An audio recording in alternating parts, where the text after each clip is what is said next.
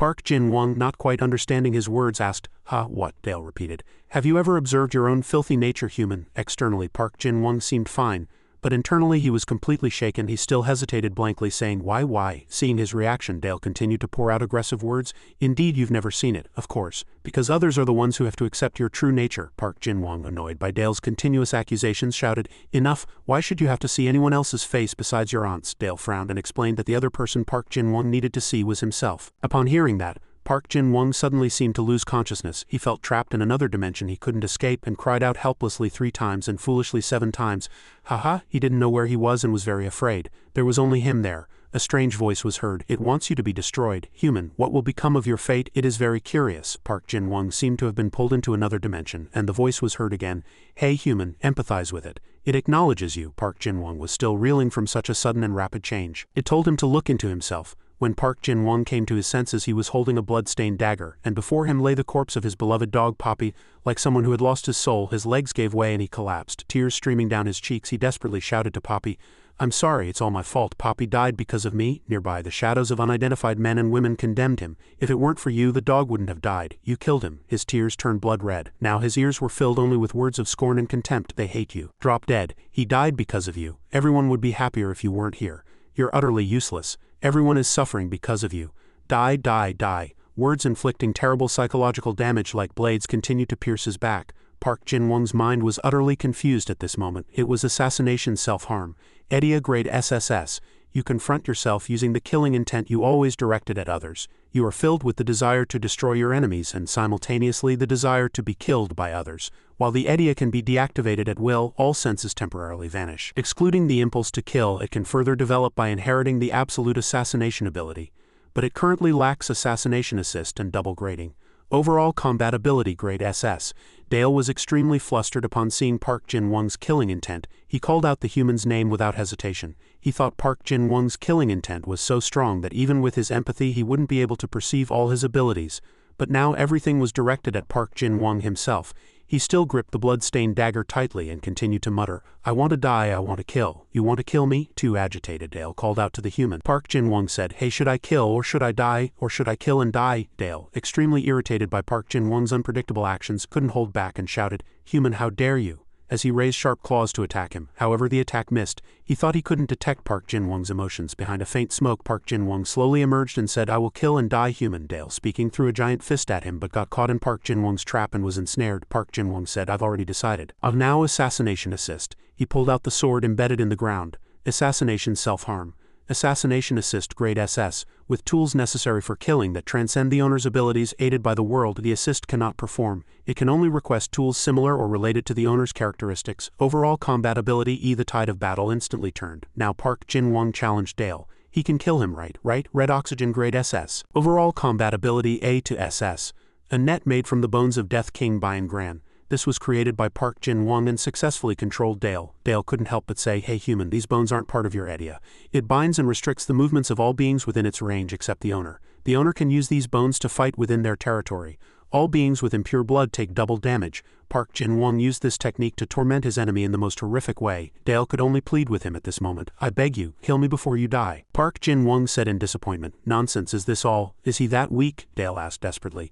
"Damn it human, what's your name?" Park Jin-won scoffed. "What good would it do him to know my name?" Dale schemed that this human's desire to die and desire to kill were clashing. He feels ambiguity because he wants to die but cannot kill himself. Dale told Park Jin-won that if he revealed his name he would help him die. He thought he needed to turn his mind to the desire for death to escape this place. Ironically, the protagonist stated his real name, Jin-won. Park Jin-won made the man ask again. "What's your Edia's name?" However, unlike what he had planned in his mind, Park Jin-won asked confidently with an enigmatic and triumphant smile, "Trying to trick me? Haha."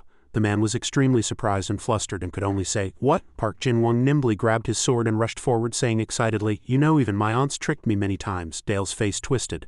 This man was utterly helpless and desperately commanded Park Jin-won, "I don't know what you're talking about. Empathize with me." Park Jin-won said with a disappointed expression, "I don't trust him at all. Should I find out myself?" Just as he was about to finish, something flashed through Dale's mind. He hurriedly said, "Wait, hold on. You just need to answer if you can fight very dangerously in battle and simultaneously kill and be killed. I'll show you the most dangerous battlefield you've ever known." After speaking, the bones tightly clasped in Dale's hand slowly loosened.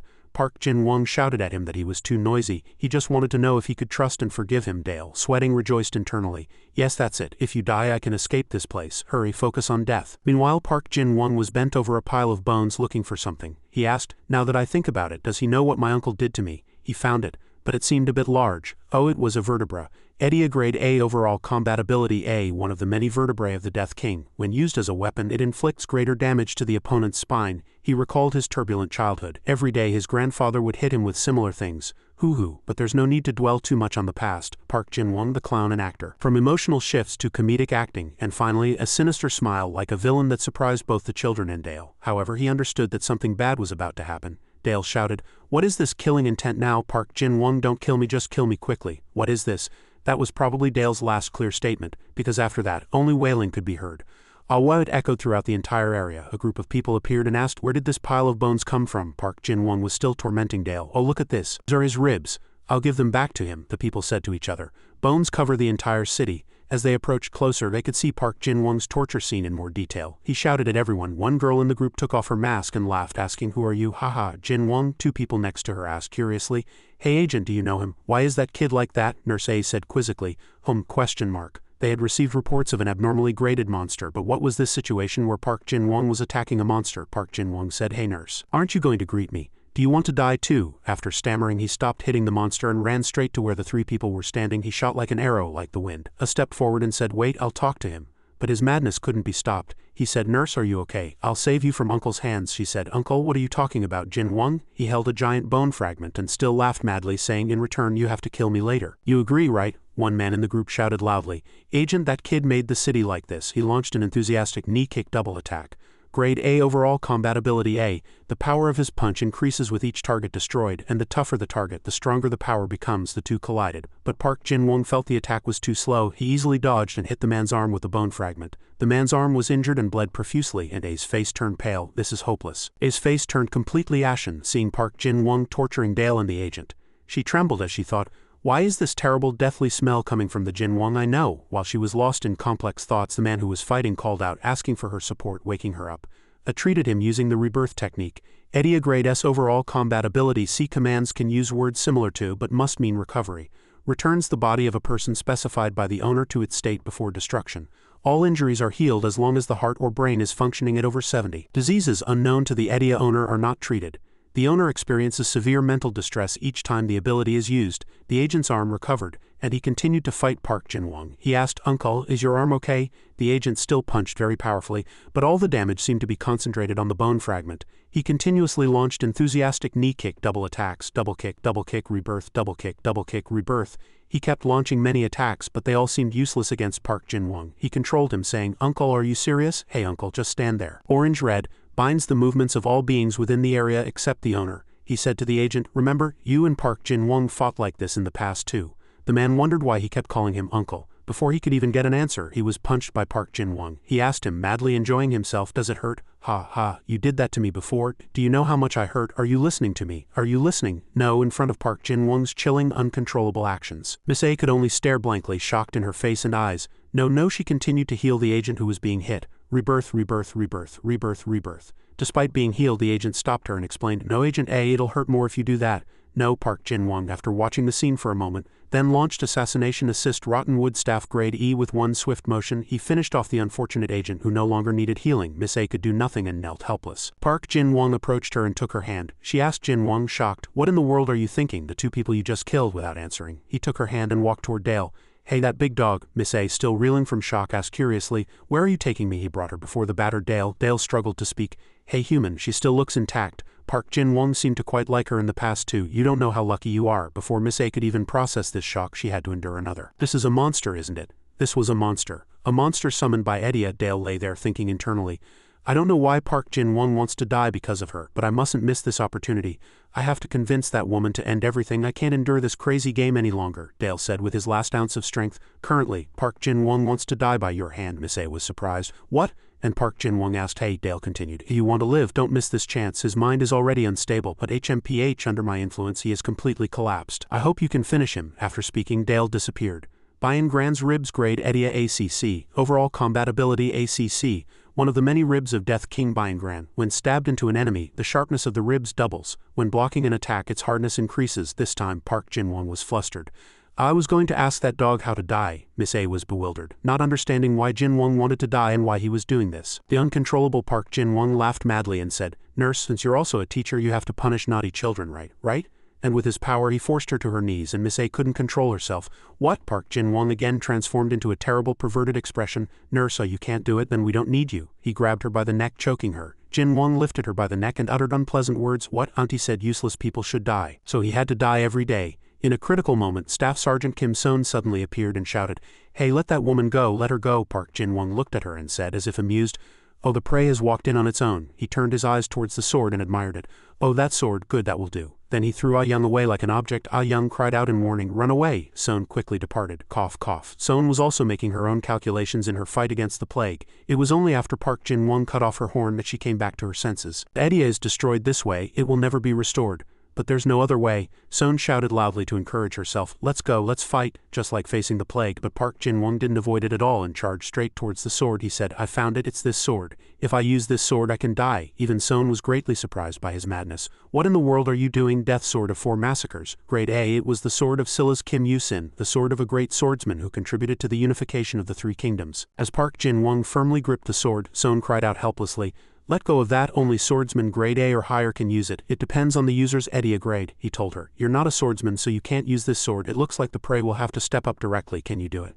But Son kicked him in the stomach and cursed, Are you crazy? Do you want me to stab you? Get a grip. Park Jin-won stood up again, not ready yet. It's okay, if you use this sword, you can do it, please. It doesn't matter if he doesn't die immediately. A group of special agents arrived. Son cursed and ordered the special agents, Get a grip, you idiot. Is your brain dog food? That's him, he's the terrorist. Everyone surrounded Park Jin-won.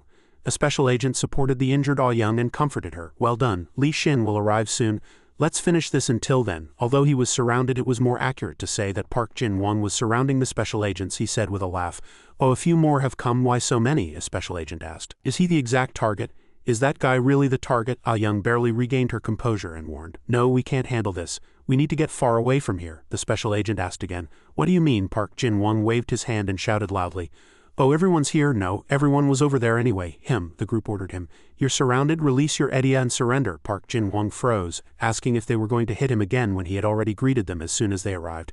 If you don't surrender quickly, we'll have no choice but to use force. Hearing the word force, it seemed something ominous was about to happen. Park Jin-won frowned. He said in a voice filled with hatred and violence, Is that so? Then I'll kill all of you. Assassination Assist 103673, Duaquini's anecdote. He spread his 2 arms and a huge layer of blood stretched out around him. The special agents were greatly surprised at the sight. It's really more astonishing to see it in person than to hear about it. They whispered, What is this? What kind of EDIA can move them from here to there? That layer of blood turned into a huge cloak. 103,673, Duaquini's cloak. Park Jin-won wearing the cloak was no different from Superman or rather Homelander. He flew up and declared, Hey, see? I don't need my uncle anymore. I can live well on my own. With a sword in his hand he trembled violently. Son's mind was a mix of confused thoughts. Her heart was struggling. No, everyone will die at this rate. Stop him quickly, stop him. Park Jin-won seemed to have truly gone mad. He was no different from a famous real estate tycoon. He shouted, Then you can all die now. Die. At the moment Dale was rampaging cheerfully as if he were on drugs. Son pierced his body. Park Jin-won's time and space seemed frozen by Son's divine strike. Son also trembled after doing it. Her mind was in turmoil. Before making that decision she hesitated and barely managed to say adjust. Park Jin-won turned back cheerfully and smiled at Son. This might have been what he wanted, he told her. That's right, leader, I knew you'd stab me. But if you're going to stab higher. After finishing his last words he stroked her cheek. Ultimately the one who had caused countless deaths fell in the leader's arms amid Son's tears. She sobbed, tears streaming endlessly. She told him she was sorry, truly sorry. As she said that, she pulled out the sword embedded in Park Jin-won's body, and the cloak also gradually disappeared. The bodyguards breathed a sigh of relief after a few tense minutes of having to deal with his whispers. Son was waking Park Jin-won's true personality. Jin-won, have you come back to your senses? After a moment of silence, Park Jin-won finally fully awoke from what seemed like an endless coma. Son still wanted to hear Park Jin-won's voice and said, Jin-won, say something. The male protagonist finally stammered and called out Son's name. During that time, assassination self-harm could be deactivated. However, all senses except the impulse to kill would temporarily vanish. Son rejoiced. The light of joy gradually became clearer on the kind leader's face. She gently encouraged Park Jin-won.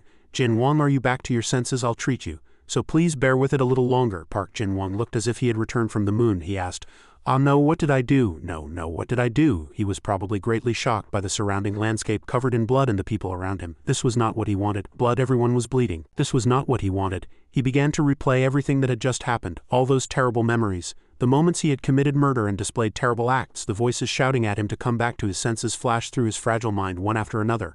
Park Jin-won completely collapsed in despair in Son's comforting and encouraging embrace. "Someone save me, someone help me." Scene change. Fengjiang, Zoom-san, in the Sun Palace. Kim In-won was talking to a mysterious masked man. Kim In-won said, "You heard that the first one is back and you're going to reconfirm?" The mysterious man said that they confirmed their return after the destruction. Kim In-won heard that and added, "It seems the South Koreans had quite a hard time. But wasn't the place where the first one was destroyed the place the mysterious man had ordered him to raid?" The mysterious man didn't understand and asked, "Where is that?" Kim In-won said angrily, "If you don't remember, who will? I'm already so ashamed. Is this how you treat me?" Hearing that, the mysterious man decided to admit his mistake. He explained that at the time he needed someone to attract attention to summon Daniel's book. Kim In-won still couldn't contain his anger and asked again, "So you sent me, Kim In-won, just to attract attention?" The masked boss laughed and continued, "You would make others think this area is very important. And Kim In-won is the only one who can go anywhere without worrying about losing to anyone." This time, In-won cursed. "Can you say that after seeing his condition, you damn piece of trash?" The mysterious man said, "That's why I chose Kim In-won. The appearance of the third and fourth has been confirmed. They will reveal themselves soon." Hearing that, Kim In-won calmed down. "Oh, they've finally come," the man said. "I'll just wait a little longer. Their era will come," and left with a rather sinister smile. Returning to our protagonist Park Jin-won. After his body was battered and he lived a life worse than death, he was finally enjoying a rare moment of peace in his hospital bed. Even in his sleep, his mind seemed unwilling to let him go. The moments of the sword, his first appearance, and the bloody scenes he had experienced continued to appear in his mind like a horror movie. Even in his sleep, his sweat poured down like a waterfall, waking him up. Park Jin-won rolled his eyes both ways to check his surroundings. He saw Son taking care of him right beside him. She called out, "Jin-won." Park Jin-won, startled, called out, "Son?" He wasn't entirely all right yet. His head throbbed like a beehive. Son calmed Park Jin-won. She advised him not to be too nervous. He asked her how long he had been unconscious and she informed him that 3 days had passed, calling him a fool. Park Jin-won pleaded with Son that he wanted to get up. Son spoke like a young mother. She reminded him, "Do you think you're a god? Recovering in 3 days? Get some more rest." Meanwhile, a man's shadow appeared outside the door. That person was Li Shin, he teased. Park Jin-won should listen to his wife. If he listens to his wife, his family will be harmonious. Ha ha ha. At his appearance, everyone admired him and called out, "Excellency." He approached Park Jin-won's bedside and asked Private Park Jin-won, "Are you feeling better?" He replied, "I'm fine. I've recovered a bit." Li Shin said, "Good, we have a lot to talk about, so bear with it. First, the National Disaster Information Management System and the National Crisis Alert System have designated Park Jin-won as a Class 1 National Disaster Factor, a visible disaster." Park Jin-won, not understanding, asked, "A visible disaster?" Li Shin continued.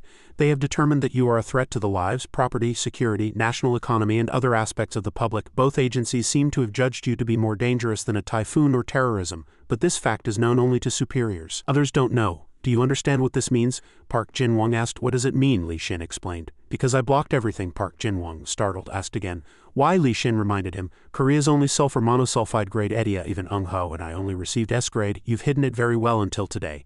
And they all understand why you had to hide it." Park Jin-won trembled and said, "I'm sorry, but if you ask me to use EDIA again, I don't think I can." Li Shin explained again. "Private Park Jin-won, the world is facing an unprecedented crisis. It's not as peaceful as it seems. Crime rates and death rates are increasing every day, and things like countless forms of discrimination are getting worse and worse. I apologize for hastily concluding after seeing your record, but now you need to know what you must do. Nothing will change just because nations are at odds with each other. Not only North Korea, but other nations are also showing suspicious movements." Park Jin-won gritted his teeth and couldn't say anything. He just. Li Shin patted his shoulder and persuaded him, "Our country needs your strength." Hearing the meaning Li Shin wanted to convey to him, Park Jin-won sobbed and said, "Strength? You need this kind of strength, the strength of a mad murderer?" To calm Park Jin-won, Li Shin put his hand on his chin and spoke gently. "Do you remember the first time we met? Don't give up like that. They need people who believe in the growth of the soul." Hearing that, Son thought, "The growth of the soul, that's right. The Baekhoke Kim family taught me to quietly follow the path led by my soul. I lived according to EDIA, not according to myself. I won't let my soul decide my life anymore." At Li Shin's persuasion, Park Jin-won suddenly stood up and shouted, "The growth of the soul? My soul is a murderer. What do you want a murderer's soul to become?" Li Shin finally decided to stand up. "Do you know the total amount of damage? 12,000 casualties. Property damage due to urban destruction is estimated at 3.4 trillion won. Unimaginable losses. But Private Park Jin-won, you stopped it. As an aide to this country, no, as a citizen of this country." Park Jin-won was startled. "Aide?" Li Shin bowed his head and said, "Thank you very much." Not only that, but everyone who came with him also bowed their heads in unison. Seeing that, Park Jin-won couldn't suppress his emotions and shed tears of gratitude. Everyone in the room bowed their heads in unison, as if respectfully conveying their earnest wish for Park Jin-won to dedicate himself to the country. This caused Park Jin-won to be unable to suppress his emotions and burst into tears. However, he still shook his head because of the resentment in his heart, the fact that he was the one who had killed his comrades. Li Xin said solemnly, "And you are also the one who protected this city. If it weren't for you, this city would have been completely destroyed. Whatever happened, you saved the people of the city. So stop blaming yourself and stand up." Park Jin-won still couldn't make a decision immediately. It was truly sudden, he thought to himself. Everyone is sincerely grateful. This is the first time I've ever received such gratitude. It must have been very difficult for them to face the person who killed their comrades. Nevertheless, they didn't lose their pride. Instead of anger, they acted maturely. Yes, to repay them, I can't collapse under the weight of this guilt. I have to stand up and keep moving forward. He stood up straight and said in a resounding voice, "Excellency, I will never use Edia again." "What did you say?" Son said. Park Jin-won continued.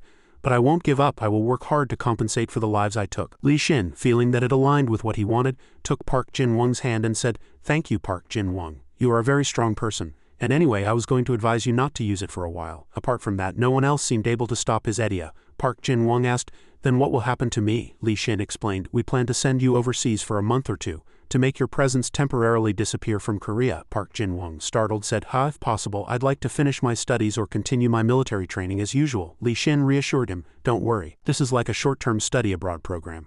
And from now on you will be promoted to Staff Sergeant." "Congratulations, Staff Sergeant Park Jin-won." A few days later, Park Jin-won packed his bags and prepared to go overseas. His training instructor came there and bumped fists with him, reminding him, "Don't get lazy just because I'm not here. When you come back, I'll check your endurance again right away." Park Jin-won obediently replied, "Yes, understood." Son liked him very much and gave him a warm hug. She reminded him to call her every day. She said very intimate and sweet words to him. Park Jin-won also replied yes as politely as possible. "Okay, I understand.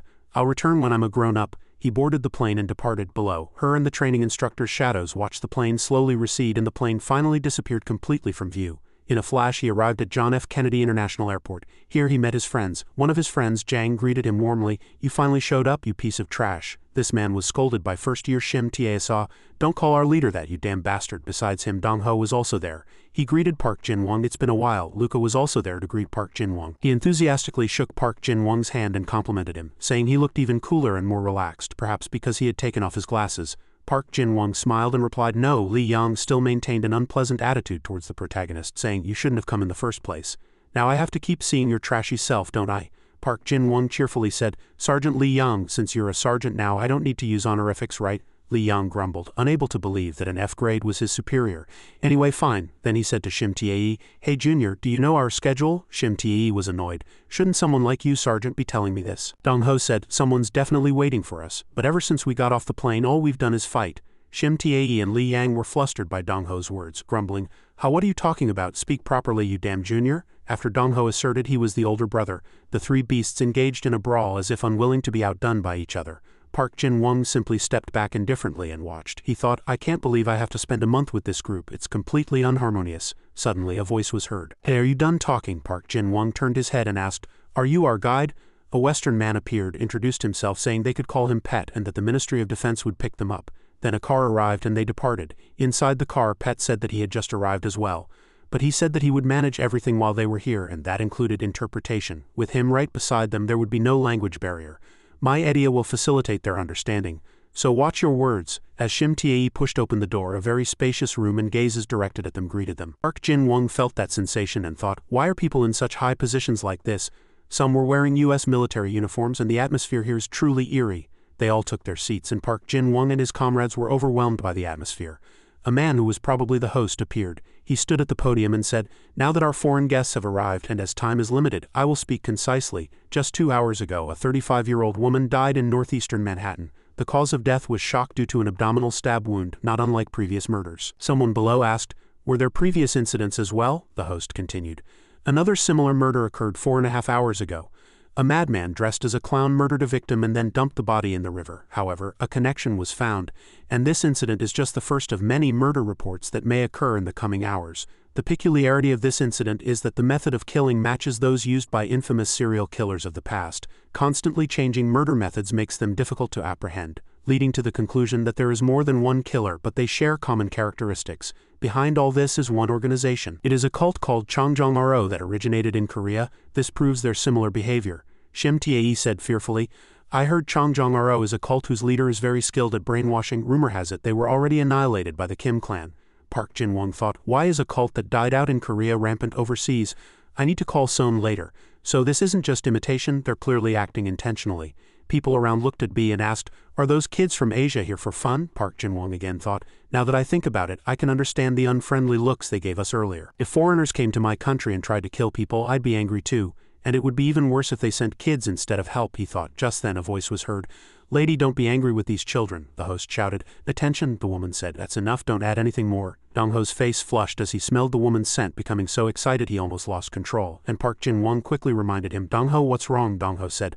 Park Jin-won, a man needs to know who that woman is. This piqued Park Jin-won's curiosity and made him ask again. What? Who is it? Meanwhile, the host and the woman were conversing. He said he hadn't expected her to come. She said she heard these children were sent by Li Xin. Dong-ho said to Park Jin-won, she's Bleshefener, Vladimir, she's the best vampire in North America, Vladimir Chepaner. She has an SSS-grade Dracula vampire. Edia Vladi introduced herself, saying she was pleased to meet Park Jin-won and his friends. Dong-ho was driven crazy by infatuation. She just smiled at us. Wow, Park Jin-won still didn't know and asked who is that woman. Dong-ho had to explain again. Seriously, you don't know. She's only 28, but she's already a major general. The US military has special forces units that carry out secret missions worldwide. Furthermore, she's an outstanding individual who commands this elite unit, Delta Force. Her leadership, fierce combat prowess and charm are recognized by all. The Delta Force she leads is considered the strongest unit. Vladdy pointed at Li Yang and said, Li Yang. Li Yang was displeased but politely replied, yes, why did you call me? Vladdy said, your gaze isn't very pleasant. She continued, I also heard that news. What do you think about this issue? Li Yang said,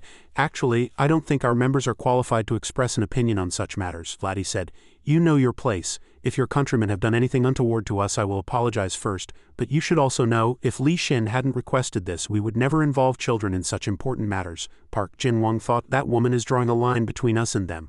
Let's see how far she goes. The Dracula vampire's Edia grade was unknown, and its overall combatability was also unknown. She was the progenitor of all vampires and bloodsuckers. Suddenly Park Jin-won's head ached and he collapsed onto the table. Shim Tae was very flustered, asking, why, what's wrong? Vladdy approached and asked, your eyes are bleeding. What's wrong? What did you just do? Park Jin-won honestly replied, I probed your Edia, Commander. Vladdy asked in a solemn voice, you read my Edia? If you're lying, I'll suck your blood, you punk. What did you see? Park Jin-won said. The power gap between us was too great, so I suffered a backlash. I could only see your name, Commander. Vladdy bared her fangs and threatened, if you're lying, I'll suck your blood. Park Jin-won struggled to say no, he could prove his words, but he wasn't sure if he should reveal this information to the people in the room.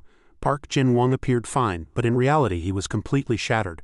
Damn it, I suffered a more powerful backlash than when I saw a chimera. He felt his brain go numb. Vladdy continued to threaten him. She raised her arm and said, even after that, you're calm. Li Xin sent an interesting punk. Read the interpreter's Edia, the interpreter said. Many people have read my Edia, but no one has read hers. Park Jin-won said he could do it. Vladdy handed him a paper and pen, telling him to prove it immediately. Park Jin-won sat down, wrote, and handed it to Vladdy. Test Edia grade B, overall combatability D. This person can communicate fluently. Everyone else with this person will also be interpreted. Seeing Park Jin-won write so precisely and accurately, Vladdy was very impressed and exclaimed, amazing, much more useful than I thought. You exceeded my expectations. Park Jin-won asked, are you satisfied now? However, she soon tore up all the papers, saying, initially, I was just going to give these punks some trivial assignments and then send them back, but now I've changed my mind. Though it might be a disadvantage for Li Xin, Shim Tae asked. She continued, from now on you'll be deployed to the front line. That means there's a high chance you'll lose your lives. What's your name? Park Jin-won introduced himself. I am Staff Sergeant Park Jin-won, 10th Company, 2nd Special Battalion, Heian High School, Vladdy said. Understood. Come to my office at 9 p.m. Park Jin-won was very surprised by this offer. Is that really true? I didn't mishear, did I? Vladdy returned to her inherent vampiric aura and said, this is getting more interesting. In a different time and space, Vladdy was dealing with a victim. The unfortunate girl begged for her life. Ard, please. The victim couldn't even breathe. Vladdy smiled with a deadly beauty. I don't like to forgive. With one finger, she erased a life from the server. It was the Butcher's Awakening Edia, a grade. Truly beautiful women are scary. There is no rose without thorns. Pet and Park Jin-won walked up, knocked on the room door, and asked, is anyone inside? When the person inside granted permission, the protagonist carefully opened the door and entered. Inside the room, a platinum blonde professional woman was holding documents and gestured for them to sit anywhere. While the protagonist awkwardly hesitated about how to address her, the other person said, you can just call me sister. Everyone in the unit does. Park Jin-won wondered why she had called him. Vladdy replied, you're a hypocrite. And you know who can read your Edia, don't you? The data I received from Li Xin had no information about your abilities. Park Jin-won bowed his head, thought for a moment, then asserted, Perhaps no one knows. I've never mentioned it even in Korea. So Li Xin doesn't know either? He might know or he might not. Vladdy was also speechless at his answer. Then she smiled slightly. She crossed her legs, looked at him and wanted to invite him to her unit. Park Jin-won was flustered by her words and tried to confirm if he had misheard her again. Vladdy repeated patiently. She wanted to invite him to Delta Force, but the protagonist was currently part of the Heian unit. This put him in a difficult position. Vladdy frowned. Delta Force was the unit she led. She seemed to understand his dilemma. She handed him documents and said, "We'll have time to talk later. First, we need to put out this urgent fire." The protagonist took the paper and continued to listen to the other person's words. Our unit members have identified someone impersonating Zoe Washi at JFK Airport and someone impersonating the butcher in the red light district. Vladdy sat in a chair, looked down at him with cold eyes and gave instructions. Your mission is to infiltrate the target area and use your Edia to identify suspicious Edias. You must also find the blade-shaped Edia. Tisk at John F. Kennedy International Airport is too ordinary. Park Jin-won rubbed his eyes with his hands, feeling tired. He didn't know how many nights and days he had stayed up, but now his eyes were completely dry. His comrade behind him said, "Take a break. If you pass out, this mission will be ruined," Vladdy said from a distance. An hour ago, a suspect believed to be the leader of the Changeongyo cult was arrested in the slums. She demanded that all unit members continue surveillance duties and maintain readiness at all times. She turned around and gestured for the interpreter and the hypocrite to follow her.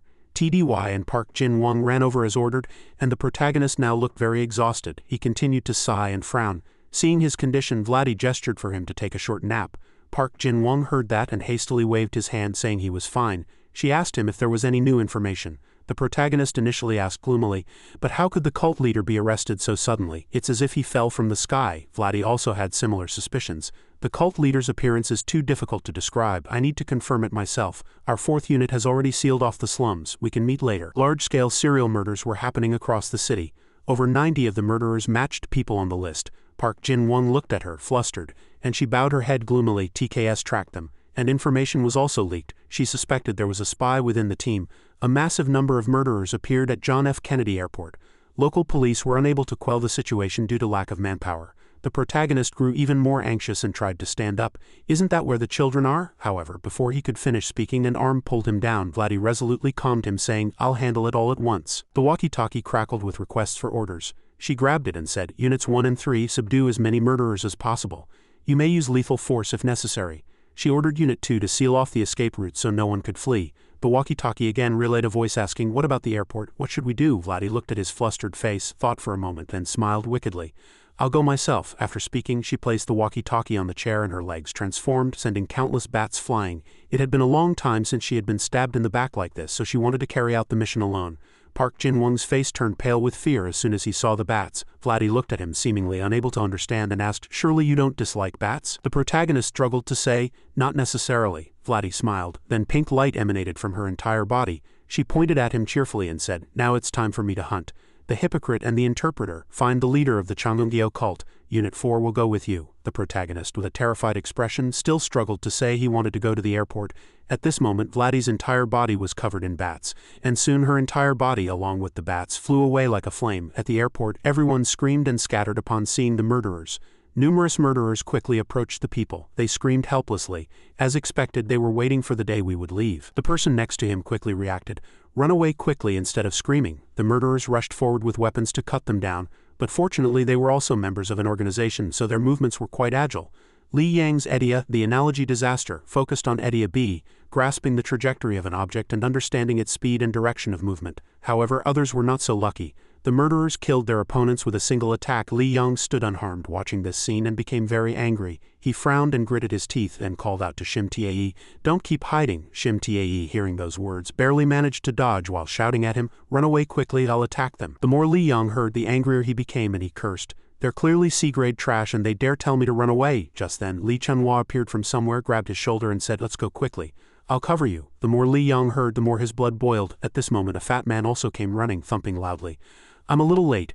Anyway, I'm not the only one gaining weight, am I?" He quickly used his technique. It increased his own weight and the opponent's, and at the same time increased the weight of all weapons equipped by the opponent. The maximum increase rate was 20 times. As soon as the system appeared, the ground began to vibrate and crack. Li Yang, surprised, praised him from the side, then also began to use his own ability. It was to decompose objects embedded in the ground and wield them as weapons. Stones flew up from the ground, but before he could use them, he was met with an unexpected attack. A murderer suddenly rushed over and stabbed him. Shim Tae, seeing that scene, hastily shouted, Senior, Li Yong, enraged, picked up a stone and attacked the murderer. Sweat poured profusely down his forehead. He looked down at the wound on his abdomen. The wound on his abdomen bore the marks of every weapon, from knives to daggers. He suddenly felt ashamed at his appearance. Just then, a figure shot like an arrow from somewhere. The chubby boy rushed in, striking the murderer and sending him flying. Those around quickly ran to Bai Yujulang, asking worriedly how he was, afraid he might faint. Despite his injury, Bai Yujulang loudly boasted. He told everyone to shut up, that he was tough and wasn't dead yet. Li Sungwa worriedly supported him and quickly examined the wound. He also began to use his ability. His hands transformed into scissors and stitched the wound. This technique was grade B. With an overall combat ability of B, the user's hands transform into scissor blades. All wounds can be stitched at once, and even untreatable external wounds can be treated, but internal injuries cannot. He continued to worriedly comfort and treat the other person, saying he would heal him. The scissors touched the wound very quickly, and indeed, this ability was not to be underestimated. Even such a long wound was magically, quickly, and beautifully stitched. It didn't even take 3 seconds to stitch the wound, but he had only stitched the external wound. The internal injuries still remained, so he advised him not to overexert himself. Bai Yujulang looked at the distant murderers who continued to massacre innocent people, a blood-soaked scene. He burst into laughter. Not to overexert himself in such a situation, that was difficult. He immediately used his ability to pull up a large rock and held it in his hand. Then, with his gaze fixed on the trash mob below, he prepared to lift and throw the rock. The subordinates behind him could do nothing and were helpless. They advised him to rest quickly if he didn't want to die. Li Sungwa continued to watch the rampaging murderers. They kept appearing and their numbers were increasing. Only a pathetic group of people barely had the will to fight. The chubby boy also stood up at this moment, offering to help. Li Sungwa closed his eyes and replayed old moments. Yun Yung told him it would be useless to run away, saying he had a good idea, much better than his own. If he paid attention to him, he could create more uses for him. Li Sungwa clenched his fist, sweat and tears flowing. He promised to work hard not only for himself but also for Jin Wang. Chapter 69. Li Yonghua, while dodging in combat, continued to use his blue healing technique. Meanwhile, Bai Yujulang, fighting a special murderer, cursed about why it was endless. Suddenly an encouraging voice echoed, "Well done." At the same time, the chubby boy squinted his eyes, looked up at the sky and admired. What they were looking at was a swarm of bats. He suspected he could hear CHP's voice among the bats. Others also looked up curiously, some muttering about darkness and fog, while others' eyes sparkled with pleasant surprise. Could it be that Commander Blady, not CHP, is here? At the same time, Commander Blady appeared from among the swarm of bats in the sky. She leapt down, her hair and cloak fluttering in the wind. Her stats also appeared. Dracula Vampire Edia rank SSS, progenitor of all vampires and bloodsuckers. Vampires are immortal legendary monsters, and swarms of bats, darkness and fog are her true form. Transcendental abilities unknown, vampiric abilities unknown. Blady advanced, cursing the murderers with murderous eyes. How dare they cause trouble in her dark domain? Suddenly 2 burly men shouted, "Kill, die!" Blady looked at them as if they were worms. There were roughly 300 of them, and at the same time she flicked her finger forward. The bats shot into the air. A young man shrieked with wide eyes.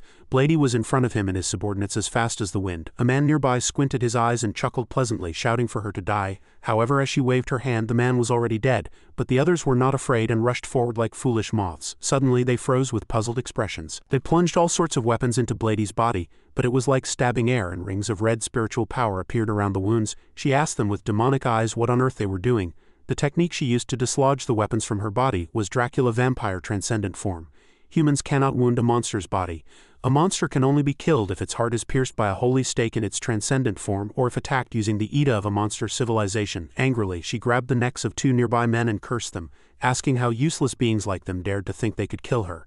Then she sneered and said they would be useful. After that, their bodies gradually evaporated, emitting white smoke around them, and their bodies gradually became stained black, finally collapsing to the ground as dried corpses. However, Blady was not satisfied and was annoyed. She had expected something better, but what she got back was the worst. The special murderers, seeing their comrades dealt with in an instant, widened their eyes in shock, but it was too late for regret now. Blady used her vampiric technique again. Shadows spread across the entire floor from beneath her feet. Then she summoned ghosts, saying, "Arise, hungry ghosts." At the same time, all the murderers' blood was sucked out. Their bodies gradually decayed and screamed horribly. Dracula Vampire Blood Absorption is a technique that uses absorbed blood to create hungry ghosts. The idea of hungry ghosts cannot be replicated, but their physical abilities are doubled. The murderers lost consciousness and transformed into hungry ghosts, snarling. Blady gleefully said that she had recently achieved a similar large harvest by cracking down on drug organizations with the Mexican government. Unless the hungry ghost bodies are completely destroyed, they can regenerate. However, Blady sneered, saying they were not good enough to join her army, and struck down everyone in one blow amidst a sea of blood. After that, she bid them farewell, advising them to repent as they turned to ashes. Elsewhere, Park Jin-wong worriedly asked if the airport was all right. The man driving did not look back and told him not to worry. The commander was a monster. She was a monstrous woman, however he still wasn't reassured. He told Pet that he didn't think the two of them should also fight. He knew he was worried about his comrades, but Teddy still firmly disagreed. They had to follow orders. However, Park Jin-won still crawled into the front seat to try and persuade him, but Teddy added, "Remember, if the two of you don't catch their leader, another disaster will occur." This made him understand the problem. The car continued to move forward, passing many tall buildings. Looking at the deserted streets, Park Jin-won put his hand on the window, puzzled. "Isn't it too quiet?" Teddy also noticed something strange and thought such quietness was really unusual. Suddenly, someone's voice echoed from the walkie-talkie. This person reported that they were Delta Force Unit 4 and after confirming Blady's car's location asked if it was the exact target. Park Jin-won was curious about these words. "What's the target?" Then another notification echoed from the walkie-talkie. "Exit the car and continue moving to the left. In 30 seconds there will be a large empty space." They would meet there. Hearing this information, Park Jin-won looked puzzled. Suddenly the car braked sharply. Park Jin-won hastily got out of the car and shouted. No one answered. Teddy also quickly jumped out and said, "Go back, he has a bad feeling about this." However, Park Jin-won was even more worried. He strode forward looking back and said that since the others were fighting with all their might, the two of them should also do something. Seeing him run, Teddy also couldn't help but call him back, half helpless and half like a parent telling him to wait. After walking for a while, he told him to slow down. He felt something was wrong. Teddy also agreed and asked him, "You feel it too? Why are there so many empty spaces?" And as if seeing something, Park Jin-won's face changed and he widened his eyes with an incredulous expression. After that he ran quickly, stumbling, and Teddy asked curiously what was wrong, requesting him not to go alone. Park Jin-won ran, sweating, gritting his teeth in anger. He knew something was strange. From the walkie-talkie the person directly called their names as Delta Force Unit 4, and he recalled Blady's words luring them while he was in the car. Clearly someone had leaked information. It seemed the enemies were within them. He hadn't understood her words then. He thought they called her VR. When the team leader first met them, she was holding documents and without looking up, comfortably told him, "You can just call me sister. Everyone in the unit does," so they referred to him as the target. Now, connecting everything, he was shocked to realize it was a trap. As soon as he saw his comrades in the distance, he shrieked, "Delta Force Unit 4, get out of there, run." He looked at the serious face of a middle-aged man among the team members and analyzed internally. They would not miss this opportunity to destroy this troublesome organization.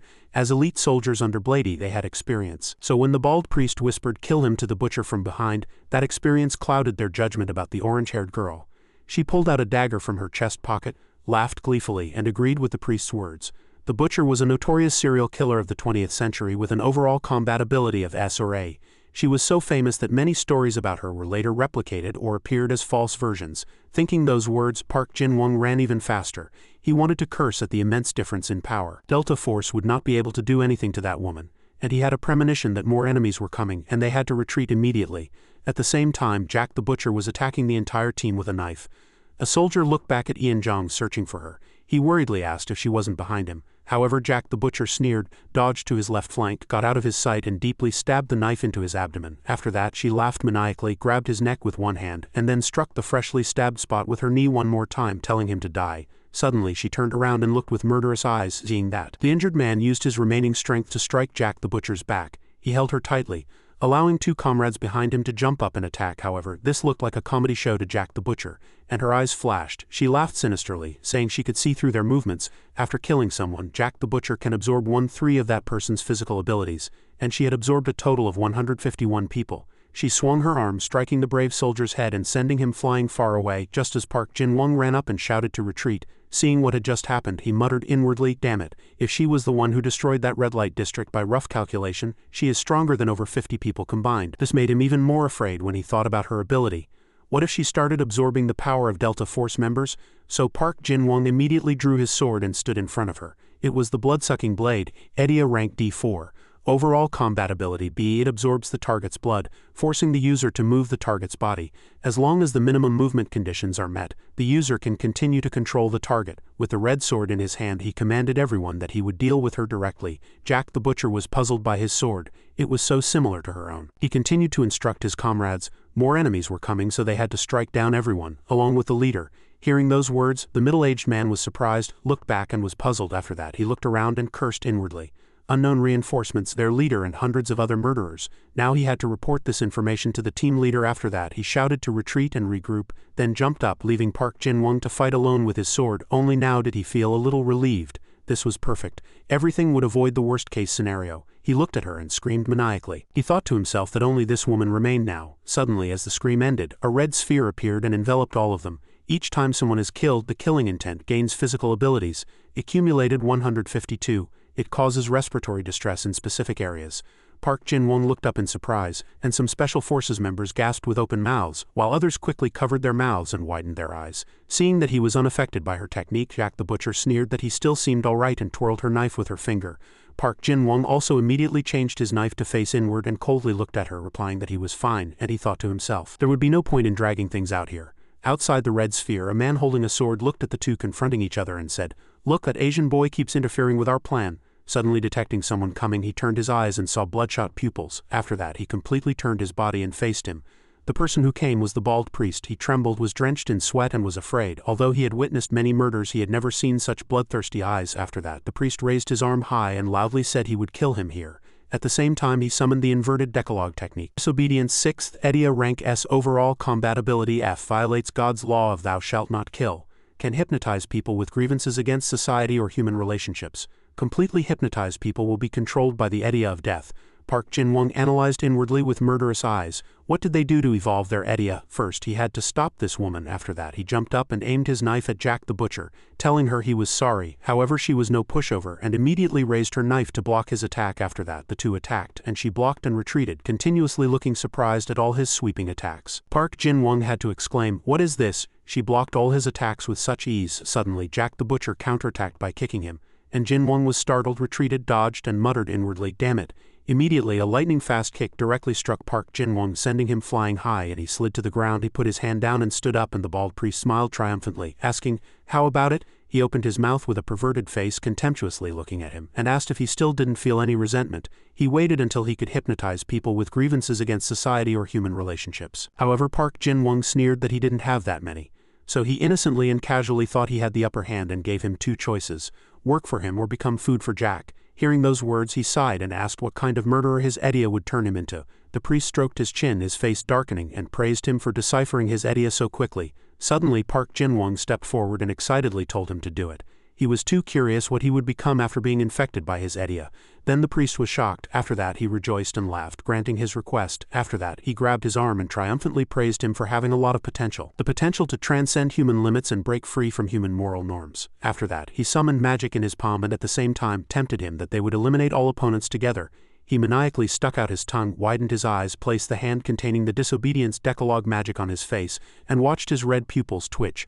"Right now, kill everyone you've always wanted to kill." As he finished speaking, he raised his glowing hand and Park Jin-won's face darkened, his hair covering his eyes. He bared his teeth and gleefully looked at him like a wooden doll, muttering, "Poor fellow, from now on your life will be..." However, Park Jin-won suddenly lifted his face and exclaimed, "Is this all? Why isn't the brainwashing working?" This was like a bolt from the blue for the priest. He was astonished, asking where in the world there was anyone without grievances, and thought it was impossible. Park Jin-won calmly replied, "You are full of them, but you just can't influence me." In fact, Park Jin-won himself understood that he was always full of grievances. He must have grown stronger over time, suppressing those grievances and burying them deep in his heart.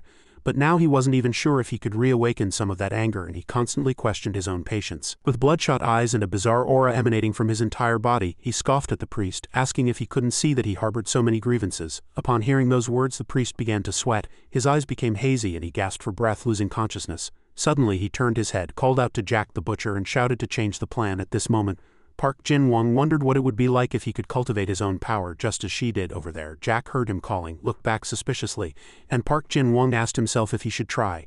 And he saw himself standing in a pool of blood, worrying inwardly what if he went mad like last time. He felt bony hands grasping his ankle in the water, and he was afraid he would go mad. But there was no other way out of this, especially upon seeing Jack the Butcher's current crazy smiling face, because if he didn't fight properly he would die at her hands. Park Jin-won remembered promising to keep trying when he was sitting in his hospital bed in a patient gown. He said so confidently, but in reality he didn't know what to do or how to control himself if he went mad in this situation. At that moment the nurse held his hand and firmly said she believed in his potential. At this point he felt the bony hands trying to grasp his own hand. He couldn't trust himself that easily. Suddenly a shout of "Son!" echoed, startling him. His parents knelt before young Park Jin-won, urging him that there was nothing he couldn't do. Life is a possibility where everything is possible. Remember, your parents always believe in you. At this moment Park Jin-won, standing among his comrades with a burden on his shoulders, clenched his fists and made a decision. And he smiled happily. Suddenly he threw his head back and screamed. At the same time an eerie black aura burst from his body, engulfing the bizarre red around him. Jack the Butcher, sensing this powerful killing intent, widened her eyes in shock. She inwardly screamed that it was too dangerous and rushed forward quickly, thinking she had to kill him immediately. Park Jin-won still stood there screaming. The black aura continuously erupted, soared into the sky and swirled in all directions. Jack the Butcher charged. But no matter how hard she tried, she couldn't reach him. Jack the Butcher was bewildered. She was being pushed back by his killing intent. On the side, the priest shouted at her, asking what she was doing and to kill him quickly. Nevertheless, she couldn't do it. If she got any closer, she would die. His killing intent also caused pain to others. Someone knelt, hands on the floor. He, on the other hand, gripped his knife tightly and exuded an intimidating aura. Everyone muttered in fear. Scary. I don't want to die. I'm going to die. Park Jin-won gritted his teeth, his face contorted in pain, and thought inwardly, release the killing intent out of my body. Suddenly his eyes turned mad, and in his mind a voice echoed, kill them. A demon clung to his body and whispered, look, there are so many prey. Don't you want to kill them? He helplessly dropped his head, and that ghost-like voice continued, imagine the source of fresh blood we can create. But he struggled in his mind. No, I'll be swallowed up like this. And Park Jin-won gritted his teeth, sweat trickling down his jaw. He thought inwardly, then he can only. At the same time, Park Jin-won plunged his knife into his thigh. He screamed in pain. Suddenly the knife glowed, and a stream of killing intent wrapped around it. He still kept the knife in his thigh, allowing the black and red auras to be absorbed by it. Then he pulled out the knife and blood splattered everywhere. But when he lifted it, the small knife had transformed into a sword. Outside their area, people on the street suddenly looked up, bewildered. Why had the sky suddenly brightened again at this moment? Park Jin-won, holding the sword in both hands, gasped with joy, and he too was shining, having escaped his mad state. A red notification appeared with data. 103673 swords, blade that swallows darkness, ETA grade A3. In the past, Yun Shin used 103,673 swords to absorb the enemy's killing intent and use it as his own power. Now the user's surrounding killing intent will also have physical power. This sword can absorb surrounding killing intent when the user attacks. Accordingly, power will also increase. When defending, defense power doubles. Furthermore, the more killing intent absorbed, the higher that ratio becomes. Park Jin-won, seeing this astonishing technique, widened his eyes in shock, and additional information was provided. Omnivorous, unidentified. The current immutable law is that a single blade swallows killing intent to increase its own power. Park Jin-won looked at the sword suspiciously, thinking, omnivorous, what does that mean? Suddenly the sword cried out, demanding prey, and he was so startled that he threw it to the ground. It trembled here and there, pointing its tip to one side, and screamed, demanding prey. Park Jin-won thought in bewilderment, not only is it talking, but it's also swallowing my killing intent. Suddenly, something like black silk erupted from the tip of the blade. Park Jin-won, seeing this sight, wondered what it was, and the silk flew through the air, continuously demanding prey. He reached out to touch the black silk and inwardly judged it to look like a black veil. As soon as he touched it, a red notification appeared. 103673 swords, blade that swallows darkness, omnivorous. Absorbed killing intent gains physical attack power. It will attack all living beings in the vicinity except the owner. At the same time, it again demanded prey, pierced the bellies of nearby people, threw them into the air, and then screamed, cheerfully demanding prey. Jack the Butcher and the priest were also targets of the black silk's attack. The priest shouted in fear at Jack, get out of here quickly, protect me. Meanwhile, Park Jin-won, seeing it help lighten his load, picked up the sword and asked what it was. Is this because of that? What is this? Is this because of its omnivorous ability? But it continued to demand prey. His eyes brightened as if he understood, and he inwardly admired it with a wicked smile. It seems to be conscious, and seeing it respond to me like this, it's probably part of my soul too. He couldn't believe this object was part of him, and Park Jin-won decided to name it. He declared with interest that from today it would be an omnivorous animal and greeted it. Nice to meet you. Omnivorous suddenly screamed, demanding prey, as Jack the Butcher leaped up behind him, shouting, die monster. Park Jin-won turned around. Her eyes gleamed red, and Jack swung her knife down, but Omnivorous transformed into black silk and blocked her. Park Jin-won, seeing this, praised it joyfully. Very well done. Jack retreated, gasping for breath. Suddenly Omnivorous trembled and demanded prey, and he couldn't understand, and at that moment the notification panel reminded him of his technique again. 103673 swords, blade that swallows darkness. This sword can absorb surrounding killing intent. Power will also increase when the user attacks. Defense power doubles when defending. Furthermore, the more killing intent absorbed, the higher that ratio becomes. At this moment, Park Jin-won realized, it seemed it could swallow not only his own killing intent but also that of everyone in this room. No, at least for them, this weapon was a natural enemy. Park Jin-won, realizing this tremendous technique, twisted his lips and pointed the sword, looking at Jack with disdain. Damn it, what will she say in this situation? Unfortunately, she showed no fear at all. Instead, she had an arrogant expression, as if she thought he was fighting unfairly, and suddenly rushed at him like an arrow. She declared angrily that he wouldn't be able to block her attack and would become a sacrifice for her church. From this side, Park Jin-won swung his sword to attack, but she quickly tilted her body to dodge. However, Omnivorous cut off one of her arms and her long hair. Suddenly realizing her arm was cut off, Jack was startled, stumbled, fell, and groaned in pain. Park Jin-won stood before her, looking down at the sword absorbing the black aura with a contemptuous expression, and he laughed, asking her how she felt. Nevertheless, she gripped her bleeding shoulder with one hand, blinked her eyes, furiously exuded killing intent, and gritted her teeth, telling him, very well done. Suppressing her pain and anger, sweat streaming down her face, she frankly admitted that she had let her guard down. Seeing the red hair and broken knife on the floor, Park Jin-won was pleased to have dealt with one person. Then he turned his head and said, "Now it's the leader's turn." Seeing him flee, he judged that since that was the only exit he wouldn't need to move much. And as he raised the sword and called Omnivorous, it understood him and began to absorb the surrounding killing intent. The priest, fleeing, looked back at Omnivorous's black silk and shouted, "Protect me, protect me." Immediately, nearby soldiers, their minds controlled, rushed forward shouting, "Protect the master, quickly master." But Park Jin-won did not let the priest escape so quickly. He winked and smiled, asking him where he was going. Suddenly Jack the butcher, whom he thought was dead, grasped his ankle and laughed eerily. Park Jin-won was surprised and bewildered. Suddenly the sky roared, a person was split in two and a scream was heard. Park Jin-won looked up and marveled that the killing intent was too strong. And Jack got up, used one knee as support, swung her other foot and tried to trip Park Jin-won. He jumped up, dodged, and looked out the door. A black car started its engine, about to let the leader escape. He grabbed his sword and rushed out, telling himself he had to go to the airport quickly. But without Teddy, he was just a lost child. He thought Teddy might be dead, because he had run too fast earlier, leaving Teddy calling after him. Pushing away his sorrow, he resolved to move quickly. He lowered his face darkly, lost in thought, then shook his head vigorously, telling himself to snap out of it, that there was no time for this. Composing himself, Park Jin-won took out his phone, thinking he should contact Vladdy and check if everyone was okay. But he didn't know how to contact her, and he couldn't speak English. Suddenly he looked at his sword and decided to act boldly. It's better to try than to do nothing at all. Thinking that, he clenched his fists and exuded killing intent around him. Then he pointed the sword to the sky and ordered Omnivorous to scream loudly. He said he would feed it a lot then. He told it to scream loudly enough for them to hear. It immediately shot black silk into the sky and screamed, demanding prey. Park Jin-won, standing on the ground, looked up and waited. Suddenly he widened his eyes in surprise. A thick fog and bats suddenly appeared in the sky. They poured down on Park Jin-won and he had to cover his head with his hands. Suddenly, Vladdy appeared from among the swarm of bats. She lipped down and hugged him, saying it was a miracle and thanking him for still being alive, and Park Jin-won was startled. Vladdy, releasing him, grabbed his shoulder and apologized. When she heard that Unit 4 had been annihilated, she thought he was dead. She thought he had died because of her mistake. However, he denied her words. He thought it was his own fault for not being able to protect the entire team and losing the target. Vladdy didn't think so and took responsibility. She said she was the one who sent him, and no one could have known this would happen. Fortunately, he was still alive, and she looked at his new friend and asked cheerfully, "Is this your Edia? It's a bit fierce, but very cute." He stopped chit-chatting and anxiously asked if the people at the airport were okay. Vladdy turned her body and replied that they were fine. They were safe, but now they were on their way to stop the cult leader's plan. Of course, she said she would go with them. As she said this, he grabbed Vladdy's wrist in alarm. "What are you talking about?" He thought inwardly. The cult leader just escaped after losing many followers. How can he do such a thing? Surprised by his reaction, she explained to him that the interpreter had just returned and said he was in danger because of the murderers. He even explained in detail that he had learned about the cult leader's plan. Hearing those words, he became suspicious. The interpreter, is she talking about Teddy? Vladdy asked curiously, "Is there something wrong?" Then he slowly analyzed. Teddy is still alive, but how could an ordinary person without strong combat Edia survive among hundreds of murderers? Moreover, how did he know about the cult leader's plan? I was right in front of him and didn't know. Suddenly, Vladdy gave him a ring. She gave him this ring, saying that if he wore it, they could communicate even without her. Ring of the Slaughter King. The owner can communicate with targets who do not speak their language. The user can also include everyone in the same space. This communication ability can be transferred to another target for a short period of time.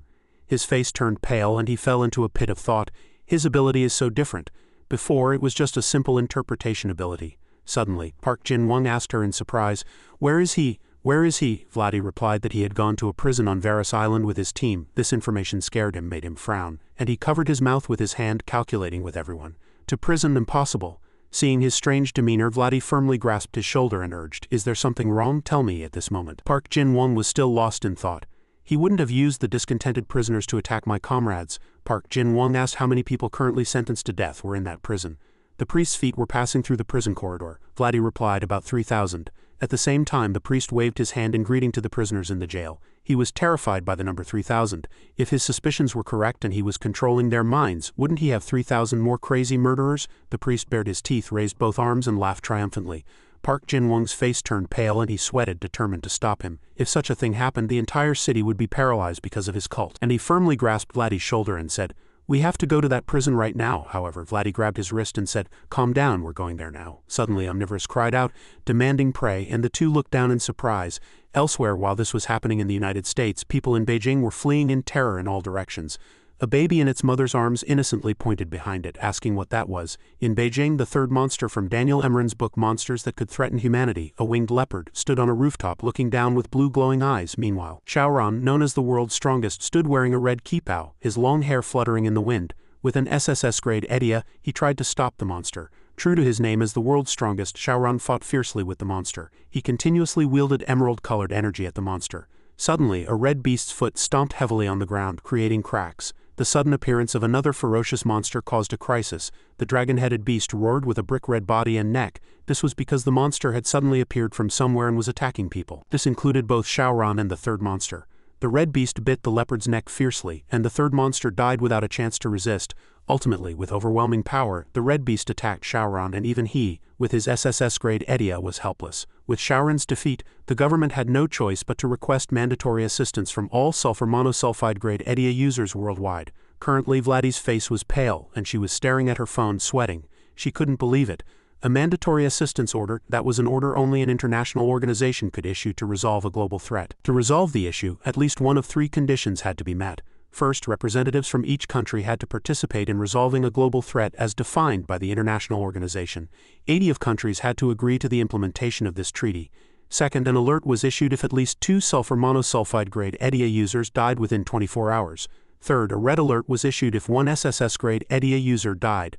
Fourth, events threatening human peace were considered especially urgent dangers. Vladi held her phone, trembling and exclaiming in shock.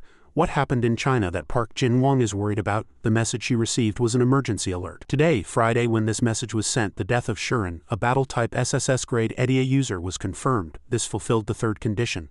The monster that killed him was classified as a global threat.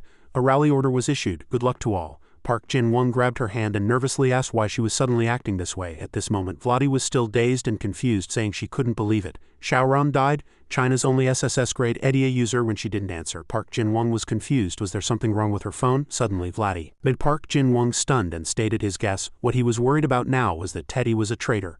The cult leader is going to the prison to brainwash the prisoners, right? Park Jin-wong quickly affirmed, adding that about 3,000 murderers could be released in New York. Vladi asked in a low voice what he thought the scale of the damage would be. Could the entire city of New York be destroyed? He was sweating and said he couldn't be sure. Probably not that much. He changed the subject and asked if there was any message on her phone. Vladi looked him straight in the eyes and informed him that the whole world might be facing an apocalypse. An unpredictable threat was endangering human survival. These words astonished Park Jin-wong. He stammered, What? Again, Vladi's phone rang, interrupting their conversation. She looked down at her phone, shocked. It was the US president's phone number. They had probably been notified too. She didn't want to answer the phone. Vladi discreetly deduced that they were sending all sulfur monosulfide-grade Edia users to the battlefield. Even after an SSS-grade Edia user had just died, this was too dangerous. Then she put her hand on Park Jin-wong's shoulder and seriously said that she couldn't go to the prison. Park Jin-wong, not knowing what had happened, said confusedly that a traitor was going to the prison with his comrades and this was an emergency. With no other choice, Vladi took his hand and instructed him that they needed him, that they believed in him, and she handed him Teddy's ring of the Slaughter King, saying it would give him full control over the troops she had left behind. She told him to go to the prison, stop the cult leader and save his friends. He no longer made a fuss and calmly asked, "What about her then?" Vladi replied that she would go to Beijing. Then she transformed into a swarm of bats and shouted loudly. Here they would have to avenge Unit 4. He could do it, right? Park Jin-wong looked up at her and with eyes filled with emotion resolutely told her to leave it to him. Vladi looked down at him and smiled, saying she would trust this child sent by Li Xin. And she urged Park Jin-wong to do his best as many lives were at stake. He happily replied that he would take care of it, and Vladi transformed into a swarm of bats and flew away. Time passed and a truck stood outside Jorah's Island prison. Park Jin-wong opened the door and looked inside. Then he crept up behind a soldier who was deep in thought, resting his chin in his hand, and spoke to him. The soldier stood up, moved, and finally said he had arrived. He said he had heard about Park Jin-wong. Park Jin-wong smiled and extended his hand for a handshake, introducing his name. However, the soldier didn't shake his hand but looked him up and down, then sighed and evaluated. He didn't know much, but he had been ordered to follow him on this mission. He asked curiously what was going on. At this point, the soldier pointed to the surveillance screen and said he would understand better if he looked at the camera himself. As soon as Park Jin-wong checked the situation, he widened his eyes in shock. He resolutely said that the cult leader had indeed entered the prison. But the prisoners were not in their cells, they were kneeling with their hands clasped. As he expected, they seemed to be brainwashed. But why were they praying? After watching for a long time, Park Jin-wong couldn't understand. He saw that his friends, like the prisoners, were all praying. Suddenly, Teddy looked directly at the camera. Then he crept up behind Jiang, poked his cheek, winked pervertedly, and made a finger heart. This sight shocked Park Jin-wong and made his face turn pale. Then he turned his head and quickly asked the team leader from earlier that he would go to the prison immediately, and to prepare an exit and entry route. However, he asked confusedly what they could do. He had heard that the cult leader was involved in brainwashing. Park Jin-won cut him off. He said he would be the only one to infiltrate the prison, not them. However, he raised his hand to object. There was a commander's order, but this was a bit dangerous. He looked at him with serious and sharp eyes, saying that it was unacceptable for someone who was not an adult to expect them to blindly believe and follow. Suddenly, the sword in Park Jin-won's hand trembled, demanding prey. And it created something like black silk that floated around the entire room, and a strand went straight to the team leader, stunning him. Park Jin-won saw them fall silent and threatened them not to interfere as his friends were in danger. Feeling the pressure in the air, he was sweating and widened his eyes, asking if the killing intent was coming from him.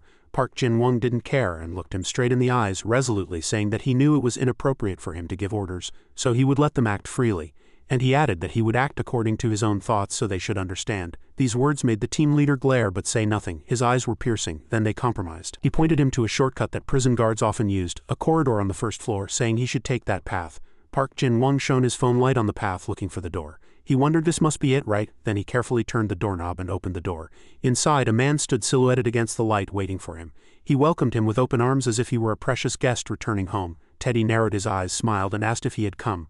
As soon as he saw his face, Park Jin-won tried to challenge him, but the moment he said Teddy, he was forcibly made to bow 90 degrees. He put his hand on his forehead, confused, and tried to lift his head, but his body trembled and he couldn't lift it at all. Seeing that, Teddy clapped his hands and laughed cheerfully, scoffing. He said he was truly like a Korean from the most polite land in the East. Still bowing, Park Jin-won gritted his teeth and cursed. His eyes burned with killing intent, eager to kill him. However, Teddy thought that look was fear and told him to use the ring properly. Suddenly, an object he threw flew towards Teddy. It was the ring he had given to Vladdy. Simultaneously, his information appeared. John Wayne Gacy, killer clown, Eddie, grade A. The killer John Wayne Gacy had for a time disguised himself as a clown, volunteering and deceiving gatherings. His targets were younger people, he scoffed, placed a hand on his chest and looked at the world with contempt. His killer clown disguise ability prevents targets younger than the user from seeing the user's true appearance and weapon, and his killer pervert ability prevents any target whom the user considers younger than themselves from lifting their head when the user appears. His combat ability is grade A, but the conditions are limited. Still bowing, he clearly felt the effects of that ability. He marveled that if it weren't for the killer clown disguise effect and that ring, he would never have known Teddy's true identity. Truly a terrifying ability. Teddy picked up the ring, put it back on his hand and scoffed. Didn't they think it was a mistake to give him this ring? Then Teddy, like an orator, placed his hand on his chest and closed his eyes, saying he had decided not to run away. The outcome was already decided. However, Park Jin-won held his sword, emitting black energy, and awakened him. Teddy glanced at him and was surprised. Suddenly, Omnivorous shot out something like black silk, but he avoided it and even complimented him on blocking it well. At this moment, Park Jin-won, standing opposite, pointed his sword at him, and something like black silk floated around the entire room. He showed contempt for Teddy's words. The outcome is already decided, saying he thought the opposite. He scoffed and looked at him. Truly terrifying. However, Teddy had of course a plan when he appeared and wasn't just fighting. Then he said magically, "Ta-da." Jiyoung and 4 others came up behind him, and he turned pale, seeing that they were brainwashed hostages. However, Teddy stubbornly said, "How can you say that? I just want to talk," demanding a peaceful resolution. These words enraged Park Jin-won. He bowed his head and gritted his teeth in pain. What peace? Peace with his friends as hostages.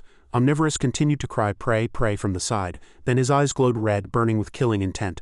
Park Jin-won resolutely cursed that he would kill him. Seeing that, Teddy quickly raised his hands in surrender, explaining that he was merely a messenger to take him to the cult leader. He pointed his sword at him and with sharp eyes said that he would go himself, but he would die here. At the same time, he exuded strong killing intent, enveloping Teddy and making him step back in fear. However, it was just an act. Immediately, he raised his middle finger and cursed. "Damn it." At the same time, he shouted, "Die!" Suddenly, Park Jin-won froze. He looked at the scene unfolding before him in disbelief. His friends Jiyoung were choking themselves. Ji-hee was banging her head against the wall. Philip had one hand on his head and the other on his neck, preparing to break it. And Seonga was turning her arms into spears. His eyes were blank. Park Jin-won gritted his teeth and determined that Teddy couldn't control them. That meant his master was observing from somewhere. If that was true, they were in real danger. Then he resigned himself and agreed to Teddy's demands, urging him to hurry. Indeed, Jiyoung and the others no longer harmed themselves. Teddy scoffed and was delighted. Then he put his hand on Jiyoung's shoulder, glanced at him and smiled, saying to continue. Then he waved his hand and ordered the students to stand up straight and go, threatening that if they wanted their friends to be safe, they had better follow him. Seeing him take his friends, Park Jin-won cursed inwardly and calculated. Even if he followed him, he wouldn't be able to save them, unless he knew where the controller was. Nevertheless, he stood still, coldly deciding not to miss the next opportunity. If he was careless this time, he would truly die here. Then a pair of feet approached, and as the light shone directly into his eyes, Park Jin-won tilted his head, closed his eyes and covered them with his hand. Suddenly a hexagonal door opened in the ceiling and sunlight poured into the dimly lit room, illuminating everything brightly. Suddenly everyone, including his friends, knelt and clasped their hands. A laugh echoed, and Park Jin-won was startled, realizing it was a familiar voice. The cult leader appeared in the middle of the pouring light, spread his arms and laughed, greeting him and saying he was very happy to see him again, and asked what his experience here was like. Park Jin-won walked into the brightly lit space. He held his sword, exuding killing intent, and with a cold face told him to say what he had to say, that he hadn't come here for fun. However, the cult leader scoffed and reminded him not to rush. Then he made his friends stand up and preached. After all, a healthy mind resides in a healthy body. The reason their master couldn't see this scene was because he was dead. He paused for a moment, then looked up, imagined something, and laughed foolishly, marveling. His sacrifice and his efforts had finally brought him this far. Park Jin-won pointed the tip of his knife at the cult leader's face, threatening him. No matter how far he went, it would be useless, and he would be finished. He glared at the cult leader with angry red eyes. He knew that if the cult leader died, the prisoners' minds would no longer be controlled. Then he coldly told him to prepare. He was very angry now. Seeing Park Jin-won pointing a knife at him, the cult leader scoffed and asked if he knew why he had chosen this place. He guessed it was to summon the murderer dolls, but when the cult leader denied it, he was suddenly confused. His red eyes were bewildered, thinking, wasn't that the main purpose? Then why was he here? He gritted his teeth in anger, and the cult leader continued to mock him. Hadn't he ever wondered why he wasn't afraid of him and the two vampires at all? Then the cult leader shouted that he would show him now. At the same time, he raised both arms high to the sky. He shouted to begin the ritual. Suddenly, a column of colorful light descended from above, brightly illuminating the entire room. Suddenly, someone spilled blood on the floor. Park Jin-won was shocked. His body froze and he sweated, unable to believe his eyes. He stammered, "Why?" At this moment, the death row prisoners were fighting each other in a desperate struggle. Over there, under the column of light, the cult leader happily commanded, waving his hand in the air, "Murderers, all of you must die. Kill them all." Around, the number of injured people with pierced bellies and blood spilling from their mouths gradually increased. Over here, behind Park Jin-won, Jiang was hit by someone and was bleeding profusely. He cursed in anger. "Damn it, I have to stop them and save the children." At the same time, he leaped onto his toes, holding a sword in one hand and pointing forward with the other, signaling Omnivorous to eat.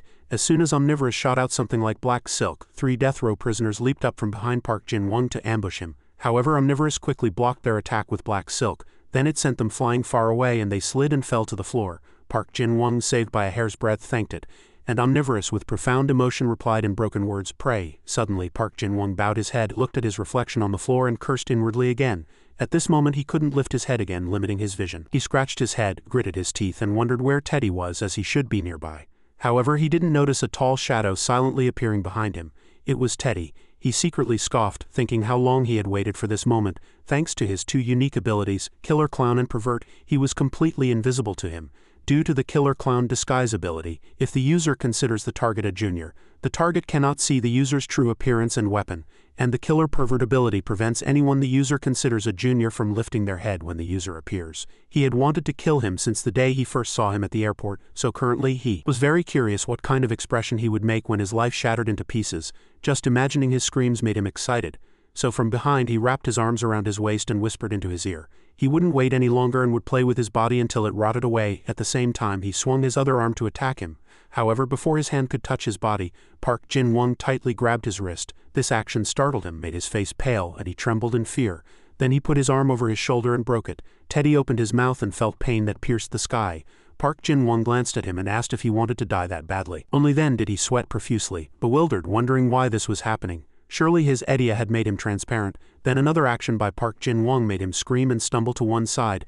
Then he stabbed the knife into Teddy's stomach, sending blood and flesh flying everywhere. He marveled at how he should deal with him, then pulled out the knife, leaving him covered in blood. He hastily covered the wound with his hand. Teddy stammered in shock, saying he couldn't believe he had stabbed him. Subsequently, Park Jin-won flicked his finger and exuded killing intent, confirming with the eyes of a god of death. But it wasn't enough yet. He would have to account for everything he had done to him and his friends. Immediately, Omnivorous's black silk-like tendrils pierced directly into Teddy's stomach in the direction of his hand, pushing him to the top of the rounded ceiling, after which they seemed to enjoy their meal together, until Teddy's legs stopped thrashing. Only then did Park Jin-won raise his head and, stroking his neck, declared that he wouldn't let anyone die here, except for the priest and Teddy. Suddenly Omnivorous uttered 2 words, "Pray, pray," as if agreeing with him. Seeing it speak that way, he laughed sinisterly. His eyes glowed red and he permitted Omnivorous to keep feeding until it was satisfied. As if emboldened by his words, it charged furiously, and the silk-like tendrils bristled with sharp thorns, creating immense terror. 103673 Swords, blade that swallows darkness. The killing intent emanating from the sword's owner has a physical effect. The owner can absorb the surrounding killing intent. The priest, seeing his killing intent, smiled with satisfaction. It perfectly matched his intentions. truly powerful killing intent. Now all he had to do was drive him mad and release him. At this moment Park Jin-won stood in the middle of the room, ordered Omnivorous to block the prisoners, then rushed to one side heading towards where his friends were fighting. Seeing that they had only sustained minor injuries, he felt relieved inwardly, then kicked each of them in the back of the head, apologizing for arriving late and letting this happen. However, he had to temporarily knock them unconscious and safely lock them in cells. After finishing his work, Park Jin-won praised Omnivorous as he watched it diligently working. It was excellent. Seeing the prisoners scattered on the floor, he thought they would be a little sore when they woke up, but it was better than losing their lives like those who couldn't be stopped. The priest, who had been hiding in a corner and witnessing all this, turned pale, his teeth chattering with fear. He cursed in disbelief and muttered to himself why nothing was working. At the same time he roared inwardly, "Kill them, enjoy the feast of blood." Suddenly, Park Jin-won staggered, his feet wavering and his eyes dizzy, unable to understand. And he fell to the floor with a thud. With his head tilted back, he barely opened one eye and stared desperately forward. Omnivorous had absorbed so much killing intent that even he couldn't endure it. Suddenly his two eyes glowed red and he smiled bizarrely, hastily covering his mouth and trying to stand up in a panic. "No, pull yourself together, I must remain calm, I must control it. Focus, focus, I must minimize casualties." Over there, the priest, seeing him stagger, emerged from his hiding spot and loudly asked why he wasn't killing them, then clicked his tongue and cursed. Why, for what reason? He naturally thought he should be releasing them. Park Jin-won, controlling his killing intent, cursed at him, calling him a madman. This was his last chance. He told him to surrender. Nevertheless, the priest still had a trump card. He summoned a monster with giant feet named Adam, and it stomped closer. The priest stood opposite Park Jin-won and suddenly, as if making an excuse, wanted to tell him why he had brought him here and his motives. Hearing that, Park Jin-won also wondered what all this was about and what had happened to the dead prisoners. He looked at the killing intent surrounding Park Jin-won and inwardly assessed him as someone he couldn't even brainwash. That pure killing intent would be a stepping stone to summoning a saint. Adam might be able to draw out a little more killing intent. Then he pointed at Adam with his finger and commanded it to charge. Immediately it drooled like a wide-eyed bull and charged at him. At the same time, Park Jin-won pointed the sword's tip and its black silk-like tendrils forward, saying, "Slule, keep going." Over there, Adam leapt up and swung a powerful fist. On this side, Park Jin-won swung his blade, directly striking Adam's belly and creating a large hole, and simultaneously attacked his two thighs. After that, he aimed his sword at the priest through that fleshy hole. A moment later, Adam toppled over and fell to the floor, and the priest, seeing the blade aimed at his face, turned ashen. Omnivorous mouthed silently like a mute, and he issued an ultimatum to the priest. "Cult leader, this is the end." But he still wondered in his old voice how someone with such heavy killing intent could not participate in their ritual. Hearing those words, he said sarcastically, if such a ritual was good, he would help him participate. These words made the priest fall to the floor in fear, and he stammered in terror, "Are you going to kill him?" Park Jin-won, seeing him yearning for death so desperately, said contemptuously, "How can you treat others like that when you fear death so much and now you're cowering?" Even with death imminent, the priest still clicked his tongue and asked why he had to die here. Then he added that his mission was to liberate humanity, but before he could finish speaking, Park Jin-won's sword pierced his foot. He squatted down and reprimanded him, asking how many people had died because of him. He was terrified, his face darkened and sweat trickled down. But a demonic laugh still hung on his lips, and after that he shouted loudly that some people would enjoy freedom, while others would merely be tools to obtain it. Suddenly, when Park Jin-won pulled out his sword, he convulsed. After that, he raised the sword high with both hands and thought again, truly believing he was too talkative. At the same time, he unleashed killing intent, and his face darkened. As he aimed his blade at him, suddenly, with a bang, the ceiling exploded and stones fell, startling Park Jin-won. Elsewhere, fighter jets were flying over Beijing, and Vladimir Chepaner said, "Vladimir, can you hear me? Respond," looking down at the ground below. She asked the person on the other end of the phone if she was seeing anything, as she could see nothing in the Beijing sky. "Is he seeing something over there?" Someone replied that they were Rin. They also said they saw nothing. They said they would rescue the survivors first. Hearing that, Vladdy wondered, "There are still survivors?" Rin confirmed that Shaoran seemed to have done his best to save them. Perhaps it was thanks to his power that they were able to live. At this time, the injured were being examined and transported. Rin added that in addition to his SSS-grade combat ability, they had demonstrated SSS-grade rescue skills. He was truly a versatile person. As Shaoran's name was mentioned, Vladdy's eyes suddenly filled with sadness. She still couldn't believe how he had died so suddenly. Rin changed the subject. Something strange had happened, he said. Why had the monster that killed Shaoran disappeared? Flying a fighter jet through the sky, Vladdy asked him if he had heard anything. Rin said, according to the report he received, the monster that killed Shaoran had looked up at the sky for a moment, said the smell of blood was too strong, and then left the center of Beijing. Suddenly, Vladdy thought, a smell of blood? Recalling Park Jin-won fighting the priests. Realizing her conjecture might be true, she sobbed, "It's chasing him." Over there, Rin couldn't hear her well and asked again, "What? Speak louder, I can't hear anything." Suddenly, Vladdy shouted loudly, "It has arrived in New York. The children you sent to New York are in danger." At this moment in the prison, Park Jin-won coughed and stood up due to the dust from the explosion. He turned his head and looked up, cursing, "What is this?" From atop the prison roof, a red-eyed monster looked down and exclaimed, "This killing intent is interesting," and it said, "Don't mind me, just keep doing what you were doing. In fact, if he didn't continue, it would kill all of them." Suddenly the priest's face flushed like a girl meeting an idol, and he fawned, welcoming it and saying he knew it would come. After that, he raised his arms like someone with cerebral palsy and shouted loudly to Park Jin-won, "I think I'm right. Murder is the only way to summon God." His old face brightened, and he happily affirmed that he was not wrong. Humanity would evolve thanks to his faith. After that, he looked up at the red dragon-headed monster and desperately pleaded, "Oh God, please come here and help me be the first to evolve to a new level." It looked at the priest with red eyes, and seeing him frantically talk about evolving, it thought, "Evolve, really?" In the blink of an eye, the monster granted his wish. It squeezed him to death with its 2 claws, driving him to his demise. Park Jin-won, witnessing this scene, was shocked and horrified. Only then did the monster mutter to him about what nonsense he had been talking, then gestured to him and asked if its 4th would kill him if he didn't continue to use force. Standing on the ground, he looked up like a tiny ant and wondered. "The 4th?" The beast chuckled and praised him. "Strong," and it told him, "Stop talking nonsense and show your true strength." It had told the 4th that it had killed the 1st, but asked why it didn't leave and live longer. Suddenly it laughed maniacally and said, "The 1st, no matter how weak the 1st was, how could he kill the 1st?" After that, it wanted to introduce itself. It was also a creature like the 1st, but on a different level. Creatures who enjoy violence like itself know no fear. If he had killed the 1st, it told him to prove his true power. Then it added again that power was clearly there. At this time in the prison, the prisoners began to wake up. They bristled, crawled around, and were bewildered, unable to understand why they were there. Suddenly, upon waking, they heard Park Jin-won emanating killing intent and speaking. "It seems I'm a bit tired. Shall we do this next time?" But the beast didn't agree. It said that if so, it would have to kill everyone here. The prisoners were startled as if hit by a ball, their eyes wide and teeth clenched. After that, it scratched its sharp claws against the wall, threatening him. If he couldn't show a level of violence befitting the smell of blood on his body, he would die, it said. After that, it swung its arm powerfully, smashing a piece of the wall. It fell with a thud, and the prisoners screamed and fled in terror. Park Jin-won watched him unmoving. After that, he looked down at his fists and worried inwardly, "Do I have to use this after all?"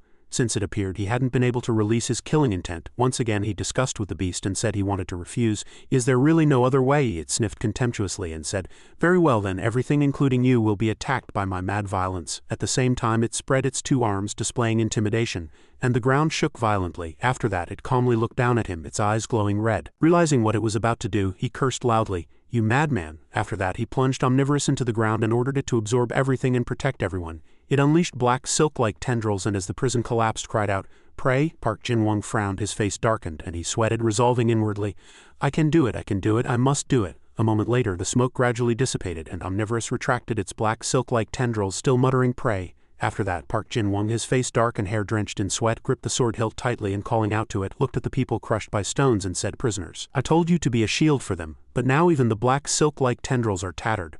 Some people were sitting in corners and others were sprawled on the floor. He writhed, clutching his head and cowering, and the sword was also gradually disappearing. His eyes were blurry and tired. He thought inwardly that he could no longer maintain his strength, let alone using omnivorous. He had released more killing intent, but still couldn't stop it. In this state he couldn't fight. After that he writhed in agony, looking at the corpses of the prisoners crushed by stones.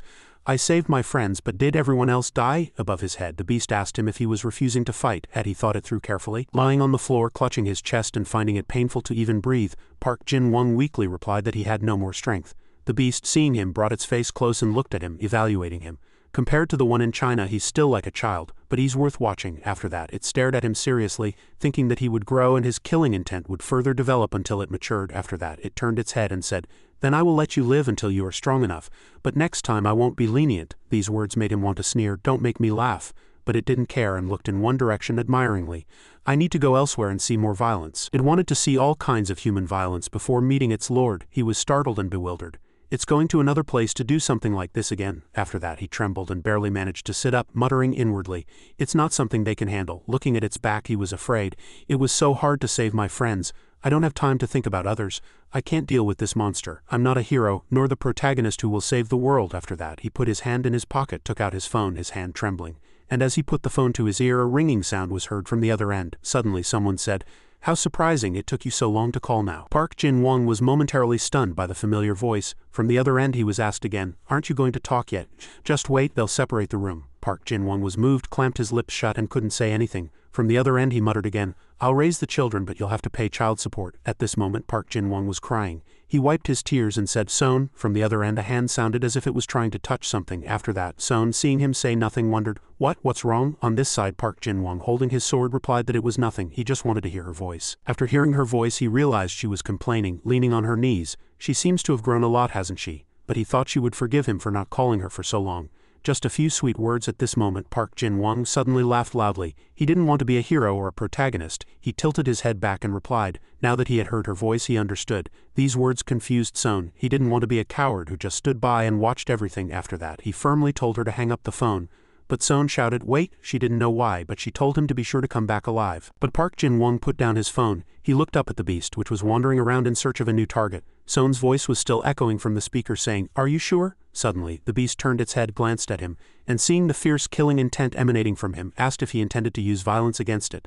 The beast, seeing black killing intent erupt from Park Jin-won's body and soar upwards, opened its mouth wide and wondered, "What is this killing intent?" It thought he intended to use violence against it. Park Jin-won looked at it and muttered to Son inwardly, "This time I won't let that madman, my other self, lay a hand on you." After that he gritted his teeth in pain and shouted, completely unleashing his other self within. His eyes glowed red, and after that, Park Jin-won tilted his head back and laughed maniacally. His killing intent fiercely blazing. It was suicide killing intent, will grade SSS, combined combat ability grade SS, and the 103,673 blood-sucking sword, combined combat ability grade SS2 SS. The beast, seeing him activate his soul's power, was surprised and wondered, "How can he do such a thing in front of me?" He even smelled quite familiar. It was the scent of one who enjoys violence. Pupils. Park Jin-won laughed loudly and asked him if he was the friend of the furry doll he had killed last time. He was quite strong and he felt that he might even be able to kill him. He was Daniel's monster force, will rank SSS. The fourth monster, which worshipped unconditional violence, was strong enough to overpower the other three monsters of the same rank. He possessed two overwhelming techniques.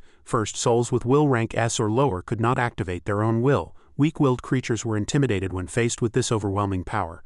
Second, the Great Earthquake technique of power. It could split a wide diameter area, overwhelming all enemies within it. It created an effect that slowed down the enemies in that land. Seeing the information about it appear, he cocked his head and pondered, then suddenly laughed maniacally, his eyes sparkling. He praised it as truly strong, enveloping himself in red spiritual power and spreading his arms, laughing joyfully like the ringleader of a firework display. Finally he could die. Violence and madness. He threw his head back and admired that pure violence was better, but asked it to kill him quickly. Suddenly he jumped up to meet its eye level, swung his sword and asked if it wasn't going to do anything, which startled the monster. At the same time, Omnivorous's black silk lashed at the monster's face and cursed, causing the monster to spit blood. The silk swung high and struck the monster's head and the monster groaned in pain. Park Jin-won shouted at it, asking if he hadn't told it to kill him.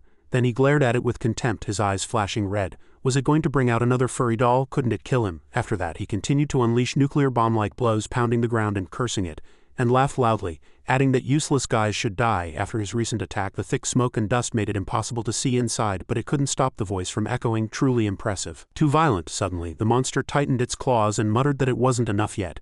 It slowly transformed as if metamorphosing, its human muscles gradually emerging, and it sneered, saying he was still far from reaching its level. A broad back appeared, and it still added that it was far. This time he was completely transformed into a human body, but his claws and head were still those of the fourth monster. Currently he was Daniel's creature, walking on 2 feet, and his overall combat ability had increased to SSS. He laughed joyfully and asked what it was saying. Suddenly a giant fist appeared right in front of his face, but he still shouted at it. If it couldn't kill him, he would die. Didn't it know? At the same time, Omnivorous's black silk enveloped him, turning into a black sphere. Blocking all of the monster's missile-like attacks, it continuously threw punches until Omnivorous was tattered and he was exposed within.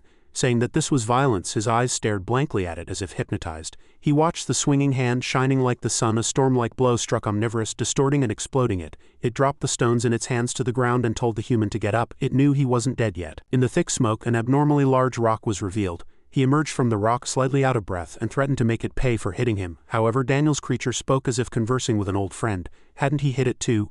Then it raised its claws and proudly declared that violence always loses to stronger violence. After that, it shouted, "Great Earthquake," creating cracks beneath his feet. Suddenly a huge chunk of earth rose in front of Park Jin-won. Immediately sensing danger to its master, Omnivorous's silk appeared, enveloping him and hugging his body as if to reinforce it, and he stood below. He looked at the monster on the high mound of earth and asked himself, "Is it finally dead?" The monster laughed, terrifyingly joyful. Suddenly, Omnivorous's black silk trembled, and he lowered his face and gritted his teeth, but then he looked up and smiled, saying he didn't want to die so easily. After that, Park Jin-won swung his sword and black silk to attack the mound of earth in front of him, shouting that he truly wanted to die. The attack caused cracks in the earth wall. Park Jin-won continued to say that he truly wanted to die. Why was he born this way? Looking at the earth and stones floating in the air, the monster was surprised and thought it was brutal but still polite violence. He dragged Omnivorous and jumped onto the mound of earth, asking why it wouldn't die. With eyes of death he raised his sword, half covering his face, and asked, annoyed, why it couldn't kill him. At the same time, the top of the mound of earth was cut in two and exploded. He created the shortest path for himself to reach right in front of the monster. Park Jin-won asked himself again, isn't it better to die? Two truly strong and crazy people met. The monster opened its mouth wide and laughed very contentedly, saying it took back its words. This violence was truly fantastic. Park Jin-won, seeing that, took turns fighting with it. Now it was his turn, then its turn. The two fought in alternation. The monster laughed even more joyfully. It was truly excited and asked him to show more if he had it. The sun was setting in the west and all the air turned orange. He shouted for assassination assistance. However, when he raised his hand, nothing appeared, which surprised him greatly. Why was there nothing? Then he desperately shouted insanely. Show more violence. He would wait as long as it took if he needed more time. 3 seconds or 5 seconds. After that, like a musical actor, Park Jin-won put his hand on his chest and lamented why he couldn't die. He wanted to. Was it listening? Was it sleeping? Suddenly, pink and purple stars shone in the sky, following the swirling stream of spiritual power. The monster was also puzzled. What was this? Was it truly over? Standing on the ground, he angrily spewed smoke and shouted for it to die. Was it telling him to die? However, it turned its head and lost interest. This was the end. There were no more issues it wanted to resolve with him. Then Park Jin-won glared at it and cursed that he would decide when he died. He was the one who wanted to die, so it shouldn't decide for him. He would commit suicide and he would kill everyone who told him to die. The monster facing him shouted loudly, "Great earthquake!" Suddenly his eyes shone brightly, and he smiled brightly, waving his hand and continuously repeating, "It won't work anymore." And he demanded another technique. Seeing that, it also smiled and replied, "It's not an old technique." Then it pointed its finger forward and shouted, "Shake the great earthquake." Seeing the ground shake again, he was startled. Over there, the monster spread its arms and roared, shaking the great earthquake once more, repeating it 3 times. He enveloped himself in omnivorous's silk again and laughed joyfully, saying, "Do you want to kill me? Do you want to kill me? Kill me." Over there, the monster with red eyes said that even its defense wouldn't work and once again shouted loudly, "Shake the great earthquake." The ground cracked beneath his feet, but his eyes looking up at it were without fear, extremely excited. Suddenly, sources of power erupted throughout the entire space, filling it with blood-red energy. In the red energy, a man with black clothes, a mad face and an evil smile appeared. That was Park Jin-sung. He continuously repeated those provocative words. In the faint light, a demon appeared with a face carved like the darkest nightmare. His eyes had no distinct pupils, but in his empty eye sockets red light flickered like the flames of hell. His dark red skin was thick like the armor of an ancient beast. Purple veins, writhing with power, stood out. His beak was sharper and more pointed than any weapon, hinting at a being not of this world. Hearing Mr. Park's provocative words, the demon twisted its lips into a smile. But there was no humor or mercy in that smile. Its voice echoed harshly, like metal scraping on stone, telling Mr. Park that resistance would be futile, and it would show him its power. The demon's power was not merely ferocious, it was destructive violence that would shatter everything humans had arrogantly held onto. It was true violence, not only physical pain but also the spirit shattered in despair. The true meaning of that power lay in its ability to strip away all hope and break the opponent's will, just as it would do to Mr. Park. High above on a towering rock, fierce waves ceaselessly crashed against the cold rocky cliff, creating a chaotic and brutal landscape, perfectly mirroring the demon's cruelty. This sight was no different from the message the demon wished to convey, that its violence was like an unstoppable wave, and anyone who dared to oppose it would be shattered into pieces, eventually swept away into utter destruction. The rough waves no longer crashed only against the cliff, they headed straight for the land. They slammed into the towering skyscrapers, pushing back human arrogance. Each colossal wave was like an endless whip lashing the ground, penetrating deeper and destroying everything in its path. The scene at this moment was utterly chaotic, with the roar of water and the sound of crumbling buildings mingling to create a living nightmare without a moment of peace. In that chaos, an unexpected figure appeared. A man with a glowing sword in his hand stood silently in the ruins, seemingly detached from the devastated world around him. His lips moved as if murmuring something, but amidst the roar of the waves and the collapse of buildings, only 2 words, duality, were faintly audible. It was like a prayer or perhaps a sign of something deeper hidden beneath.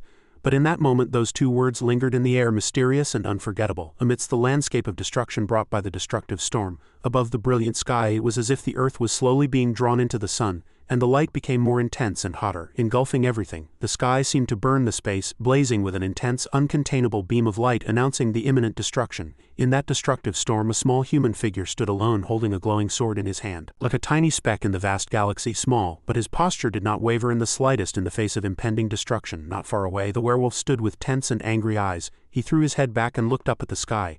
The light pressed down heavily, as if crushing the entire world, and he was ready to roar. Rage seemed to boil within him, and his roar was about to echo throughout the entire space, as if expressing his helpless fury amidst the destructive landscape that swallowed everything around him. He turned his head towards Park Jin-won, and his eyes blazed with hatred and disappointment. In extreme anger he shouted, and his cry reverberated like a sound wave. How could Park Jin-won do this? His voice contained both fear and rage. He couldn't understand how such a small lonely human could stand beneath the collapsing sky and confront such a cruel fate. The werewolf lifted its foot. Its foot was massive and fierce like a mountain. It tried to step towards the small human, but its angry voice overwhelmed its fear. It roared, filled with anger and confusion as to why Park Jin-won had nullified its abilities.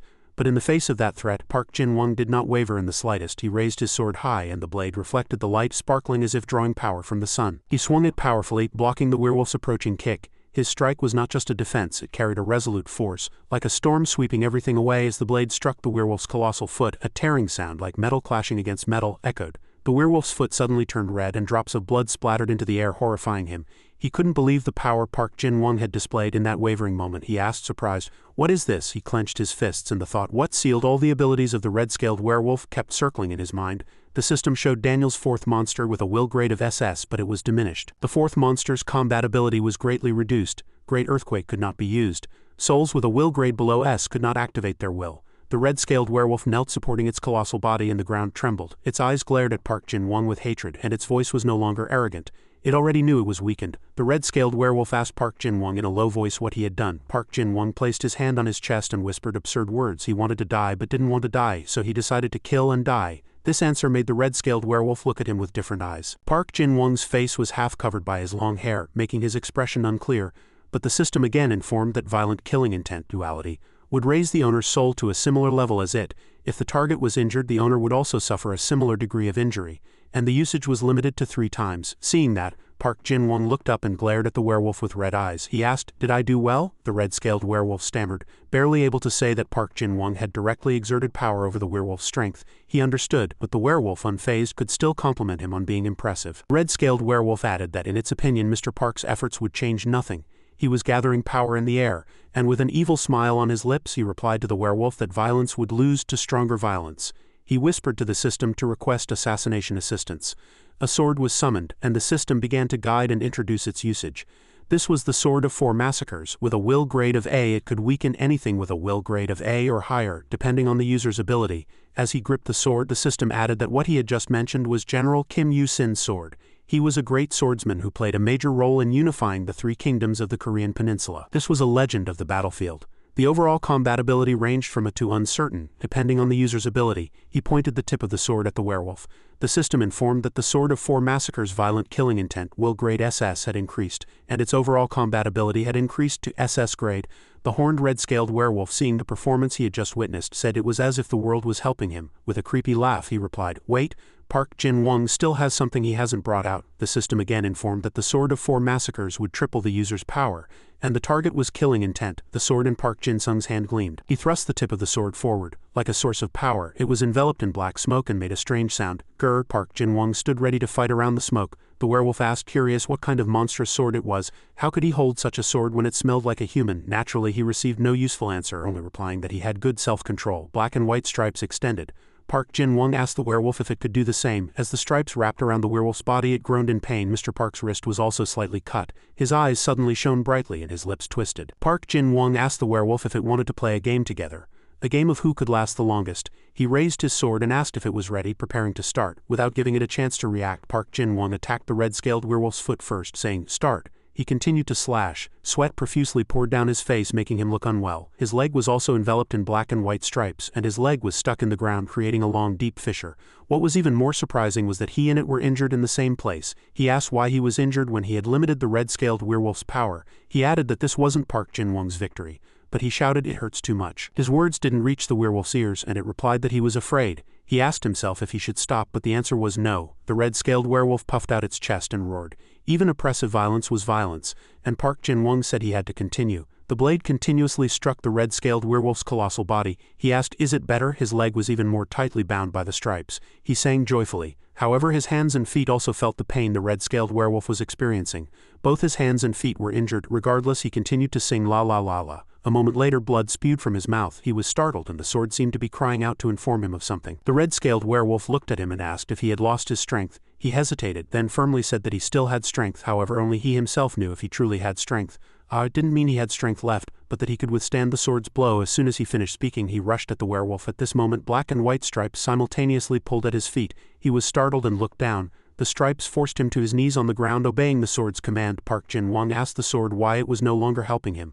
But the sword could not make a sound he understood. His eyes were resolute, and when he declared he no longer needed the sword's help, the sword, to the contrary, reacted fiercely towards Park Jin-won. The system indicated that the blood-absorbing sword absorbed blood from the target, allowing the user to move freely with minimal stamina and use it continuously. Seeing this, he leaped up, landed on the red-scaled werewolf's nose mid-air and plunged the knife in. Park Jin-won muttered that he didn't want to die. The werewolf looked at him. Realizing he had misspoken, he asked again what he had just said. The red-scaled werewolf suddenly burst into laughter and called him a fool. At this moment, taking advantage of the momentum, he said that violence with regret was not true violence. As he thought, Park Jin-won still had much to learn. Hearing that, he was confused and asked again what he was saying. Ignoring his words, he reminded him to concentrate. The red-scaled werewolf shook him off, saying he could live if he stopped. Still unaware of the danger, he swung his sword, aiming for the werewolf's heart as he leaped into the air. The werewolf burst into laughter and said he was crazier than it thought. The werewolf said it hoped to meet Park Jin-won again one last time.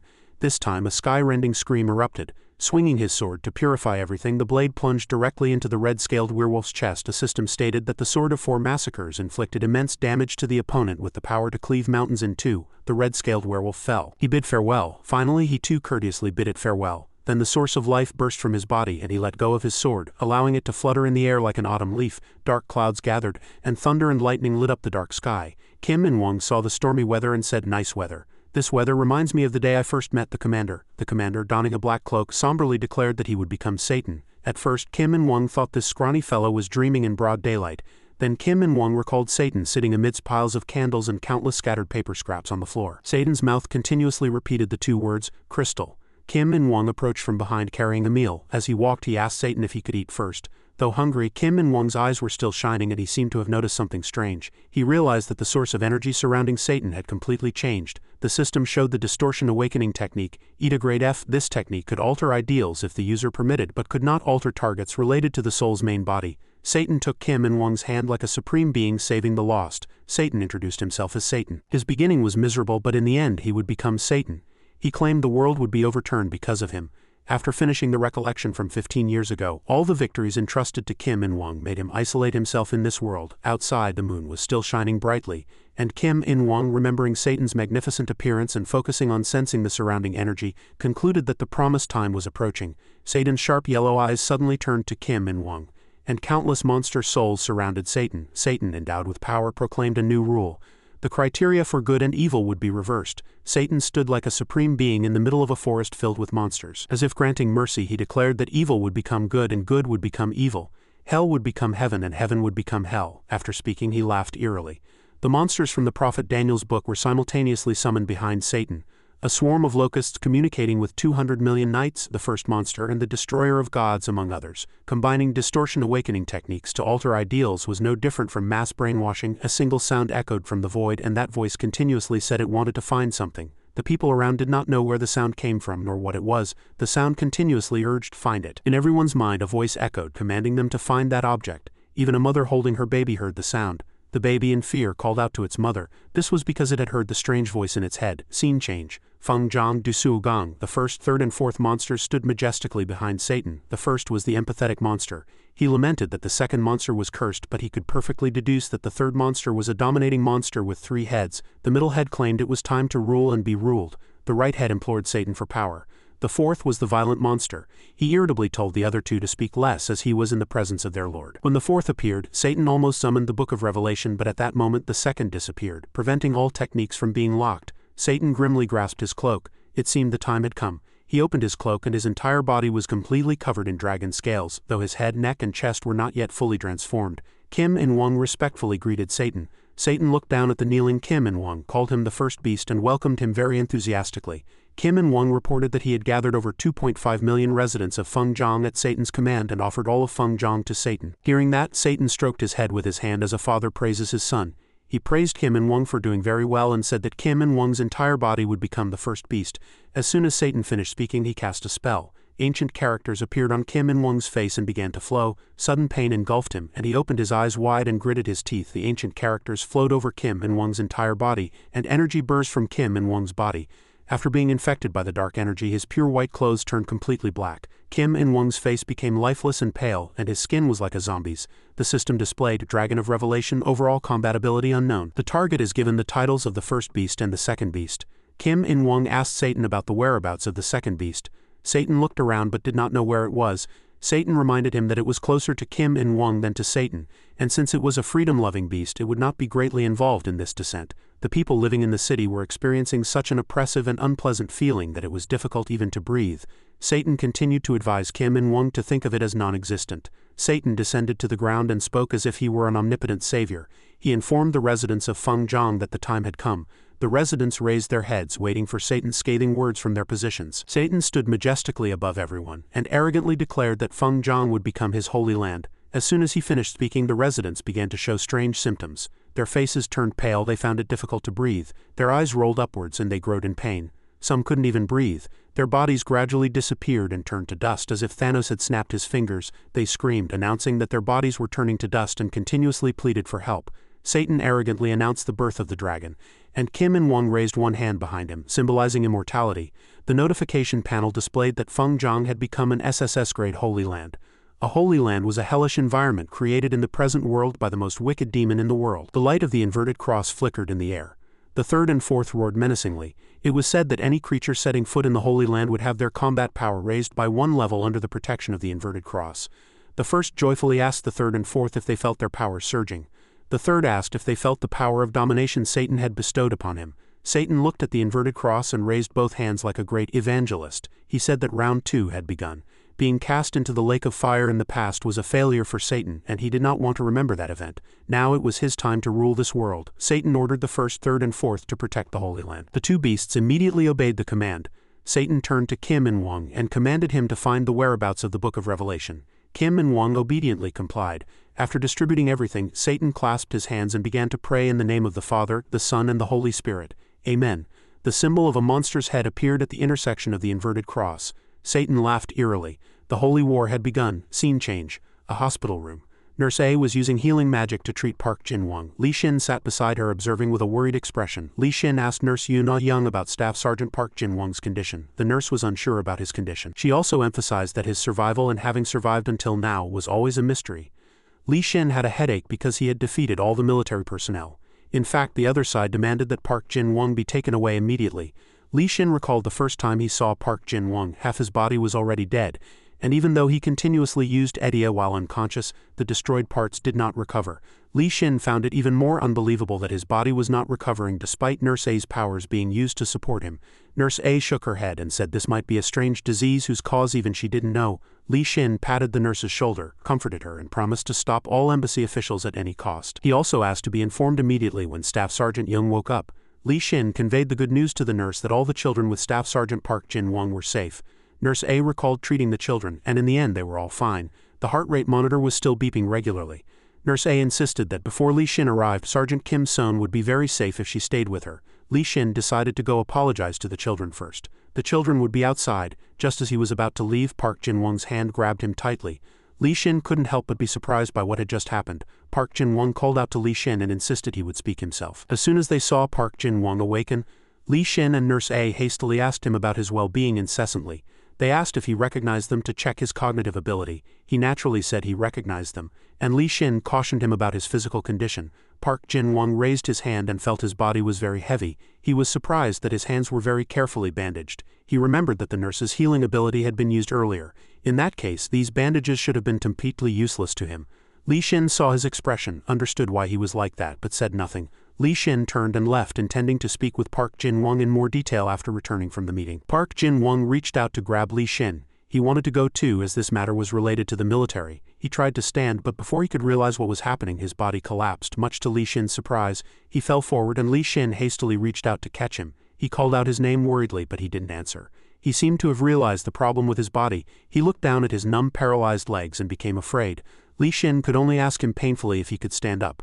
Park Jin-won was currently bandaged all over his body and had to use a cane to walk. He laboriously dragged his heavy legs step by step, but his legs trembled, moving only one slow step at a time. He wanted to attend the meeting Li Shin was participating in. Before leaving, Li Shin told him to rest, saying his friends were very worried about him and wished him to recover. Park Jin-won's face turned pale with pain. Now there wasn't much time left. He pushed his body forward with all his might, but the result only disappointed him. He fell to the floor and someone approached, seeing everything. The person who came was Kim Son. He hadn't realized it yet and was helplessly kneeling on the ground. Kim Son approached to help him up. After that, she very gently lifted him with one hand like a mother holding her baby. He couldn't help but be surprised by her action. Park Jin-won simply said thank you without looking. Before he could finish speaking, Kim Son worriedly asked him where he was going. As soon as he heard her voice, he knew it was Kim Son. He looked up at her in surprise. Not only Son but his entire team was gathered here to visit him. Everyone tearfully called out, "Leader?" Park Jin-won smiled in relief. Thank goodness all his team members were okay. He said they would talk later. He had to go now. Kim Son immediately stopped him from going. He saw that and said nothing. Park Jin-won said he was still perfectly fine and would return soon. Byung-jang watched from behind and said nothing. Only after a long while did he decide to step forward. Kim Son still didn't understand what Byung-jang was trying to do. She reminded him that Byung-jang also wouldn't allow him to go. However, before she could finish speaking, Byung-jang shouted insults at his colleagues behind him, calling them trash. This was because they were just standing there doing nothing. Park Jin-won was slightly worried, thinking Byung-jang was cursing him. Byung-jang immediately reassured him that he wasn't cursing at him. Byung-jang was cursing at the three colleagues behind him. All three were surprised and asked if they had been cursed at. Byung-jang lifted Park Jin-won. He was bewildered by what was happening. Byung-jang confirmed, pointing at the three colleagues. They too were flustered, saying they had only just woken up. Byung-jang cursed them as lazy bums. Could they just stand by and watch him do everything alone? Kim Son advised him not to be too harsh. Park Jin-won was equally flustered. He didn't know what was happening, and as expected, Byung-jang cursed him as stinky-mouthed trash. Park Jin-won covered his mouth and chuckled cunningly. The bad breath was because he couldn't brush his teeth, but calling him trash because of it was too much. Byung-jang was angry but forced himself to hold back because a strong person couldn't bully an injured one. He asked him where he wanted to go, but Park Jin-won continued to tease him. Kim Son watched the two without saying a word. She silently supported his other side. He suddenly turned and called Kim Son's name. She only sighed and said nothing. He was moved and thanked her. Just as they were about to move, loud footsteps drew the attention of the three. It was Li Shin. Park Jin-won had thought Li Shin left a long time ago, but he hadn't expected Li Shin to still be waiting for him, and was touched by his decision to come here. Park Jin-won smiled confidently. Of course he had to come. Li Shin asked him if he was ready. Everyone could go together. Scene change in front of the meeting room door. Before entering, Li Shin praised Park Jin-won's efforts to achieve his current results, and said he would go in first to check. After checking, he would inform the Byun team. He turned and thanked his two valuable comrades. He promised he would return soon. Kim Son said nothing and Byung-jang continued to tease him. He approached Kim Son to apologize for what happened that day. She told him to make it up to her properly. He waved his hand, bid everyone farewell, and promised to return soon. He and Li Shin opened the door and went inside. Many people were waiting inside. The meeting seemed about to begin. As the door opened, everyone simultaneously looked towards it. Park Jin-won broke into a cold sweat and worried. The atmosphere here was so tense that it was difficult even to breathe. After seeing the newly arrived person, everyone returned to the meeting. Murmurs were heard, judging him to be a mere kid. The murmurs grew louder and had no restraint. The two wanted to conclude their previous statements and immediately address the plague team. Another person couldn't believe Park Jin-won would command the military and thought the information was wrong. Still another acknowledged the importance of the plague and the need to focus on everyone's dreams. Yet another, angered, told them to go back to their own country and search if they wanted to find something. Li Shin found 2 empty seats at the front and pointed to them. Park Jin-won felt it was a little different from what he had imagined. Li Shin apologized for the matter. He was merely observing and judged that his country was the only one without a president. Li Shin also internally evaluated the International Crisis Cooperation Organization. It sounded good, but in reality it was established to desperately protect their own interests. 2 incidents occurred in China and the US. Shaoran died and Beijing was attacked, throwing China into chaos. New York was also attacked, putting the US in a chaotic situation. And this was a rare opportunity to dominate the world, showing the dark side of human greed. One person slammed the table and shouted that the plague organization must be resolved immediately. This was because the members of this organization were gathered in North Korea. Park Jin-won raised his hand to voice his opinion. He said that everyone here seemed very confident in their ability to defeat Daniel's monsters themselves. He reminded them once again that these monsters all had ratings of SSS or higher. This information directly shocked the people sitting above. If the monsters' ratings were indeed SSS, then Shaoran's death was not irrational. They even accused Korea of violating international agreements for having long-hidden monster ratings of SSS or higher. One person countered that he might just be lying. Li Shin, hearing that, was furious. He dared not believe they would call him a liar. He also reminded them that the incident where everyone was dreaming the same dream was a serious matter and should not be taken lightly. This organization was established to fight against enemies, not against humans. Park Jin-won only listened quietly, without saying a word. He quietly picked up a pen. Everyone bit at Li Shin. They questioned if the task at hand was to find what appeared in dreams. That was too ridiculous. Li Shin even said that Korea would not deal with the plague. Since both incidents occurred in Korean territory, they accused Li Xin of trying to preserve the strength of the Korean military. Li Xin advised everyone to divide responsibilities, but now no one listened to Li Xin. Li Xin was angry internally and cursed that these people only thought about the benefits they could gain from defeated countries, not the greater good. Even in the face of a global catastrophe, they only thought of profit. Vladdy watched silently from behind. Li Xin was furious that the monsters had not appeared in their countries, which was why they dared to act this way. Vladdy advised Li Xin to remain calm before such a major event. Li Xin could no longer bear it. He was listening to unproductive words that were a waste of time, especially given the dire state of Korea's facilities. A voice echoed, helping Li Xin maintain his composure. The person said that if Li Xin couldn't remain calm in the face of this problem, North Korea would collapse. Li Xin gritted his teeth in anger, but Park Jin-won, holding the paper in his hand, asserted that Li Xin's efforts were too great. He slowly stood up and moved forward amidst Li Xin's surprise. Li Xin was surprised and didn't know what he was trying to do, nor could he stop him. He walked straight to the center of the meeting. Amidst everyone's surprise, his earring shone. He forcefully threw the paper forward. The paper flew like a storm and hit the face of a person attending the meeting. Park Jin-won asserted that he had confirmed the military's capabilities. He raised a holy middle finger in front of everyone. Then he uttered polite words, "Thank you for your attention." The person who was hit in the face with the paper unpleasantly removed it. He thanked him for providing information but added a contemptuous remark that he was just a child. He even threatened that Korea would pay the price for harboring Park Jin-won. He snorted when he heard that. The leaders, seeing his arrogant attitude, shouted loudly. They said they dared not believe he would shout in the parliament and threaten to punish Korea. He did not reply, turned his back, and left. Before leaving, he still heard insulting words from behind him. They asked him where he was going without a greeting, calling him rude. He quietly turned his head and stared at the foreigners who were glaring at him. He emphatically uttered insulting words in Korean. "Thank you, you wolf-like people, for stepping into this crisis-ridden country and helping." He said he hoped these people would not cause a disaster and be driven out of here. They heard that and didn't understand what he was saying. Those who understood were surprised and kept their mouths shut. Before leaving, he added one more sentence, "If you want to understand Korean, hire more interpreters before you come, you fools." After speaking, he slammed the door shut and left. Li Xin chased after him, followed by Vladdy. He turned his head with a tired expression and called Li Xin. Li Xin loudly reprimanded him for leaving in an unfriendly manner.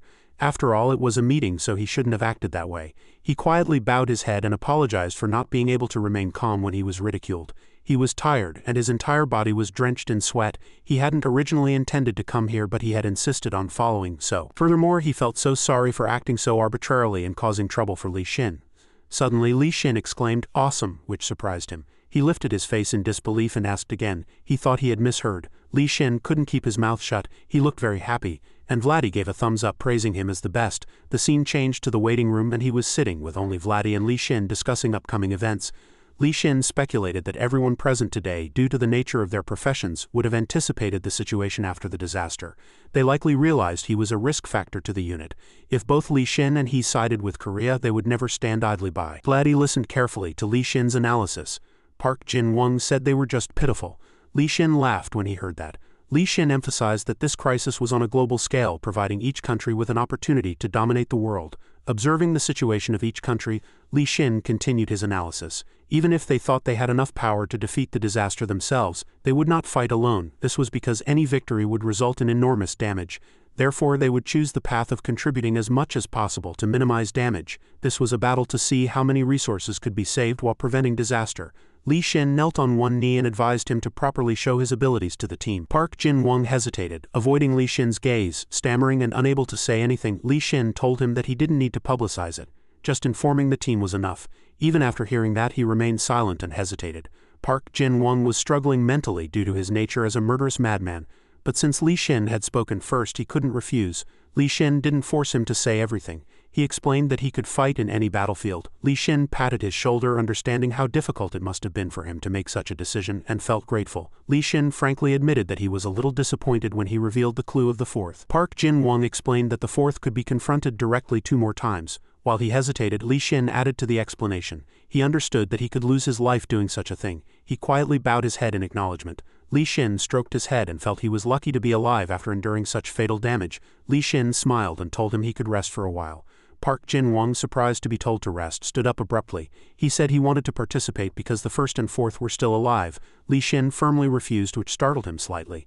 Li Xin acknowledged his efforts for everyone and advised him to rest until his body was fully recovered. Park Jin-won still wanted to firmly refuse. Vladdy, seeing him, intervened. She said she understood his feelings, but he couldn't fight in this state. She gave several reasons, such as if he didn't rest he wouldn't be able to use 100 of his strength, and he might even become a burden to those around him. And that was something he would never want. She stroked his cheek and added, "You don't have to bear all the responsibility alone, and thank you very much." Park Jin-won, hearing that, looked with sad eyes. He looked like he was about to cry. Vladdy stroked his head and said that she and Li Shin had to go. He bowed his head and replied yes. Before leaving, she added, "The US isn't an easy country either." Say sup, and she intended to investigate the mystery of that strange dream. He was slightly startled when he heard that. He was unsure what dream it was and asked again. Li Shin was also surprised by Park Jin-won's question. He reminded him again about the dream that forced them to find something. Could it be that he hadn't had that dream? Park Jin-won asserted that he had never had such a dream. Li Shin asked Vladdy if there had been similar cases to Park Jin-won. She crossed her arms and firmly said no. As far as she knew, this was unprecedented. Everything was quite interesting. Li Shin believed that Vladdy would be able to thoroughly investigate this matter, but he wondered why she called him by name. Why was she so formal today? As the three conversed, they didn't realize that someone was secretly listening from afar.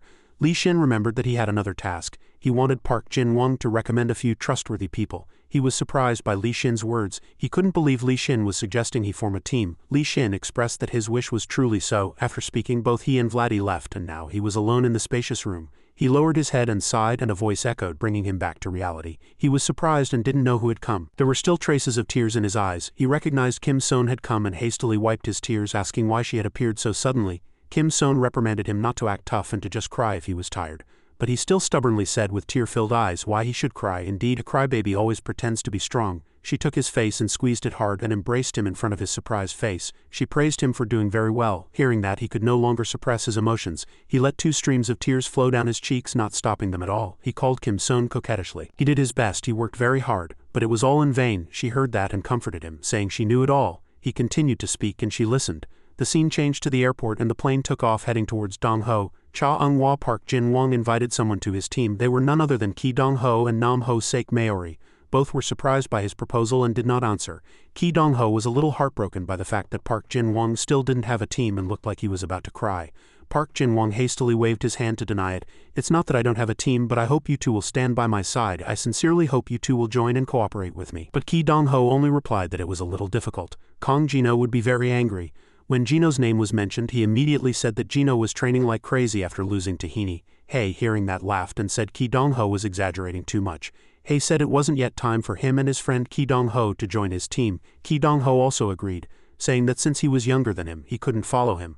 Park Jin-won was a little sad that they all refused to join his team. Ki Dong-ho comforted him that they would meet often soon. Hei even asserted that even if he didn't want to, he would have to meet Hei very often. This was because Hei would be in a position to help him with his own strength. He was touched by those words and couldn't say anything. Then he smiled brightly. He hoped the two would not go down the wrong path and take good care of their health. The two laughed and told Jin-won to worry about himself. They said not to be surprised because they would catch up to him soon. 1 week later, a shopping mall in Korea. It was working hours, so everything was very quiet. The sky was blue and everything was peaceful. An old man held a sign and shouted loudly, "The end is near. Believe in Manhwa, the saint, if you want to live." No one around paid attention and some were even displeased. Security guards immediately arrived at the scene. Even lovers in troubled times felt that life was getting increasingly difficult. The current situation was worse than the Great Depression. 2 salespeople who had worked together for a long time complained about the world. The store next door had just been robbed and they told themselves to be careful because danger lurked everywhere. 2 students, seeing soldiers walking down the street, couldn't stop worrying. They worried that war would break out soon.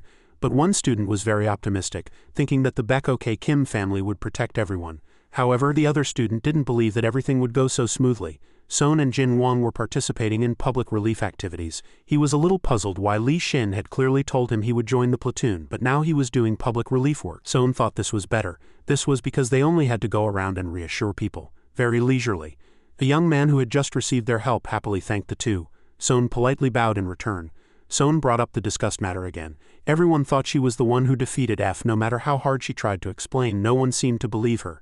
Jin-won immediately told her not to worry about that. He didn't care much either. He remembered the news reports continuously stating that Seon had defeated F. He only smiled humbly.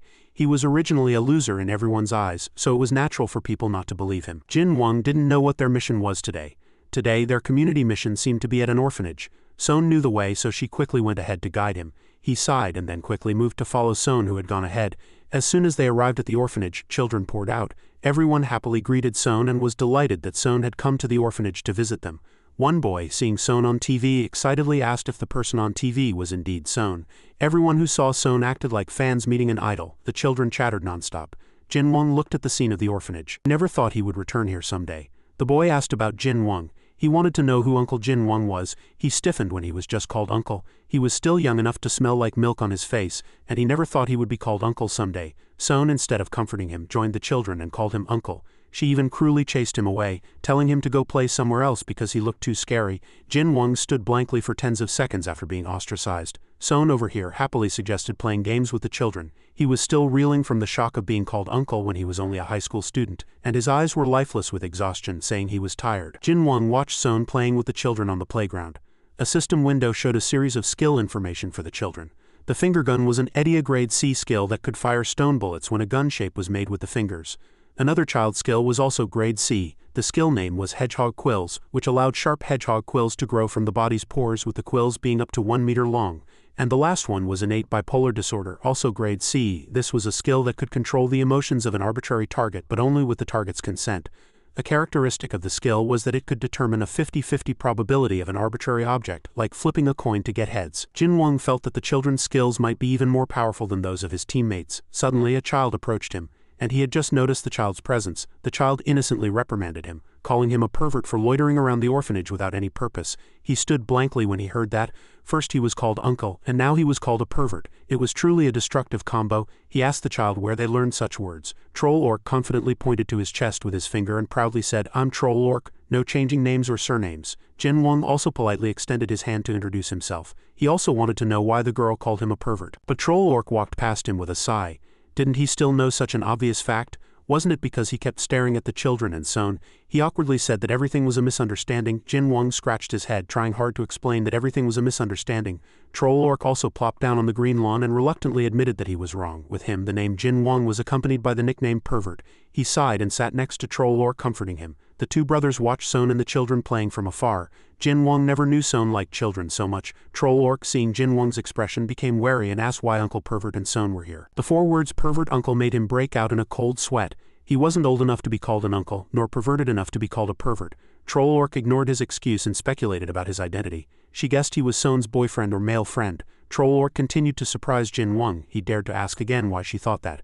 Troll Orc sharply questioned their relationship. She even cleverly noticed his face was as red as a ripe tomato, confirming Jin Wang's expression. Troll Orc attacked fiercely. She jumped up and asked if he liked Son. Was he in love with Son? Had he ever confessed to Son or held her hand? Had he ever gone out to eat with Son alone? He was so flustered he froze like a stick. Troll Orc finished her words, demanding an answer from him. Jin Wang smacked Troll Orc hard on the head, making her squint her eyes in pain. He took on the persona of a pervert uncle, asserting that Troll Orc had no right to interrogate him about his private life, especially his romantic affairs. Troll Orc cried, clutching her head, saying it hurt. Troll Orc threatened to tell Auntie Son that he hit her. Hearing that, his face turned pale. As she tried to run away, he quickly grabbed her. Troll Orc was annoyed that he kept hurting her. He realized he had accidentally used too much force and quickly kept apologizing. And he even so innocently forgot her name. Troll Orc, who originally had no good feelings, now had even less. He coaxed Troll Orc to quickly calm down, sweating. He asked if she was someone who could control emotions. He felt a little suspicious seeing the children's joyful emotions. Children had enough emotional awareness like adults, but they couldn't be so happy just because they met a celebrity. This strangeness could only be explained by Troll Orc's ability. She was very surprised how he knew about her innate bipolar disorder ability. He vaguely explained that he knew because he used to live in an orphanage. However, he explained it so poorly that she asked again how he could accurately know that she was the one with the ability to control emotions. He no longer knew how to make excuses, and his face darkened. He admitted that he had the ability to peek at other people's EDIA techniques, and felt sorry for peeking at her technique. Troll Orc also admitted that his ability was quite useful but did not forgive his nickname Pervert Uncle. He was annoyed to hear that, and warned Troll Orc not to call him a pervert so casually anymore. Jin Wang switched to bribe mode and asked her if she wanted some yogurt. She immediately stood up and he extended his hand as if he wanted to reconcile. This time she came and took his hand. Troll Orc asked him if he wanted to adopt a child like her. She frankly said her only goal was to leave the orphanage. She assured him that since he had someone he loved, he wouldn't be too picky about raising her. Jin Wang was incredulous. He was about to scold her but was overwhelmed by her determination. She wanted to fight, participate in battles to protect everyone. He was surprised by the resolve in Troll Orc's eyes. She said her parents were killed by monsters, so she also wanted to personally kill many of the monsters rampaging outside. Jin Wang couldn't believe this situation, gripping his forehead and feeling helpless. Troll Orc said she was very happy when the Baek-ok Kim clan people came to the orphanage. The people at the orphanage were all very kind, but she still wanted to go out and fight for justice. Jin Wang shook Troll Orc to calm her down. He repeatedly emphasized Troll Orc's age and asked her. She said she was only 11 years old. He asserted that an 11-year-old child couldn't fight. As soon as Troll Orc heard that, she shook off his hand and shouted angrily, "Don't you interfere. If you don't want to adopt me, I don't need you either." Troll Orc looked towards Sohn and asserted that she had already made up her mind. He worriedly called Troll Orc's name, but she stubbornly didn't want to listen. Suddenly the phone rang and Ian looked worriedly at Jin Wang upon hearing the ringing. He took a brief truce with Troll Orc and went to answer the phone. As soon as he heard his voice from the other end of the phone, he hastily asked if he was with Sohn. The person on the phone was Nurse A. Hong. She suggested that he and Sohn should come to the doctor's office immediately. This was because the Plague faction had requested a meeting with world leaders. Scene change. At the International Counterterrorism Organization, people's faces had turned as black as the bottom of a pot. On the screen, Satan was seen greeting. Satan solemnly introduced himself as the Plague, a fact known to everyone. Everyone was surprised to see Satan's true form. They thought Kim In-won was the instigator, but who would have known it was the one in red clothes? Someone else asked if Satan was still human. Someone reassured everyone not to be surprised, as Satan's appearance was merely an Edia transformation. Satan heard everything they were saying, but he just quietly smiled contemptuously. Satan didn't pay much attention to these people. He spread his arms, acting like a supreme savior, and even admitted that he was the leader of an anti-human organization, and this call was to make a proposal to humanity. A certain leader openly scorned Satan. He said that Satan, as a terrorist, even claiming to be the leader of the Plague, dared to propose conditions to the organization. The more he heard, the more preposterous it became. Someone else suggested meeting Kim In-won. He thought the most influential person would be Kim In-won, not Satan in red. Satan chuckled at that abominable remark. What a chuckling sound grew louder and louder. Then he laughed out loud. His laughter made the people on the other side of the screen break out in a cold sweat. They couldn't understand what he was laughing about. Satan widened his eyes and seriously claimed to be a human who had received revelation from God.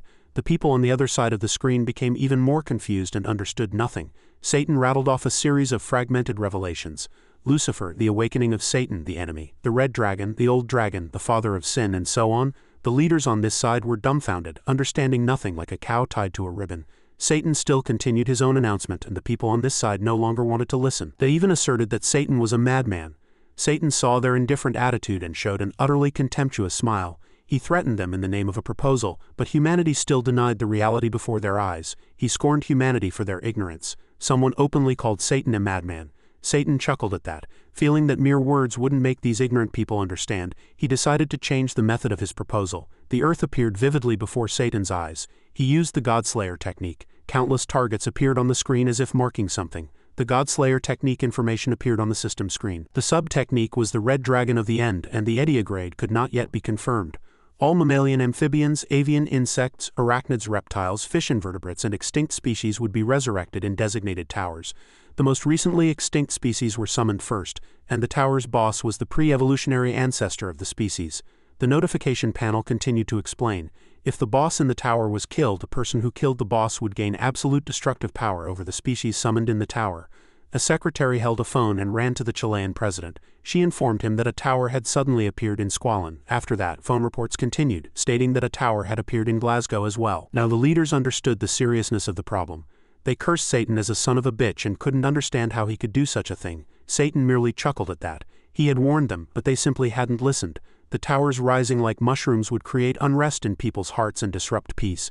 The Chilean president took Satan's words more seriously. He earnestly asked Satan what he wanted. He merely raised his face to the sky and said, "Humanity, bring all the artifacts from around the world to any floor of any tower and eventually they will receive a new revelation." One man did not accept that proposal. He declared that he would rather fight than simply offer up artifacts. Satan heard that and asked if humanity had already made its decision. He pressed the red button on the remote control.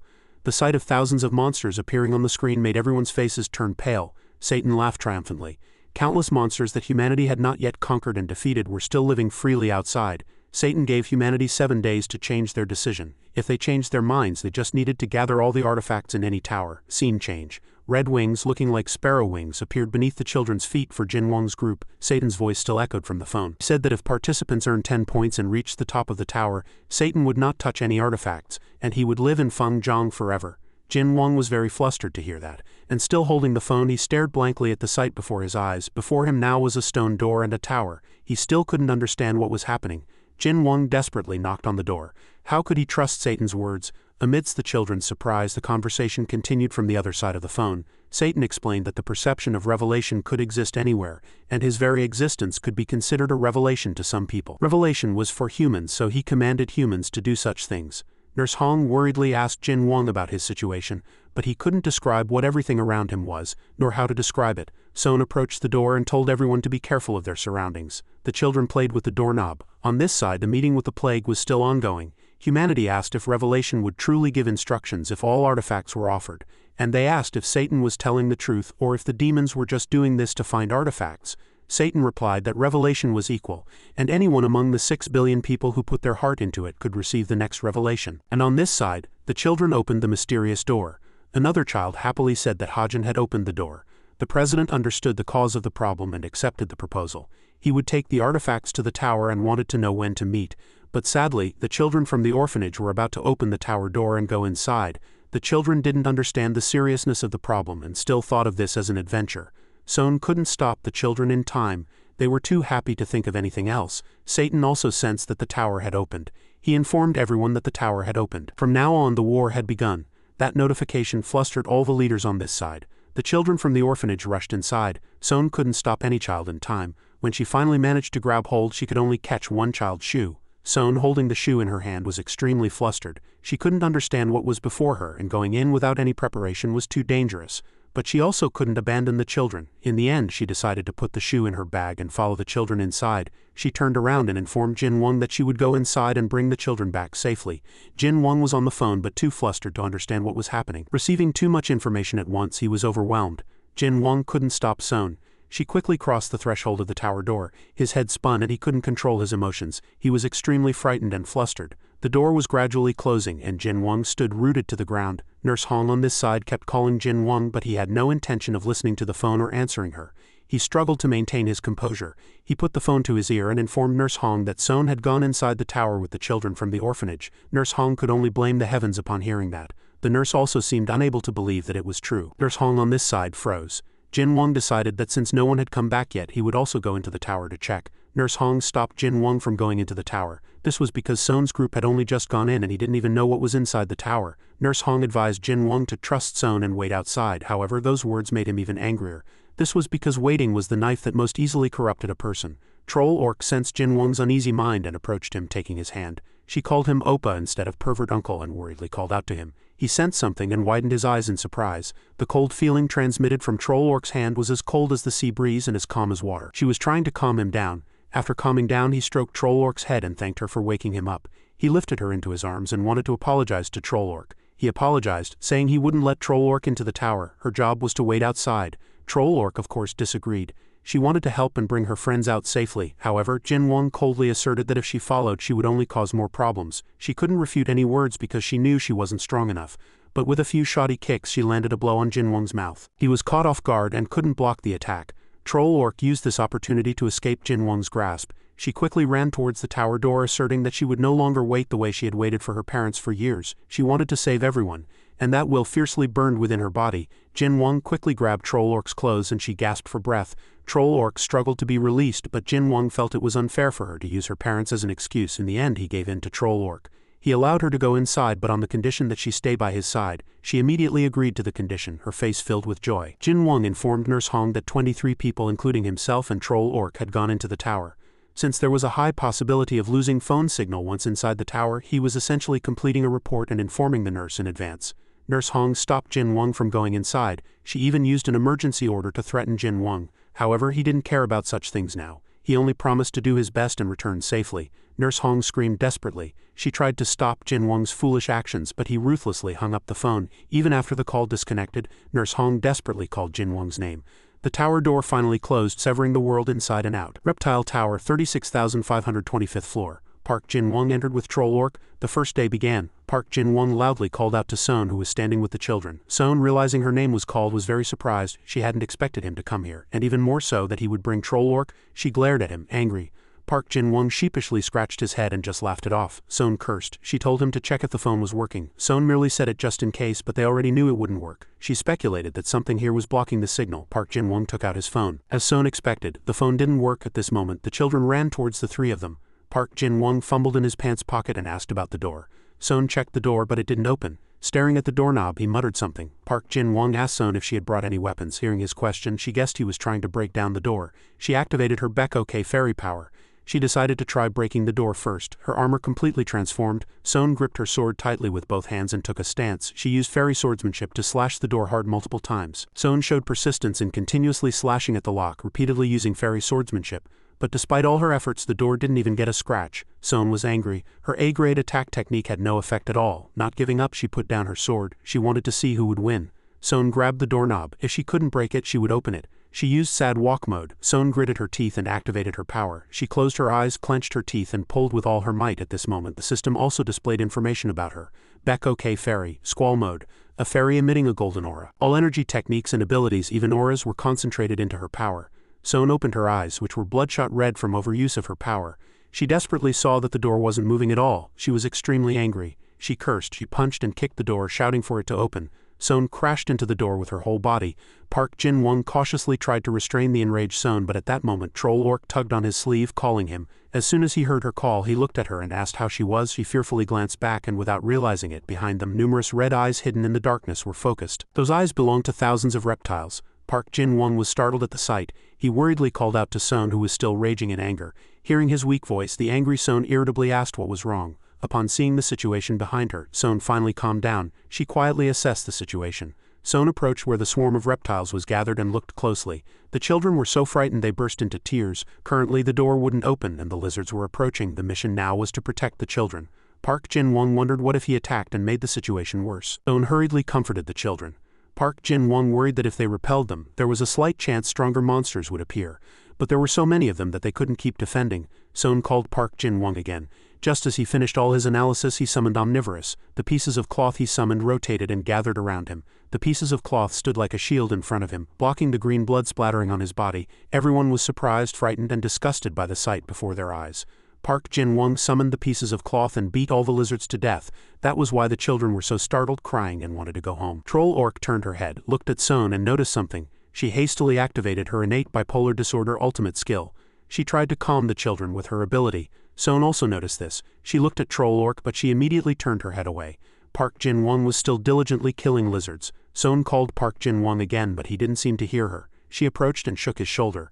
Park Jin-won turned around and looked at Son. He told her not to worry about him and that he had already called the teacher, so everything would be resolved soon. Seeing the children crying in fear, he felt very sorry for them. Perhaps he should have killed the lizards in one blow, but Jin-won told her that the children were doing better thanks to Troll Orc. Troll Orc suddenly waved her hand, smiled at Son, but called her mom, which startled and flustered Son. Troll Orc admitted that the perverted uncle Park Jin-won had made her say that to Son. Although he was now a pervert and a cruel person in her eyes, he had asked Troll Orc to be his daughter. Upon hearing the reason from Troll Orc, Son immediately reprimanded him. Park Jin-won sweated and kept shaking his head, explaining to Son that Troll Orc was lying. Park Jin-won hastily questioned Troll Orc. He couldn't understand what she was saying. Clearly she was the one who had asked him to adopt her. Initially that little child hadn't even gotten his permission.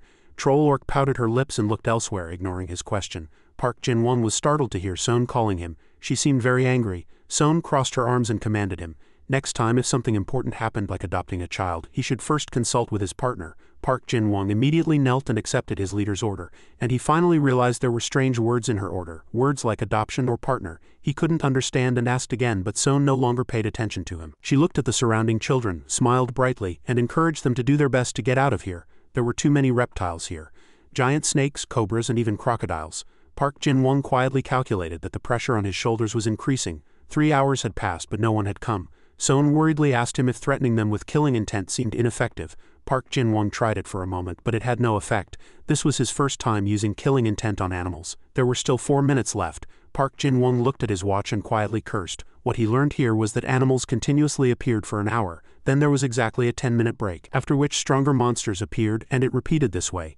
Now he only had a break after 4 minutes. He summoned more pieces of cloth and quietly sighed. Finally he could rest. He was barely at his limit, so it was very fortunate. But what if something happened outside? What if no reinforcements came? What should they do? Son looked very tired, and the children were also exhausted. Park Jin-won worriedly kept thinking, how much longer could he protect the children? Park Jin-won gathered the pieces of cloth and wrapped them around everyone to protect them. The reptiles continuously hit the sphere. The sphere was made of several pieces of cloth intertwined with each other. Inside, the children and Son were sleeping, embracing each other. Park Jin-won sat and rested, keeping watch. His phone in his hand rang. Park Jin-won closed his eyes tiredly and fell asleep. Someone loudly called his name, waking him up. He rubbed his eyes and got up. Everyone worriedly asked him how he was. This was because the pieces of cloth were no longer connected as a shield and were flying around him.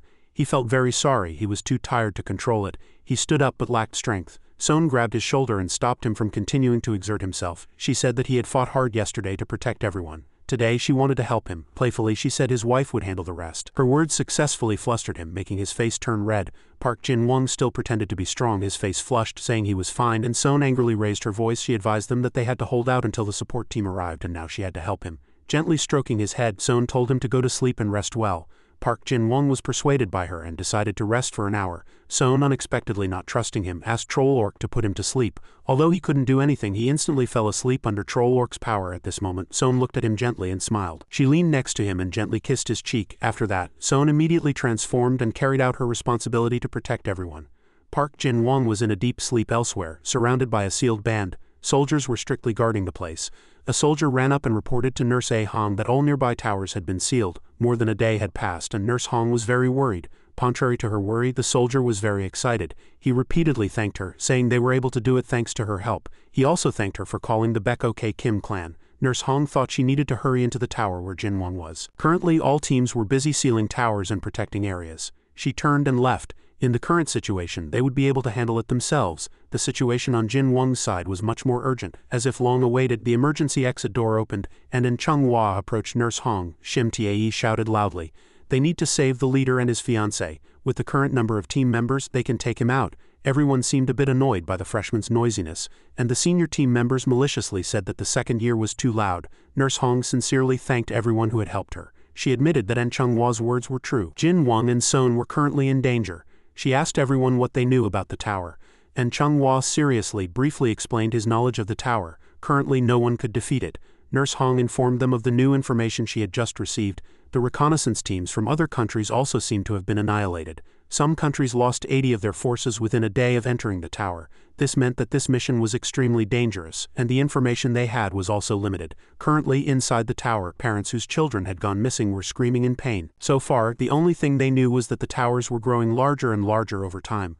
Almost every hour it grew larger.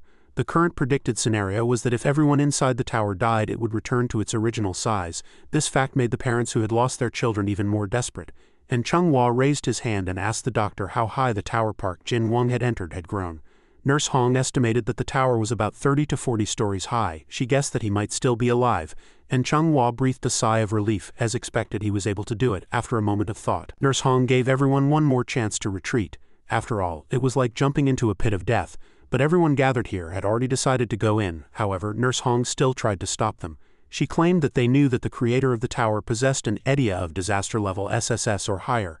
This was even more dangerous than an SSS-grade EDIA. Nurse Hong looked at everyone in front of her and felt their determination. Many people in their squad had almost lost their families when the winged lion attacked.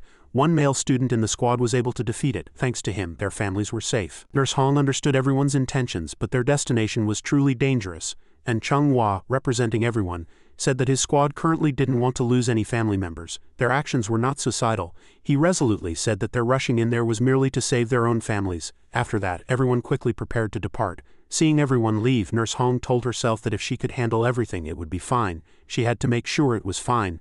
The squad quickly departed. Byung-jang called Shim Tae. Shim Tae couldn't understand what was happening and told him, "They're going to cooperate now, so don't hit me." But Byung-jang only wanted to ask where the smiling person was. Shim Tae thought the person he was asking about was Sonhwa. He asked again, unable to understand since he was now in their squad. Byung-jang scratched his neck. He had asked Sergeant and Manhwa, but this was really strange. Returning to the scene inside the tower, the children loudly woke Park Jin-won, but he was still groggily awake.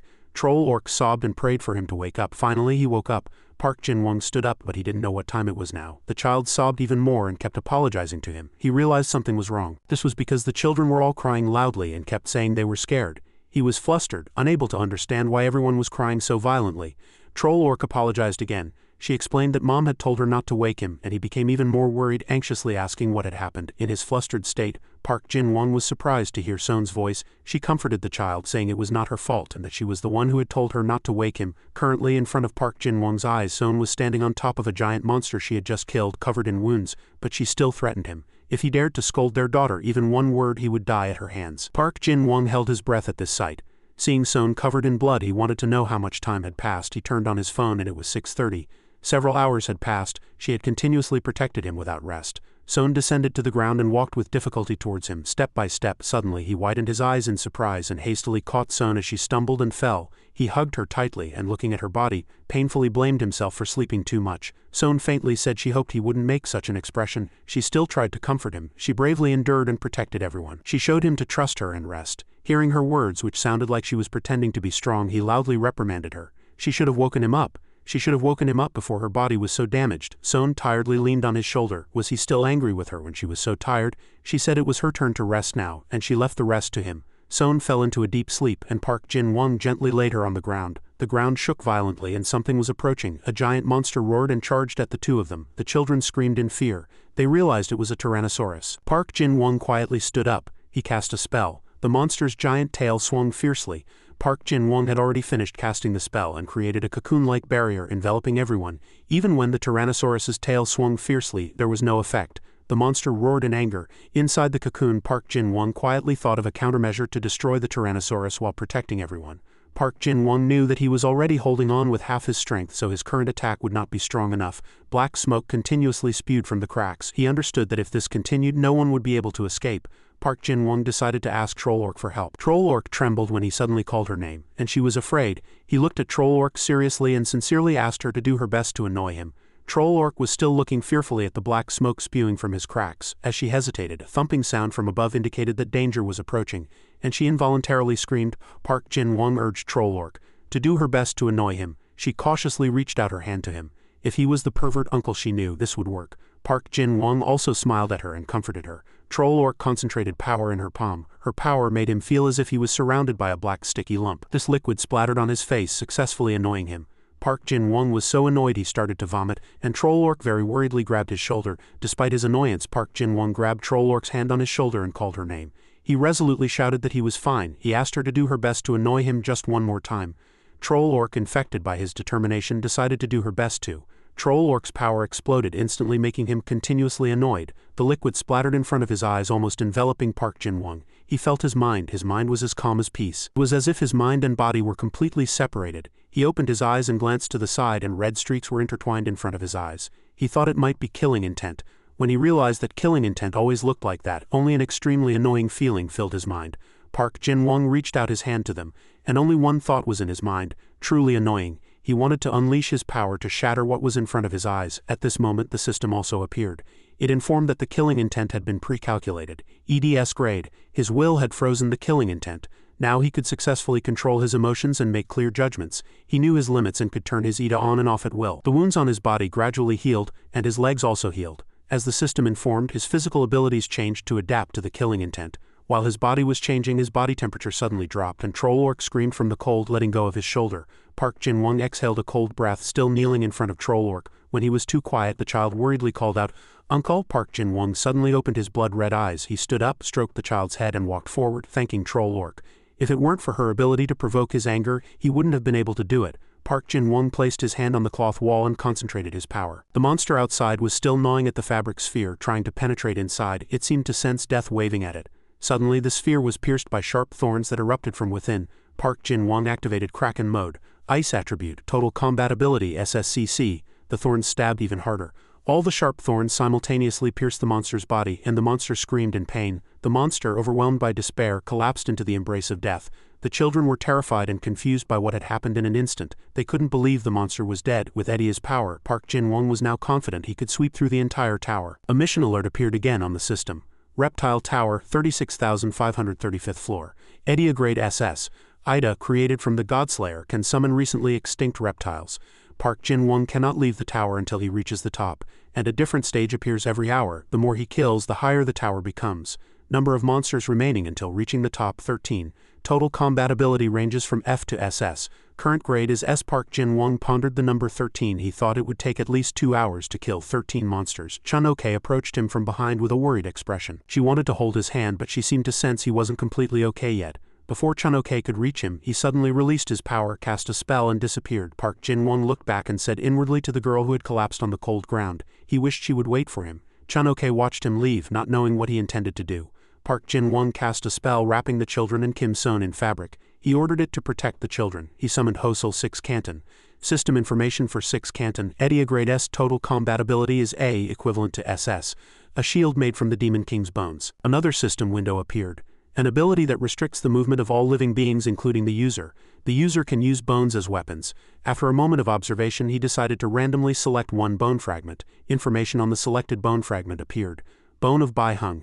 Edia grade ACC. Total combatability ACC. One of Bai Hung's ribs. Sharpness doubles when attacking and length doubles when defending. Even his random selection was powerfully upgraded by the system. Park Jin-won gripped the bone fragment and pulled it out. He walked holding the sharp bone fragment. His shadow stretched long on the wall, and he decided to finish everything quickly. Park Jin-won swung the bone, slashing the wall hard multiple times. His swoosh sound had already reached the highest level, unmatched by anyone. After trembling for a while, the smoke and dust gradually dissipated. The wall, repeatedly slashed, had large cracks. The system notified, killing intent pre-calculated. I am observing you. Wounds seen by the user will not heal and will continue to expand. The cracks in the wall grew larger and larger. Bricks and stones from the tower continued to fall, and the cracks he had created suddenly healed. It suddenly emitted a mysterious purple light. A dragon's head appeared from that wall. Park Jin-won used his power to immediately cut down that dragon's head. Resolutely and without hesitation, the dragon's head fell at his feet, shedding blue blood. The system window notified Reptile Tower, 36,535th floor. Edia grade SSS. Number of monsters remaining until reaching the top, 13. Park Jin-won continued to kill the monsters. The remaining monster count became 8. Park Jin-won continued to step over the corpses of the monsters. The system notified that only 5 monsters remained. Resentment continuously spewed from the hole in the wall. He quietly waited for the next monster. Park Jin-won used Sluto to stab the bone fragment with strong killing intent and a very handsome face. System notification. Killing intent pre-calculated. Physical abilities will change to adapt to the killing intent. The user's status will improve in accordance with the killing intent. His muscles were being reconstructed by the system. Thanks to the 6 Cotton effect, his metabolic rate doubled. And thanks to Bai Hung's rib, his attack power also doubled. Sharp bone fragment. Park Jin-won became even more determined. He would definitely get out of here. He continued to destroy the wall. Meanwhile, elsewhere, 2 people were holding hands tightly. One person tried to pull the other up. Shim Tae gripped Bratislava Pet's hand tightly and pulled him up. Shim Tae half-jokingly, half-seriously told Pet he needed to practice more. Pet was also flustered and yelled at him to be quiet. Everyone suddenly looked at them in surprise and pointed, saying, "There he is." They couldn't believe what was before their eyes. Dong-ho carried Ah Hong on his back and looked at that strange thing. He asked the doctor on his back in surprise. The monster tower was rapidly growing taller. They finally realized that the final stage had begun. Ah Hong, carried by An Chung-ho, saw what was happening before her eyes and made an unbelievable conjecture. It seemed Jin-won had almost cleared the front of the tower. Hearing her conjecture, he turned around, not understanding what she meant. Most towers around the world had returned to their original size after reaching that height. No one had survived that long. Ah Hong nervously urged An Chung-ho to speed up. Although he didn't fully understand Ah Hong's intentions, An Chung-ho decided to follow her request. The two quickly rushed to the tower and finally arrived there. An familiar figure stood in front of the tower. The figure before them also noticed someone approaching. The two recognized him as the cheerful old man. Covered in blood, the man was delighted to see them. At this moment, in another space in the tower, streams of power continuously erupted. Park Jin-won was holding something that emitted a strange power. As he hesitated, trying to identify what he held, a voice from above caught his attention. A continuous staircase appeared, leading to where he stood. The voice kept coming. The person said he didn't know why he was here. Along with the voice, the person descended the stairs step by step. He was wearing knight's armor, and with him were horns and a tail winding like a lizard. Park Jin-won looked at him with blood-red eyes. As usual, he scanned the person for detailed information. He was Isaac, the Armored King. Edia grade SSS Calamity. Total combatability SSS Calamity. The most powerful being among reptiles, even though this powerful creature had been pushed deep into the earth. It was forcibly summoned here by the Godslayer. Physical damage is ignored. To Park Jin-won's eyes, everything appeared red. Isaac, the Armored King, continued to descend the stairs, and his information appeared consecutively. Only mental attacks and ideological attacks are effective against Isaac. He cannot appear anywhere outside the reptile tower. Isaac, the Armored King, can freely change the temperature within a 6 meters radius. Targets chosen by Isaac cannot defend. Enemies who come into contact with Isaac will lose their immunity. Park Jin-won called Isaac's name, but he still seemed dazed, not knowing where he was. The surroundings were filled with bones. He asked him if he was the master of this tower. Isaac called those bones red bones. He seemed to have noticed something. Isaac recognized those bones and knew what they were. He asked him where he were. It was as if he truly didn't know where he was standing now. Park Jin-won touched his ear with his hand. He coldly decided to kill the opponent. He drew his sword. Park Jin-won leaped up and swung his sword, slashing at Isaac. The sword was filled with power, intending to cut the opponent in half. It almost reached Isaac, but he was unshaken. Finally, the sword struck the opponent's helmet hard. Park Jin-won was horrified by the sight before him. Isaac, the armored king, asserted one thing to him: that he would not die. His words were clearly proven by the fact that his sword didn't even leave a scratch on the helmet he was wearing. Park Jin-won gritted his teeth in anger. He cast a spell, throwing the red bones at Isaac. He clenched his hands and commanded, "Connect." The bones began to connect with each other. As they continued to connect, the red bones enveloped Isaac, the armored king. Park Jin-won commanded the bones to bind Isaac. The pieces of cloth behind him flew up and wrapped around the bone fragments. The red bones combined with the frozen state. Total combat ability reached SSS. The two combined into sharp pointed shapes. Park Jin-won gripped the sword hilt tightly and simultaneously manipulated the tails made of red bones. He unleashed the navel absorption tails. The sharp tails rushed forward with immense speed. However, the tails were caught tightly. Isaac was very impressed by the human before him. Now he acknowledged his power. It seemed as if the tail would pierce Isaac's heart, but it didn't. The system reminded him again that physical damage was ignored. Only mental attacks and ideological attacks were effective against Isaac. All the sharp tails he had created shattered before Isaac. The armored king declared that everything ended here. He would not die. Isaac approached even as the tails fell to the ground and shattered. He still demanded to be told where they were. Park Jin-won thought silently. Isaac was immune to physical attacks and was the type to gradually apply pressure to the opponent, but he already had a plan. So Park Jin-won was confident. He laughed. The armored king was flustered by this smile. Killing intent pre-calculated. Cruel plan. He was confident that given enough time there was nothing he couldn't kill. Killing intent pre-calculated. Cruel plan. The worldview will be upgraded according to the user's killing plan. If the user has even a 1 chance of killing the target, this number can continue to increase. The world would provide the user with methods and plans to increase the chance of killing. Isaac was flustered by his confidence. He beckoned him with his finger. The system notified, killing intent pre-calculated. Cruel plan. The current probability of killing Isaac is 1. Isaac still pointed at him with his finger. He remembered that the master of the bone fragments he manipulated had been sealed by them. Park Jin-won explained, "I merely borrowed those bone fragments." Isaac unleashed killing intent. He knew he had borrowed them, but he felt he had borrowed too many. Recalling the memory of when they were driven out, anger accumulated and power condensed. A blue aura spread from him, shattering the tails Park Jin-won had created. At this moment, the system notified that Isaac, the armored king, was changing the temperature. He could freely change the temperature within a 6 meters radius. Isaac declared that he would make him experience the pain he had suffered. Park Jin-won was flustered and cast a spell, throwing the tails at Isaac. Isaac continued to speak to him even as he parried the attacking tails. He said he would not allow it. Isaac, the armored king, ignored defense. Targets chosen by Isaac could not defend. He tore apart all his techniques. Danger was approaching Park Jin-won. Suddenly he leapt up. Park Jin-won drew his sword and slashed. At this moment, Isaac suddenly reached out his hand and fired ice fragments. He intended to freeze him. Sharp ice fragments rushed rapidly towards Park Jin-won. They froze his feet. Park Jin-won struggled but couldn't move. Isaac slowly approached. Isaac gripped Jin-won's neck and demanded in a cold voice, "Tell me, where is this place? Tell me now." He sneered and retorted, "Why do you want to know?" He replied concisely, "I cannot go out into the outside world." Hearing this, Jin-won made another suggestion. "Really? Then since you'll be trapped here forever anyway, why don't you just obediently die?" The child didn't answer, and after a moment he declared, "You are useless." A system notification sounded. Isaac, the armored king, removes immunity. Immunity removal. Enemies who come into contact with Isaac will lose their immunity and defense. Jin-won was choked by the pressure Isaac created. As he opened his mouth, the weapon in his hand trembled and fell. "Anyone who stands before me becomes a villain. Die here." Jin-won did not answer. However, his expression changed in an instant. The child was surprised by this sight. He was flustered and asked Jin-won, "You keep smiling. Is death a very amusing thing to you?" He glared at him, and a meaningful word escaped his lips. "It's coming soon." Killing intent pre-calculated. Cruel plan. The current chance to finish him is 3. Hearing this, Isaac was flustered and retorted, "I don't understand what you're saying." He sneered and explained, "I'm waiting for you to use all your techniques, because if I see them all directly, my chances will increase." Jin-won held the sword in his hand and cast a spell, Omniki. The sword tip rushed straight towards Isaac. He opened his mouth as it reached him, and strawberry syrup spewed from it. "This is truly meaningless." Isaac's hand fell away from Jin-won's body. "What?" he whispered with a faint smile. It increased again. Isaac looked down at his own body in disbelief. "How?" Another notification appeared. Killing intent pre-calculated. Cruel plan. The current chance to finish him is 10. Killing intent pre-calculated. Weakness creation creates weaknesses that the target did not originally possess. Weaknesses will be created regardless of the target's intention, and the weaknesses will become clearer over time. Current weakness of Isaac. He was horrified. Now he too could feel this. Jin-won opened his mouth sarcastically. "It's probably going to hurt a lot, right?" Isaac hastily stepped back and replied, "My scales feel very strange." He looked up at his hands and explained slowly. "Those scales would have required a lot of time and effort to be effective. Still, it was worth it, wasn't it?" Isaac's entire body was enveloped in a red aura. He let out a cold sigh. This hurts here. Numbers appeared and changed on the notification panel. Killing intent pre-calculated. Cruel plan. The current chance to finish Isaac is 25. Jin Wang suggested, why don't you happily accept your fate? Meanwhile, Jin Shin heard that Hei and high school students were trying to rescue Kim Son and Park Jin Wang from the tower, and he decided to form a team with the US and China because he knew well how to defeat the tower. After forming a team composed of S-grade EDIA users and the strongest individuals, he entered the insect tower. However, before him now stood a man in a shabby state. The rescue team. The boy reached out his hand towards Li Shin. You've come late, he asked softly.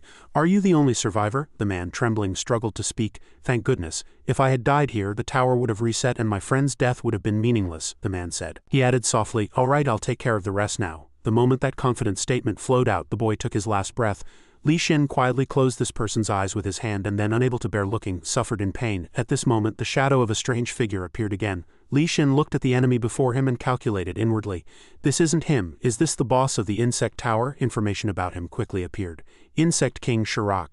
EDIA grade calamity. Total combat ability calamity. King of all insects and arachnids. Even though this great creature had been driven deep into the earth's crust and core, it was forcibly summoned by the Godslayer. He gritted his teeth. That guy defeated an S-grade unit of 200 people, Bard Chief hastily spoke. Li Shin directly signaled her to tell everyone to prepare for battle. However, both of them were surprised. Their faces transformed.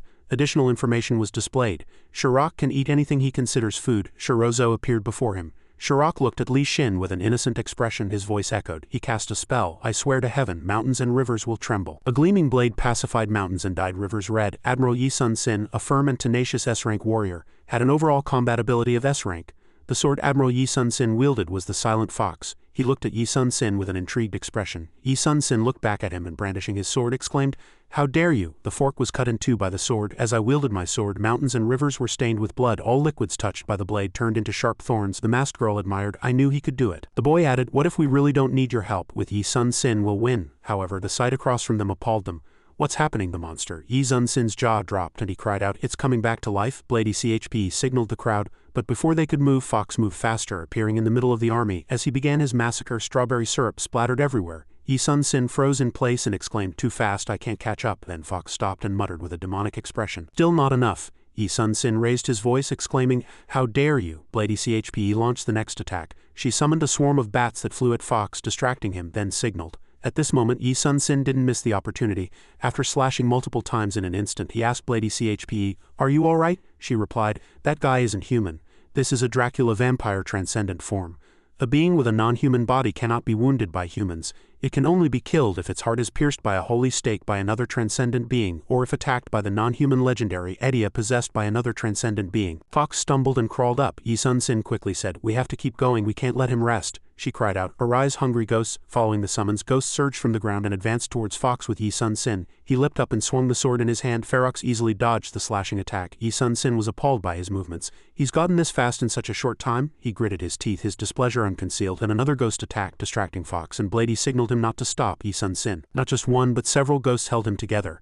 Yi Sun Sin turned his head and said, I owe you my life. Blady Chepe replied, Don't drop your guard. Fox fell to the ground, his gaze still fixed on them. He blew away the ghost's head. Blady judged the situation wasn't good and signaled quickly. While I buy time, he concisely replied. Understood. Before she could even finish speaking, the turtle ship appeared and a large-mouthed creature attacked Fox. Following Rin's signal, he shouted, Take this, Yi Sun Sin. Admiral Yi Sun Sin in the turtle ship. Ship S rank. Overall combat ability SSS rank. The legendary ship saved Josian from the brink of destruction. Fox looked up at it scornfully and with a flick of his hand split the ship in two. Insect King Shirak's power amplified. Shirak raised his power to the world's highest level, and there was no being stronger than Shirak. This sight appalled Yi Sun Sin. What? Even the ground was split in two by Fox. He looked at them scornfully. Other team members lost hope and muttered we're finished, but their commander had not yet given up. What are you doing? Keep attacking quickly. Fox turned his body ready to move. Blady couldn't help but curse inwardly at the chaotic sight before her. Damn it, our rank has dropped too much due to fear. We're going to be annihilated like this. Yi Sun Sin successfully caught his flying comrade and even landed a blow on Fox. He stared at him with wide eyes, then had to step back to brace himself. Blady moved quickly, concisely stating her plan. Yi Sun Sin, I'll transform into a swarm of bats and stop him. Meanwhile, neutralize your EDIA. Upon hearing this, he scoffed. I didn't think I'd have to go all out to the point where someone would ask me to turn off my EDIA. Yi Sun Sin took a step forward. He stood before Fox and said again, The turtle ship you're holding is a very precious item to me. So I want to get it back. At this moment, Blady Chepe moved behind him and quickly signaled Yi Sun Sin, we need to scatter and use our numerical advantage. Fighting alone without water is too dangerous. He turned his head and replied softly, it's all right, just bring the sea here. At these words, Blady Chepe asked with an incomprehensible expression, what? An aura spread around Yi Sun Sin. Perhaps you don't know, but my idea was originally that of an ordinary sailor, but I never gave up. I believed I could become like the great Admiral Yi Sun Sin. I believed in myself and kept striving. And as a result I finally surpassed the limits the world had set for me. I finally became who I am today. I am Admiral Yi Sun Sin. Admiral Yi Sun Sin is firm and has an S rank as a war hero with an overall combat ability of S rank on par with Lee Seung-woo, a legendary admiral who saved the Joseon dynasty from the brink of destruction, one of Korea's symbols. 26 battles, 26 victories, battle records, turtle ship, twin dragon swords. Yi Sun Sin said again, alright, now prepare for a true battle. Battle records. Admiral Yi Sun Sin. Battle records is a document that records the achievements of a great admiral who represents a nation. The user can remember all the details of naval battles recorded in the book. Enemies defeated at sea can be summoned and controlled through those recorded in the book, the second monster from Daniel's book. Blady held the book with an incomprehensible expression and asked, what is that? Yi Sun Sin explained. I avoided using this technique because it would reveal my plan, but now I have no other choice. Chepe, you handle the rest. She no longer asked questions and offered full support.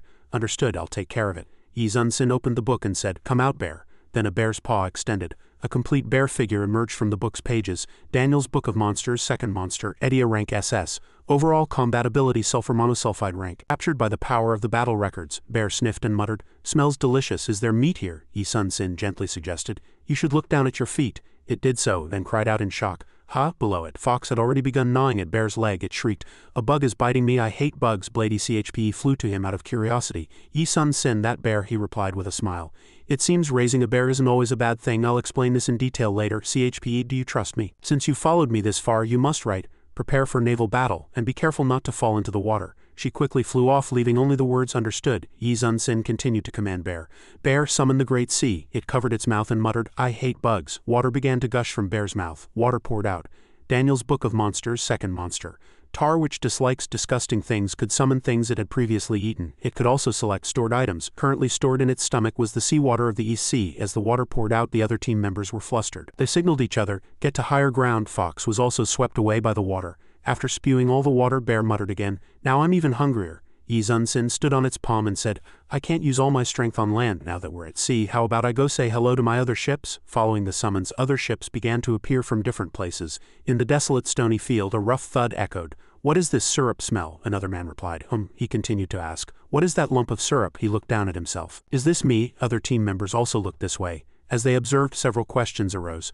Why aren't any of the Baek Kim clan people showing up? They should be here to support us, right? And who are those two behind them? Seung-woo continued to mutter, looking at his hands. It's sticky. Byung-jae frowned and raised his voice, demanding, I'm busy, explain it again. At this moment the red-haired woman said, Mr. Seung-woo, right? Has anyone seen them here? There was a group we were supposed to meet. He didn't answer, glumly.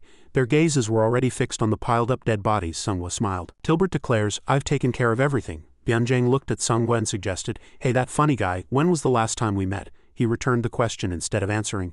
Hey, why are you staring at me with such a scary face? Byung-jae replied concisely. Then why don't you answer my question? He still didn't answer and said once again, it hasn't been long since we came to America together. At these words, he asked again in shock, what? Seung-woo smiled and said, it's been a while, hasn't it? Nice to meet you. Byung-jae became increasingly confused. Hey, we met 3 days ago, didn't we? He just laughed. Really? I guess I forgot. He became increasingly annoyed. Who are you? What have you done to him? Byung-jae quickly ordered. Catch this damn bastard. They quickly returned to Fox. At this time he was floating on the water and giant cannons surrounded him. Yi Sun Sin commanded, fire, turtle ship formation, crane wing formation. Turtle ships surround the enemy in a crane wing formation, amplifying firepower tenfold. When the cannonballs were fired, an explosion occurred, and Fox was shocked all over. Insect King Sherrick's indomitable vitality. To kill Sherrock, his body must be completely destroyed by methods never before used. The impact of the cannons shook the water, and Fox cried out as he was hit by the water. He extended his finger forward and raised his voice, commanding, keep attacking, keep firing until all the seawater evaporates. Ferox's cries mingled with the sound of cannon fire. His body quickly became a black mass, and Fox collapsed powerlessly to the ground, crying out. Yi Sun Sin looked down at him coldly. He muttered, I hope you keep burning in hell. The largest gun began to move, its barrel precisely aimed at Fox. But before Yi Sun Sin could finish him off, a voice came from behind. Don't you think that little insect is too pathetic? He raised his voice and exclaimed. You? In-wong scoffed. Hello, old man. Blady Chepe appeared from somewhere and said again, I'll handle it. You focus on killing that insect. As soon as she finished speaking, she charged with the other team members. The man muttered, "The Batwoman is here." Wong moved agilely, dodging the attacks. He looked at them and scoffed, "Are you ganging up on me? If you think I'll die this way, why would I have come back here?" They looked at the strange patterns wrapped around their hands in surprise. What? The patterns were also wrapped around Yi Sun Sin's turtle ship. Bear was no exception. "Yi Sun Sin, something's wrong with my body." Red light appeared from the patterns. He looked up in shock. "Bear, what's wrong?" The controlled bear struck Yi Sun Sin. He quickly flew off and asked, "What have you done to my idea?" "My body," Yi Sun Sin calculated inwardly. "Did that damn Kim In-wong become the successor?" Lady Chepe raised her voice and quickly signaled, "Use everything." In-wing's foot landed on her. He pushed Lady Chepe back, then looked down at her and said, "Dad was a bit fed up with your team before, but don't you think this immortal ability is too strong for humans?" In-wong arrogantly demanded. "Now quickly kneel." Lady calculated inwardly that those strange ancient characters were making her idea go out of control. Behind them, the team members' voices murmured, "Wait, why are you attacking me?" Another explained, "I didn't mean to. My body is moving on its own." Yi Sun Sin gritted his teeth with a displeased expression. "There's no other choice. Go back, Bear, you too." The turtle ship book closed. Yi Sun Sin landed and the seawater also soon completely disappeared. The space returned to its original state. His gaze turned to Fox. "Damn it, if that thing can recover, everything will go out of control. Then even my firepower and the turtle ship will be useless." Yi Sun Sin looked at In-wong and asked, "If you hadn't interfered, we would have killed him. Is your ability to control other people's minds?" The man scoffed and softly asked back, "Why are you in such a hurry, old man? It's been too long. I just wanted to talk to you for a bit." He continued to ask, "You always provoke me, don't you? Do you want to die by my hand?" This declaration made In-wong scoff. "If you think so, you seem to be misunderstanding something." Yi Sun Sin raised his voice, his displeasure unconcealed. "So you're really here to kill me? Are you ready to go against humanity?" In-wong fell silent at this accusation. He looked at Fox and calculated inwardly, "That guy seems to have recovered about half." In-wing's hand manipulated the ancient characters. What appeared was a greatsword, refined from evil. In-wong smiled with satisfaction, looking at the object in his hand. "This is it. Greatsword refined from evil. Once swung, it cannot be stopped. Edia rank SSB, charge rate 87, overall combat ability SSB." He swung the sword in his hand and laughed arrogantly. Yi Sun Sin's eyes widened in shock at this movement. In-wong plunged the sword straight into Fox. On this side, Jin-wong continued to dodge Isaac's attacks. A message appeared below. "Killing intent pre-calculated. Cruel plan. The chance to finish Isaac is currently 25. Jin-wong continuously charged at Isaac and slashed. Here, this way, that way, here, or perhaps here. He couldn't contain his curiosity at his mad demeanor. "Why are your reactions like this after you could hold those bone fragments?" Jin-wong didn't stop charging and replied, "I don't know." Isaac observed him, still saying in a gloomy voice, "You're the same. You're as crazy as I am." Upon hearing this, Park Jin-wong retorted, "So what?" As the grotesque black substance enveloped his sword, a cold system voice rang out. "Capture successful." He tightly gripped the sword and broke it into several pieces. "I hate this sword," the system displayed. "Armored King Isaac, immunity removed, immunity removed. Enemies in contact with Isaac lose immunity and defense." Park Jin-wong looked down at the broken sword and muttered, "Uncle." His eyes turned red while the young girl watched him. At this moment, Isaac tilted his head and retorted, "Why are you trying to escape?" He shot back at Isaac. "Why should I run?" Isaac assessed him. "You are truly strange. I thought you hated humans." Park Jin-wong, sweating, asked in return, "What kind of monster are you to judge me like that?" Isaac was momentarily speechless at Park Jin-wong's question. He looked at the others and asked, "Will they grieve if they die?" Park Jin-wong stared and replied, "I'm going to deal with you anyway, but it seems you're trying to die faster." Isaac's eyes did not waver at these words. "Anger? All right, those who are flustered over there will be fine." Uncle Isaac suddenly left those words and moved towards them. "I'll kill them." Park Jin-wong, with his feet bound, emitted a red aura from his entire body. Park Jin-wong gritted his teeth and muttered, "Damn it." He forcefully stomped his foot on the ground and a red aura enveloped his foot. The energy rapidly transformed, astonishing those who saw it. At this moment, Isaac said, "I won't allow it." A system notification appeared. "Armored King Isaac, defense ignored. Targets chosen by Isaac cannot defend." Park Jin-wong didn't give up and used Hosol. Pieces of cloth appeared between Isaac and the innocent people.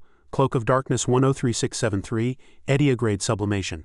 The owner's precious cloak, which disappeared after breaking records. The cloak continuously grows whenever someone sees it. Isaac was surprised and exclaimed, "Is this?" Others also stared at the cloak with curious eyes. "What is this?" "I don't know, but it seems to be protecting us." At this moment, Isaac spoke again.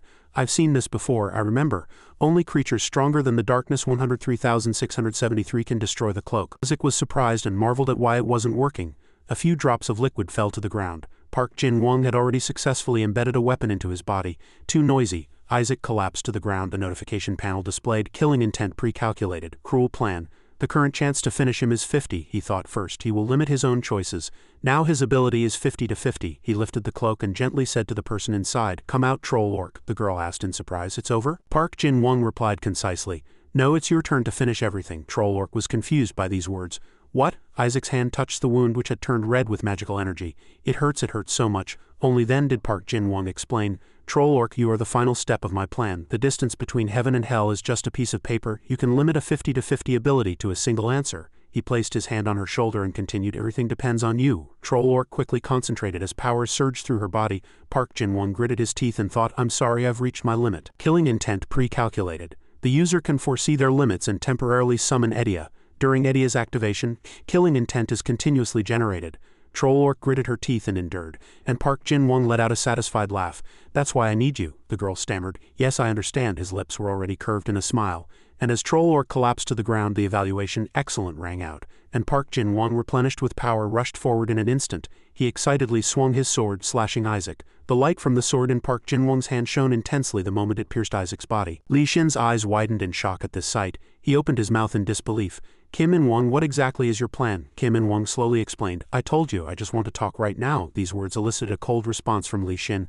I don't have time to talk to you. Get out of here immediately. Kim In-won, we just want to get out of here. Kim In-won maintained a sneering face. Why are you in such a hurry? Is it because of Park Jin-won? Li Shin's feet immediately stopped at these words. He thought inwardly, he knows. Kim In-won replied mockingly, I was right. Why do you think our master sent me to this tower? Li Shin was confused by these words.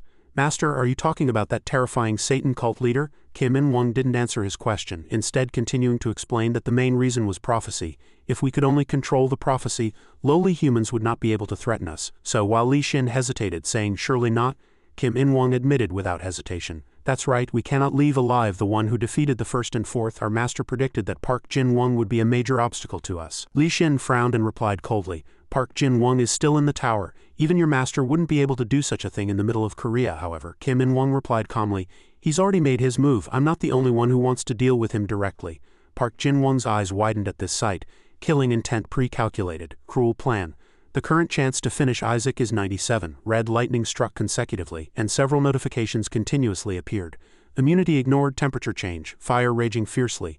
Park Jin-won coughed violently, his entire body turning black. He had taken a direct hit from the recent attack. Someone's voice came from behind. What is this? It seems I arrived just in time. Others watched silently. Kim In-won's lips curved as he continued to mutter. If it weren't for this moment, he would have already been eliminated by him. My master, Park Jin-won sneered and spoke with a completely different demeanor. Does anyone know where the Book of Revelation is? Li Shin opened his mouth in disbelief. That's impossible. If he had made a move, the Global Anti-Terrorism Organization would have taken action. Kim In-won chuckled at his naive words. No, I told you, didn't I? I came here thoroughly prepared. First, while you were dealing with the second bear. Are you saying the plague I mentioned has spread to the area? Li Shin closed his mouth and asked in confusion. What? Kim In-won continued to explain. To be precise, it's in the hospital that the second destroyed. Thanks to that, we captured your uncle and Park Jin-won's aunt. That's our second preparation. At these words, Li Shin couldn't help but raise his voice and ask, Kim In-won, what exactly are you doing? At the mention of a name, he stopped in surprise. Lee Sung-hwa, didn't you do everything according to their orders, using insects as an excuse? That's our second preparation. Li Shin then asked Kim In-won. So there was already a conspiracy from the moment Sung-hwa decided to help Park Jin-won? Kim In-won sighed deeply at this clumsy question. You have too many things to protect. You won't be able to do everything alone. My work is done, so I'll go ahead without wasting any more time, he approached and added provocatively. The moment you struggled to catch the second, I won. Li Shin reached out his hand and loudly stopped him. Wait, but however, Kim In-won had already disappeared, leaving only the words, it's over here. Byung-jang's face turned pale and he shouted in surprise, Hey, what did you do to him? Sung-hwa sneered and evaluated. Your eyes are quite sharp too. He's dead. I personally killed him and took this face. He peeled off the skin and roughly threw it to the ground, then spoke again. But don't worry, since I'm here, you should all prepare to be blessed. Others flinched at the true appearance of this person. That skin. Isaac muttered, looking at Satan. We are of the same species. We cannot leave this place, but a few of our descendants still remain on Earth. Satan frowned, an unpleasant expression on his face, and replied coldly. Don't compare me to your insignificant kind. I am one who has been through war with gods. Despite the overwhelming aura emanating from him, Isaac still firmly insisted, no, you and I are of the same species. Light emanated from Satan's hand, and he decided not to argue with Isaac before him. I intended to eliminate all the guardians of this tower anyway, so this seems like a satisfying opportunity. Isaac hastily corrected himself. Stop. I have no intention of interfering. I know what you're trying to do. You will ultimately help us. Upon hearing this, Satan muttered in response. Creatures banished deep underground are trying to use me? Light continuously emanated even as Satan continued to speak. Fine, I accept. I'm in a good mood after finding artifacts in the Book of Revelation. I hear there's someone here who defeated all the monsters from Daniel's book and received the book of Revelation. That's why I came. But like Isaac, you won't even have a chance to resist that creature. He approached Park Jin-won, and an intensely bright light, almost blinding, emanated. Satan looked at Park Jin-won and spoke, found him. His hand gripped Chunok's hand and a restraining voice rang out, wait. His hand trembled in the air and a scream echoed. Old Testament. Park Jin-won helplessly reached out his hand to Satan. His summon was heard. Old Testament. A massive book appeared before Satan and Chunok, a grade contract. A covenant between humans and God. A book that records the stories of the gods before the second coming of Jesus Christ. The next book to appear was the original manuscript of all Bibles. Satan's voice echoed, his hand still gripping Chunok. O Revelation, reveal the true form of this holy relic. The girl, tearing up, stammered, Uncle, save me, they cried out helplessly. Let go of that child, a voice echoed as if promising. Everyone, witness history in the making. Isaac reached out his hand and there was energy in his hand. I will give you the first opportunity to witness it. Everyone else was affected and utterly helpless. At this moment, Satan ruthlessly threw Chunok away and burst into loud laughter. I won. I'm sure you know what you need to do. He gripped the girl's head, leaned in close and continued. Likewise, I'm sure you know the consequences if you don't do as I wish. I saw you use that ability on Park Jin-won. Just do it obediently like then. Park Jin-won here stammered, Uncle. In his mind he continuously urged himself, damn it, move quickly. Please move. Park Jin-won approached and looked up and the two figures had sneering expressions. Long time no see, Park Jin-won. And Chung-ho looked around, assessing the situation. Park Jin-won's uncle and aunt, why are they here? I knew it. Someone must have been involved in their disappearance when the attack occurred in Incheon. A team member stammered, Team leader. Satan's foot stretched out. He ruthlessly stomped on Park Jin-won's body. The boy screamed, Team leader. Fortunately, a hand stopped the boy from rushing forward in time. Wait a moment, stop. And Chung-ho softly reminded him, don't go. He looked at Isaac and the pile of rocks before him. It's dangerous. We don't know if we can defeat that red monster. As they continued to stomp on Park Jin-won, laughter erupted. There, now you have nothing to say, do you? Ha ha ha, I see he can't even stand up, the man continued. I still vividly remember when our son's Achilles tendon was severed. Park Jin-won stared at them in disbelief, his eyes wide, and Chunok continuously called out to him. Uncle, stop, don't hit Uncle, the girl sobbed, please. Satan placed his hand on Chunok's head and said, humanity, watch closely. A reaction appeared on the girl's body and he commanded into Ok's ear, don't turn your head, this happened because you didn't use your ability. Park Jin-won helplessly reached out his hand. That terrifying sight was etched directly into Chunok's eyes. Satan's voice still echoed in the girl's ear. All this will end in your regret. A foot was violently stomping on the boy who was writhing in pain on the floor. The girl Chunok sobbed and called out to Uncle. Park Jin-won thought why? Byung-jang displayed a contemptuous and unpleasant attitude. He said, damn it. Park Jin-won continued to wonder. Why is he making that face? And Chung-ho gripped Shim-tae's hands tightly and said, Team leader, he said, I'm sorry. Park Jin-won thought, I'm sorry for what? And Chung-ho pulled Son. Son shouted, you bastard, what's wrong with you? I won't forgive you. Park Jin-won thought, don't look at me. I don't want you to see me like this. He continued to think, but why does my friend have to apologize? He gritted his teeth unpleasantly. He thought, why do they have to apologize? Park Jin-won's eyes were filled with anger and his face darkened. Lightning continuously struck. He thought, what is this emotion? I don't know, I can't be sure. He slammed his hand down hard and lightning enveloped him. He grabbed two strings and tried to connect them. He thought, but still, isn't this too unfair? The strings connected and he stood on a rock holding a blood-absorbing dagger. Park Jin-won raised his hand, his eyes indifferent, and said, it's okay, it's time to let go now. He smiled grotesquely and grabbed the rope. He fell, maintaining an evil smile even as he fell. He laughed, his eyes shining with delight, holding the blood-absorbing dagger. He said, everyone, I want to kill everyone. He lay on the ground laughing awkwardly and cruelly. Someone shouted, honey, our son is smiling. A foot continuously stomped on Park Jin-won's body and blood splattered on his leg.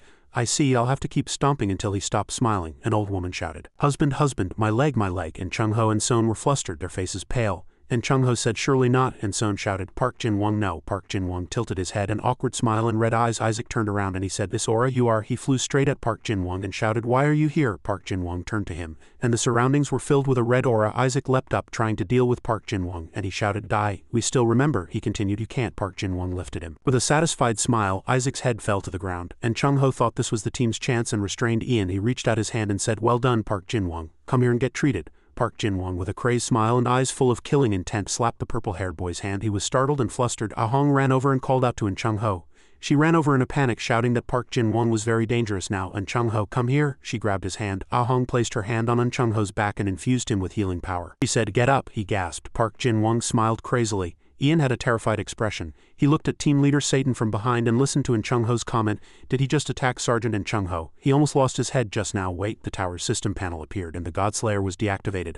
A single tear still welled up in Trollork's eyes. She said, the tower outside has completely disappeared. Satan said, Kim In-wong first, if you hear my words, come to me. Kim In-wong smiled and said, you finally called me. Kim In-wong looked at them with a thoughtful expression. The system panel informed that the first monster's Edia grade was Calamity. total compatibility, calamity. This monster was born from Satan without divine aid, thus he received the title of first. Though temporarily contracted with Satan, they would still be granted power and dominion. Each time a user is summoned by Satan, they must obey his commands. The user's life force will be linked to Satan's life force. Kim In-won scoffed, "This damn bastard, it's been a long time." The system panel continued to display, "The blasphemous one, all profanity existing in the world. Hamadan." Satan glared at Kim In-won, who pointed at him from the side and said, "You've become much quieter since we last met. Did you do that to him?" Park Jin-won tilted his head and smiled sinisterly, a red aura swirling around him. He approached them step by step, and Satan was startled. He ordered Kim In-won, "Why do you hesitate? Quickly kill him and turn this place into a bloodbath, quickly." Kim In-won looked at Satan and said, "Master, do you mean it?" A man nearby hit another, shouting, "You'd better shut up like your dead parents." And Chung-ho shouted, "Park Jin-won, don't listen to them. Don't think about your past or your pain." Kim In-won smiled crazily, pointed a dagger at his own chest and said, "My pain, you think you're wrong." He stabbed himself multiple times with the dagger, and killing intent filled his entire body, making him an avatar of murder, the origin and source of all killing intent in this world. The wounded fell back, spurting blood. Kim In-won looked down from above, scoffing at the two kneeling before him. The system panel glowed red and notified, "Grade A, total compatibility." Kim In-won cried out in surprise, "This damn Korean bastard!" He raised his hand, created power, and shouted, "Hamadan!" Burning stones fell to the ground, and the system panel displayed, "First monster Hamadan." Tragedies occurred worldwide during the reign of fire, causing global destruction, and similar effects were received in the ancient holy city. He shouted, "Quickly find cover, quickly activate defensive abilities." Ian nearby cowered and whispered, "I don't want to die."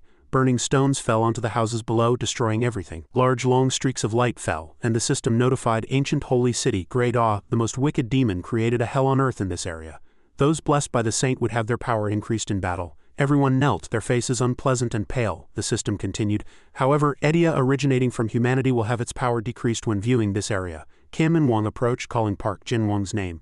Kim In-won, with a flushed face and murderous eyes, continued, "What kind of monster are you anyway?" Satan approached and said, "To become Satan, I must absorb all the knowledge of this world." "But I have never heard of a being like you." Jin-won said nothing, tilted his head and smiled bizarrely. Satan glared at him. "You don't want to talk? Fine, no problem." A man looked up with a terrified expression. Satan shouted, "Because I will win anyway." A giant beam of light fell. Monsters appeared, with the first at the forefront, followed by Fox and other monsters. Satan said, "Summon the monsters from Daniel's book. Summon the monsters from Daniel's book." The summoned monsters gathered. Calamity Dragon of Fire, a monster from Daniel's book. Summon the monster recorded in Daniel's book. Once dead, one cannot escape hell. The first golden eyes stared at the human before him and said, "Long time no see, you're truly unlucky." He looked at the eerie red light emanating from Park Jin-won. "You seem to have gone far beyond the point of no return." The first raised its colossal foot, intending to crush him. The third looked at him with an incomprehensible expression. "You should go deal with the others. Why are we all focusing our attention on this brat?" The first replied, "Quickly seal Ian." He smiled coldly. His pupils contracted, resisting it. The first front paw violently struck down, raising dust, and a red light flashed. Satan muttered a revelation, then whispered into Ian's ear, "All this is your fault." Hearing that, the girl's eyes turned red, tears streamed down, and goosebumps covered her entire body. Satan continued to whisper into Ian's ear, "Because of you, fire rained down, and because of you, monsters were summoned. The dragon-headed monster blocked the way. Many people will die because of you. Now use your power." He pushed the girl tightly against the door. Now the girl looked at the purple glowing door in front of her with terror and immediately burst into loud sobs. She called out to the uncle she thought was a good person, "Uncle, uncle!" Outside, the first foot was still placed where Ian had been, and a red resentment wrapped around his foot. The man with a scar on his nose was startled by the sight before him. The man looked at Satan. "Master, I think we're rushing things too much." He gripped Ian's hand tightly, even as the girl screamed. He remained silent, golden light radiating from his two eyes. Satan looked at the door in front of him. "Only by revelation touching the ancient text can the heretic's abilities be diminished. Truly unlucky." Satan thought for a moment. "Fine then," he made her hold it. "Didn't many people enter with intentions and then were not chased out?" The third laughed coldly and shouted, and the system displayed the third's ability. Those who heard his shout were forced to obey his commands. Ian covered her ears to resist the third's roar. "But I failed, uncle," she called out weakly, her two eyes turning purple and tears flowing. Ian's arms fell and her entire body slumped to the ground. Satan smiled, manipulating the girl at will with his ability. Ian's hand touched the door. The difference between heaven and hell is just a piece of paper. As soon as the girl's hand touched the book's cover, it immediately glowed. As the seal was broken, the book's pages turned on their own without wind, opening to a dragon illustration, and two streams of tears flowed down the girl's face. The book opened. Satan smiled, delighted that his goal was achieved. Finally, it's perfect. Before him lay a giant dragon illustration emitting a dangerous aura. The system on one side notified Demon's Bible, a dangerous book in the world. He picked up the book and Satan smiled with satisfaction. "Finally, I have everything I need." He immersed himself in the power of the Bible. Purple demonic power continuously flowed out, filling the space. "Now I am Satan, and no one on this earth can stop me." The system notification appeared again. Creatures summoned by the demon's Bible appeared around him in succession. Calamity Dragon of Fire, Abaddon's locusts.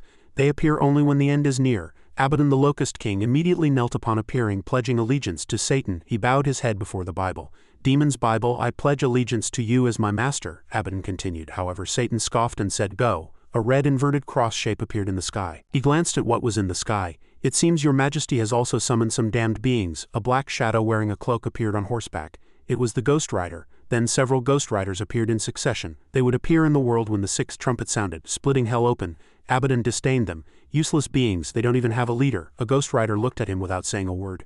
Abaddon looked at the fourth, who was lying in one spot. Fourth, what are you doing? He didn't answer his question and changed the subject. Now I'm the fourth, let's talk later. Quickly summon those disgusting things, he looked up and said. Why me fourth? He snarled fiercely. Do you want to die? Quickly call them out. A massive force sent the first front paw flying. The third and fourth quickly retreated and evaded. The first lion paw had to recoil due to the cutting wound. It snarled at the enemy in front. Park Jin-won leapt high, ready to wield the dagger in his hand and strike down. His foot pushed off the ground and he quickly charged towards the first, laughing loudly. Abaddon stood up and ordered to protect his master. Following his command, several Abaddon locusts appeared before Park Jin-won and blocked him.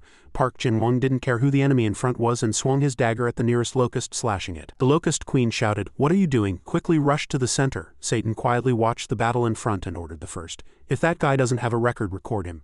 You must record his story. It replied, Yes, master. A Ghost Rider charged at Park Jin-won and heated iron claws pressed hard into his body.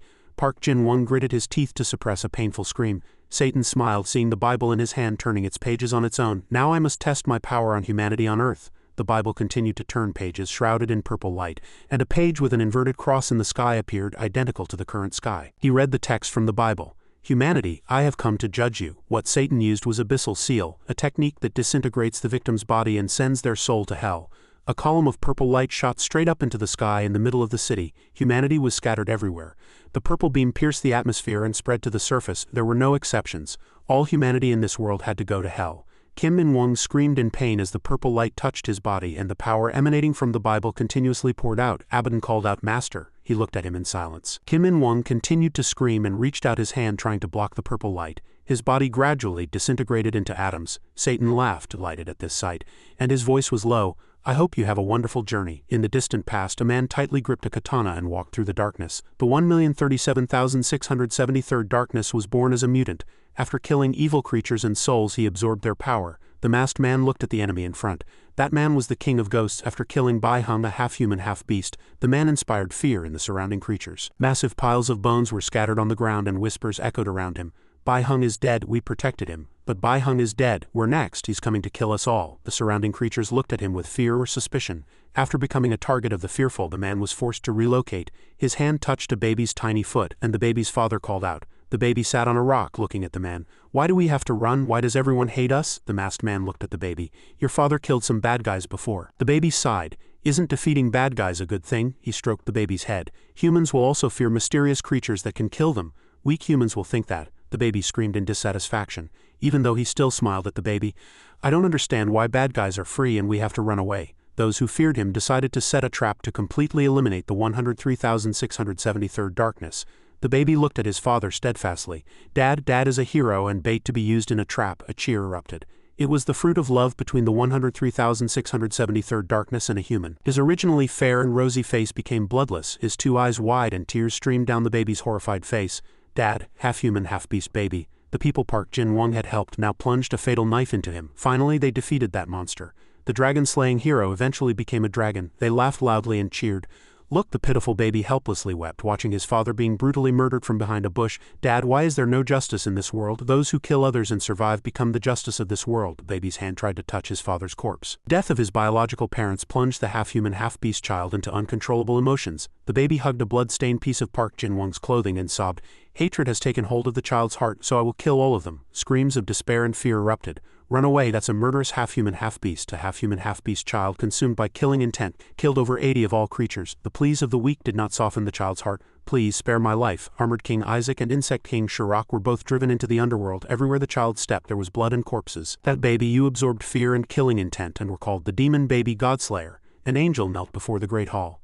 We can no longer allow that baby to run wild. And as that baby targeted the heavens, the Jade Emperor above quietly stroked his beard. The Jade Emperor regarded the Demon Baby Godslayer as the root of all evil in this world. That baby stood before the great hall of heaven and was sealed as the first weapon of God. Since then, records of the half-human, half-beast baby were gradually erased. The sky was clear and blue and brilliant sunlight shone upon the earth. Kim Seon walked step by step on the sand. After being trapped in hell for 1,000 hours, he walked gasping for breath. A man rushed to kill him. That brat is the one who did this to the city. Park Jin-won, with a crazed smile, swung his dagger in retaliation. If you're going to attack, you must kill me, understand? His foot strongly stomped on the sand. No, stop, stop. He continued to retaliate, and Park Jin-won still laughed madly. 2,000 hours, his face was distorted with both laughter and helplessness. Senior, can you please stop me? 8,750 hours. A man shouted, and Chung-ho, Park Jin-won is very dangerous right now. He dodged attacks, gasping for breath. 13,500 hours. Stop. Park Jin-won laughed joyfully. The last note rose in pitch. Let's end everything now. I've struggled non-stop for 29,600 hours.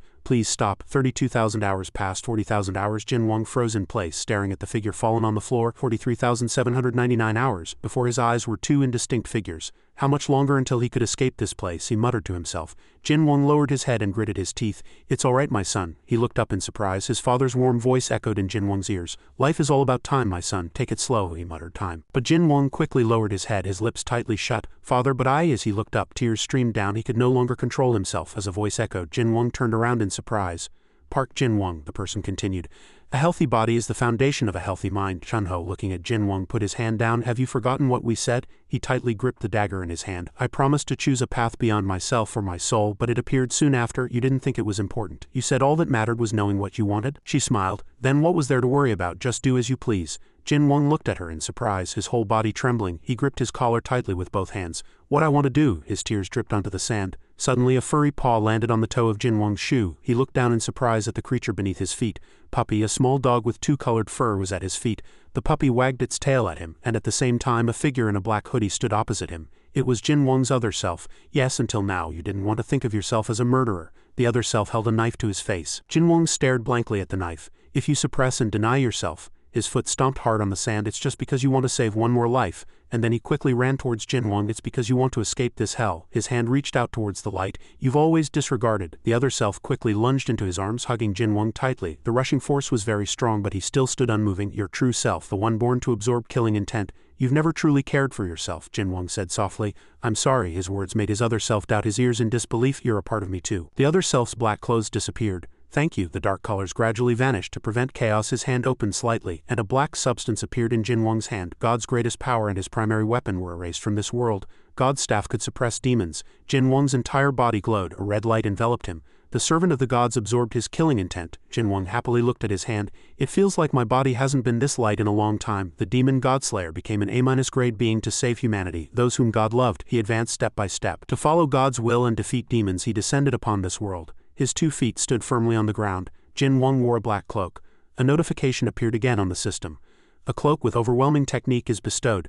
The power of the Godslayer and the power of the opponent are adjusted to be equal to the wearer. Jin-won looked at the cloak and smiled. All right, where to now? 3,800 hours later, Park Jin-won appeared in a severely damaged city. After escaping hell, the entire world plunged into chaos. Gray ruins, new laws of hell were enacted after all humans disappeared. The Demon's Bible. The world was covered in filth and fire. Suddenly, gigantic creatures attacked humans. When the first human returned to Earth from hell, the planet was already transformed and dominated by corrupted creatures.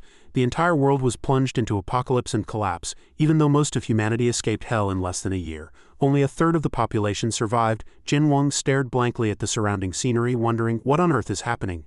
It feels like I'm still in hell. He walked around, looking with a small glimmer of hope. Where did everyone else go? Jin-won looked around, observed, and concluded. There seemed to be traces of human activity nearby, but no signs of life can be detected. Suddenly, Omnivorous discovered something and gently nudged Jin-won. It reached out towards a fallen figure in the distance. Ahead, a man was painfully struggling to get up. Someone's there. He quickly ran and supported him, asking about the situation. Are you all right? Jin-won was puzzled, seeing coin-sized holes in the man's body. What on earth is going on? No matter how he looked at it, the culprit seemed to have inflicted pain rather than intending to kill him. Even in pain, the man desperately pleaded for help.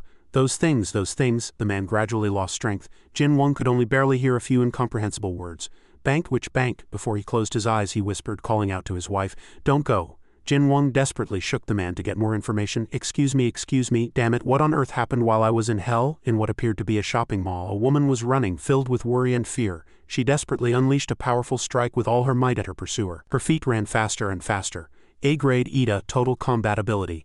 The sensation of being chased grants the user increased speed and the ability to eliminate pursuers.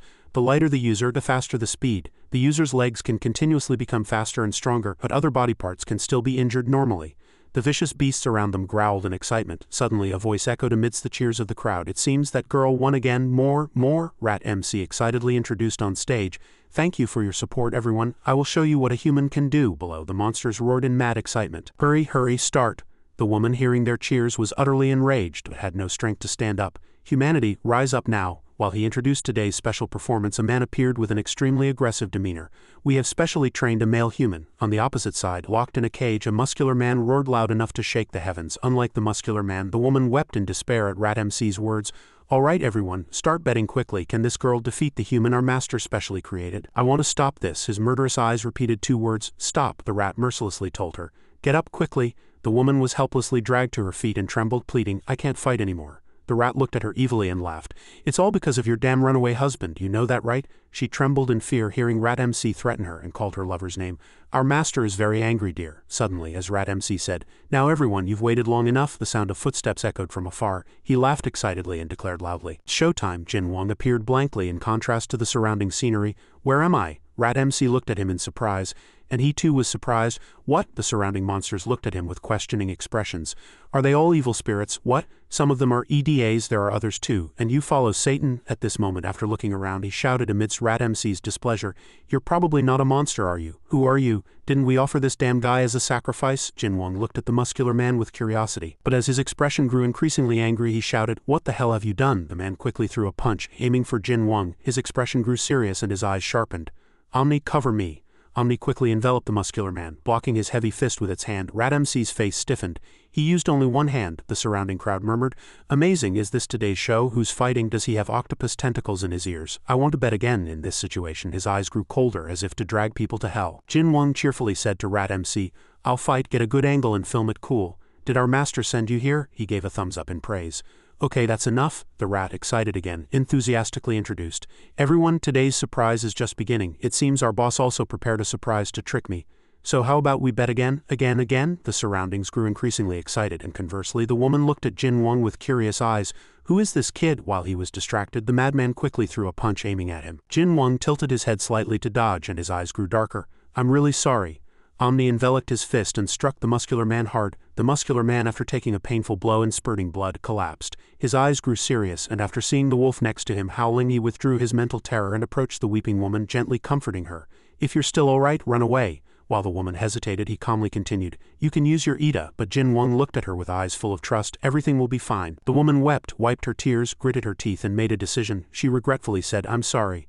And her legs ran faster and faster. She ran around Jin Wang, and Rat MC's voice echoed, It's over, our champion has appeared. You in the suit admit defeat. The woman, running regretfully, said, I'm sorry. Jin Wang laughed loudly, startling the woman. What for? He chased after her, and she was surprised. Someone shouted, Who the hell is that human? He, seeing her surprise, asked again, unable to understand, and she didn't understand the current situation at all. What? Jin Wang blurted out. And the woman, bewildered, asked him, You're really fast. How? The crowd was surprised by his actions. He's not falling behind the champion at all. As if to comfort herself, the woman still desperately asserted, I'm sorry, but I'm faster. He asked curiously, If you can run so fast, why are you still here? The woman explained. Jin Wang chased her, observing, If you try to escape, your body will stop.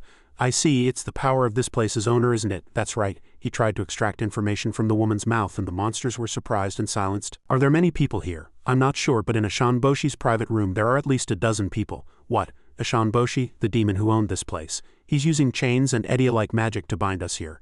He looked at her suspiciously, confirming the demon's existence again. Do demons exist in this world? She seemed to realize that Jin Wang was not from this place. You're not with the bank people, are you? The monsters watching the match were furious and cursed. Hey, I bet everything on that guy in the suit. Damn it, I can't see anything, champion. I believe in you. Jin Wang calmly made a decision, startling the woman. I think this is fast enough now. What? He gently explained to the woman. I'll count down from 10, then maintain this speed and jump through that door, understood? Seeing the rat listening to instructions through a walkie-talkie in the distance, he admired. Wow, that rat, it seems to be cheating. The woman's face showed furious helplessness. We can't both escape, we have to fight. Behind them, another rat resembling Ashan Boshi was whispering something to Rat MC. There's another one. That one is Ashan Boshi. Is the new human fighting? Only then did the woman realize the shocking truth. She indignantly admitted. That's right, because of him I had to commit murder. Jin Wang curled his lips and asked the woman, Are you ready? The woman ran faster and faster and couldn't help but say, I hate it. 36. The woman closed her eyes and ran recklessly. Kill! Jinwang shouted in surprise. At this very moment he used his power to activate combat mode and the monsters were surprised. Omni Kraken mode, murderous demon. A grade total combat ability shield, she shouted and ran quickly. No, she opened her eyes and was horrified by the sight before her. The monsters chattered loudly. We're broken, they're escaping. Nishanboshi, is this a play too? After escaping the cage she advanced towards the injured monster. Her face was now so terrifying she looked like she wanted to kill it. Enjoying it, she continued to kick the fence that was pressing down on the monster with her leg. Unleashing all the anger, hatred and pain she had endured, after feeling satisfied, she called out to the rat standing behind her, Rat MC. She ran furiously and attacked. I'm going to kill you. The rat trembled in fear, unable to even run away, but Ishanboshi said stop. At that moment she was unable to move and vomited blood in defiance of the power. She looked at him with hateful eyes. My body can't move but I'll still kill you. Ishanboshi looked at the person before him with contempt like an insect and asked, Who are you? Me? He was enraged by Jinwang's calm demeanor. Who are you talking to right now? Ishanboshi's reply was his sarcastic explanation, quite timid. Would you believe me if I said I was God's spy operating in secret? Ishanboshi, seeing Jinwang joking in front of him, asked as if he were looking at a madman. What on earth are you saying? It's too strange, but I'm serious. He grew increasingly annoyed and displeased, snapping his fingers to revive dead bodies and attack Jinwang. I'll correct your attitude. The woman shouted in horror as the scene before her grew more and more gruesome. Those are my friends, he's controlling them, Jinwoo-sungbi. She helplessly called out to them. Everyone this way, Jinwang called out to him with extreme displeasure. Hey God, he looked up and asked, am I the only one who's displeased? Tell me, is it alright if I kill this damn rat? Jinwang's killing intent and Omni's combat power exploded, but he said, but even if you say so, I can't guarantee he'll be alive after I'm done. After observing, he felt relieved as the system sound echoed and softly said, Demon Killer Avatar, those who follow his command will wear the cloak. Those chosen to wear the cloak will be granted the authority to kill everything in this world. Okay, thank you for permission. Looking at the figure before him, Jinwang with an extremely arrogant demeanor cast a challenging gaze at him. Ishanbai, let's see what you've got. Edia grade, normal. Combat ability, normal. Ishanboshi, the 10,000-year-old rat elder from Korean folklore. He uses various magic and techniques to play tricks on humans and other living creatures, and Ishanboshi asks with curiosity what kind of clothes he is wearing. Mental restraint. Ishanboshi's targets must follow his commands. Currently, the warped perception of the demonic Bible is reinforced with a forced rate of 100. After reading all the information sent by the system, he casually said, I see, what's that rat? A rat? As he raised his staff to cast a spell, the girl standing nearby looked puzzled. Then this command will be perfect for your intruder. He arrogantly chanted a spell. There is no mental restraint, so I sentence Jinwang to death by suicide. Ishanboshi still squeaked, caught in the illusion that I will kill you and use your body as an experimental subject. At this sight, the girl could only helplessly close her eyes and watch him die. He claimed to be God here. Jinwang gently broke his illusion, saying, I haven't even seen God's face yet. He gently commanded Omni. Omni in an instant. Omni flew like an arrow, tightly coiling around all the monsters who were shouting his name. Ishanboshi, even the people he had made into puppets. Ishanboshi cried out in shock at this sight. What's happening? Squeak. The ground was filled with dust and twisted cords. A loud noise was heard. Why won't it die? Squeak. Jinwang had his hands behind his neck looking unconcerned. The person continued. Mental restraint. Hit yourself until you lose consciousness. Squeak. Die, die. Ishanboshi continued to shout. Mental restraint, mental restraint, mental restraint. The black-haired girl looked at Jinwang, wondering why Ishanboshi's power wasn't working. A red system panel appeared, announcing the murderous demon. The source of all killing intent. All mental attacks from opponents with weak killing intent will be ignored. Jinwang looked at Ishanboshi with contempt. He said, You're wasting energy. Long hands grabbed the people behind Ishanboshi and pulled them back, their faces growing more wary. He said, Why you? Why aren't my commands working on you? Jinwang moved closer to him. Ishanboshi backed away, holding out his staff defensively, shouting, Don't come near me. Jinwang grabbed his staff and said, Listen. He pulled Ishanboshi, his eyes filled with killing intent. He said, Do you still remember who you are? Ishanboshi frowned and asked, What nonsense are you talking about? Squeak. Jinwang looked indifferent. He said, I'm talking about your past before you became Ishanboshi. In fact, do any of the monsters living here remember their past memories? The monsters spoke one after another. A monster with 6 blue eyes shouted. That, the white monster behind said. What did you do before that? Sanoboshi said with a puzzled expression. I don't remember. Squeak. What did I do 10,000 years ago? A system panel appeared and said, Ishanboshi is currently in an enhanced state and the warped perception of the demonic Bible is reinforced with a forced rate of 100. Jinwang said with a slightly surprised expression, I see you're not a real demon. He thought that Satan had forcibly given them Edia, but it was still uncertain. Ishanboshi shouted, Don't play with me. He grabbed his staff again and said, I am Ishanboshi, the 10,000-year-old rat demon. Jinwang frowned and said, No, you're just a dirty rat, and these things here are just ordinary animals. The snake heard that and complained, shouting, Nonsense, we're different from them. We're stronger. Jinwang looked helpless, he thought. The fact that there are so many transformed animals only means that they are gradually turning into demons. It seems it will take a lot of effort to catch Satan. Jin Wang's tentacles rose and comforted him. He turned back and smiled, saying, "Hey, are you comforting me? Alright, then let's deal with this problem first." Sonboshi looked at him with contempt and thought, "Is this guy crazy? I should take this opportunity to escape." The tentacles wrapped around his arm. Jin Wang said, "Rat a Sonboshi," and he squeaked in surprise. His face was filled with annoyance and his body trembled. Jin Wang asked, "Can you turn the drug people back to normal?" Sonboshi said irritably, "Humans are all evil, why should I listen to you?" Jin Wang looked down with an interested expression. The black-haired girl cried. Jin Wang continued, "So there's no way to turn them back to normal, right?" Sonboshi pulled at the tentacle wrapped around his arm and said, "Squeak, what are you going to do then?" Jin Wang pulled him up by his clothes and he squeaked. Jin Wang looked gloomy, deep in thought, and stared at Sonboshi sitting on the ground. His face was dark and tentacles hovered above. He continued, "It seems I'll have to avenge them." Sonboshi looked at him and shouted, "What are you doing? If you don't appear, we'll die." Squeak. Jin Wang turned back and looked at Sonboshi. And Sonboshi also turned back and squeaked. A giant foot appeared. It was a huge cat with long, thick fur and sharp teeth. Its name was Mimic. The system appeared and said, "Mimic. A giant cat-like monster. It can make human sounds and is known to eat young children. Rumor has it that the more it eats, the larger it becomes. Currently there are 1991 individuals." The monster approached Jin Wang closely. He said, "Oh," as if not very surprised. When the monster opened its mouth revealing sharp teeth, he was slightly surprised. Seeing its body covered in bite marks, he thought, "These teeth marks are similar to the wounds on the brother near the bank." Mimic glared at Jin Wang. He looked at Mimic and asked, "You hurt him, right?" Sonboshi said with malicious glee, "Your life is over." Squeak. Mimic opened its mouth and stuck out its slobbery tongue. Sonboshi continued, "Squeak, this guy has never missed a prey." It opened its mouth wide and lunged at Jin Wang. Jin Wang stepped back, annoyed, and put his weight on one foot. He said, "How dare you?" He kicked it very hard. He continued, "To bare your teeth in front of me." A red system panel appeared and said, "Murderous demon incarnate. Despite the difference in physical strength, the target's strength will be adjusted to be equal to the user's." Mimic flew far away and crashed to the ground, squeaking as its leg throbbed. The red system panel continued, "The cloak absorbs half of the damage received, and the user receives double the damage when the incarnation ends." His face was slightly contorted with an annoyed expression. He thought that thanks to the incarnation, he could be on par with Mimic, but everything comes at a price. He crouched down and put his weight on it, constantly thinking about how much risk he had to take to use this technique. He leaped up and kicked Mimic directly. His foot stomped directly on it, and it squeaked. Jin Wang said, 199 people, and continued, "You ate them all, right?" The rat said, "Sonboshi, Squeak, you defeated Mimic with just strength?" Jin Wang lifted his foot and glared at him. With wide eyes he said, "Answer me." He stomped on Mimic again. Mimic squeaked and Sonboshi shouted, "Mimic, what are you doing? I fed you. You should have done better." Jin Wang looked at him, his face dark. He said, "I'll take that as an admission." He continued, "I received the tentacles wrapped around Mimic's body." Mimic growled, tightly bound. Jin Wang continued to stomp on it and said, "Spit out everyone you've eaten." He lifted his foot again and said, "If you can't, I'll make sure you never eat anything again." Stomped hard on Mimic's body, and at the same time his leg also throbbed. Mimic muttered in confusion. Mimic spat out a mouthful of blood and streaks of light flew up and a piece of paper fell. Boshi stood nearby, surprised and speechless. Jin Wang approached Sonboshi. He said, "Now." He looked interested. He said, "To your power." Sonboshi screamed in anger as Jin Wang pulled his ear. "You damn bastard, let go of me now." He was pulled along helplessly and powerlessly. "Let go of my hand now." Jin Wang dragged him in front of the girl, who looked at him suspiciously with wary eyes. "Who exactly are you? How did you defeat Sonboshi?" "I'm sorry." He didn't answer her question but cautiously asked in return, "Didn't you say you came here with your husband? Brown eyes and thick eyebrows. Perhaps I misidentified him." Hearing Jin Wang's description, she couldn't hide her joy and pressed him.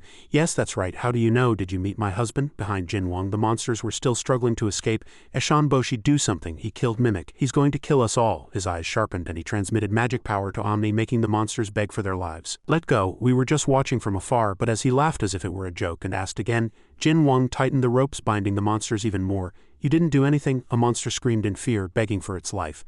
But they couldn't escape his power. Wait, that monster disappeared. Only broken pieces of stone were left on the ground. He looked puzzled. Their bodies disappeared.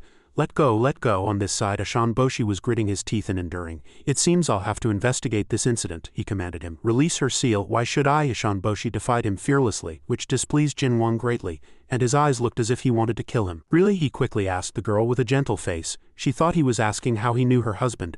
Jin Wang looked at her with a slightly awkward expression, unable to meet her gaze, and said, "I met him near that store over there."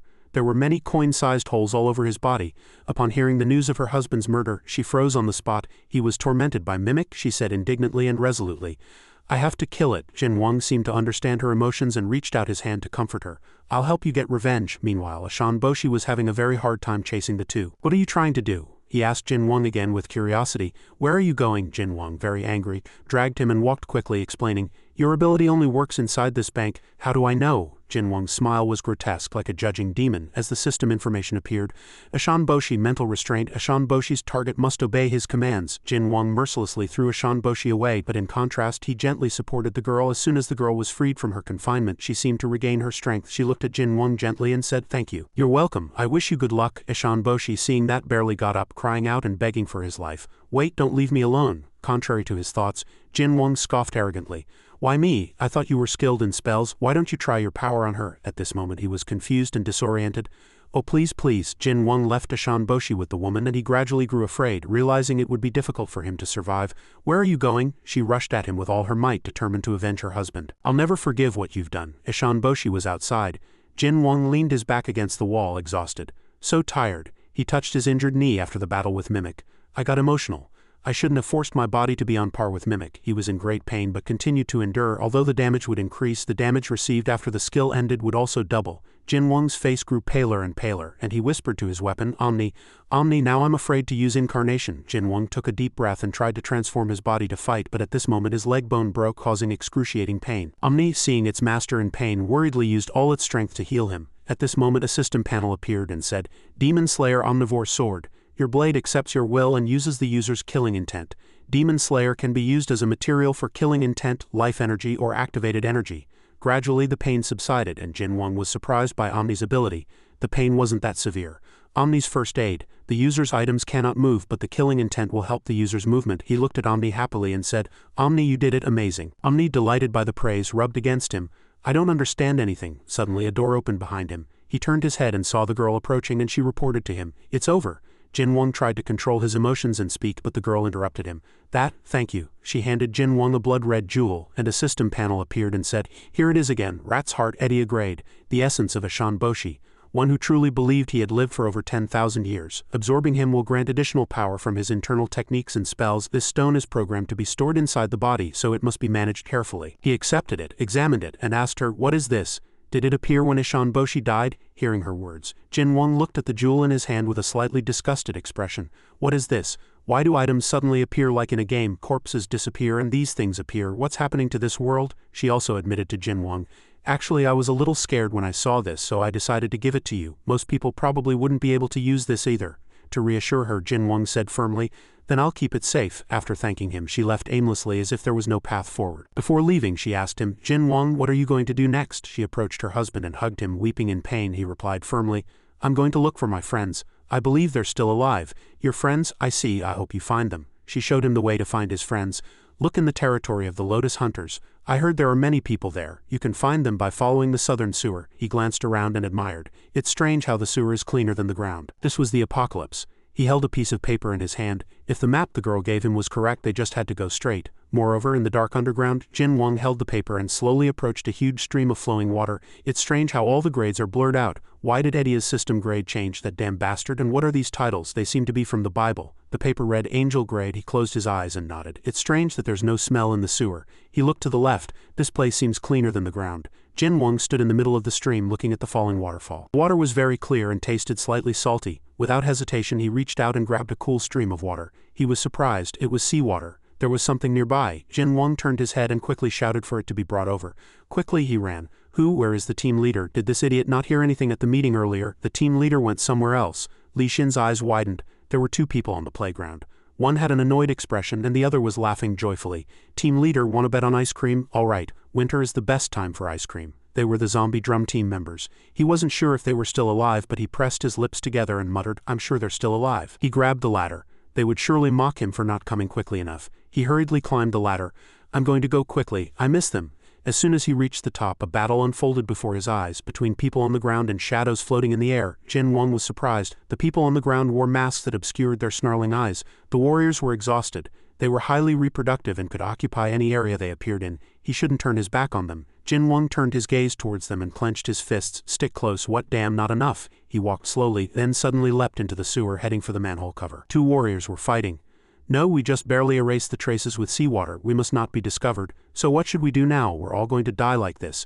Jin Wang stood behind them and asked, "Should I help?" The female warrior was still facing the fight, turning back, and the male warrior looked at him in surprise. "The man in the suit, did the team leader send him?" "No, that person came out of the sewer." He stood in the middle of the desolate city with one hand on his hip. The two were surprised. "What did you say?" The masked man grinned maliciously and snarled. The warrior looked up, pale with fear, and said, "We're truly screwed. Even the sewers aren't safe." "HMPH, that's why I told you to be careful." He closed his eyes, rubbed his face, and tilted his head.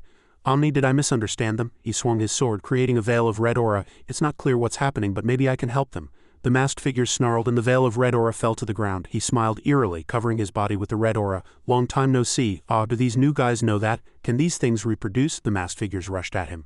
A sword was in his hand. "The attack is too simple." He approached, continued to attack, and swung his sword. As he landed, they were struck and fell. He lowered his sword. There was blood and corpses on the floor. He tilted his head. "HMPH, weaklings, aren't they?" There were still many masked figures in the air. Jin Wang looked up from above. One rushed at him from behind. "Ha, now they even know how to plan an attack." He turned his head and sneered. His eyes glowed red.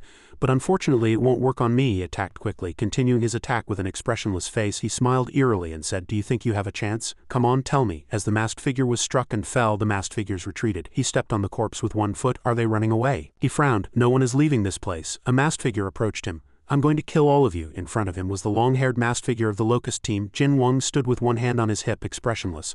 "Oh," the masked figure solemnly greeted the long-haired masked figure. He pointed to the ground, which was surrounded by a red aura.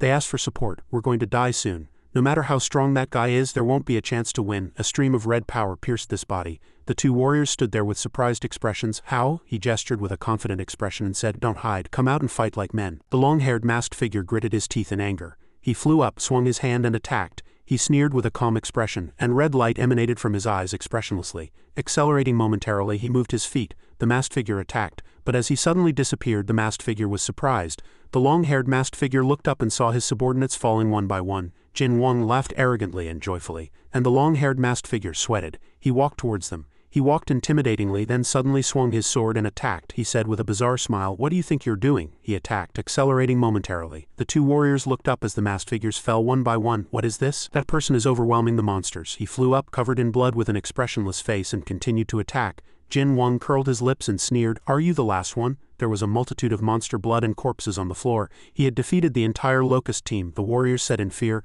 "That person, who is that person?" He had even dealt with their leader. He turned his blood-stained face. "Sorry." The girl quickly covered her colleague's mouth. "Isn't there a place to wash here? I'm sorry, but there's not enough water." The two sweated and gave a thumbs up. "Of course there is." He followed them with a flustered expression. "This way." "Phew, this idiot has no tact." Underground, he followed them down. "Why are they walking so fast?" he frowned. Moreover, since he didn't know the way, if he couldn't catch up, he would lose them. He probably needed to get closer behind the warriors. He raised his hand and the warriors said in fear, "Sorry, we're almost there." He turned his head. In the air, a faint pink light appeared. "No, I didn't mean that pink light." "HMPH, what is this light?" He was surprised. The surroundings were filled with pink light and the light flew towards the people ahead. The people ahead ran. "Team leader. Is everyone okay?" Jin Wang looked at them. "Not sure, we're on our way back." That person was surprised to see Jinho looking at Kong Jinho. Dongho saw Jinho. "Jin Wang, HMPH, who's the man in the suit?" Dongho joyfully ran towards him. Jin Wang helped Dongho. He hugged Jin Wang. "Long time no see, I thought you were dead." He looked at him, his face pale. "I can't breathe. Nice to see you again. Why were we discovered so late?" Jinho frowned unpleasantly. "Hey," he trembled in Dongho's arms. "Kong Jinho, are you doing well?" "HMPH, are they your team members?" Help Dongho let go of him. Jinho extended his hand to him with a serious expression. He let out a sigh of relief. "Thank you for saving them." The two shook hands and he smiled joyfully. It's all right, I just happened to be in the same place as them." Jinho frowned at him with an angry expression. "What, you were in the same place? Why?" "Well, what's wrong? I came here because it seemed like there were a lot of people," that person said with an unpleasant expression. "What did you do before?" Dongho grabbed his shoulder with an awkward expression, and he pushed his hand away with an unpleasant expression. "Jin Wang is a good person. Remember when he saved me in New York?" "HMPH, why are you looking at me like that?" Jinho pulled him. 5 years have passed. Now we don't trust anyone, you idiot. "But if that's the case, our Jin Wang," that person irritably raised his voice. "Our Jin Wang. Have you forgotten that he's a member of Heiini's unit? What if this guy is that damn battalion commander's person?" Dongho pressed his lips together and thought. Dongho reached out his hand to him and looked at him. "Our principal, what's wrong? I'm so glad everyone's alive." Dongho smiled innocently. "He doesn't know anything, he's not their person." Jinso frowned angrily. "Have you forgotten all the suffering that trash put us through?" The man in the suit was smiling maliciously, and under his hand were countless people. Heiini, the principal of Heiini High School Training Camp, is currently the commander of the Provisional Liberation Regiment. Having returned to Earth early, he became the leader of a group of returnees. Based on his experience, he created a massive organization known for its strong cooperative capabilities. In front of the building was a skull, and by monopolizing resources that were depleted by the destruction of the Earth, all those who did not belong to that organization suffered. He clenched his fists and stood before everyone. "Thank you very much for your help, but I need to make sure." Dong-ho scratched his face curiously behind Jin-Wang. I haven't been back to Earth for long, so I don't need to worry about that. Kang Jin-ho sneered. You think I'd believe that? No one has survived there for over a year. He looked at him seriously with an expressionless face. Why don't you believe me? The woman at the bank said so too. You were at the bank? Dong-ho desperately shook him. Ishan Boshi and Mimic were there, weren't they? Everyone who goes there becomes their slave. Jin-Wang had his shoulder grabbed. Hey, stop shaking me. He held a glowing red jewel in his hand. Look at this. Jin-ho took the jewel and examined it. He rubbed his shoulder tiredly. What, isn't this just a stone? I got it after killing Ishan Boshi. That person's face turned pale and he sweated. I can't believe it. That rat is immune to physical damage, but Park Jin-Wang wouldn't lie about something like this. That person returned the stone to him. Does that mean the first thing you did after 5 years was kill Ishan Boshi? To be precise, the woman who was with me killed Ishan Boshi. That person was surprised. Champion Arena. Jin-ho rubbed his chin, thinking. That person grabbed his hand. That person pulled him and ran. Come with me quickly. Where? Footsteps entered the basement. Wait a minute, why are you in such a hurry? Jin-ho handed him a backpack. We need to get the upper hand before the principal notices you've appeared. You'll need this. He hugged the backpack and frowned. The upper hand, what are you talking about? Tell me. That person put the backpack on his shoulder, turned his head and looked at him with a flustered expression. While Ishan Boshi was dead, other places were in chaos, but we still have a chance. What are you talking about? That person turned his head and frowned. Emergency medical supplies. Now that Mimic is dead, the bank is safe. The convenience store near the bank must be empty. For the past 5 years, we've been struggling with a lack of supplies. That person frowned, and behind him 2 people were being treated. Many people were injured or dead. Jin-ho extended his hand to him. Do you want to help? 2 hands clasped each other. Of course. He grabbed the chair with his hand. A fat man in the suit rested his chin on his hand and sat in a red chair, smiling maliciously. Depart immediately. The soldiers saluted solemnly. Understood. He rubbed his chin and said, I knew the locusts hated contact with seawater, but the man in the suit stood in front and masked figures flew down and landed. I never imagined they would drag seawater into the sewers. He tightly gripped the back of the chair. Amazing. The fat man stood up straight, gripping the back of the chair, his face filled with a malicious smile. So I must take control of that place. As I always have. Brown Shoes walked strongly over the blue water. Jin-ho followed with a flashlight and behind him was Jin-Wang. He glanced at him. Kang Jin-ho, you've changed a lot. You weren't this serious when we last met, he said with a serious expression. I only care about my team members. Nothing has changed. Jin-ho smiled. He closed his eyes helplessly. He says that, but he's carrying 4 bags. He really seems to care a lot about those close to him. Jin-ho walked with a large backpack on his shoulder. He followed him, and since he wasn't sure what he thought of him, the girl with tied-up hair and the long-haired girl stood in front of him. We want to go too. No, don't go there. That way he could distance himself from them and confirm if he was telling the truth. He said cheerfully behind him, Hey, be honest, you're not Kang Jin-ho, are you? I've never seen you this smart. Jin-ho held the flashlight in his mouth and climbed the ladder. How many times do I have to tell you I had no choice but to adapt to survive these past 5 years? He looked up at him, climbing from below. Come on, follow me quickly. After climbing this ladder, it's the main entrance. Flustered. Wait, you damn bastard, are you angry? Hurry up. Jin-ho pushed up the manhole cover with one hand and climbed out. The city was empty, devoid of people. He walked up quietly. Is that person really dead? Jin-Wang followed him, knelt down and looked at him. See, there's nothing. Do you believe me now that I killed that rat? He ignored his gaze. I believed you from the start. You're good at lying too. The 2 entered through the door. He passed a mirror. Jin-ho turned his head and looked at the mirror in surprise. He placed his hand on his shoulder. Hey, look at this, you idiot. The 2 looked at the mirror together. Look, you didn't notice anything. Jin-Wang was disappointed. All right, don't make fun of my height. He got very close to his face. That's not what's important. What's important is your appearance. So what? It's still the same, isn't it? Of course, exactly the same as 5 years ago. He unpleasantly pushed his hand away. What are you talking about? Jin-ho said with a serious expression. Most people returned here after several years, so no one noticed. The flow of time in hell seems to be different from here. He placed his hand on his shoulder and he showed a scornful expression.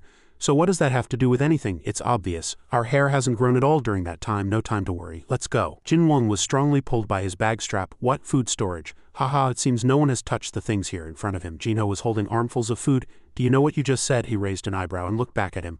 I asked because I don't understand anything. He continued to pack food and he also packed clothes. Jin-ho happily looked up and laughed loudly and he bent down and hugged his backpack. So good, so heavy. All right, so we need to come here a few more times. Jin-ho nodded with sharp eyes. Wait. 15 minutes later. Jin-Wang smiled and in his hand was an even bigger backpack. He looked at the large backpack with an expressionless face. This much should be enough. The 2 looked at each other. Are you sure you can take all of this? Let's just take what we need. Let's go. The 2 exited the door. He went down into the sewer first. I can't wait to see their happy faces. He smiled softly. Jin-Wang and he went down into the sewer together. He bared his fangs and smiled. So good, Park Jin-Wang, I'm sorry for doubting you. He had been thinking seriously for 5 years. If Kang Jin-ho had changed so much in 5 years, what about the others? He looked up and asked, do you know what the others are like? He didn't turn his head. If you mean your team members, I don't know. He lowered his head with a disappointed expression. All right, he suddenly looked up. But that person glanced behind him. The idiots at the base will know. He showed an excited expression. Really? That person turned around. And I heard news about An Chung-ho and the horned girl. Horned, are you talking about Son and Staff Sergeant An Chung-ho too? At least 2 people are still alive. The pink-haired girl walked on the destroyed road.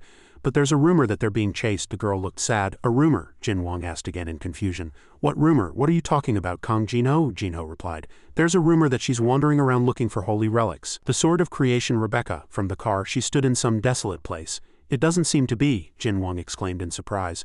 The sword of creation. Cha's expression was determined. I need to go to Busan after that. She entered deep into the area again. On Jin Wang's side, Jinho explained to him. The rumor says that to get the sword of creation you need to find 5 other holy swords. Jin Wang was curious. If you find them all, do you get a wish or something? Jinho, I don't know. Anyway, Son seems to be looking for it too, and so is someone else. At these words, Chung was startled and paused, exclaiming, Son, you're looking for me? And was immediately teased by Jinho. Haha, you hit the nail on the head, didn't you?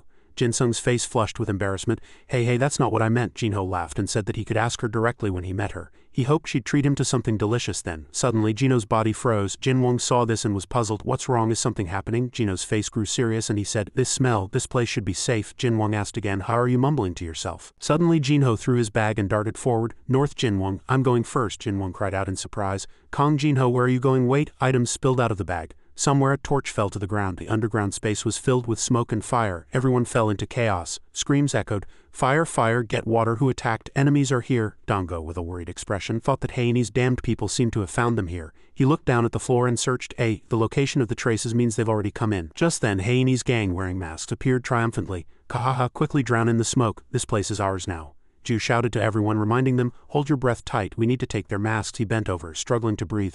Hi, I can't breathe, my head. The torch had burned out, and Dango became increasingly flustered. The smoke couldn't have spread that far. The smoke grew thicker and thicker in the air. He gritted his teeth and realized smoke is coming from other pipes too, he shouted. We need to get out of here immediately. Someone tried to reassure them.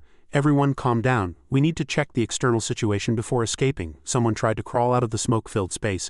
A Heiani squad member sat in front of that person, looking scornfully at the rats crawling out of the sewer. The boy reached out his hand as if to exert power, shouting, Earth be my spear, and the Heiani squad member swung an axe viciously. You've lost your chance to escape, and so, the boy was hit once on the head, spat out a mouthful of blood and then quietly died.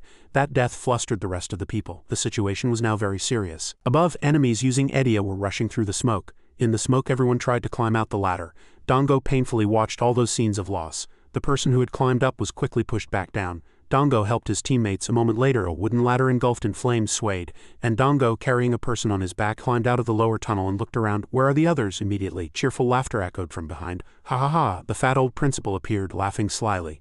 Long time no see, but still the same. Seeing you like this, you should exercise. How did you get so fat? Dango gritted his teeth and snarled, You'd better shut up. The old principal's face turned frantic. Stop, I don't want to cause trouble here. Wouldn't things get more difficult if the locusts appeared now? He shouted. You're trying to take this place from us, aren't you? I won't allow it. The old principal looked again. Where's young Jinho? What a pity, but I think this is a good opportunity for us. How about changing forms now? Dango reached out his hand as if to attack, shouting, I won't let you do that. The old principal scoffed and used the infinite wooden path. Dango fell into a hallucination of walking on a forest path. His feet kept slipping. Damn it, the ground beneath my feet seems to be moving. And then, losing control of his feet, Dango fell face first onto the ground. His eyes twisted in extreme pain. Heiani's gang shouted, Mission complete, retreat. Suddenly a tank started and its headlights turned on. Dango looked up to see the fat principal standing on the tank with his arms crossed, looking down triumphantly. He scoffed, Dango, you always disappoint me. Next time you should bring that Jinho guy, and I'll make you useful slaves. Don't worry about your homes, we'll take good care of them. Dango, enraged, chased after him.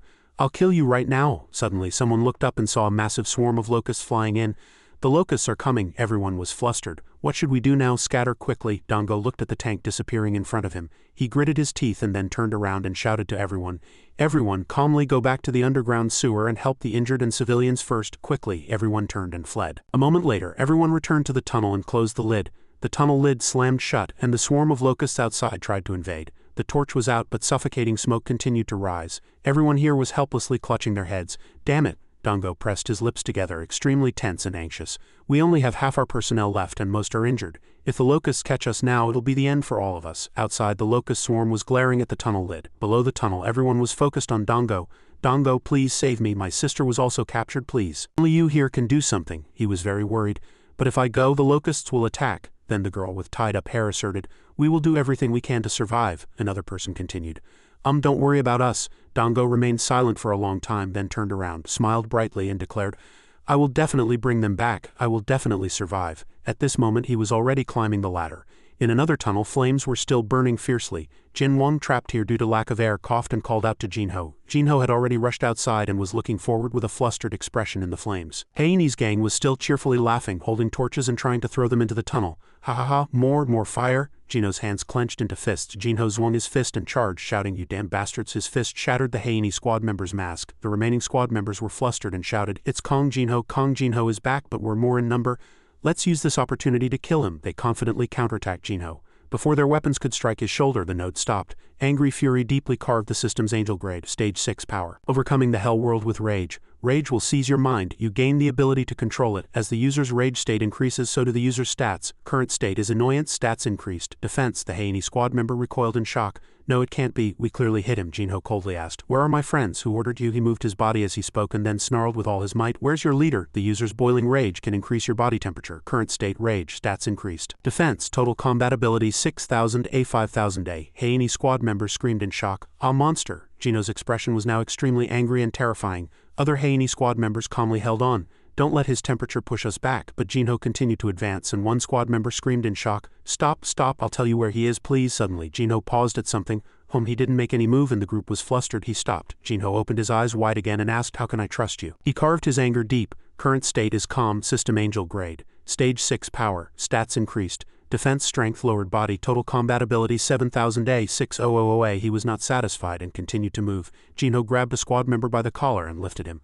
"I'll find him myself. All of you just die." Dango was panting, exhausted, and sweat poured down incessantly. He had finally found the principle. Not only could he observe the locust swarm when at the top of the mountain, but he also only had to worry about those climbing the mountain. Furthermore, the artificial river could block any intrusion. He clenched his fists. "Even though that guy got this place, he still attacked us. I can't forgive him." Dango stood before the long staircase leading to the mountaintop, gritting his teeth in anger. Then he shouted, "This staircase is nothing," and then his huge body charged up and the ground seemed to shake.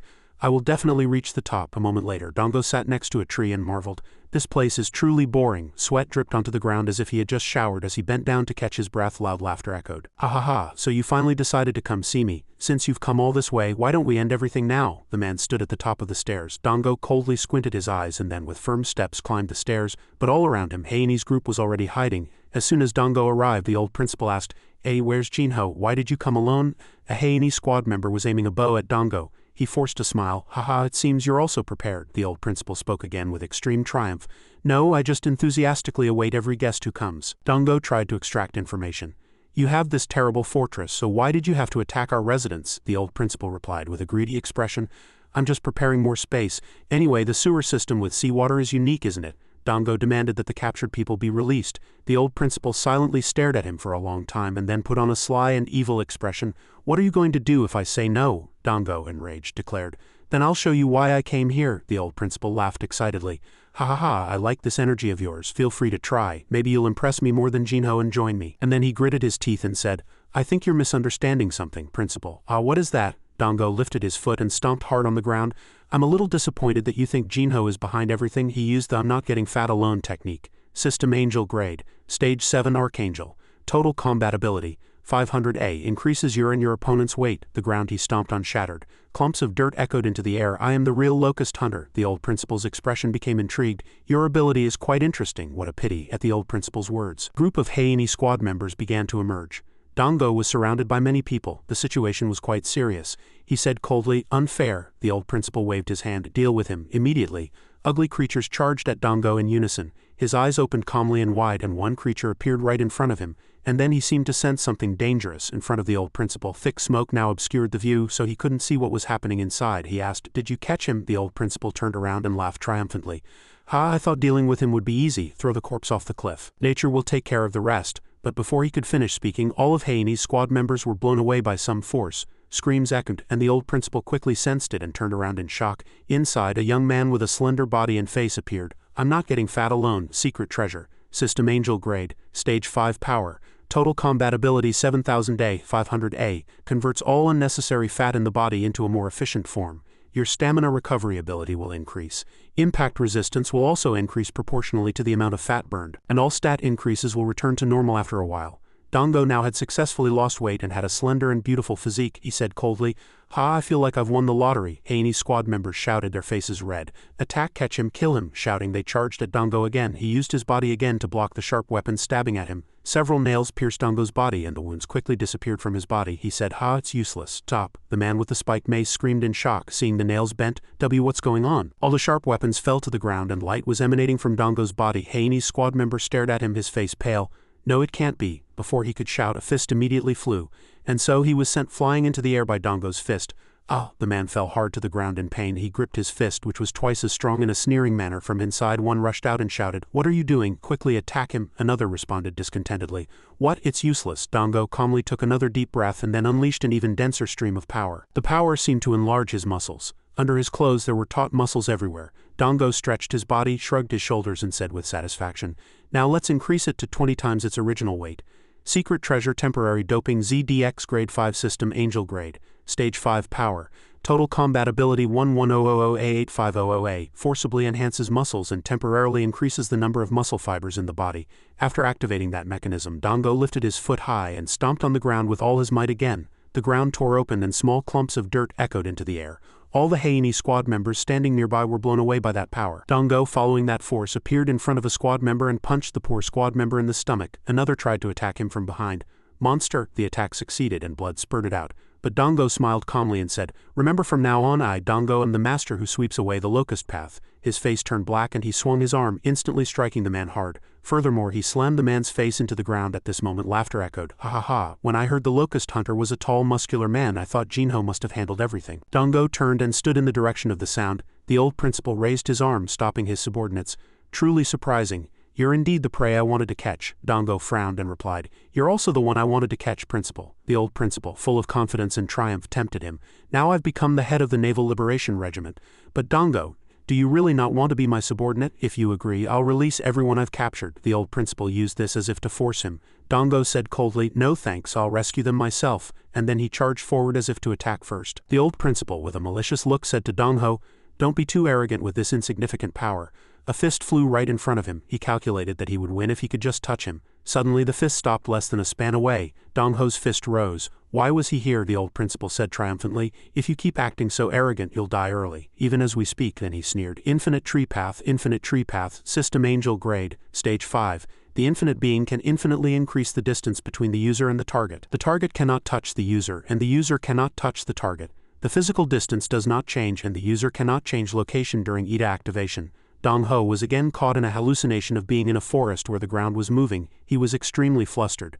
Again, this damned ability. Then Dango stomped hard on the ground, creating a large crack. After that he shouted, "You won't be able to stop me." His eyes flashed like a demon as he attacked the old principal. The old principal said with a sly expression, "It's no use no matter how much you struggle. The distance between you and me will continue to grow." He dodged the attack as he spoke. Dango was extremely annoyed when his fist missed. "Damn it," the principal sneered. "Give up, you'll never be able to touch me." He was about to charge. "I'll never give up." Just then, chains suddenly flew and bound Dango's arm. Dango frowned irritably and looked back. Heiani's gang shouted as soon as they finished binding him, "Pull." They pulled him back with all their might and Dango's power was still gushing out. He snarled, "Everyone get away from me!" With his shout, power exploded and all the people who were binding him were thrown into the air by the chains. After that he was again panting tiredly. Blood was flowing and his body was already trembling. He was so exhausted that the old principal covered his mouth in excitement and laughed joyfully. "You're holding on longer than I thought.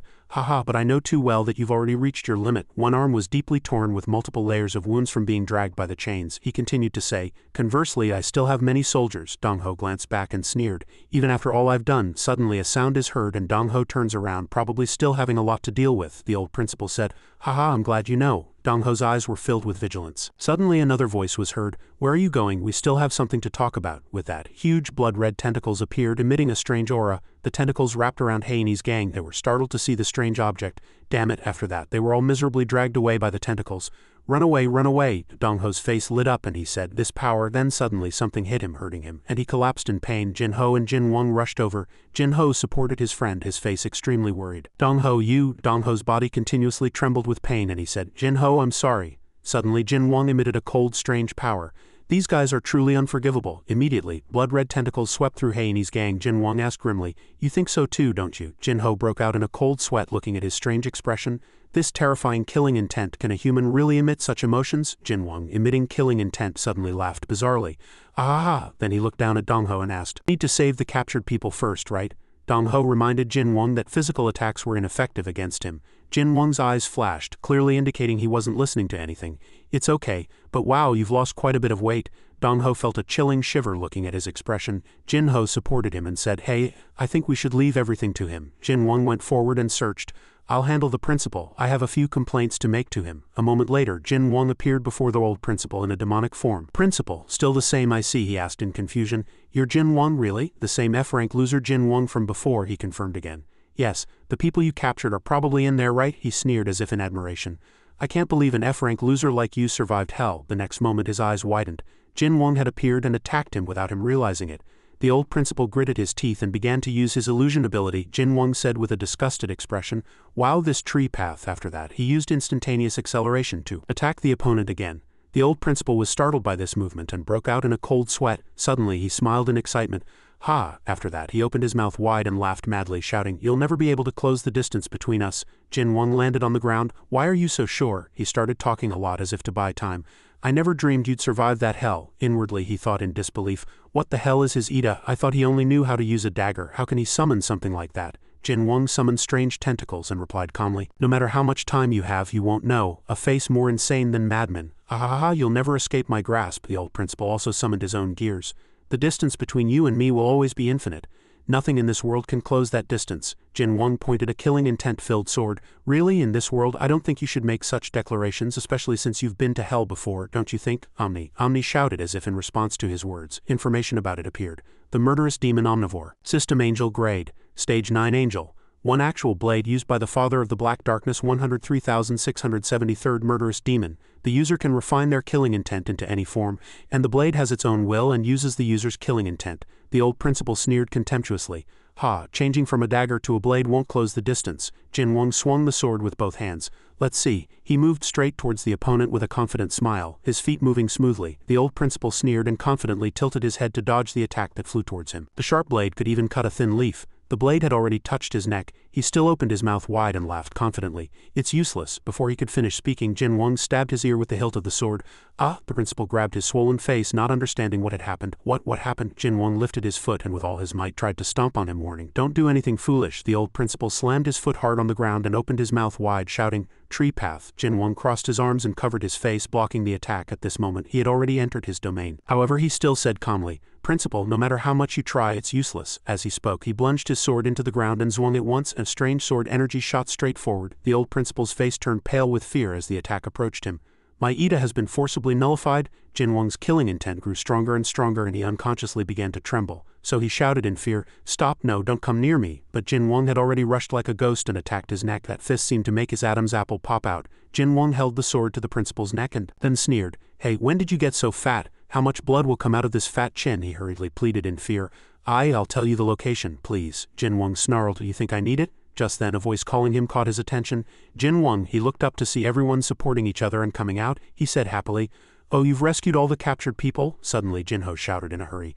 Hey, watch out! The old principal took advantage of Jin-won's distraction to punch him in the face, and at this moment a huge flame was rising. With a shout, everyone moved to the base of the mountain. Run without stopping, carry the injured down. A girl, running, called out exhaustedly, Honey, wait for me. Her sister looked back and urged her. Quickly, the fire is spreading. A Haini squad member approached and called out to the old principal, Commander, we must evacuate immediately. He still gritted his teeth, waiting to see an interesting scene. Haha, I can't leave before I see them die. Jin-ho approached Dong-ho and asked, How is everyone? Have they all evacuated? Dong-ho replied, Yes, they've all gone down. However, his expression was a little uneasy. Jin-ho looked back at Jin-won and said, If we leave it to him, everyone will die. Jin-won looked back in confusion and asked, What did I do? Suddenly a loud noise was heard. Look, the locust swarm is madly rushing into the fire. Jin-won looked at the enormous numbers blankly and said, Wow, that's really cool. The locust swarm gathered like an ant swarm and looked very terrifying. Jin-ho reminded him, This is no time to enjoy yourself. Dong-ho continued. We have to escape quickly too, Jin-won again observed very calmly. Why are you in such a hurry? If we just kill a few locusts, the swarm will scatter. After that he used his blood-red eyes. Blood ghost form family business. Understood. System Angel Grade. Stage 1 Seraphim. 1 Below was information about countless locusts. Abaddon's locust total combat ability. 100A. The user can read the target's status indicators according to an accepted standard. Found it. 1 leader appeared in his sight. System Angel Grade. Stage 6. Commander leading 1,000 locusts total combat ability. 2500A. They were looking down at the 3 people from above and Jin-won said contemptuously, Only 3? How boring. Jin-won looked up and smiled strangely. Alright, want to see something fun? After that he took a combat stance and leaped into the air. He faced the locust swarm alone. He used Predator's Contempt. A strange power enveloped the space around him. With that, huge tentacles shot straight towards the enemy. The sword was also fired with them. The Locust commander was startled when he saw that and said, "What?" Jin Wang still said goodbye with a demonic face, and so in the air the Locust swarm was enveloped by his huge tentacles, forming a single sphere. Having finished his work, Jin Wang returned to the ground. The air was already clear, he said. It seems this side is mostly handled. How about that side? At this time, Jin Ho and Dong Ho were looking for the principal. "Ah, so you were hiding here," he broke out in a cold sweat, looking back, and forced a smile as if to reconcile. "Let's calm down and talk." However, he was instantly grabbed by the scruff of his neck by someone. He shouted, "Wait, damn it, berserker!" Jin Ho immediately threw him into the abyss and said goodbye. As the old principal fell, he was caught by something. What? The Locust started drooling as soon as it saw him, as if it had found a delicious meal. Immediately, a bloody scene unfolded. The old principal's life was over. Scene change. A moment later, in the desolate burned forest, there was still much smoke and dust. Jin Wang was waiting by a tree stump. Jin Ho came and reported, "The fire has been extinguished. The abducted people are also safe." Jin Wang smiled brightly and said, "Really? I told you I could do it." Jin Ho was speechless. "When did you say that?" Jin Wang innocently feigned ignorance. "I'm hungry. Is there anything to eat?" Jin Ho was helpless but could do nothing. "He's changing the subject now." Dong Ho hurriedly ran in front of him and said, "Well, you look really tired. Go back and rest quickly." Jin Ho cheerfully suggested, "Okay, let's go back and cook what we just saved." Dong Ho kindly helped Jin Wang, supporting his shoulder. "You can lean on me if you want," he smiled and teased. "Hung, what are you saying?" A moment later the two started talking again. "Then was Nurse B there too?" Dong Ho said with focus. "Yes, the nurse was with him," Jin Wang said in surprise. "Then why are you here? The north is dangerous because of Satan, but isn't Busan in the south safe?" Jin Ho sat next to him and explained, "That's one of the few unpolluted places, so we wanted to join too.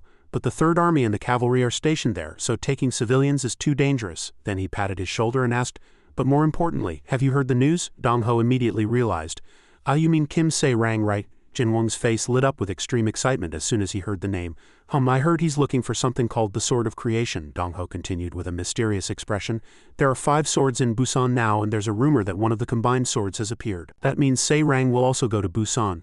And if the Third Army hears this news, they won't stand by." Jin Wang heard this and stood up worriedly. "I have to go." Dong Ho hurriedly grabbed him and stopped him. "Wait, that's a battlefield right now. They're fighting for their lives every day." Jin Wang said firmly, "I have to go. Bomb Dam and the nurse are waiting." Dong Ho hesitated worriedly but eventually supported him, instructing, "All right then, be careful." Scene change. A desolate, ruined building. Jin Wang was looking at the family business notification panel. Understood. Predator's contempt. The user cannot generate killing intent during the cooldown period after the ability is activated. Cooldown 10 hours. As soon as he finished reading, he realized his legs started hurting again. Jack's first healing effect had greatly diminished. Then he put a large backpack on his shoulder and muttered to himself, "Has the invincible Unnie already left?" As he muttered, she suddenly appeared behind him. "Are you talking about me right now?" Jin Wang said. "Yes, Unnie." He was so surprised his eyes almost popped out. "Ah," she smiled brightly and waved her hand. "Don't we meet again too quickly?" Jin Wang also said very happily. "The invincible Unnie is still here," she explained. "I was about to leave, but I saw you coming. Oh, and of course I saw your cool performance against the Locust." Jin Wang was about to say haha, but suddenly stumbled. The invincible Unnie hurriedly supported him and said, "Are you okay?" Jin Wang's face was slightly pale. Hee, I'm fine, but I have one favor to ask you, Unnie. Can you grant it?" The invincible Unnie said firmly, "Of course, you're my benefactor after all." He thought inwardly, if Unnie helps I can gather my scattered comrades again. When Jin Wang was still with Jin Ho, he refused. "I'm sorry, but I can't leave this place right now. I have a duty to protect everyone here." Dong Ho also handed him a large backpack and apologized for not being able to go with him. Jin Wang smiled and replied, "It's okay. I'll shoot a signal into the sky, then you can come find me. Bus or eat it. The fortress ahead has been destroyed." The knight's camp. A chessboard appeared and a voice echoed, Someone left a piece. Your command is quite impressive. Hey, how long do we have to maintain this chaos?" In Wang said, baring large fangs. He stood next to a chess piece, and the giant leopard licked its lips and replied, "War is the beauty of command." In Wang kicked the chess piece hard and said loudly, "Stop with that meaningless talk. Aren't you enjoying it? If it weren't for orders from above, I would have crushed their heads long ago." The leopard moved a chess piece next to him with its claw and asked again, "But you don't dislike this regular battle, do you?" In Wang looked up once or twice with an irritated expression and said, "But I'm tired of your words." The leopard appeased him, saying not to rush, that this was the most enjoyable moment. In Wang couldn't hold back and snarled, "I'll give you 3 days. If you can't bring me that trashy guy's head in 3 days, remember, I'll break through that door myself," he declared confidently. And the ground shook violently with the sound of the demon cavalry's hooves. It was an army of 200 million cavalry, system Angel Grade B, total combat ability 100A, appearing when the 6th trumpet sounded. As thousands of demon cavalry rushed forward simultaneously, Jin Wang struck hard and shouted, "Get lost, these pieces of trash." He thought they had retreated in fear, but they charged even more fiercely, and he cursed, exhausted. Damn it, and he was even more overwhelmed by the army's ferocity. Crack today, they were abnormally fierce, and he was truly powerless due to the ant-like army before his eyes. "I can't hold on anymore. I've used Ida for too long. My eyes are closing. When he looked up at the glowing red inverted cross in the sky, if it weren't for that inverted cross my power would have diminished since it appeared. At this moment someone rushed over and urgently called for help. Jong, we're here, quickly return to the squad, she scolded him. You're too late, how are we going to escape now? Temporary repair. Bai's ability was immediately activated. Temporary repair separated and pulled entangled objects at the same time. The ground and surrounding impurities were lifted by his ability. The ability to lift entangled objects without using the body. Limited to a 15 meters radius, consuming significant mental power. Total combat ability 12,000 A. He released all his remaining power and threw everything at the demons. Die. The enemies suffered heavy losses, but exhaustion was inevitable, and his comrades quickly encouraged him. Don't faint, hold on, Bai. Across the front line a three-headed leopard commanded all the demon soldiers, snarling in anger. Kim In-wong is still waiting for me, so I need to speed up the territorial invasion. It turned out this was the third monster from Daniel's book, System Angel Grade Bahanium. All creatures that hear the third monster's roar fall into a state of absolute submission. However, resistance capability varies depending on the target's mental power. Immediately, everyone was affected by his ability, showing worried expressions. My body won't move. Damn it, isn't it because of that damned leopard? The leopard smiled triumphantly. Killing you is too boring. I need to increase the compulsion level. He raised his hand and instructed. White Knight, stop it if you can. Fight, fight, ignoring all reasons, kill the enemy. In the distance several warhorses fiercely roared at his command and rushed towards Bai Wang's allies. His comrade helplessly asked, Jang, what do we do now? Jang calmly said, everyone retreat. Immediately he used all his remaining power to throw impurities, dirt and stones at the charging warhorses. A few fell, but suddenly his comrade shouted, they're stepping on the corpses and coming. But at this moment Jin Wang's life force seemed to have truly surpassed the warning level. He tightly closed his painful eyes and groaned, damn it, my vision is blurring. But his comrades' calls for help continued to echo. Bai Wang, they've appeared here too, I still can't move. Jin Wang, please save me. Jang, faced with this situation, could only continue to encourage himself. Hold on just a little longer. If I collapse here everything is over. With all his strength, Jin Wang cast his technique again. I told you to get lost, you pieces of trash. At this moment, Jin Wang appeared on the battlefield. Wow, what on earth is happening? But in an instant he grasped the situation and made a judgment. Predator's contempt is only effective on targets of a lower grade than himself. Furthermore, Kim In-wong is likely still somewhere. Considering the one resonance possibility, it's dangerous. If the fact that I've returned is revealed and Satan or other monsters appear, it'll be dangerous. He slowly unpacked his bag and thought inwardly that he needed to hide his identity. This means he can't use Bai Wang's bones or unleash his killing intent freely. In other words, he needs to limit the use of omnivore and predator's contempt. I have to fight with only my body's strength. But I can't just stand by and watch after coming all this way. Opening his bag, he took out a mask and put it on. Not far away, the leopard also noticed Jin Wang's appearance. He used instantaneous acceleration to jump into the demon horde and delivered a powerful kick. Landing, he leaned on his arm and said coldly, "Get lost, I won't say it twice." In-wong again madly rushed into the demon encirclement and rampaged. He said triumphantly, "Fighting barehanded isn't bad either." The leopard, watching him, snarled in anger. To dare interfere at this moment, that guy is really lucky. But at the same time, Jin Wang also began to worry from his side. My body is getting tired faster than expected. On that side, Jin Wang's comrades cheered with joy. It's an ally, he's only one person, but he's really strong, we're saved. Jin Wang. But contrary to expectations, he was very wary. We don't know who that person is. Don't let your guard down, you damn bastards. Suddenly, Jin Wang jumped up, almost reaching him, and said, "It's too dangerous to stay here any longer." Jin Wang landed in front of Jin Wang and greeted him with a joyful face. "Nice to see you again." He tried to continue speaking, but immediately a huge net covered his entire body. He struggled but couldn't move at all. Jin Wang merely looked disgusted at the sight. He still didn't understand what had happened. Wait a minute, he hadn't even finished speaking when Jang snatched the net. He grabbed the net and his clothes hole and lifted him. He struggled and shouted, "What's wrong? I came to help you." Judging by his expression, he still didn't seem to trust him, and he added loudly, "We're on the same side, I tried to make everything better. Didn't I save you?" Jang irritably clicked his tongue and ripped the net off Jin Wang's body. As soon as he was freed, he flailed his limbs and scolded Jang. "Hey, how could you do that? You were going to throw me off a cliff." Despite the scolding, he didn't pay attention. Just then, someone reported that the enemy seemed to be retreating, and he looked tired. He ignored Jin Wang and replied to that person, "It's okay, let's go inside."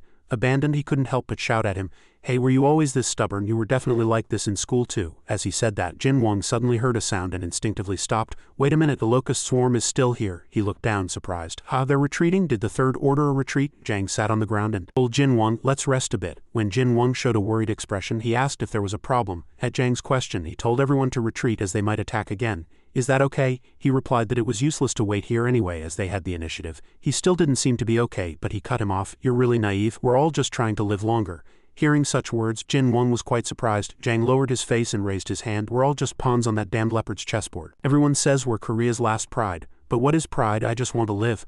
Below near the beach there was a base. Hearing his words he couldn't help but think that the current situation was very desperate. If it were me, I probably would have collapsed from exhaustion. The two sat and rested without a word.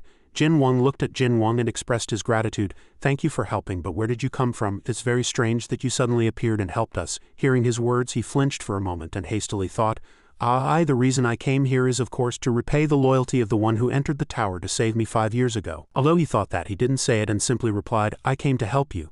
Zhang still stubbornly asked where he came from and didn't ask what he came to do. He hastily turned his face and he gradually lost patience. If you don't tell me, how is that different from a spy? Hearing that, he hastily retorted, I'm not a spy. Seeing him, he went from speaking to being disheartened.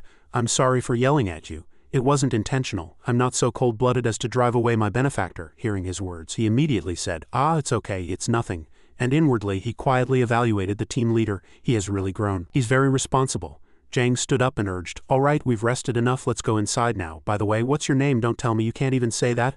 At the sudden question, he merely clutched his neck and was flustered, not knowing how to answer. Fabricating the lie, nameless savior, wouldn't that be cooler? Like a wandering hero.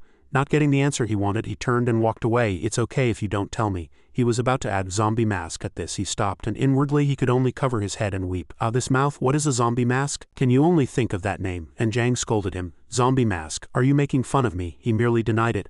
No, that's not it. He sighed. If you don't want to say your name, just be honest. It doesn't matter much. He continued to try to redeem himself, but the situation was not going his way. He continued to walk without stopping. All right, let's go. He hastily ran and called him from behind to wait. He walked in front and didn't understand why he was complaining so much. Thinking that, he turned back and asked if he was hurt. While he was still surprised, he said, seemingly unconcerned, we have a healer. I'll take you there. As if grabbing a lifeline, he replied happily, that's great, thank you. And inwardly he thought, thank goodness. Zhang led Jin Wang down below and he continued to look up. He reminded him not to look too closely. That's the armory. This is an important location for the fortress. He smiled. Yes, I saw you put effort into defending it. Seeing his cautious smile, he seemed to have seen another form. Noticing something, he hastily asked, what's wrong? Did I say something wrong? He lowered his head and hastily turned away. Nothing. Although it was a little hard to understand, the two continued to walk. After walking for a long time, they arrived at their destination. The two stood in front of a house and when the door opened, he opened his eyes wide in surprise. This was because Ahong was before his eyes. She opened the door. Zhang, who did you bring? Bai Wang introduced him. Let me introduce you. This is the only hope of this fortress. Seeing the woman, Jin Wang unconsciously felt a sense of familiarity. The healer said tiredly, it's been a long time since we had a new person. At the nurse's interest, Jin Wang unconsciously recalled memories of her. His teacher, who was always radiant and neat, now wore ragged clothes and had dark circles under her eyes. She must have suffered a lot, but such thoughts were cut off by her worried words. Oh, looking at your body, you're seriously injured. The healer said confidently, I was a school nurse before. If you take off your cloak, I can treat you. Jin Wang hastily waved his hand. Wait a minute. Jin Wang retreated again. Don't come near me, he thought inwardly. Teacher Ah Kong has treated me many times. She'll recognize me if she sees my body. Teacher Ah Kong asked quietly as if it were strange. But why is this person like this? Seeing the patient, Teacher Ah Kong hastily reassured him. I won't touch your mask, so don't worry. Jin Wang continued to explain. It's just that I'm really sensitive. Ah Kong laughed awkwardly and helplessly asked Hun Jin Wang, what's his name? Bai Wang replied indifferently, zombie mask. At the healer Zhang's suspicious expression, Hun could only honestly explain, it's true, he said it himself. Ah Kong still couldn't believe it and asked Jin Wang's zombie mask. At this he covered his face embarrassed. Just call me a passerby, please. Only after Jin Wang sat down did she calmly say, alright, and I'll maintain my distance and treat you as you wish. The healer asked again. Are you ready? Jin Wang slowly took off his cloak. It was an intermediary in the form of a wild yam. The cloak absorbs half of the damage. When the intermediary is removed, the wounds double. When he took off his cloak to receive treatment, Jin Wang had to endure immense pain and damage. But thanks to the healer's strong regenerative ability, he quickly recovered his strength. He deeply thanked his old teacher's kindness. Teacher nurse, thank you. In the hopeless fortress, Ah Kong looked at Hun as if asking for permission. After getting Bai Wang's consent, she replied to him, you can just call me Teacher Ah Kong. Jin Wang replied politely, yes teacher. After that, Jin Wang rechecked his health. At this rate, all his wounds would heal in one day. Ah Kong hastily cut off Jin Wang's thoughts and praised him. Zombie mask, your mental strength is truly amazing. Jin Wang replied shyly, really? Ah Kong gently explained, actually it's really hard to recover mental strength right now, so I thought you'd faint right away. Bai also praised him. Not bad. Jin Wang replied to the two of them, it's just that I'm used to the pain. Ah Kong asked Jin Wang again, what are you planning to do next? In front of Bai's suspicious expression he replied, the friend I told Teacher Ah Kong about said there's also an alliance here. Jin Wang also made a tentative decision, so I want to go see it. Before he could finish speaking, Bai lifted all the junk and threw it at Jin Wang, who was flustered. That's you, Jin Wang, what are you doing now? Bai sternly warned him. It's true, if you hadn't been there in that battle earlier I would have been in danger. So I can't allow you to go see it. Jin Wang retreated in fear and replied, I'm not going to take it. I just want to see it, but in this situation, Bai could only apologize. I'm sorry, zombie mask. We can't hand over such a strategic weapon to someone we just met today. Facing their wariness, Jin Wang joked, I don't want to see that guillotine anymore. Just change my nickname. Gang, seemingly not wanting the tension to persist, asked Bun for his opinion. It's okay to show him this, right? No one cares anyway. It'll just attract unnecessary attention. Bai still seemed worried, but Gang quickly reassured him. It'll be fine. He doesn't seem like a bad person, does he? Jin Wang interrupted them. You two talk as if I'm not a good person, Gang asked in surprise. My goodness, how can you say that with a mask on? Gang continued to tease and press him. By the way, why do they call you zombie mask? It's clearly a goblin mask. Jin Wang, embarrassed, retorted, Stop it. Please inquire less about my mask. At this, Bun lowered his guard, stopped using his ability, and told Jin Wang to follow me. The two led Jin Wang to the basement. Gang pointed to a rebar embedded in the ground and said, This is the blade of the Alliance, the zombie mask guillotine, right? The guillotine is the will of the Earth's surface crystallized into an attack. The blade eliminates all living beings blocking its path and can summon the guillotine to execute targets. Jin Wang approached the blade and pressed, So you didn't want to show it to outsiders? Numerous questions jumbled in Jin Wang's mind. The handle is inside and it looks like a razor. A razor? He reached out to touch it, saying, It's more impressive than I thought. He estimated its combat ability to be around 50,000 A. With just this, I can win without a mediator. As Jin Wang's hand was about to touch the blade, Bun quickly stopped him. That's enough, he continued to warn. You really shouldn't touch it. But Bun soon raised his hand and thought, Or maybe I should test Zombie Mask's calculation ability. Jin Wang was puzzled about the calculation ability. Suddenly, a voice startled Jin Wang. Foolish. He recognized it as the guillotine's voice and unconsciously stepped back as he watched it slowly descend towards him. But Jin Wang soon realized it had returned to its original position. Gang quickly reassured him.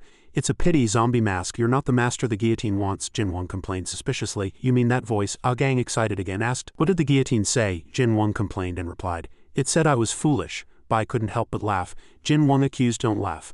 Bai humorously replied. The guillotine likes smart people. Finishing his sentence, Bai put his arm around Jin Wang's shoulder and said, Most people in our fortress came to check their compatibility with the guillotine, but you're the first one it called foolish. He laughed again and teased, Congratulations. Jin Wang glared at the sword again and cursed, Damn sword. The guillotine needs to update the target's coordinates every time it's used. Because of this, Jin Wang simply stated that he would have to calculate the target's coordinates simultaneously with the usage process. So it chooses its own master. Damn it, I thought all I needed was math in school. Jin Wang slumped in frustration, and Gang had to reassure him. Don't worry, the guillotine is pickier than you think. It rejected me too, Jin Wang asked again. What did it say to Ms. Gang? She recalled and replied, It said it was a pity. I think, even though the guillotine appeared when it saw me, the blade didn't drop like it did for you. Jin Wang burst out in frustration. What is this? Is this thing even discriminatory? In his anger, Jin Wang wanted to check what this guillotine was made of. Because of this, Bun had to warn him again. Hey, zombie mask, the guillotine won't go easy on you just because you try a second time. Gang quickly interrupted. Wait, Bai said worriedly.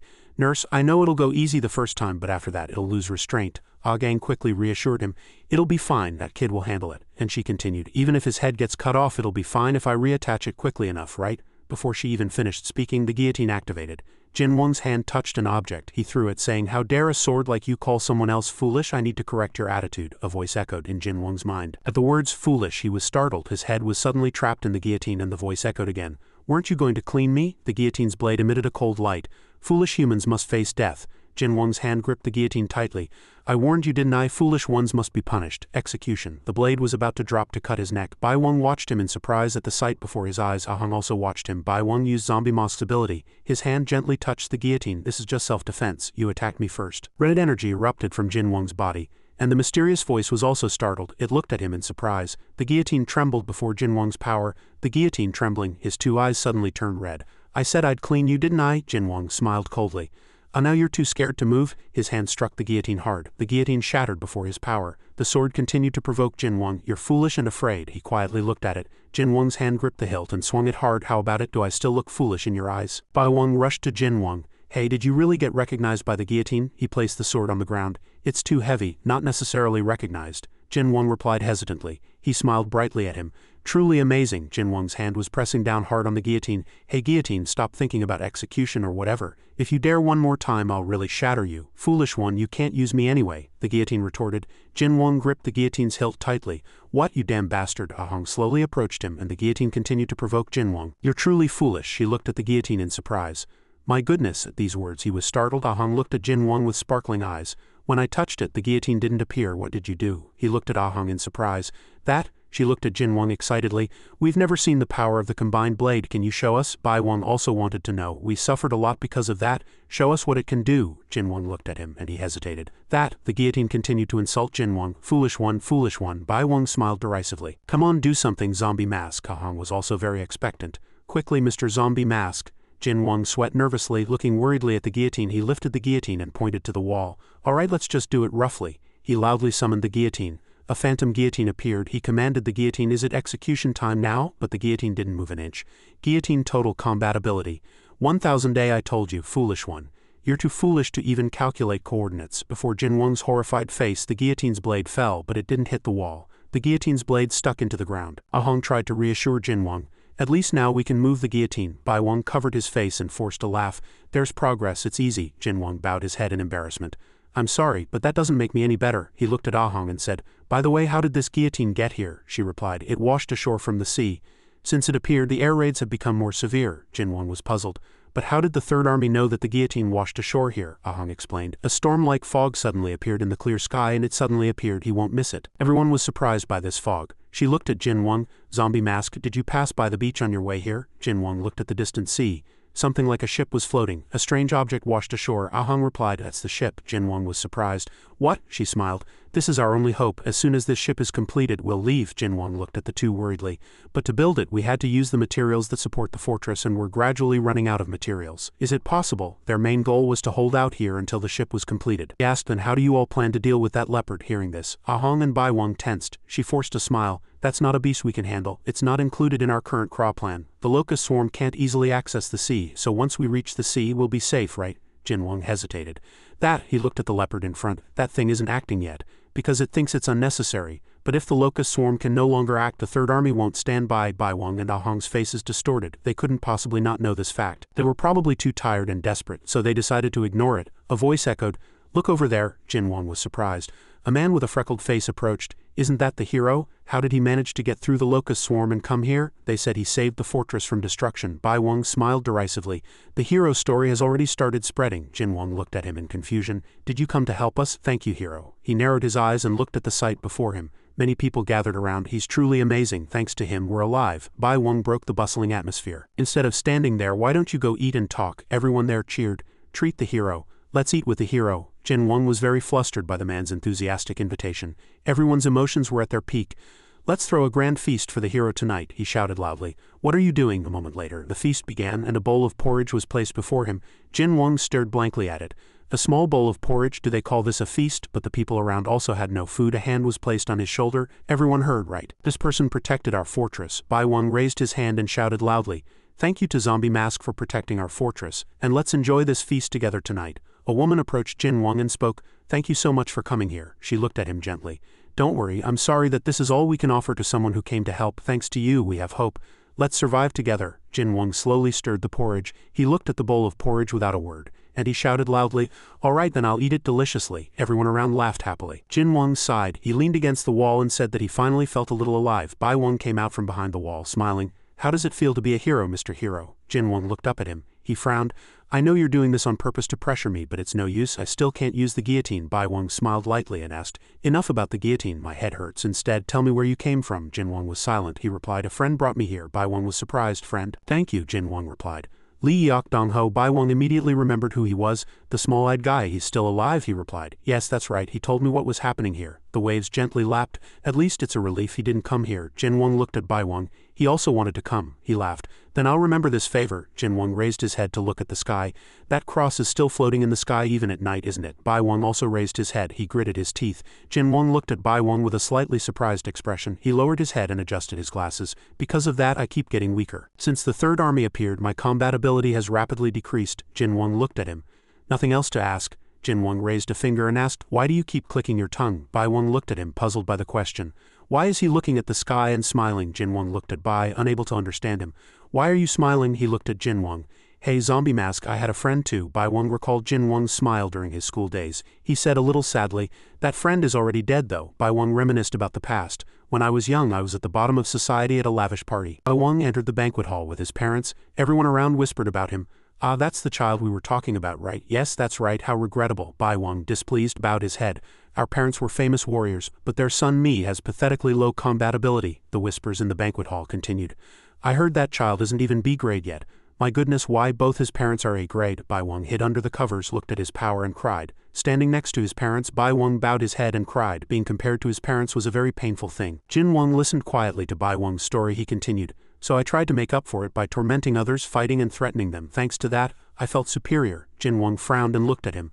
Ah, so that's what happened then. He cursed inwardly. You really are a damn bastard. Bai Wang frowned and looked at him. What? Jin Wang waved his hand. Nothing, Bai Wang continued. And then I met a child. Jin Wang in Bai's story was rushing down the road. Despite being F grade, he resisted critical gazes and lightly brushed them off. Bai Wang watched Jin Wang playing happily with others. He frowned. It felt like a spear piercing my body. Bai Wang's hand grabbed Jin Wang's leg. So I tormented that child even more. He tried hard to drag Jin Wang down, telling him that he was the same as him. Bai Wang scratched his head. Thinking about it now, I probably just wanted to rip off that child's mask. Eventually, Bai Wang learned the truth, and I learned that child was truly a monster. Bai Wang watched Jin Wang fight monsters. He kept getting stronger with a power unbefitting someone with F-grade Ida. His 2 feet stood firmly on the ground. Because of that, my trust began to waver. Isn't the Ida grade system an immutable law of this world? So seeing an F-grade defeat an A- grade, Bai Wang's lips twitched. Yes, that's right. Bai Wang threw his head back and sighed. Jin Wang looked at him. Bai Wang remembered his friend Runhua. The friend he said had died was Runhua. He bowed his head and laughed. That guy talked about that F-grade guy 24 hours a day. Li Biang admired Jin Wang, impressed by the way he changed and strived. He then thought that someday he would compare himself to others and tell himself to strive as well. All those cliches. At the story that followed, Jin Wang froze blankly.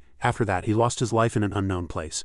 Li Young-won narrowed his eyes and spoke with Byung Ji-jang. When they last met, he delivered a long speech about Park Young's greatness. The hero's face skin fell to the ground. The fact that he lost his life so suddenly and quietly, it was as if his passion had vanished without a trace. It was truly painful, and the passion that had been born from it also disappeared. Jin Wang listened to Li Byung-jang's story quietly. He smiled indifferently and said, "Now I have nothing more to say. After all, I also had a friend who changed me." Jin Wang placed his hand on his shoulder. "You truly had a good friend." Li Sung-wa stand beside Park Jung carrying on Ju Wang's will. Li Byung adjusted his glasses and smiled indifferently, saying, "Not bad. If I could meet him again." Jin Wang looked at Li Byung's actions and asked, "You keep touching your eyes, are you alright?" He leaned against the wall and said, "The heavier I lift, the more it hurts. The doctor doesn't know why either. It might be stress or something like that." A drop of water fell on the sand. He looked up. "Ah, it's raining." Li Byung stood up. "Let's go inside." But Jin Wang grabbed him. "Wait a minute. I still have one more question." He looked at Li Byung and asked, "How did you build this fortress?" He replied, "We tried to contact the Illuminati." Jin Wang was surprised. "What's the Illuminati?" Li Byung replied. "They are hordes from the underworld. I heard some of them are half-bloods." Jin Wang still didn't understand what half-bloods were.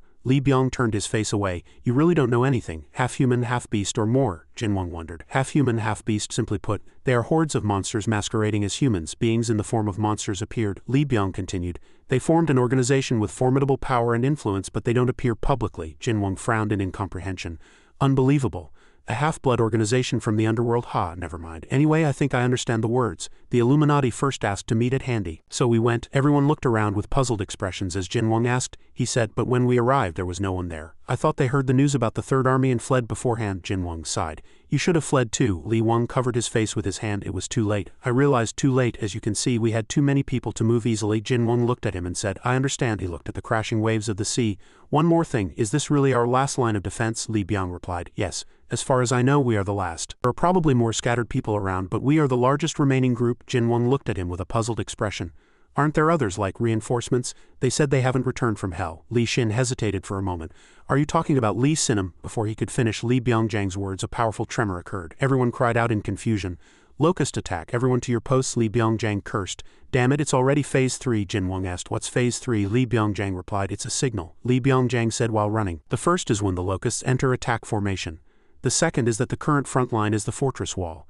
The third means the fortress wall is breached." Jin Wang looked at him and said, "This place has never fallen before." His 2 eyes widened. The Third Army snarled, looking at Jin Wang.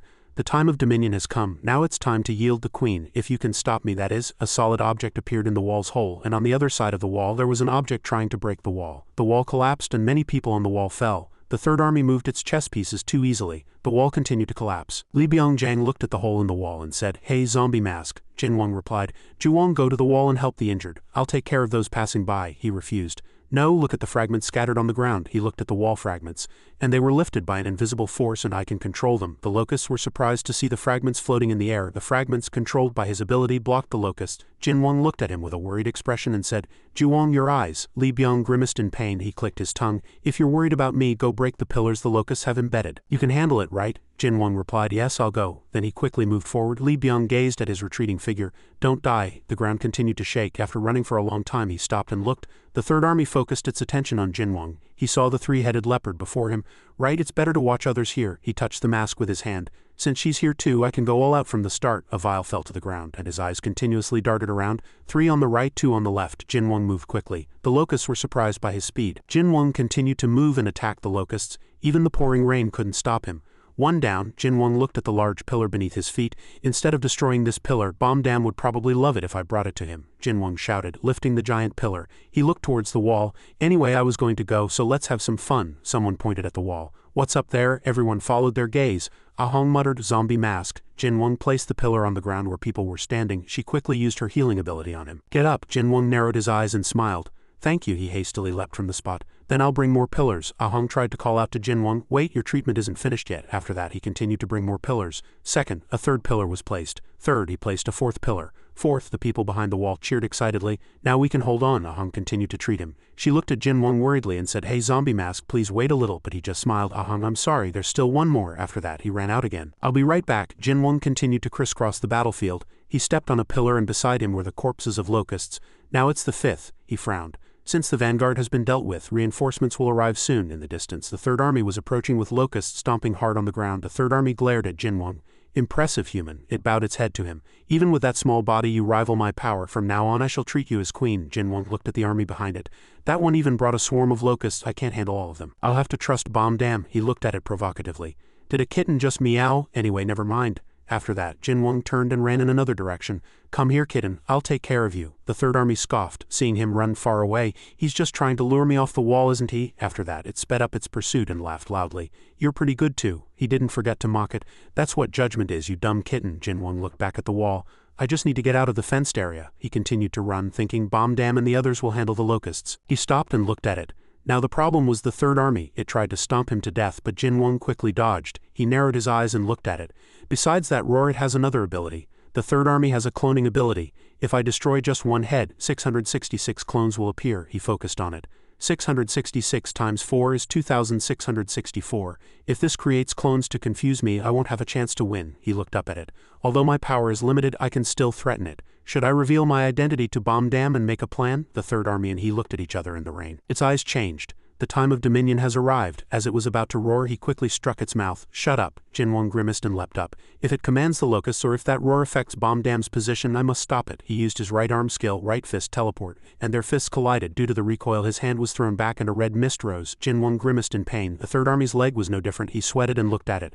"My right arm is numb from just one punch." The Third Army's heads looked at each other. But it was the same for it. Jin Wang continued to charge. "If both of us are injured, I'm clearly at an advantage." He used the blood ghost form skill. "I see you." This skill prevents the opponent's recovery ability. The Third Army laughed loudly. "Well done. Where did you get the courage to say such a thing?" Jin Wang stomped hard on its head. "You keep babbling about being a queen or whatever, but I have no intention of playing a chess game with you." He continued to stomp hard on its head. Next, Jin Wang unleashed a barrage of attacks on the Third Army's heads. "Did you think I'd let you keep screaming?" He paused for a moment and looked back. One of the Third Army's heads was looking at him. The head in the back. Jin Wang retreated. "It doesn't seem to be trying to roar." That means he looked up at it. "That's it." Jin Wang scoffed. After that, he leapt high. "Hey, fourth head, since you're the only one not saying anything," he tucked his legs and said, "You must be the main body, right?" Thud. The fourth head was silent for a moment, then said, "Dominion isn't bad." The fourth head suddenly opened wide in his surprise, but it was still not enough. A man emerged from its mouth, brandished a sword, and rushed at him. Jin Wang hastily blocked it with his hand and he was thrown far back. Sliding across the ground, Jin Wang grimaced in pain. "Damn it, I wondered where you were hiding." He looked at the one hiding in the Third Army's mouth. "So you were there." In Wang slung the sword over his shoulder. "I was trying to take a nap." He laughed coldly. "You woke me up with your noise, didn't you?" Jin Wang frowned. "Kim In Wang," he shouted at it. "Third Army, are you going to move or not?" The Third Army retorted. "It's hard to fight when you're inside my mouth." In Wang looked at it angrily. "Fight, Third Army, don't forget why we're here." The Third Army looked at him unpleasantly. Right, I need to truly dominate, I know. One leaped from its body, then get ready. He looked at him excitedly. I'll deal with that masked kid, the fourth head replied. Understood. Third Army, initiate separation. Many Third Army clones appeared around the battlefield and then rushed towards the wall. Jin Wang said coldly, stop. In Wang blocked him and said, don't go so fast. He looked at him and smiled. That masked kid reminds me of someone. I need to see what's under that mask, Jin Wang inwardly cursed. Damn it, if Kim In Wang acts like this, Hey Fortress will fall. The Third Army clones and the Locust Army approached the wall. Byung Wang frowned, looking at the creatures below the wall. What are those? A Third Army clone flew over the fortress wall, and everyone assumed a defensive stance. He looked at them. Small but still a part of the Third Army, it was hiding this cloning ability. Byung Wang looked at the Third Army clones in despair. With this power, they can overwhelm us at any time, he gritted his teeth. So it was toying with us all this time, that damned leopard. He used his ability to concentrate and attack. He shouted loudly, throwing debris at the monsters below the wall. Die, you trash. A Third Army clone tried to pounce on Li Byung. He hastily swung his sword to block it. Get lost, you damn bastard. It looked at Li Byung. Too bad, White Knight. I wanted to test dominating you more, he shouted. Stop talking nonsense. Get your hands off my sword right now. He swung his arm, throwing a pillar. Die, Li Byung grimaced. What's going on in there? A clone snatched the guillotine and flew away. He turned pale, watching the clones chasing the guillotine. Several clones holding the guillotine scattered and moved, then suddenly concentrated and pursued the clone holding the guillotine. They were going somewhere. He cried out in horror. No, Li Byung hastily commanded. Quickly get inside. Another person blocked him. Then what about our defenses? He cut him off. That's not the problem right now. The Third Army has re-emerged. Li Byung raised his head with a pale face and looked at it. He cursed. Damn it, an explosion occurred. Smoke billowed. As the smoke cleared, Li Byung appeared, writhing in pain. You damn bastards, that's enough. A warm blue light enveloped Li Byung's body, healing him. He was startled to see Nurse Ah Hong behind him. Ju Wang, thankfully you're still alive. What on earth happened? Li Byung grimaced irritably. The Third Army took the guillotine. No, that's not what's important right now. He looked at Ah Gang.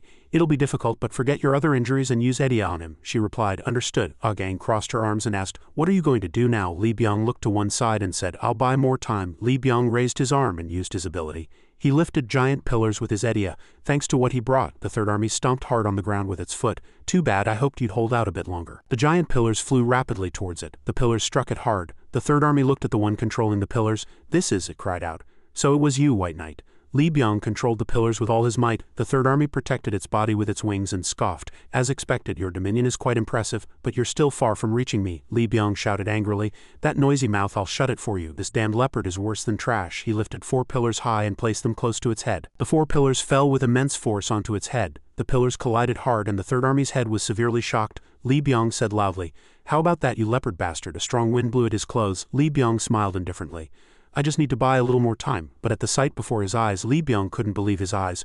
Oh, the Third Army's head was completely undamaged. He gritted his teeth. It's going to be tough, that leopard hide. The Third Army looked at Li Byung, the White Knight, and its 2 eyes turned red. I wanted to test dominating you further, but unfortunately there's no time. The Third Army roared, commanding them to commit suicide. The shockwave from the roar blew away everything in its vicinity. Byung's entire body changed bizarrely. He himself choked his neck with both hands. Byung gritted his teeth and resisted. He screamed. Jin Wang was fiercely engaging In Wang. He looked at Jin Wang with contempt, and Jin Wang dodged the attacks like a frightened mouse. In Wang's skill and strength were far superior to Jin Wang's. Jin Wang dodged the attacks and thought, Kim In Wang's strength is 1 million. He's much stronger than I thought. What should I do? What should I do? Suddenly, he heard the Third Army's roar. Commit suicide. Jin Wang turned his head to look. Third Army's roar. Did it just tell them to commit suicide? In Wang seized the opportunity and swung his sword. Where are you looking? Jin Wang cursed inwardly. Damn it, bomb damn. He hurriedly used instantaneous acceleration and quickly darted away. In Wang looked at his retreating figure in surprise. What is this speed? Jin Wang approached the Third Army. Do you want to roar? He strongly kicked the Third Army's open mouth. I won't allow it. The Third Army was sent flying by the kick. Due to the recoil of the force, his left leg developed a problem. The left leg bone was broken. He hurriedly called Omni. Omni, support my leg. Omni quickly moved to Jin Wang's left leg. He landed near Bomb Dam. Ju Wang. Jin Wang observed the wounds on his body. He's just unconscious, thank goodness. Ah Gang hurriedly used her healing ability to help him. Jin Wang turned his head and looked at her. Ms. Ah Gang. Jin Wang ran towards Ah Gang. Jin Wang held her in his arms and she said, This is my last treatment. Ah Gang looked at him weakly.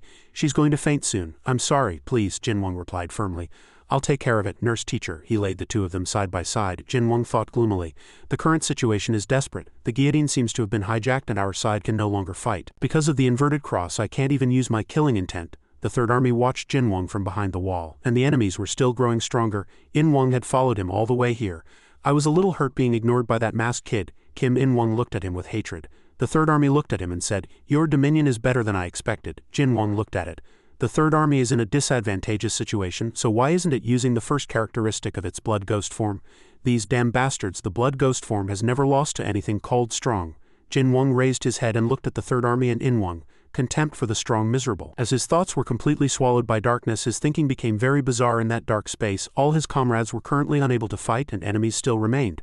But in this situation he felt excitement instead of despair. Jin Wang helplessly held his forehead. Maeda isn't strange. I am strange. Then suddenly, a system notification appeared. First characteristic of blood ghost form. Contempt for the strong. The user has realized the first characteristic of the blood ghost form. The blood ghost form has never lost to those called strong. Current resonance 11. Previously it was 1. After reading these words, Jin Wang's lips gently curved upwards, he thought. But Maeda should naturally be strange. Unlike the blazing red space in reality, Jin Wang was bewildered.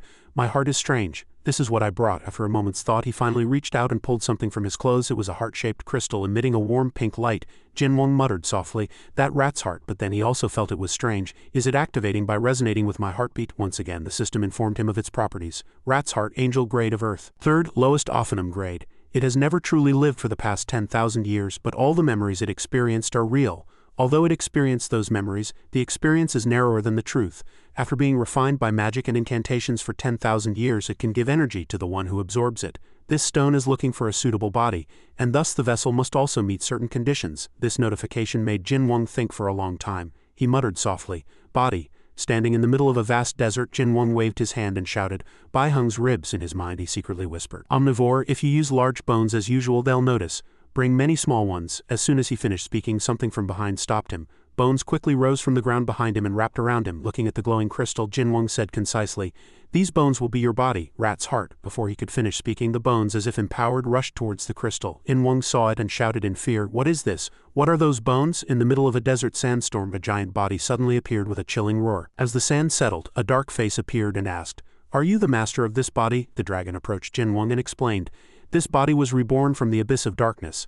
A creature lost in the broken second world, a world of spirits. I feel my heart beating because of you. As soon as his introduction ended, the system also began to inform, Bone Dragon, Angel grade of Earth 3rd, Ophanum grade upper.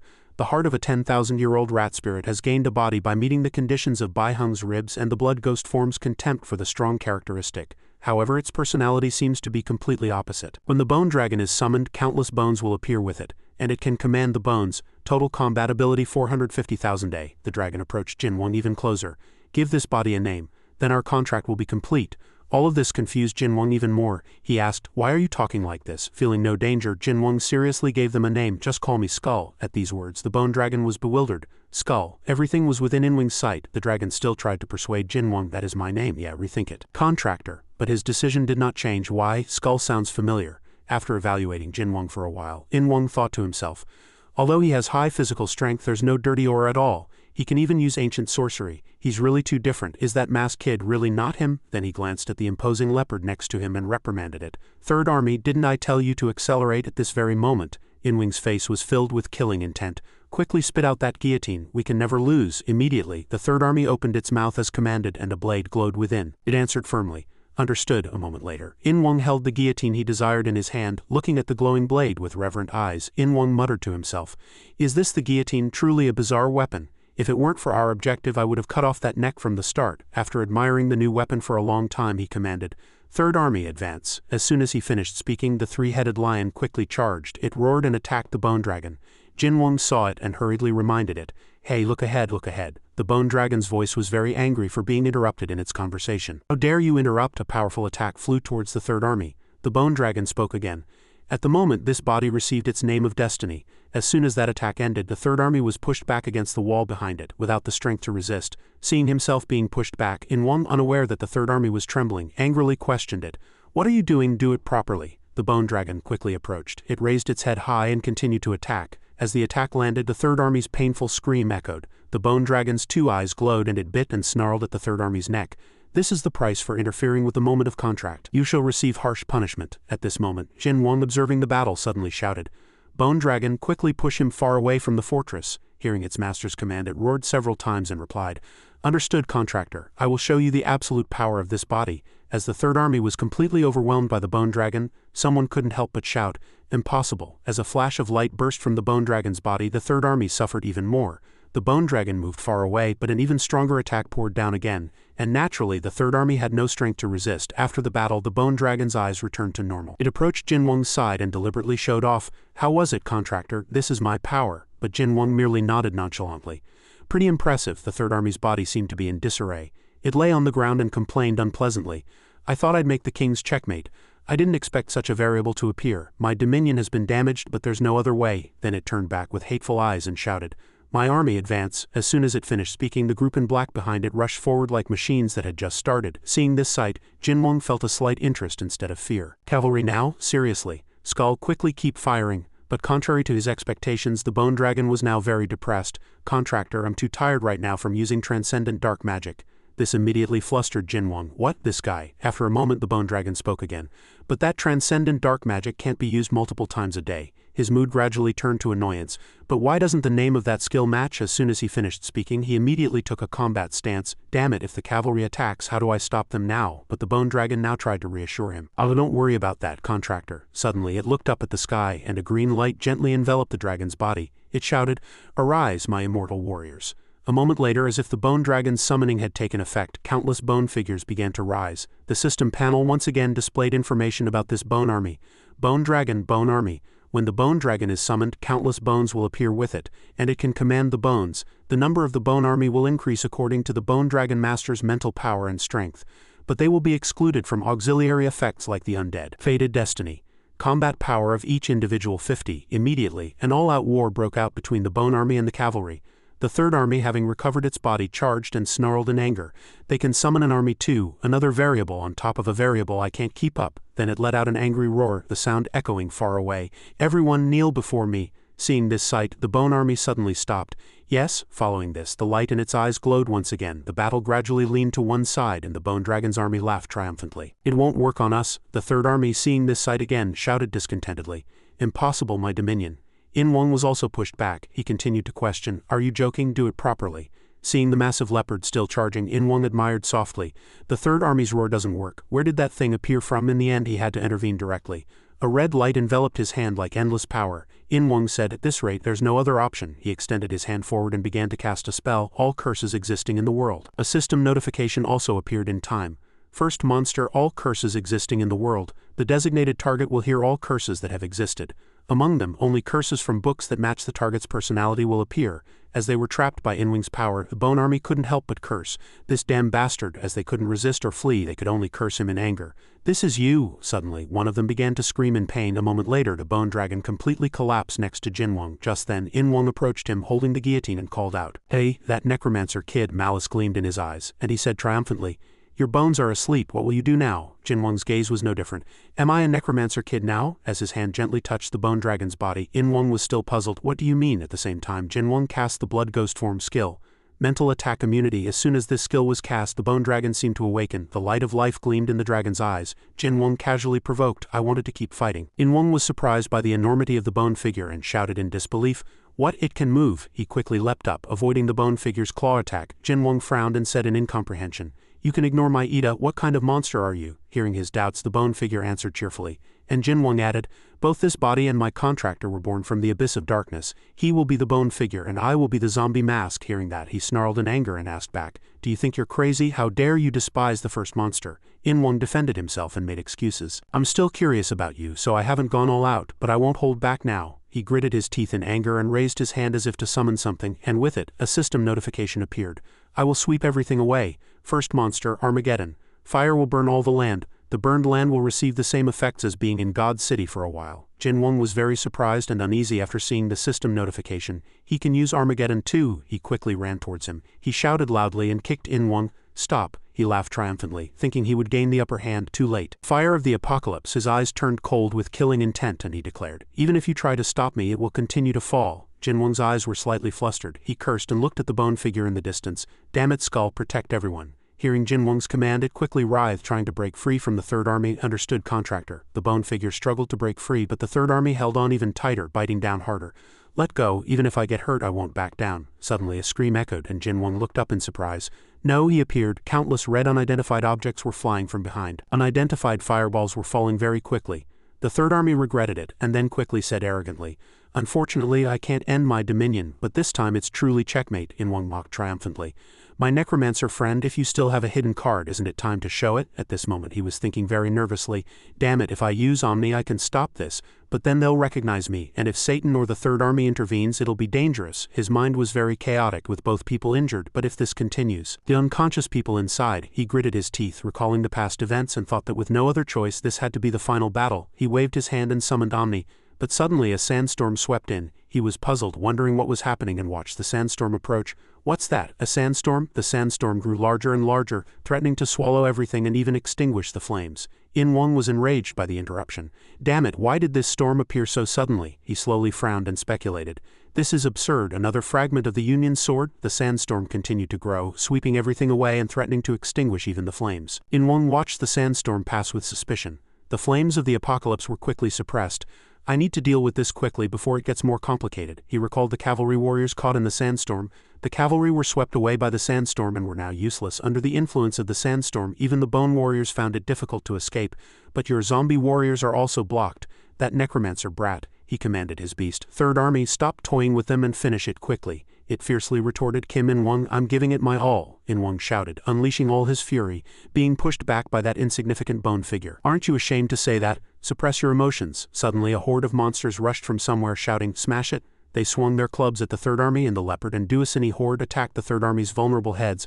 The Duosini grabbed it and swung its club with all its might, shouting, I'll smash you to pieces. Skull laughed heartily, delighted. Even fate helps me. It clawed the Third Army's face and shouted, stop interfering, this insignificant monster. Skull mercilessly gripped the Third Army's head, knocking it unconscious. In Wang looked at the sight before his eyes, puzzled. What on earth are those monsters? He observed them with his eyes. They were Duosini creatures, standing as if waiting for someone's command. Since they attacked the Third Army, they probably aren't his enemies. Duosini Angel Grade. Stage 6 Power. A ghost that likes to smash heads, or a mysterious creature that likes to kill people by smashing heads. They often suffer from headaches. They particularly hate unstable movements, love to smash everything, and are instinctively very violent. Currently absorbing the power of enlightenment through the distorted perception emanating from the demonic Bible, with a forced enhancement rate of 100, total compatibility 900A. They shouted, and Jin Wang was slightly surprised. The captain told us to smash this leopard's head to pieces. In Wang was extremely enraged. Where did these trashy bastards come from? Suddenly, hearing someone's voice, In Wang frowned suspiciously. Watch your tongue. From afar, a sword-wielding shadow emanating magic power glared at him.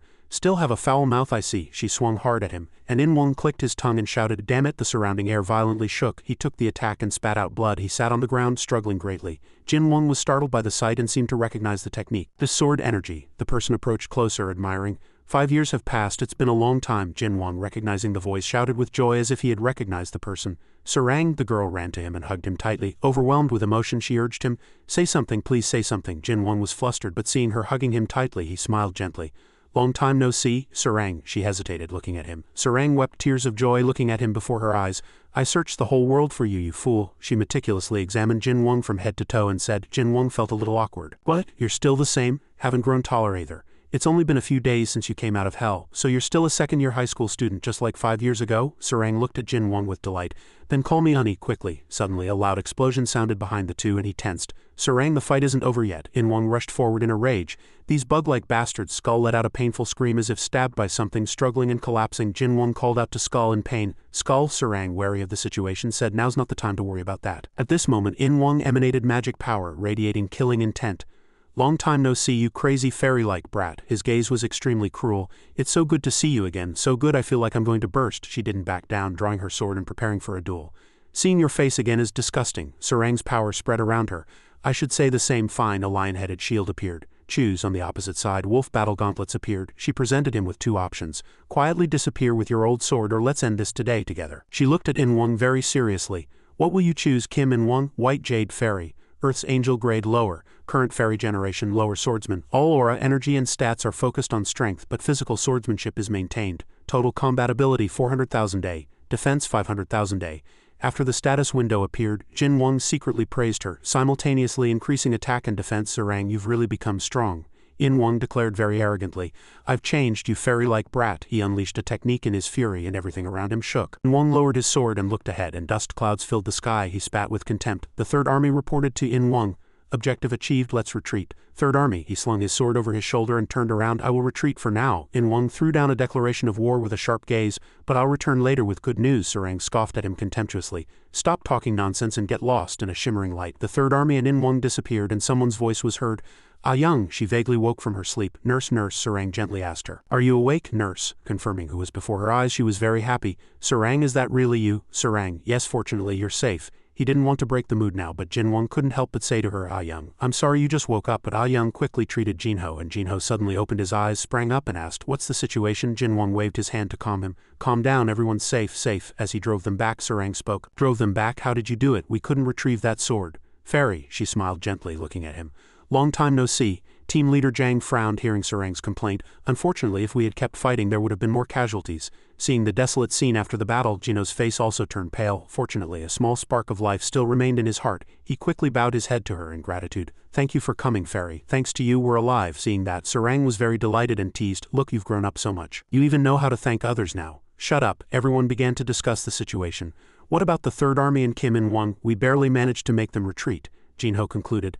That means they might return. It seems it's time for us to leave. Jin Wang casually asked him. After that, Sarang suggested to Jinho, have you decided where to go? I'll hide on a nearby island. Team leader, you go further west. Along that coastline there are more small islands than here. They're perfect for hiding, he said a little helplessly. Honestly, I'd like to. But with so many people, we can't go far. Sarang asked Nurse Ah Young if she had something like a bag. Wait a moment, here it is. She hesitated, grabbing her hair and putting a sword to it. If it weren't for the guillotine, she would have cut it off without hesitation.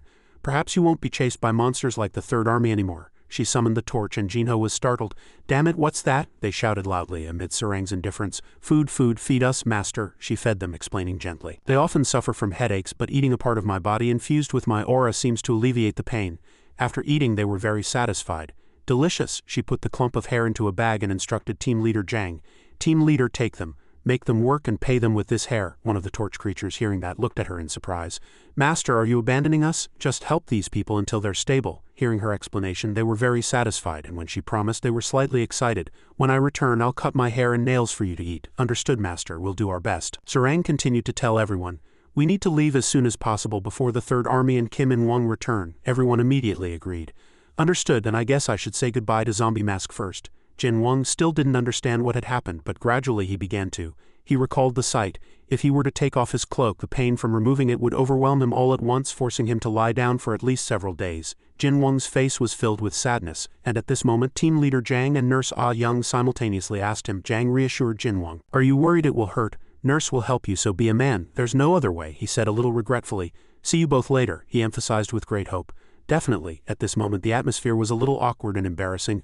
Are you sure? Jin Wang said excitedly. Then I'll take it off, Ah Young. I trust you. I'll do my best. As he chanted, fragments of his cloak fell away and pain immediately followed. Jin Wang said, it's really scary.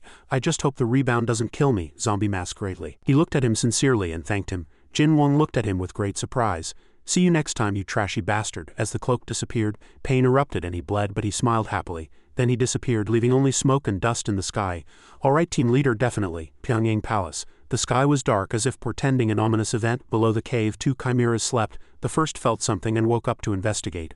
A dimensional gate emitting a golden flash appeared, and the Third Army was returning earlier than expected. It froze for a moment. Four-headed tiger returned with a ravaged body. Third Army, your appearance hardly inspires pity. It snarled at the human.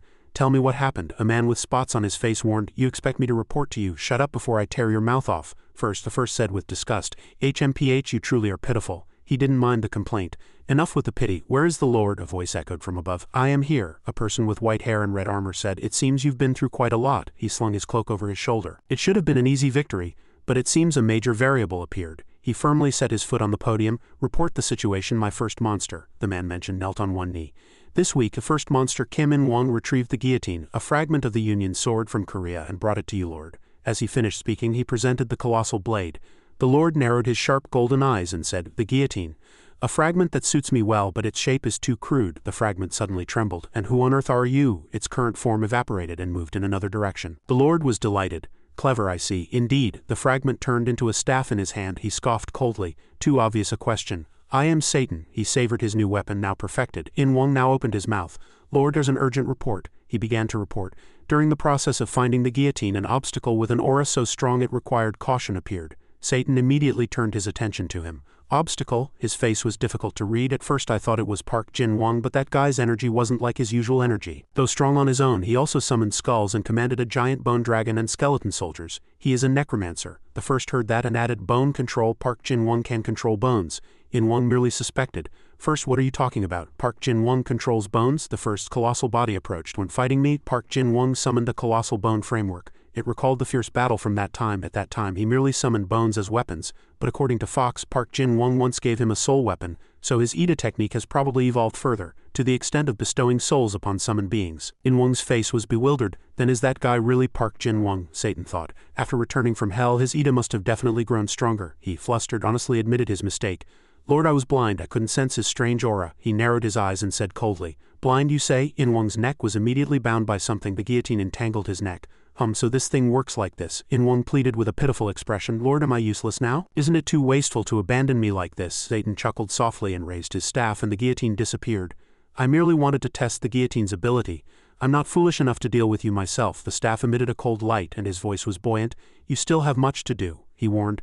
Do it properly this time. And then he sent someone else. First, you will accompany Kim In-won in place of the Third Army. The first bowed its head and faced him. If pity is required of me. On the West Sea coastline, waves gently lapped. Jin-won opened his eyes and felt as if his body was floating in the air. In his eyes, Sarang's feminine yet striking face appeared. You're awake? Ha, Sarang, his brain was still hazy. Too close, he rechecked his current posture. Jin-won immediately screamed and broke free from Sarang's embrace. She expressed dissatisfaction with his overreaction. What kind of reaction is that? He was startled and excited. Why are you hugging a princess? Couldn't you have just carried her on your back normally? Sarang slightly curled the corners of her lips and smiled. I couldn't help it. Her face was filled with affection for him. It was so I could properly see Jin-won's face, which I hadn't seen in 5 years. This position allows me to see you as much as I want. Looks so lovely when he's asleep. But Jin-won's face turned red and he scratched his ear, saying, Where's my mask? A gust of wind brought his mask to him. Is this it? I had it. Jin-won, realizing he was being manipulated, said, Sand? Son asked in confusion. Do you still need to wear that? He looked down at the black mask. This is a temporary measure to hide my identity from enemies, but now I feel an inexplicable hesitation. Jin-won hesitated for a long time before concluding, but now that the zombie mask has probably become their target, I'll have to find another way to hide my identity. He looked up and saw the sand flying towards Son's sword hilt. But what is that sand? Soon the sand coalesced into a giant sand sword. This is the ability of this sword. Information about it appeared under the name Sand Fairy. Earth Angel grade, Bahanium grade 3 is one of the minerals for Earth defense. Its power will repel those who seek to harm it. It can freely control the sand provided by the Sand Fairy. Sand can be summoned and used by the owner. The amount of sand given depends on the owner's power. Absolute Sand Shield compresses sand into the hardest form the user can imagine. Its size varies depending on the current amount of sand, and it can repel all foreign objects intruding from within. Total combat ability 30,000 A, she said proudly. How about it? This is my second sword, isn't it cool? Jin-won sweated and agreed, yeah, it's really cool. In fact, he thought inwardly, it looks more like a stick than a sword. At the same time, he realized that this was what had blocked In-won's attack. Moreover, he had a question. Son, where are we going? Her expression was serious. China. Surprise appeared on his face. China? Son looked at the turbulent sea. That's right, according to the information the nurse gave me, an insect tower appeared in China and an abyssal sea formed there. Meanwhile, something like a fishtail was swaying among the buildings. The person's skin was blue and their lips murmured, Time must continue. The fish-like tail swayed gently in the water. She swam to the shield below the floor. An unnatural voice echoed, Hello, Li Xin. The scarred man raised his head with a nonchalant smile. Have you come to reset the magic again today? She asked again. Are you still not going to return it? He sat stubbornly in front of the campfire. If I return it, we have no future. A sneer appeared on his face. Isn't that right? He called the name of the mermaid before him. Doror, king of the sea. Her purple eyes glowed. Then today you'll have no choice but to face me too. Soulbind, don't use it. Li Xin was isolated within a small target range. Eventually he sighed. How long do you plan to do this? Doror's words, mimicking a human voice, were interrupted. Until you return your friend. Li Xin stood up, bracing himself on his knee. Haven't I already told you? Doror shrugged as if it had nothing to do with her. If you charge with your friend, we can't hold on. A mocking expression was evident on his face, and he specifically said, I can't use my Ida to finish off your friend. The mermaid prepared to move. Li Xin, I'll finish it, he said again, sneering. Didn't I tell you that if I die, your friend dies too? The mermaid's expressionless eyes stared intently at the human. I know why I have to restrain myself. Just then a person walked from behind Li Xin, still with the octopus engaging in a meaningless mental war. That person was a blonde woman with pointy ears and red eyes. You're awake, chap, she said again, as you know because of the guys from the deep sea. Speaking contemptuously, that octopus has no intention of attacking us. Doror was furious the moment she saw her. She raised her hand and electrocuted the water. Doror is still annoying. Li Xin had no choice but to remind her. Chap, don't provoke her too much. Because of the guys outside, we can't fight, Chap grumbled irritably. How long is this going to continue? He reassured her. An opportunity will come. Because before them was a high-level being from the abyss. She was a being called Doror who had escaped the tower by her own will. According to what he heard in conversation with her, she had placed a self-imposed restraint on herself to escape the tower. Abyssal King, Doror, contract prohibition. Once a day, she can place any kind of prohibition on targets she encounters. It is impossible to intervene in the laws of the world.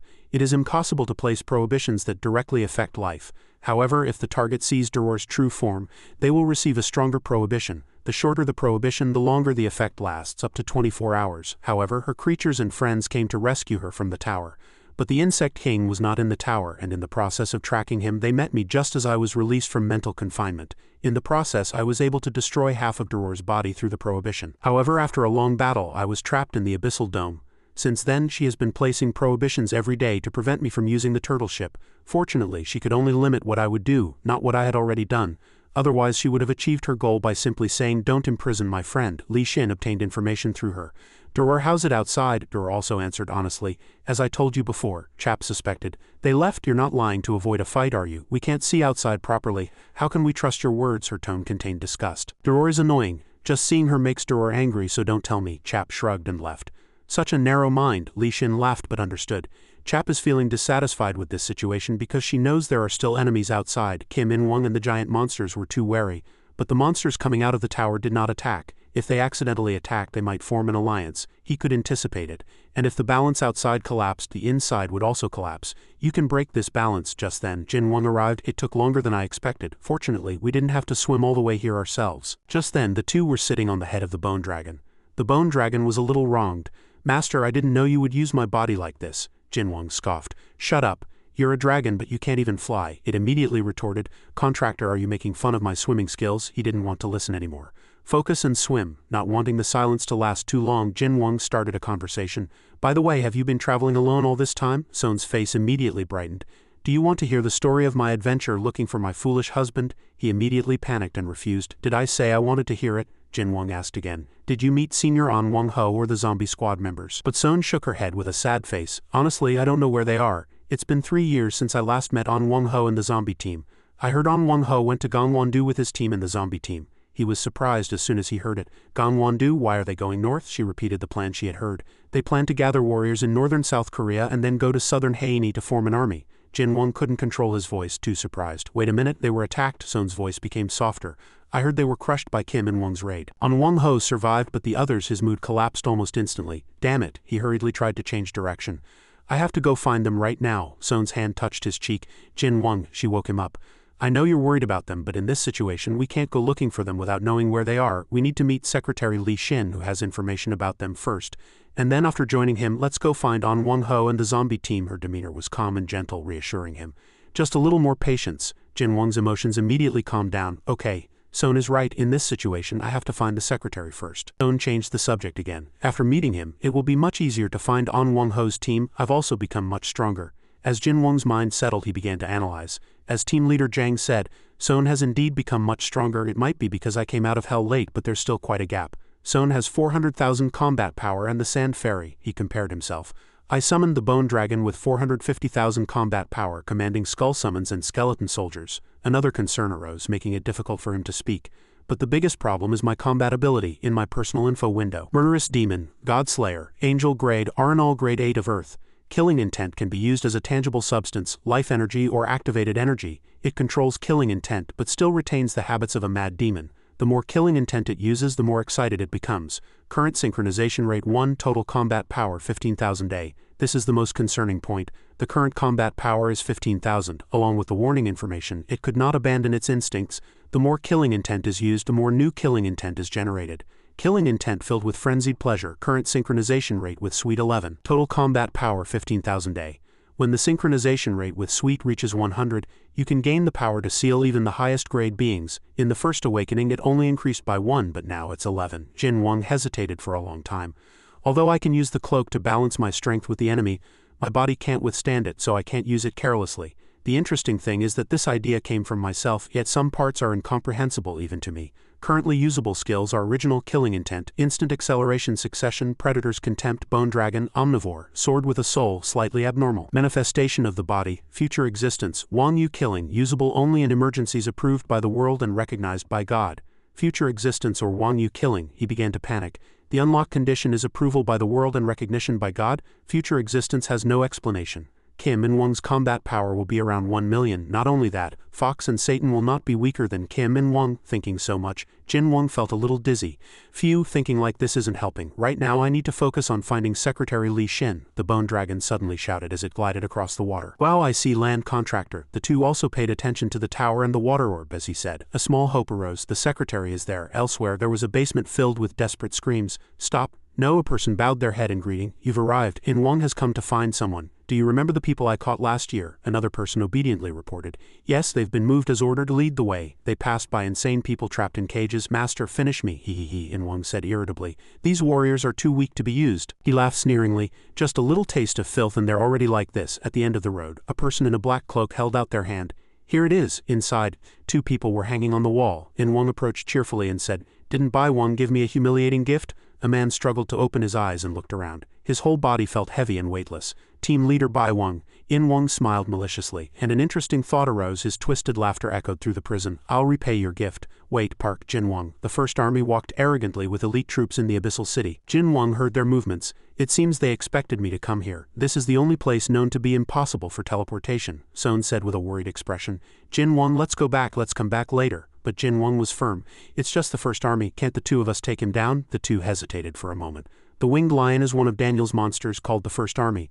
Earth Angel grade, Ophenum grade 3 middle. The first monster, the only one among monsters with a human heart, has unconditional empathy for humans. Empathy senses the target's hostile intent and can act before it occurs. No empathy, non-empathy. According to the Earth Angel grade system, it is completely immune to soul damage. Archangel grade 5 resonance means that physical destruction of the target will inflict the same damage on their soul. Total combat ability 300. She hesitated and disagreed. No, we don't know the situation inside that sphere, so we can't waste power before going in. She was very rational and cautious. What if we use our strength here and more enemies appear? Hearing her words, Jin Wong was also surprised but agreed. Son's analysis is very reasonable. Is this the difference in experience after escaping hell? She added, they can immediately deploy troops. If this is just a precaution, they'll withdraw in a few days. Let's retreat for now and wait for an opportunity after they leave. Jin Wong glanced slightly at the dark blue sphere and eventually compromised. Okay, suddenly a red light flashed next to the First Army. The person appeared with an arrogant smile. It was Kim In-wong. The First Army bowed its head. You've arrived, Kim In-wong, he laughed sneeringly and anticipated. It took some time to prepare. Haven't those damn bastards appeared yet? The First Army glanced and laughed loudly. You've prepared something truly interesting. In-wong's face was a mixture of excitement and malice. Does the First Army think so too? Aren't you curious how those bastards will react to my gift? Then he commanded. Cavalry, form ranks immediately, Son urged. Don't think about it anymore. Let's wait for an opportunity later. Jin Wong suddenly saw something and was engulfed in rage. She turned back and surveyed the situation. What's wrong? What caught her eye were 2 people hanging on a cross. Zombie, unease rose in her heart. I misjudged. Kim In-wong must be certain that Park Jin-wong won't leave if he sees the zombie. Son hurriedly stopped him. No, Jin-wong. But it was too late. Rage didn't allow him to think much and he immediately dashed out. In-wong also quickly saw the figure rushing forward. That's the First Army, he chuckled loudly. Now he can't hold back anymore, can he? Jin-wong landed right in front of them. He gritted his teeth and shouted at him. Kim In-wong, the 2 villains sneered at each other. What's wrong, First Army? Has Park Jin-wong already arrived here? Its tone was contemptuous. He's been hiding in that corner for about 30 minutes. A red aura surged from Jin-wong's body. So you already noticed, and there's no need to hide anymore. The aura surged fiercely, covering a space. In-wong wore a confident smile. Long time no see. That killing intent of death. The First Army showed no fear at all. Truly pathetic. He's almost unrecognizable from his former self. Jin Wong slightly frowned and thought, I need to finish this before the Third Army arrives. He immediately swung his hand, preparing for battle. Appear. Beneath his shadow, sharp skulls emerged. The Bone Dragon appeared majestically. Bone Dragon, Earth Angel grade, Ophenum grade 3 upper. The heart of a 10,000-year-old rat spirit gained a body by meeting the conditions of Bai Hung's ribs and the blood ghost form's contempt for the strong characteristic. However, its personality seems to be completely opposite. When the Bone Dragon is summoned, countless bone soldiers will appear with it, and it can command them. Total combat ability is 450,000 A. It walked forward with a displeased expression. Is it a lion this time instead of a leopard? The operation remains the same, contractor. Jin Wang commanded coldly. Quiet, and summoned the skeleton soldiers. Hearing that, it stomped the ground and cried out, Arise, legions of the abyss! Numerous skeleton soldiers rose, exuding hellish energy. Jin Wang realized this operation needed to be fast. Glad in mode Shadow's Wrath, black tentacles erupted from behind him. Son rushed forward, barely trying to stop him. Jin Wang, you shouldn't fight now, he mumbled softly, looking at her. Son, she awkwardly tried to calm him. Calm down, but he dashed out after that. I'm sorry, because in his mind there was an urge to fight to get his comrades back. Let's go. The bone dragon and skeleton soldiers followed in unison. Old bones clashed instantly on both sides, engaged in fierce combat. Jin Wang targeted Kim In Wang's leader. He still smiled leisurely. I wanted to create a very touching moment, but you hate me, don't you think it's unfair to me? Speed was a sharp blur and purple light emanated from it. In Wang seemed to have another plan. How sad. Then I'll have to play with that fairy-like brat. Jin Wang was puzzled. He ran away. What on earth is he planning? No, I need to save the zombie squad first. Although this would work against him, there was still a chance if he could save them. So he rushed to the two people hanging. Are you two okay? The two faintly opened their eyes. Jinho quickly cut the ropes. It's me, I'm sorry for being late. The two collapsed into him, exhausted. Team leader, long time no see. You came too late. You'll have to apologize to them. I'm sorry, we'll talk later. We need to go to a safe place now. As soon as he finished speaking, pain shot through his body and the poison spread, causing blood to flow from Jin Wang's mouth. The zombie squad was familiar, but now they were strangers. Team leader, it's been a while. How many times should I stab you? Tentacles rushed over, seeing him getting hurt. Jin Wang immediately turned and grabbed the tentacles. Don't harm them. Two knives quickly thrust in and the two stabbed hard and pulled them out. Team leader, after such a long time you're turning your back on us? Then I want to stab you more. Son was startled by the situation beside her. And Jin Wang saw Kim In Wang appear before her with a wicked smile and said to her, Fairy-like brat, his arrogant smile plastered across his face. Shouldn't you be focusing on me? She grew even more annoyed by the sudden interruption. Get lost, Kim In Wang began to lament. Fairy, I let you go in Heini, he shouted. But this time I need to teach you a lesson, it's no exaggeration. He is the first monster, all curses existing in the world. The designated target will hear all curses that have existed. Even curses recorded in books will pour upon the target.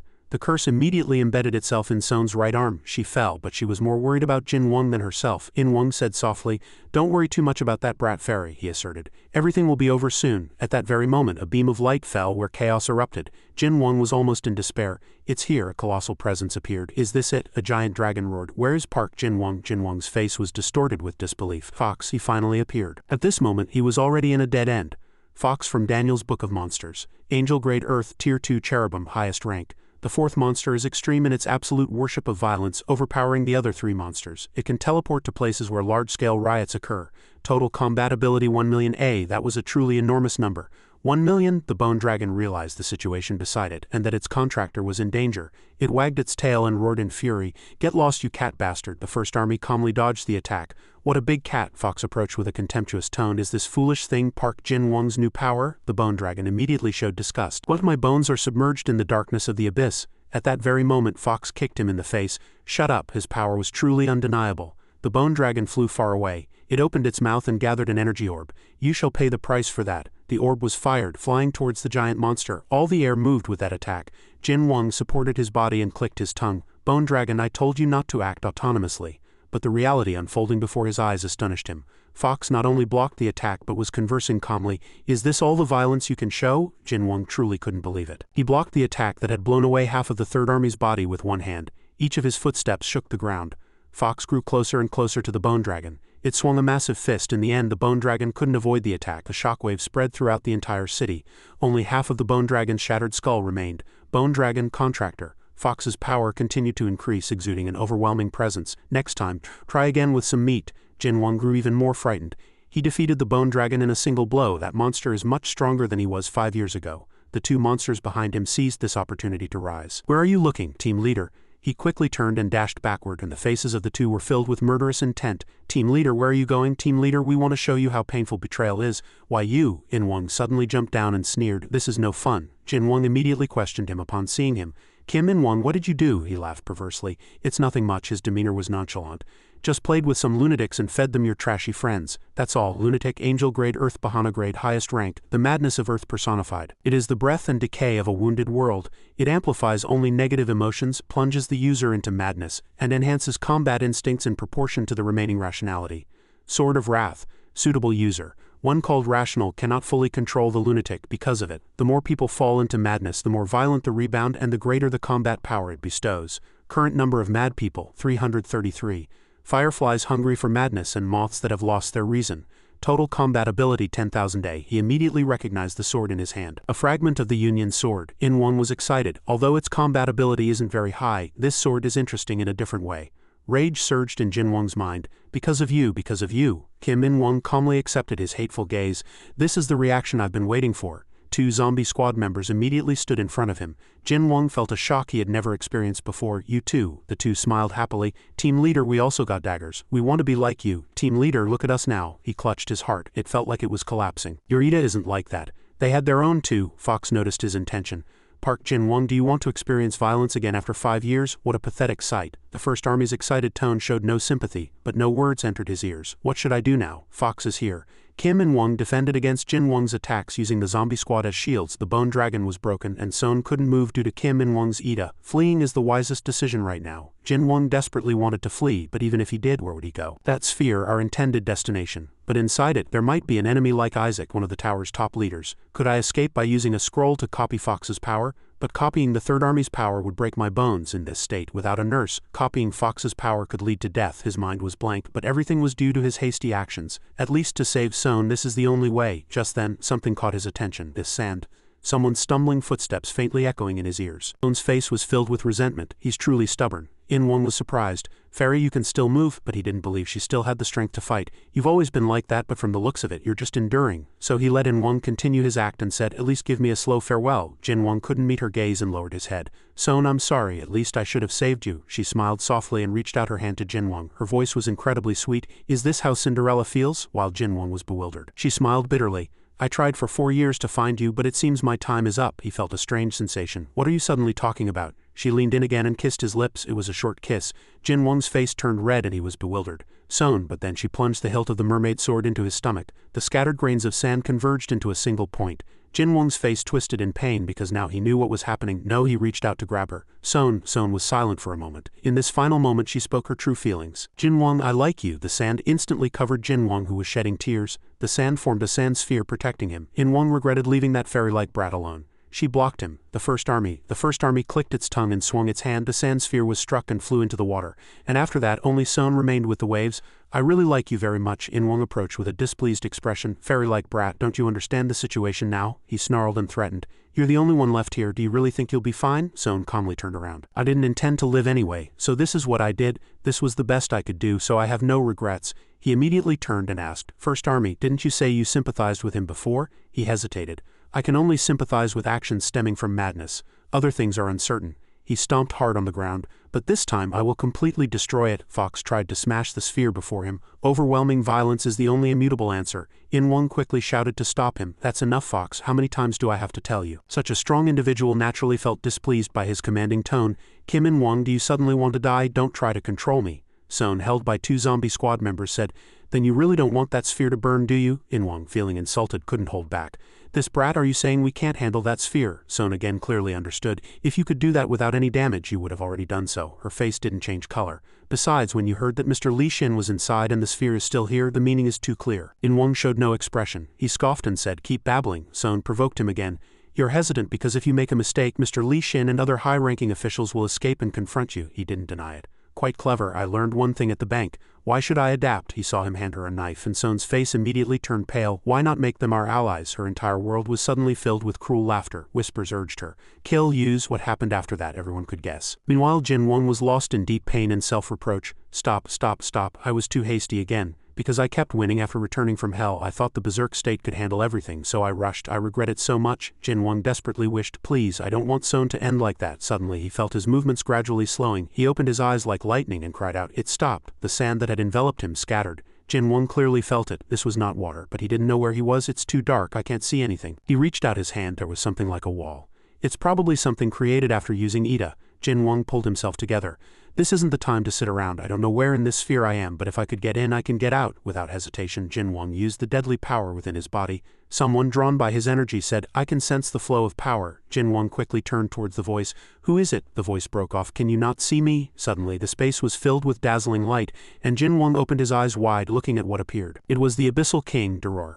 Angel-grade Earth, Tier 1 Seraphim, lowest rank. High-grade aquatic and invertebrate creature. Creatures of this grade were exiled in the early stages of Earth's formation but were forcibly summoned by the god-killing effect. It distorted its appearance to hide its true form. total combatability 700A. It was a high-grade creature. He speculated, "Are you the one who trapped me here?" "Yes. I cannot allow you to meet Li Xin." Hearing that, Jin Wang seemed to confirm that he was indeed inside this sphere, but now he tried to persuade her. "You don't want me to meet Mr. Li Xin? Then can you let me out? If I leave now, it's still not too late." However, Dor cut him off. "In your current state, even if you leave, you won't be able to save them." She frankly evaluated him. "I observed you being miserably weak. Berserk state. When you manifested that state in human form, you used that form and ability when you came to get me, didn't you?" Jin Wang calmly corrected her. "My Ida is in a berserk state, but I am not. I am Park Jin Wang." As soon as he finished speaking, Doror's demeanor seemed to change. "No, Park Jin Wang." Jin Wang immediately asked, "Who are you?" She answered the question. "I'm Doror." So he immediately continued the conversation. "Doror, you don't like those things outside either, right?" She also affirmed. "That's right, I hate them. They are enemies," he said until his voice was hoarse. "If you let me meet Mr. Li Xin, I can persuade him. If we deal with the enemies outside together." The result was her refusal.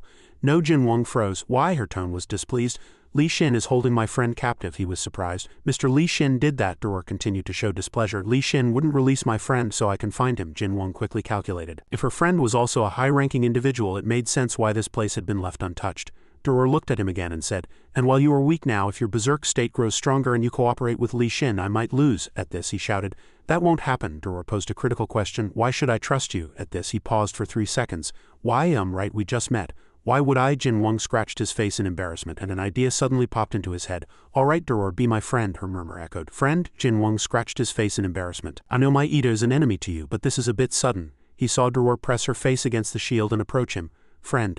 Jin Wang couldn't understand. Why is she acting like that? Her face was excited again, as if to confirm. "You'll be my friend?" He nodded blankly.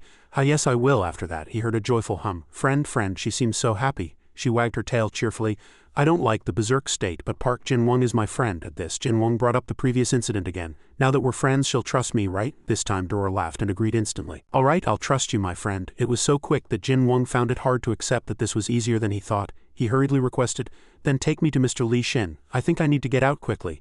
Suddenly, the wound in his abdomen tore and he bent over in pain. Doror said from outside with a worried expression, "Are you okay, my friend?" He could barely endure it. "The wound from earlier. Damn it, if I go out like this, the wound will get worse." Suddenly, sand swirled around his body. Sand fairy. They formed armor on his body. This form, Jin Wang also recognized this as Son's aura armor. Sand fairy, Park Jin Sung's absolute shield, 100 compatibility with Omni. Physical defense 800. He clenched his fists. "Son, wait, I'll be out soon." Doror guided the way, reassuring him. "Don't worry, my friend. If my friend who is captured by Li Xin and I fight together, we can take care of the enemies outside." The reason she could say that was because she was Doror, the Abyssal King. Prohibition. Once a day she can place any kind of prohibition on targets she encounters. It is impossible to intervene in the laws of the world. It is impossible to place prohibitions that directly affect life. However, if the target sees Doror's true form, they will receive a stronger prohibition. The shorter the prohibition, the longer the effect lasts, up to 24 hours. Jin Wang had to agree.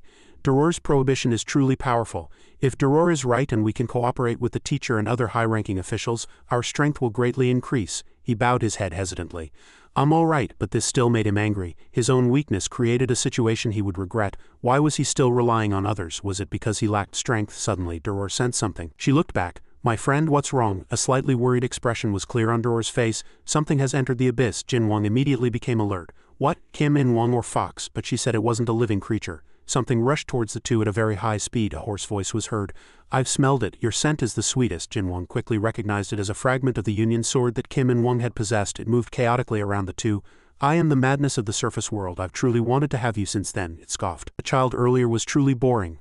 I won't let you go." As soon as Jin Wang heard this, he thought of someone. "What?" The moment it charged, he grabbed it with his hand. Jin Wang tightly gripped the sword's hilt. "Got you." Then it laughed loudly and emitted a purple light. Hypnosis entranced Jin Wang's mind. The fragment achieved its purpose. "You got me, you're the one who's caught. I'll kill you and make you accept me." His face calmly met its gaze again. He said in a low voice, "The person you mentioned earlier was Son, right?" The fragment was immediately flustered. "What? Why are you unaffected? Why can you withstand my power?" Momentum surged from his body. "I don't care about your miserable cries. I'm asking if you're talking about Son." Terrifying power surged. He coldly pressed, "Answer me." This story goes back 10 minutes, when Son had no choice but to hold the fragment. Incessant whispers echoed. "Kill and accept me." In Wang's mocking voice still echoed in her ears.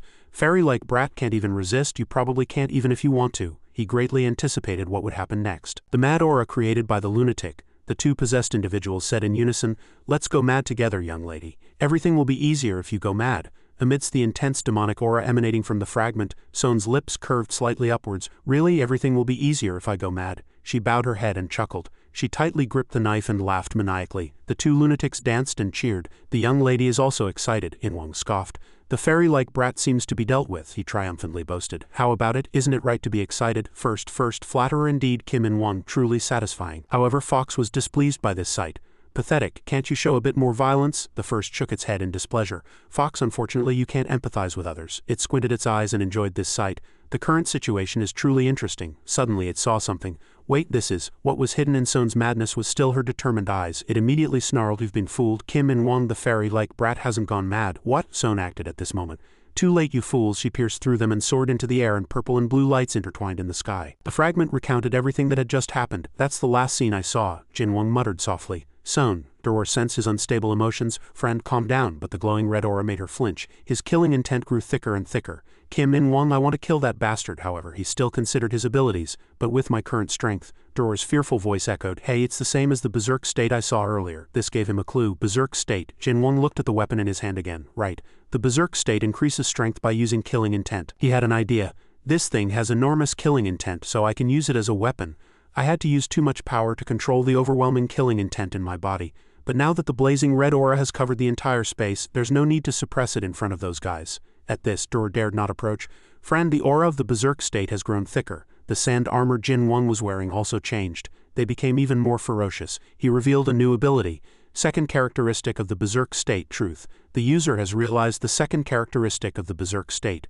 The true nature of the berserk state is pure killing intent, harming others. Although the gods took the berserk state, its remnants still remain sealed under the name of killing intent. Current synchronization rate 50. His lips curved into an eerie smile. Berserk state, Earth Angel grade, Tier 4 Dominion. Core synchronization rate currently 50. Total combat ability 450,000 day. The fragment shrieked in disbelief. Nonsense, I am the killing intent of the surface world. He gripped it tightly and threatened. I don't like noise. Be quiet or I'll deal with you. It immediately cowered. Please spare me. Ultimately, the Mad Sword. The Mad Sword, suitable user. Earth Angel grade, Tier 3 Ophanum upper, only absorbs negative emotions and drives the user to madness. It enhances combat instincts in proportion to the user's remaining rationality. The more people driven to madness by this ability, the greater its power. Current number of mad people 3,334, came into Jinwang's hand before leaving. He instructed Doror to release Li Xin. I'll keep my promise. I'm going first. She tried to stop him in a hurry. Wait, my friend, but the surging power in his body made him act immediately. The enemies outside also sensed the trembling sphere. Are the high-ranking officials moving? A red light holding water droplets shot out of the sphere. The first was shocked. That is, he recognized the one who had just escaped. Park Jinwang. He landed softly on the ground, but the blazing red aura spreading out gave him a strange feeling. Park Jinwang, he's different from when he first came in. His amber eyes slightly constricted. I can't empathize with him. What on earth is that aura? It gritted its teeth and charged. I want to understand it. Let me empathize. The first snarled and attacked. Park Jinwang. Jinwang said in a low voice, shut up. In an instant he landed a blow that left a long line on its body. It was unimaginable that the first could be defeated. Nonsense. Jinwang emotionlessly delivered the finishing blow. Severing both its arms inside the sphere, Doror, at Jinwang's request, hurriedly ran to the shield at the bottom of the abyss. Li Xin was surprised. Doror, you're here earlier than usual. She urgently called his name. Li Xin, he anticipated. Judging by your haste, they finally attacked, didn't they? Doror's face was filled with worry. Yes, they've come, but it's probably even more dangerous now. Li Xin frowned. More dangerous? What's happening? Outside, the water made a whooshing sound. First met a tragic end, and the pain shook its massive body. It looked up for the last time. Cannot empathize. Another blow landed on its head. Jinwang stomped on its head and pressed. Why are you alone? Where is Sone? In his mind, there was only one person. Where is Sone? The first still tried to resist. Your appearance is reflected in it. I cannot empathize with your emotions now. At the absurd words, Jinwang swung his sword again. I'm asking where Sone is. Only then did it reluctantly answer. That child was taken by Fox and Kim In-won. What had captured his pain? The tragedy had almost fully unfolded by a hair's breadth, but Jinwang's face was blank. They took her, is that all? A strange emotion welled up in his eyes. Was I too late? Immediately after, killing intent surged more and more overwhelmingly. He raised his hand and muttered, bring her here. After that, Jinwang maniacally continued to stab the first. Bring her here, I told you, bring her here. Emotions mixed with pain and killing intent. Bring Sone back here. Eventually he swung violently. The first looked up at the sky for the last time, truly tragic. After that, only Jinwang and the ground stained red remained around him. Jinwang was overcome with a sense of crisis. I told you, bring her here. The memory of that woman flashed in his mind, and tears mixed with happiness and sorrow streamed down. Jinwang tightly clenched his left fist over his heart.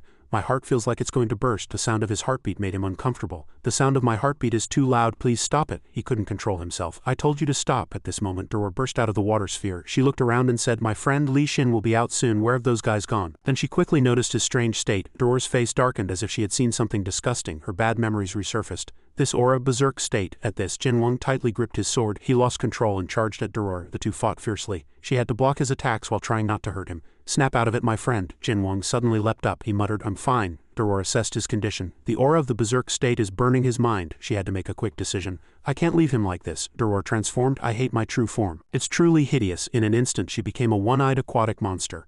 Abyssal King Duror, true aquatic monster form, Earth Angel grade, Tier 1 Seraphim lowered, total combat ability 8500A, huge tentacles charged. Although it was disgusting, she could endure it for her friend. Friend, I'll help you. She swung her tentacles. Endure the pain a little longer. Jin Wang instinctively avoided her attacks, dodging the transformation. At this he hit nothing like a slippery eel. Duror shouted urgently. Quickly, there's no time. The tentacles slammed hard on the ground, sending up splashes of water. Jin Wang grimaced and glanced at her. You're a noisy one. He leaped onto her tentacles with lightning speed. In an instant, Jin Wang was in front of Duror's eyes. A loud noise brought her back to her senses. Get down, Duror. A person leapt from behind. Aquatic form. It was Li Xin. He wore his familiar armor. Long time no see. The two clashed in a blink of an eye. He seemed to regret it. It's a shame to see you in this situation, Jin Wang. The two swords clashed, creating a flash of light. Jin Wang was thrown into a puddle. He got up, his head still spinning, but the controlled state was not yet over. Jin Wang just felt frustrated. Too noisy. Li Xin stepped forward. Is that the mad state you mentioned earlier? An aura glowed from his body. You'd better snap out of it quickly. We have many other enemies to deal with. While Li Xin and Jin Wang fought in the great void of Pyongyang Palace, Satan instructed his subordinates. Kim and Wang report the situation, and Wang hesitated and reported, we successfully cornered Park Jin Wang. After saying this much he gritted his teeth and stammered, but Kim Son, that fairy-like brat, found us, and escaped into the sphere where the high-ranking officials are. Satan was clearly dissatisfied with this information. The first and Fox were there too, and they failed. In Wang doesn't care. He turned his head and asked his confidant, Fox, do you think Park Jin Wang will be a threat to our plan? To this question, Fox answered honestly. Honestly, I was disappointed. Despite it being 5 years ago, his violence still poses no threat to us. Hearing this answer, Satan fell into deep thought. Is that so? Seizing the opportunity, In Wang insisted he was right. Lord, while Park Jin Wang may not be a threat now, I don't know how Li In and the high-ranking officials will react. After a moment's pause he added, if those bastards come out of the sphere they will definitely. Before he could finish speaking, a shock interrupted him. First, as he said this, he continued to criticize irritably.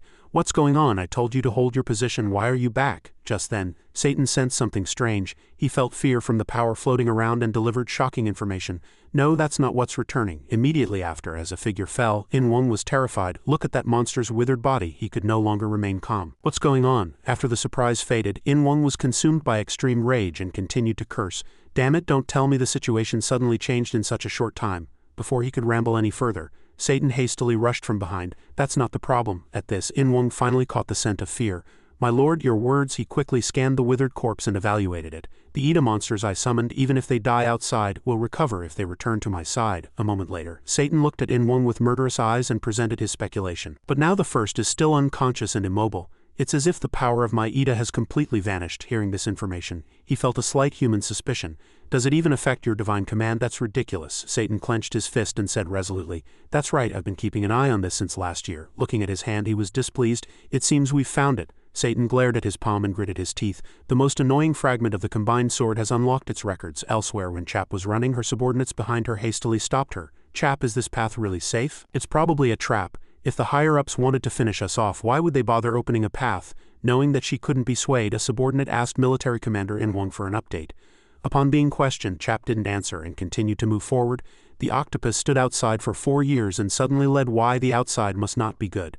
Damn it, you octopus bastard. You should have given some explanation before leaving. After running a little longer, the group finally saw an exit. Chap, I understand the situation. It seems there's a battle happening outside. Hearing this information, Chap cautiously instructed her subordinates behind her. We still don't know who the enemy outside is. Each team quickly assemble. Everyone immediately agreed. Understood. As soon as the group disappeared, mysterious smoke billowed everywhere. Seeing this, she clicked her tongue in displeasure. Damn it, the aftermath of the battle is already this severe. Who on earth is the opponent? Suddenly, the surrounding space changed, causing surprise. Before her eyes, a chaotic battle scene now unfolded. That giant thing is the octopus's true form. He's fighting with the octopus. With the continuous attacks making her dizzy, she couldn't help but wonder what In Wang was fighting against. Seeing Duror and Li Xin in a disadvantageous situation, she grew even more suspicious. If In Wang can fight alongside the higher-ups, what kind of monster could it possibly be? Faint red smoke and Jinwang's familiar shadow were mixed within the waves. Stable. Chap was startled when she saw the opponent's face. Park Jinwang, why is he here? After fighting for a while, Li Xin and Duror stopped to discuss tactics. Duror, you can no longer cast prohibitions too fast. My eyes can't keep up with him. Hearing this answer, he hesitated slightly and felt fear. Oh dear, this is a big problem. Jinwang looked maniacally at the two people who weren't moving an inch and said, your heartbeat is too loud. As soon as he finished speaking, he charged. Be quiet. In this situation, Li Xin immediately entered a ready state. Is this round 2? The two continued to attack and defend, fighting without yielding. Facing the countless afterimages Jinwang left behind, he couldn't help but marvel. I still haven't fully dominated the sea, but that boy has already become incredibly strong. At that very moment, Li Xin let down his guard and didn't notice when he appeared behind him. However, fortunately, he blocked him in time. Nevertheless, Li Xin was sent flying backward. If I hadn't done my best, I would have been instantly knocked down, he admitted. Watching Jinwang fly, to prevent the two from continuing to fight, Duror intervened. Friend, stop. She slammed the ground hard with her tentacles, separating the two. Duror continued to attack with her tentacles and said to Li Xin, you said he was Park Jinwang, not in a berserk state? Were you lying when you said he was my friend? Hearing this, Jinwang was momentarily stunned. It's not a lie, I want to stop too. He thought he had returned to normal, but the next expression surprised everyone. But your heartbeat is too loud. As soon as he finished speaking, Jinwang and Duror continued to attack. They must disappear with Sung, Kim In-wang and Fox too. Li Xin merely listened from outside. Hearing this, he immediately caught a few keywords. Kim In-wang and the fourth monster were really here. Even in this situation, that boy came to save him. Realizing this, Li Xin gripped his sword in displeasure. I was the one who was supposed to protect them. With this thought, he immediately rushed to fight Jinwang. Humiliating. Hearing Jinwang call him, he smiled and replied, did you call me? Jinwang immediately appeared before Li Xin. Continued to negotiate. You risked your life for me. I am very ashamed. Before he could finish speaking, he was stabbed with a knife. After taking this blow, Li Xin spat out a mouthful of blood syrup but continued to make an emotional appeal. Feeling that Jinwang was lacking words, he immediately embraced Jinwang, surprising him. Teacher knows you've suffered many hardships. Taking this opportunity, Li Xin stroked the student's head and comforted him. So there's no need to blame yourself. After embracing him for a while, he faced Jinwang and said resolutely, from now on the teachers will help you so you don't have to bear all the burdens alone. At that very moment, Li Xin pushed Jinwang with all his might. So rest. Having finished his work, he loudly called Duror. Now's the time. Duror received the signal and immediately grabbed Jinwang. Suddenly caught, Jinwang turned around in surprise. Duror? At that very moment, she used her power on the boy. Friend, murderous intent, no longer use it as energy. The reason Jinwang was able to return to normal was thanks to her ability. Abyssal King Duror, 1 prohibition per day. She can place any desired prohibition on anyone who meets her eyes. This interferes with the laws of the world, so it cannot be broken. The prohibition cannot directly affect the target's life. However, if the target sees Duror's true form, the prohibition becomes stronger. The shorter the prohibition, the longer the effect lasts, up to 24 hours. It was this ability that caused the boy to be stunned the moment he met her eyes. Immediately after, a dazzling light burst from Jinwang's chest. A moment later, the boy screamed louder than ever before. Seeing Jinwang writhing in pain, Duror encouraged him. Friend, snap out of it. After writhing for a while, the boy stared blankly at the star on his chest. He could no longer hear his heartbeat. He thought everything was over, but the star continued to emit red smoke and Jinwang sighed. Using his last bit of sanity, he quickly pulled the star with his hand. A moment later, the star shone brighter than ever before. A moment later, the star gradually cooled down. Seeing Jinwang gradually calming down, Duror gently asked, are you all right, friend? As the armor on his body gradually disappeared, the boy answered with difficulty, I'm all right. Having finally returned to normal, Jinwang looked gratefully at the person in front of him. Thank you for stopping me. Li Xin below, seeing that there were no more attacks, speculated that the prohibition seemed to be working. Just then, Chap ran from somewhere. Li Xin, Chap, he was scolded by her the moment he heard her words. Are you crazy? You just took that attack without defending. Seeing Li Xin holding a profusely bleeding wound, Chap was a little more worried. Oh dear, it's a serious wound. Faced with this urgency, he tried to comfort her. Don't worry, Chap. However, she was not a 3-year-old child and did not believe such words. Don't worry, you say. At this rate you'll die. Hearing this, Li Xin's eyes flashed and he smiled slyly. Oh dear, too bad, don't think I'll die so easily. Immediately, light burst from the wound, surprising Chap. The next thing that happened surprised her. His wound was healing. The system soon provided complete information about Li Xin and Duror. 26 wins, 26 losses. The first and third naval commanders of the Joseon dynasty won all 26 naval battles he participated in. In the sea, the user has a total of 26 opportunities. If death, failure, or loss against the user's will occurs, the situation can be reproduced to the point before the failure occurred, cannot go back more than 24 hours, and cannot be used 5 times consecutively within 24 hours. Current uses: 11 wins, 11 battles. Reading these words, Chap smiled in relief. Even death can be overcome. Your Ida is truly too strong. My worries were for nothing. At this, Li Xin smiled brightly and praised the person in front of him. In naval battles I would have to yield a few moves to you. After a brief conversation, he asked Duror about Jinwang. Upon being asked, she happily announced, bringing Jinwang to the two. My friend is calmer now, Jinwang, freed from Duror's tentacles, said to Li Xin with a regretful expression. Teacher, I'm sorry. Not wanting him to remain in that mood, he stepped forward, grabbed his shoulder and comforted him. We are the ones who should be sorry. Teacher knows how much you suffered to save us. Let's calm down. Jinwang couldn't look Li Xin in the eye and said sadly, Teacher Sarang was captured by Kim In-wang. Hearing this name, he was momentarily stunned. You mean the White Jade Fairy Sarang? Why, so that's why you lost control. Knowing this backstory, Li Xin once again said resolutely to the person in front of him, Jinwang, we will do everything we can to save Sarang, but I hope you understand that this is not a problem that can be solved overnight. Yes, having resolved one problem, he asked Duror about the situation. Hey Duror, didn't you say there were still enemies outside? Upon being asked, she hesitated to answer. Just before leaving, my friend dealt with that trash. Hearing this information, Li Xin couldn't help but recall the giant monster he saw yesterday. Damn it, was that the first monster that caused chaos in Korea before? He then asked, what happened to the others? At this question, Duror immediately raised her hand and pointed to a distant star. Those people can teleport while the cross is active. Seeing the direction she was pointing, Li Xin couldn't help but marvel.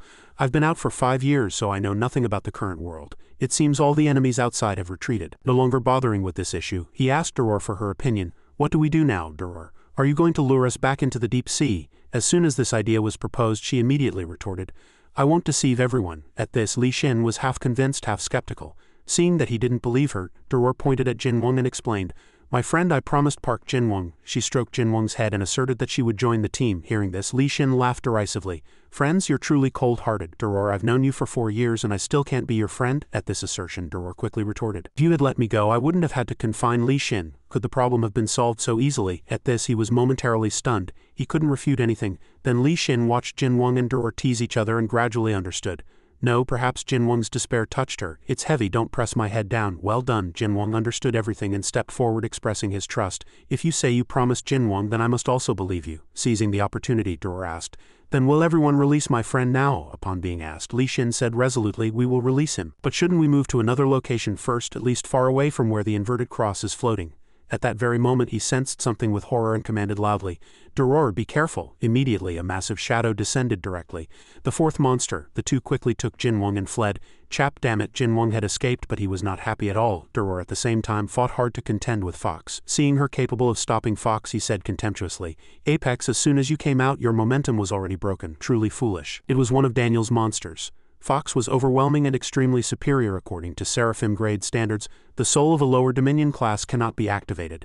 The weak lose all will when facing Fox. Anyone who sees Fox's face as an enemy has all physical abilities reduced by half. Hearing this, Duror couldn't refute anything. Before she could even speak, Fox scoffed again.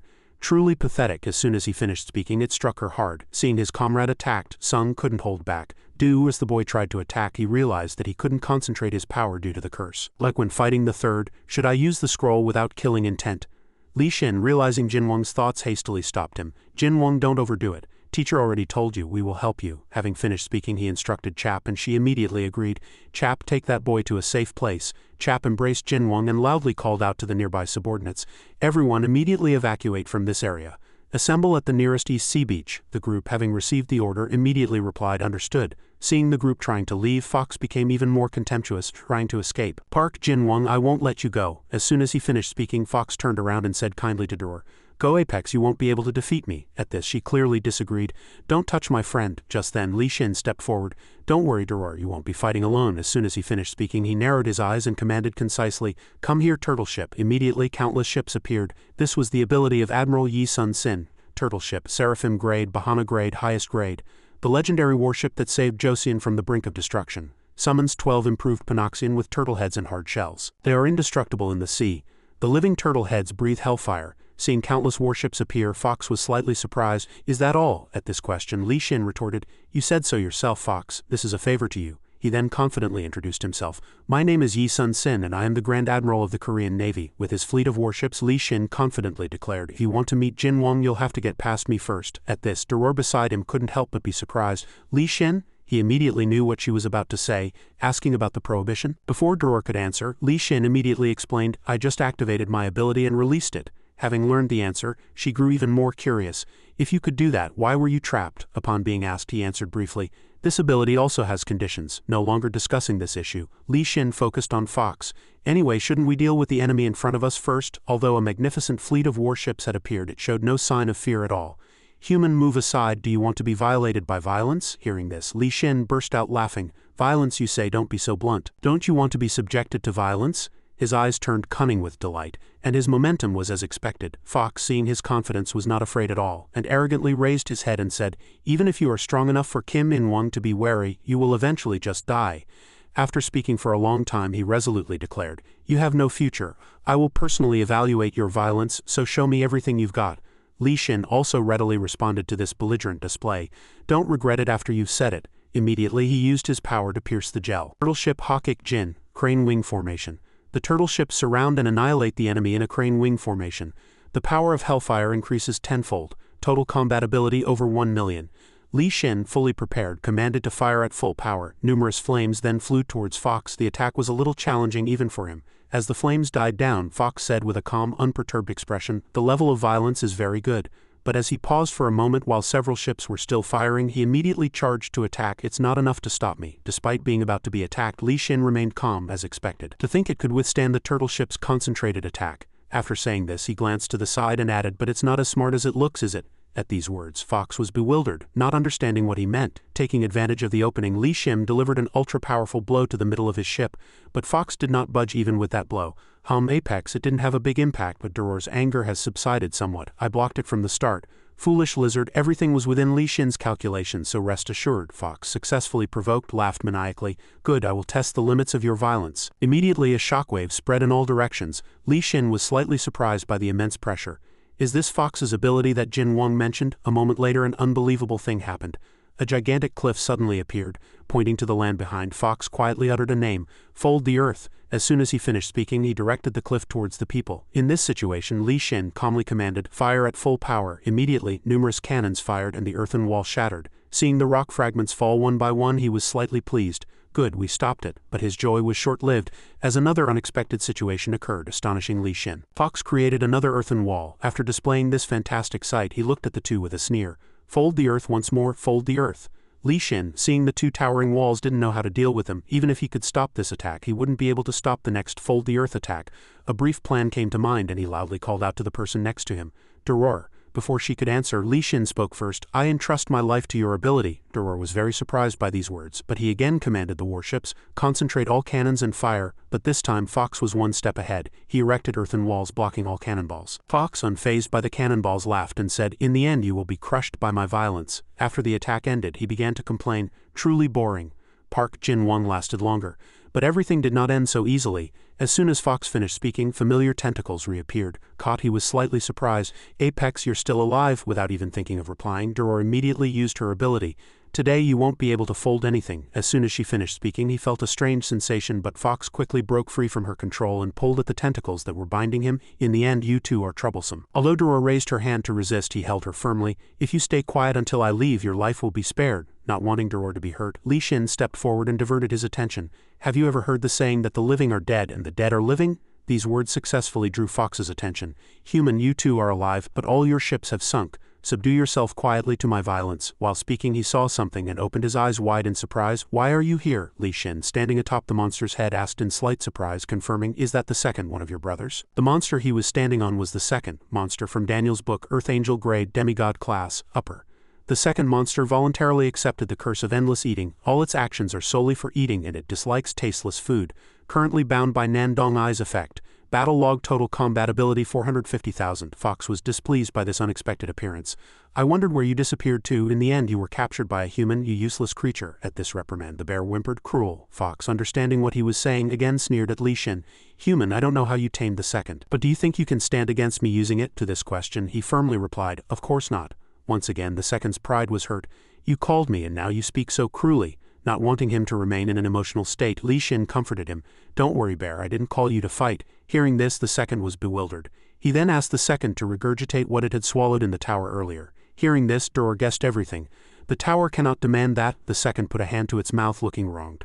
Ah, Li Xin is so cruel, making me eat something I don't want. As soon as he finished speaking, something popped out of his mouth, and the object just released flew straight towards Fox, who was puzzled. What is this floating object? The so-called floating object delivered an ultra-powerful blow to Fox a moment later. Duror, seeing the familiar shadow, couldn't help but be moved. It's been so long, my dear friend. Seeing Fox's full form, she was even more moved. "You're back," Duror, seeing Fox's familiar shadow standing on the tentacles, couldn't help but be moved. "My friend also enthusiastically responded to me." Receiving her response, she rejoiced and boasted, "Friend, now we can live on land." At these words, Fox was confused. She, knowing the truth, calmly explained, "Monsters and humanity are no longer my enemies." As she mentioned enemies, her eyes filled with killing intent, and she pointed in one direction.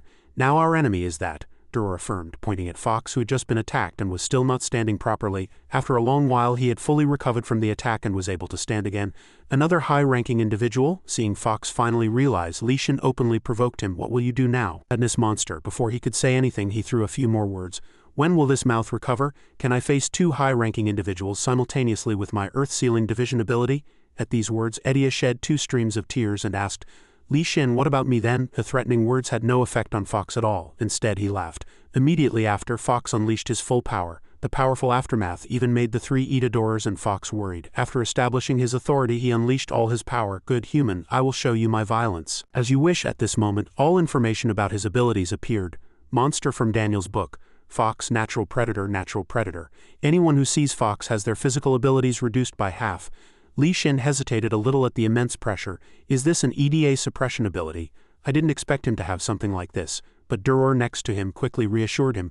"Don't worry, Li Shin." He was a little puzzled by this confidence. Fox, reunited with his friends, seriously observed Fox. After watching for a long time, a cunning smile appeared on his lips, and a mysterious black aura emanated from his mouth. Understanding what Fox was saying, she affirmed again, "That's right, friend. That is the enemy." As if waiting for this moment, the black smoke grew thicker, and Fox's eyes also turned pale. A few seconds later, he was ready for battle. "This is the Insect King form. Uke Angel Grade Earth Seraphim Tier 1 Lower High-Ranking Insect Arachnid Creature. Leo Seo can completely chew and swallow anything considered prey and has now escaped from the tower. Purpose, worthless things. Total combat power 1 million. Once ready, Fox charged without hesitation. Fox took a stance against this frontal attack high-ranking creature. "My previous hit was just due to carelessness." When the distance was close enough, he threw a punch. "There won't be a second time." He flew towards the attack without any fear. Fox's small foot touched Fox's hand and the two pushed each other equally. Fox pushed back, looked incredulous. Fully composed, he unpleasantly raised his hand. "My violence should have reduced your strength by half." As soon as he finished speaking, Fox's state immediately changed. Insect King Leo Seo, number of powers. Insects are considered the strongest creatures proportional to their size. The world will consider Leo Seo to be the creature with the highest stamina. There can be no greater power than Leo Seo. Knowing these attributes, he became more interested than ever. Interesting. That insect creature. The two were soon face to face, preparing for another large-scale battle. "I will enjoy myself a little more." In another part of the city, Chap and Jin Wang had run for a long time and finally stopped. "It should be fine this far away." He tried to move, but his body wouldn't allow it, and she quickly supported him. "Don't overexert yourself. Rest until the team members gather." Hearing these comforting words, Jin Wang's heart was filled with anguish, but Chap had been waiting like this. Seeing his anxious state, Chap gently persuaded him with pity. "Park Jin Wang, I understand your feelings, but even without the prohibition, your body is not in good condition right now. Honestly, it's probably hard for you to even stand." As soon as she finished speaking, pain shot up from his abdomen, and Jin Wang felt dizzy. It was just as Chap said. The stab wound and the accumulated damage from hastily using the berserk state plus the prohibition preventing the use of killing intent reduced his recovery ability. As he finally fell silent, Chap began to speak. "Look, even if I'm here, my Ida is just a burden." At this, Jin Wang hesitated and observed the person next to him, recalling some information. Chap's Ida is the vampire Dracula, invincible when fighting humanity but ineffective against non-human beings, especially those like Fox. Then something flashed through his mind, making Jin Wang even gloomier. "Chap and the general have been trapped in the deep sea for 4 years, so they must be even more worried than me." As the atmosphere gradually grew heavier, Chap spoke first. "All right, I'll take the others, so go and rest. Rest for at least a while." Jin Wang, filled with regret, bowed his head in agreement.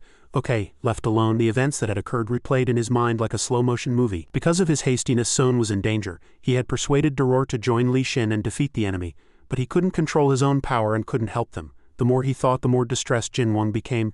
If I could break Duror's seal, I could recover and help them. As this thought came to mind, he immediately resolved, if that seal wasn't there. Then Jin Wang felt something and opened his eyes wide. He was surprised to see red smoke rising from his hand. Killing intent has returned. Jin Wang noticed the red aura swirling around him and was a little puzzled. The seal broke this easily? No, Duror is on the same level as Isaac. It couldn't possibly break so easily. After a brief analysis, he came to only one conclusion. The unknown ability of the murderous demon must have broken the seal. That's right, my Ida not only uses killing intent as an energy source. As this idea came to mind, Jin Wang immediately began to analyze it. Just like chess and the legendary Dragon King, or General Li Xin, who possesses the symbol of General Yi Sun Sin. Maeda also possesses the power of a demon. After understanding the source, he recalled a few more things. Now many things have activated. In the second characteristic, my resonance rate jumped from 11 to 50 in the blink of an eye, although 50 is also very powerful. Feeling the shockwave coming from afar, Jin Wang honestly said, but it's still not enough to fight Fox. Knowing this fact well, he was more determined than ever. An unknown characteristic of Maeda has just activated. That is probably the key to increasing the resonance rate further. No longer focusing on the battle, Jin Wang reached behind him, searching for something. I have always been very good at analyzing other people's EDAs, not only releasing killing intent but also finding the hidden power within me. He took out the familiar sword and stared at it intently, also gazing at the madman he had just used. Earlier when my senses spread, my heart couldn't bear it, but I used the sensation of pain to suppress the true nature within my body. As soon as he finished speaking, Jin Wang gripped the sword tightly and let its aura engulf him.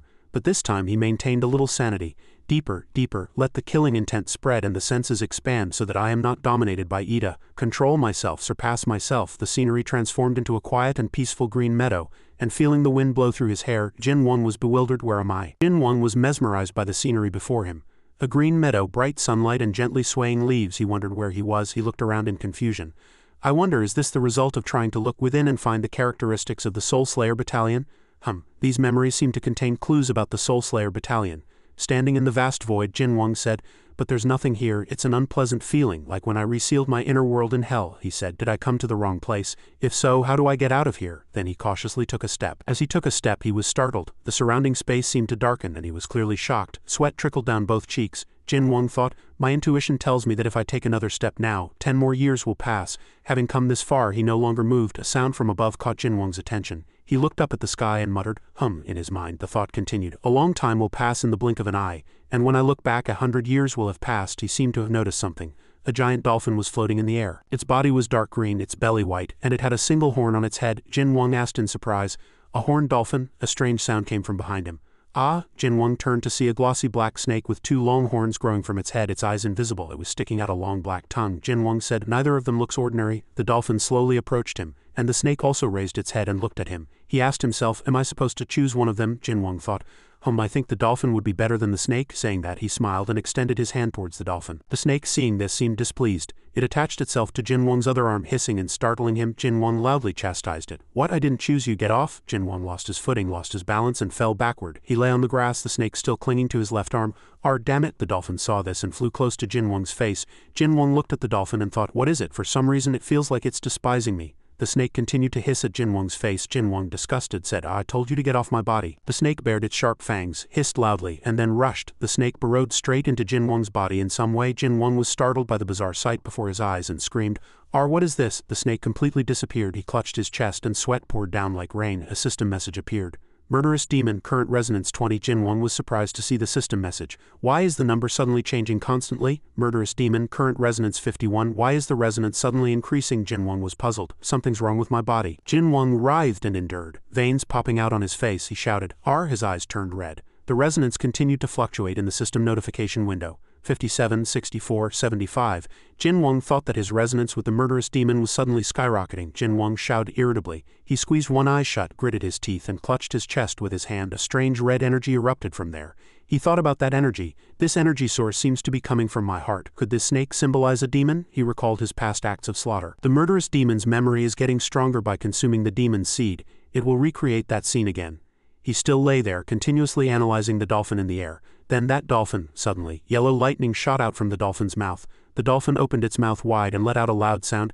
Kiek, dazzling light burst forth. Gradually an oval-shaped crack appeared before Jin Wang. He thought inwardly, is that the spatial rift of slaughter? But the atmosphere here is a little different than usual. The rift glowed brightly. System information appeared. Murderous demon slaughters Wang Yu killing. Can only be used when the world permits and the situation is serious enough for the gods to recognize. Jin Wang was surprised. Murderous demon slaughters Wang Yu killing. Why was it suddenly activated? The system information changed again. Murderous demon, current resonance 97. Reaching 100 resonance isn't considered a serious situation, is it? A sword slowly emerged from the rift and plunged straight into the ground. Jin Wang was surprised. What is that? Murderous demon, current resonance 98. Jin Wang was terrified. A sharp sword is pointing at me. He vaguely guessed the direction of the sword and his face turned pale. His face was covered in sweat. Surely that sword. The system notification window continued to change. Murderous demon, current resonance 99. The spatial rift disappeared and the sword flew towards him at an incredible speed. Jin Wang was startled. Murderous demon, current resonance. A white sword plunged straight into Jin Wang's chest. Jin Wang was surprised and kept his hands in a posture to block the sword. Seeing that he was fine, he continued to sigh. Phew. He stood up and stared at the sword embedded in his body, saying, "It doesn't hurt, on the contrary, it feels strangely comfortable." He looked at the system notification window before his eyes. Murderous demon, current resonance 99. The resonance also stopped at 99. The snake popped out again from where the sword was embedded, hissing faintly. Jin Wang saw it and said, "It's out." The snake looked back at Jin Wang. "What?" Jin Wang finally said he understood everything. If this snake represents the time the murderous demon absorbed demons, then that dolphin symbolizes good. Jin Wang looked at the dolphin and continued. The murderous demon was purified by the gods. In other words, this space and all these things are conveying to me the forgotten process of the murderous demon being destroyed by the heavens before I awakened it. If so, this sword, Jin Wang reached out and grabbed the hilt of the sword. As soon as he grabbed the hilt of the sword, a system notification appeared. Jin Wang concentrated and read it. He said he realized everything. Now I know how to break Duror's prohibition. I know how I could read other people's thoughts and what erased the murderous demon from the world. Jin Wang coldly pulled the sword from his body. Jin Wang held the sword in his hand and thrust it forward, EDA with the characteristic of reading and erasing opponents' memories. Lower extinction. Earth Seraphim grade, highest rank. One of the fragments hidden by God in human will. Due to this object, the main bodies of ancient beasts Behemoth and Leviathan disappeared, and even the records of the murderous demon which brought chaos to the human world could be erased and reborn. According to the Earth Angel grade system, the owner's grade can drop by 2 ranks, and the desired target's grade can drop by 1 rank. Lower, this ability is currently weakened by God. Total combatability unknown, proportional to the owner's mental power. Jin Wang placed the blade on his head and said, "I am the Union Sword, more precisely, extinction has permeated my body. That's why no one could find it," he smiled to himself. "It's different from the Union Swords that appeared after Satan's invasion of the world. This sword has existed within a human body for a long time." He aimed the sword at the blue sky and said, "With an ability like this, the method of use automatically comes to mind." Was this its meaning? Below the blue sky, the sword glowed. He shouted loudly, "Great annihilation, extinction." A slender gray energy flowed around his body. He thought that he could clearly feel the damage in his body being erased and his entire body healing. System information appeared. Lower extinction. Extinction. After the owner has fully awakened, the first record has been erased. Extinction will be stored and can only be used once every 24 hours. Currently stored record. The act of erasing wounds to heal the body. Jin Wang lowered the sword and the snake and dolphin also turned and left. Jin Wang said that all 3 characteristics of the murderous demon had been opened. He reiterated each characteristic one by one. Invincible against the strong berserk state's contempt characteristic. A characteristic that exaggerates the true body of the great gluttony, the main body of the murderous demon. A divine characteristic that the gods purified the murderous demon and made it their own weapon. Jin Wang looked at the sword and said, "With this power I can defeat them." He stared at the sword and corrected himself. "No, extinction alone is enough." Jin Wang thought of Satan. Thanks to the Ida's characteristics, they can regenerate even after being destroyed. Satan can control all Ida summons and has almost limitless power. He placed the blade on his palm and thought, "This extinction is the exact natural enemy that can prevent summoned creatures from regenerating." He smiled. "Good, if they're dead, they should stay dead," Jin Wang laughed. "Yes, if they're dead, they should stay dead." The sword returned to Jin Wang's chest. He wondered if the sword returned to his heart when it left his hand. He continued, "1 Union sword was enough, but now I have 3. Jin Wang mentioned the Sand Fairy, Lunatic, and Extinction. Satan will never get the creation sword Rebecca. Suddenly, a crack appeared in the grass and spread around. This sound caught Jin Wang's attention. "The entire space is breaking," Jin Wang muttered to himself. "It seems it's time to go. Let's go." He sighed. "Phew, I seem to have returned to real space." His energy surged. A red energy flow seemed to swallow Jin Wang. Chap saw this and ran over shouting, "Ha Park Jin Wang, are you going crazy again?" Jin Wang calmly replied, "It's okay chap, I'm fine. Please step back for a moment." Green energy erupted from his palm. He said, "Now that I've used extinction to erase all the damage I received, you should return too." He extended his hand forward and shouted loudly, "Appear." A bone skull quickly rose from the ashes. The monster shouted, "The ruler of the broken world has been reborn from infinite darkness." The bone skull appeared and roared towards the sky. Jin Wang commanded, "Predator." A dark shadow like a blue-eyed snake let out a kiek sound, bared its fangs and rushed forward. The shadow instantly darted towards the bone skull from all directions, and the monster asked in surprise, what is this?" The bone skull's wings turned black. He shouted, "Ah, my wings have grown bigger." The contractor bone skull turned completely black, its eyes glowing green, and it let out a long howl. The bone skull said, "This is integration." The black monster, now a skeleton, stood proudly. A blue system notification appeared. Bone Dragon integration of Greycon and Predator. Total combatability 800,000 A. Chap was surprised. "Wow, it looks like a vampire," Jin Wang said. "Now it finally looks like a dragon," he continued. "Chap, I'm going straight to Pyongyang." Chap was startled to hear that. "What did you say?" She worried. Park Jin-won, I know you've realized something and your power has grown, but rushing into the enemy's stronghold is very dangerous. Jin-won shook his head. If I don't seize the opportunity while Teacher Li Xin and the higher-ups are fighting Fox, I won't have a chance to save Sarang. He looked into the distance. My magic senses tell me, it's hard to explain in words, but I have to go to Pyongyang now, Chap said. All right, but I'm coming with you. Jin-won tried to dissuade her. I can do it.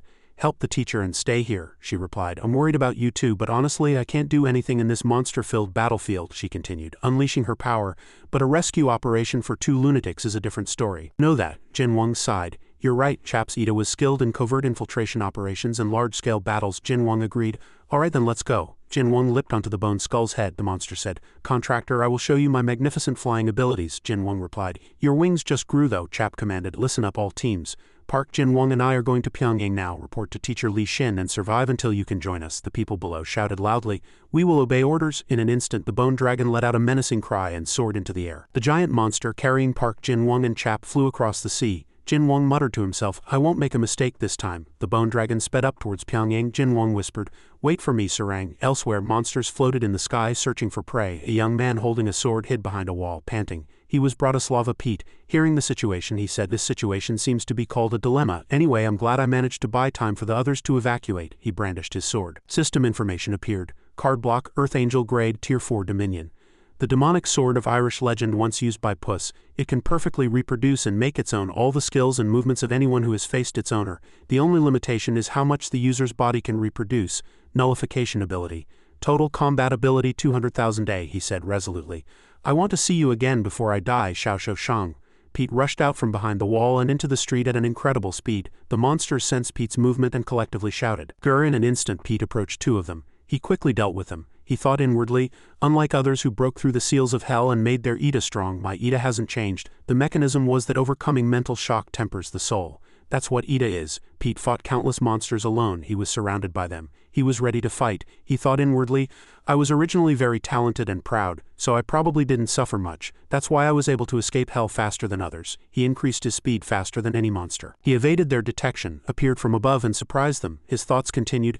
As a result, in the world of hell, covered in Satan's aura and other unstable elements, Pete leaped down from above swinging his sword. He cut down everything in his sight. He muttered to himself, I have to live longer than anyone else, so I have to work harder than anyone else. Countless small monsters fell to his sword. Pete panted after just using an exhausting skill. He suddenly thought of Jin-won, right like him. In an instant Pete sensed an approaching danger. He barely managed to raise his sword and block the monster's attack. They let out loud grr sounds. The force of the kick was immense and Pete was sent flying backward, crashing into a wall. The sword fell from his hand. Pete painfully bowed his head and groaned in the rain. He smiled helplessly. But it seems today is the end. He was surrounded by monsters as numerous as ants. He shouted, It's ironic that I'm thinking of you just before I die, Jin-won. Suddenly, water droplets around the sword gathered, enveloped the sword, and emitted a bright blue light. Pete was surprised. Water droplets are gathering? Water flowed around the sword. Pete said in disbelief, Surely not. Monsters were rushing towards him. Pete, annoyed, said that this happened after he thought of Jin-won. Damn it. He grabbed the sword before his eyes, swung it forward, and at the same time said loudly, But it seems it's not time to die yet. In an instant, countless sound waves shot towards the monsters. The monsters were surprised and let out confused grr cries. Millions of water droplets destroyed them all like bullets. System information appeared. Raincaller, Earth Angel grade, Tier 3 Ophanum.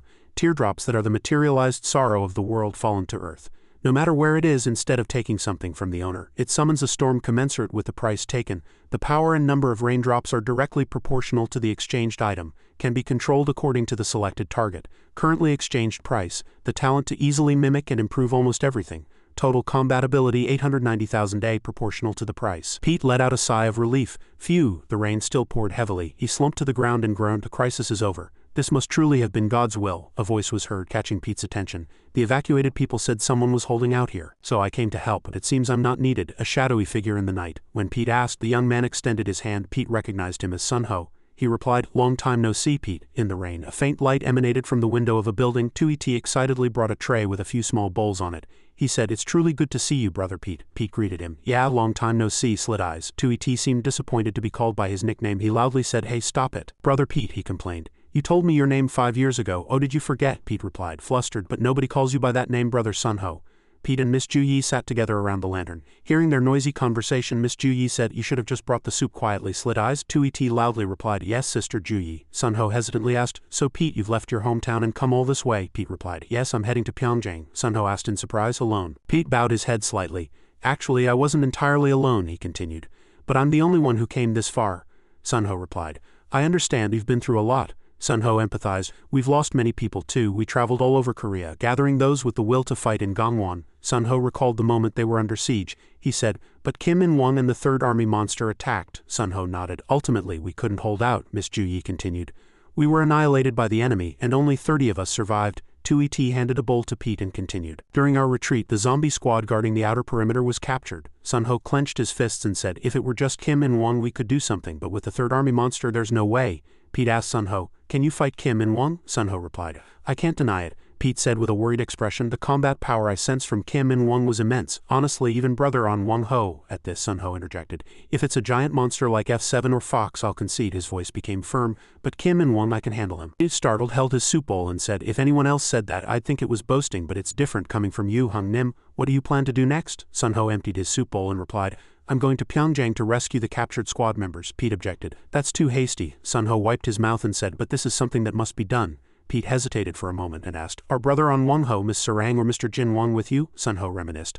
I met Ms. Kim Son last month and she was looking for Mr. Park Jin-won. Hearing this, Pete asked again, so? Sunho nodded. Mr. Park Jin-won hasn't returned from hell yet. Pete said, I see he's still there. 2ET laughed, raising his fist high and said, don't worry brother Pete, our captain will definitely return. Sunho agreed, yes, that guy will definitely return even if he's late. Miss Ju-yi added, that's just the way he is. Pete could feel their unwavering faith, almost absolute.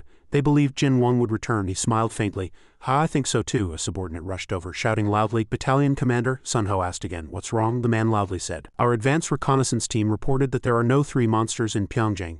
Even the Dark Cavalry has moved its camp elsewhere. Sunho asked, so only the Locust Swarm remains in Pyongyang? The man quickly replied. That's right. Sunho pondered, is this an opportunity or a trap? He put his hands on his knees and stood up saying, Pete, we're going to Chairman Bongjang's residence. What about you? Pete looked up and said, I'll go with brother on Wong-ho. He replied, thank you. And so they all set their minds towards Pyongyang. Let's go, Sunho said. Pyongyang, near the chairman's residence in the mountains. Miss Ju-yi said, brother on Wong-ho, the information is correct. Sunho instructed. Miss Ju-yi, please compile all information regarding the probable locations of the captured squad members. Pete asked on Wong-ho. Hung Nim, I have a few questions, Sunho asked again. What are they? Pete asked. What if the captured people are no longer alive? Sunho anticipated the question and began. Or if their minds have been corrupted, what will you do? Pete replied. That's right, Sunho continued. There's no other way but to release them from their suffering. Pete, seeing Sunho's clenched fist, said, I asked a useless question, I apologize. Sunho said, no thanks to you, I've made a new decision. A man loudly reported. Battalion Commander, we've confirmed the location, Sunho said in front of everyone. All right, is everyone ready? Pete, I'll charge with the zombie squad members to rescue everyone. Can you take care of the Locust Swarm with Miss Ju-yi? Pete replied. Understood, Sunho declared. My top priority is to rescue the captured squad members. Avoid danger if possible. He declared the start of the operation. From their initial deployment point, everyone quickly dispersed. Miss Ju-yi said to Pete, we need to buy time for On Wong-ho's team to surround and charge. How far can the power of the Union sword go? Pete gripped the hilt and reassured her. Don't worry, Ju-yi. Pete soared into the dark night sky. Thump thump sounds echoed in the sky. The Locust Swarm heard it and all looked up shouting, Grr. Pete raised his sword to the sky and said, fall raindrops. Raindrops poured down from the sky towards the Locust Swarm looking like giant bullets. Miss Ju-yi's team commented on the power just displayed. At least it can cover this entire residential area. Sunho's team watched admiring. Wow, it's amazing no matter how many times you see it. The team almost succeeded in infiltrating. Sunho said, truly reliable, we will charge into his residence. Miss Ju-yi said, that Union sword is better than I heard. Pete replied, I got it by staking my talent. If it wasn't good, I'd be in trouble, Pete continued. But it also has a weakness, Lewis asked again. A weakness, Pete replied. Its overwhelming power is excellent, but it loses strength against enemies that can withstand the pouring rain. Like that guy. Someone was walking through Pete's bomb-like rain. Pete warned in front of Ju-yi's surprised eyes. In front of Pete and Ju-yi's team there was now a strange floating object with giant wings. Miss Ju-yi loudly said, it can fly in the area affected by the blade? Pete said, it must be the leader of the Locust Swarm. Miss Ju-yi clicked her tongue. Damn it, the leader was covered in golden armor from head to toe, he said. I thought this rain was strange, but it was caused by the Union sword, Abaddon. Earth Angel grade, Tier 2 cherubim, highest rank. A fallen angel from the Book of Revelation. He sent the Locust Swarm to torment humanity for 5 months. As the leader of the Locust Swarm, he can summon them anytime, anywhere. Infinite abyss, unknown, protein absorption ability. Total combat ability 300,000 A. He laughed loudly. The Union sword has come into my hands on its own. My master will be very pleased. My master will be pleased. Pyongyang, chairman's residence, dungeon. Him and Wong gnashed his teeth unpleasantly. All right. I just reported to him and came back and you're already causing all sorts of problems. You fairy-like brat. Son was still wary. Sweat trickling down her face, she looked at him and said unpleasantly, what, I haven't even started yet. Kim In-won approached, clicking his tongue. Damn it, that arrogant tone is always the same. He clenched his fist, ready to exert force. Truly annoying, Son quickly retaliated, blocking his attack. She didn't forget to say, your filthy words no longer work. He stopped and said unpleasantly, that damn sword again? It's been annoying since I was at the bank, she scoffed. It's your fault for not discarding that annoying sword earlier. Suddenly, two people behind Son woke up and called her young lady. He saw this and mockingly asked, even the ones I drove mad have come to their senses? Kim In-won raised his hand and moved it slightly. Ha, honestly, I let my guard down. So fairy, are you planning to live like that forever? Son disdained him in front of her. HMPH, I'd rather die than be your toy, and at least I can hold you here for a few days, he said, not understanding. You holding me here? Kim In-won, what good is it here? Son also nodded. Who knows, because to me you look like a burden. Hearing this, he narrowed his eyes and Son blocked everyone. You can't restrain us and you can't vent your anger through torture, so why aren't you releasing us? She speculated. First, perhaps they are still valuable hostages. Second, because you can no longer waste power. She pieced all this together like a detective. Putting all this together means our Jin-won safely entered the sphere and joined the teacher. Kim In-won couldn't help but laugh. Damn it, even in this situation your brain is still working well? You truly are a clever and annoying fairy-like brat. He spread his arms. But you're also in trouble right now, aren't you, fairy-like brat? He recalled the moment she knelt. The purification ability of that sword, if it could really do that, why didn't you remove my curse when you were in China? Kim In-won drew a conclusion that made her grip the sword tightly. It can't do anything else while purifying, can it? He looked back at the two dazed people behind her. Normally they would have fled before I returned, but did you stay to purify those two? The two gnashed their teeth, blaming themselves. Is it because of us, young lady? We're sorry. She comforted the two. Just trust me, you are my husband's friends. They were moved, tears welling up in their eyes. Young lady, suddenly he spoke, surprising everyone. Truly a moving sight. Then I'll tell you one more thing. We sent the 4th Army and Fox to Park Jin-won. Hearing this, Son was startled. Fox, that monster. Kim In-won was intrigued. Ha, look at that expression. Alright, now you know, right? Guess who will die first? He wondered if Park Jin-won would die first. Or if you fairy-like brats will die of exhaustion first. But as he was getting excited, a frantic shout came from behind. First. He was displeased at being interrupted. What? His subordinate stammered. That, at the stuttering voice, he couldn't help but shout. What? A squad member guessed his confused expression. Surely the captain has arrived? She didn't answer, because she knew. No, chronologically, Jin-won and the teacher can't be here, but if he's so confused, my chance has come. She continued to provoke him. It seems you have to go right away. What will you do? Kim In-won was displeased. Chap still sharp, she said in a threatening tone. The moment you step out that door, I'll kill all your subordinates. He gritted his teeth, so angry.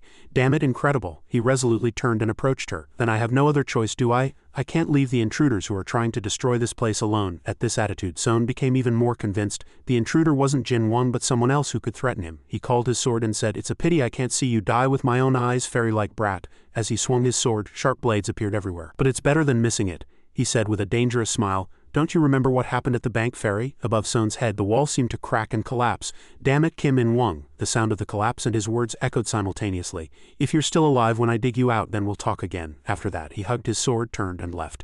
You fairy-like brat. Son pulled out a piece of cloth to cover the three of them so they wouldn't be crushed by the collapsing debris. She gasped for breath. Ha, did I provoke him too much? She looked at the pile of stones in front of her, and the entrance was blocked. She inwardly admired, if I had an angel now. She quickly composed herself. This isn't the time for regrets. If someone has already entered this place, she needs to escape and join them before it's too late. The two behind her hurried over and said, young lady, we'll do it. She was surprised. Green energy appeared in their hands. This kind of hard work is originally the specialty of the zombie team, isn't it? Young lady, just rest. Suddenly, two blunt knives appeared in their hands, making them blank. What is this? The corruption has been purified, but your Ida is still unstable due to mental pollution. Move aside, I'll do it. Hearing this, the two were not discouraged and jumped into the pile of stones. She saw the two trying hard and quickly stopped them. Those blunt knives are useless. I understand your feelings, but I'll just do it, the blue-haired man said. Young lady, don't you remember when I, this guy and Bia listened to your words and attacked you on the rooftop? She smiled faintly.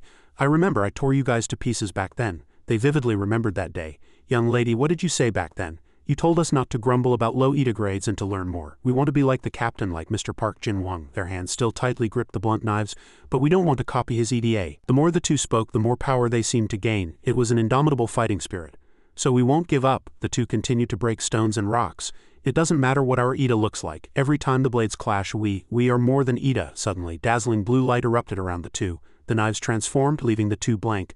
The form of the knives they turned into clubs and hammers. The two realized that these were their original EDAs and that they had become stronger than before. Son was happy for them. Mental growth has restored your Ida and made it stronger. The two bowed their heads, trembling all over. We also. As they raised their heads, the two seemed to have gone mad. Now we can dig deeper. Charge. Son stepped back. All right, then I'll leave the digging to you, the two confidently said. Leave it to us, young lady. The horns on Son's forehead gradually disappeared. Jin Wang, you have to see them now, she remembered him. Their efforts, no, I'll make sure you see it soon, definitely. Abaddon was floating in the sky. Good, the Union sword has come to me on its own, he was very elated, and why don't I take it? Gratislava was completely fearless, saying, try if you can. Abaddon's plan was that the sword was an area of effect attack, which wouldn't be good for his locust swarm. He would never stop. But what if I did that? Abaddon's subordinates were enveloped in lightning. The system explained this situation. Abaddon absorbed protein, devouring the locust swarm and making their power his own. However, he couldn't surpass the full force of the Apocalypse prison, but Abaddon himself was completely confident in his abilities, with the exception of himself. My power is growing stronger. Messages continued to be transmitted. Total combat power, 353,600, 363, 4,309.97. Ju Yi couldn't help but be surprised. That guy is devouring the entire locust swarm to increase his power. Bratislava needed her help.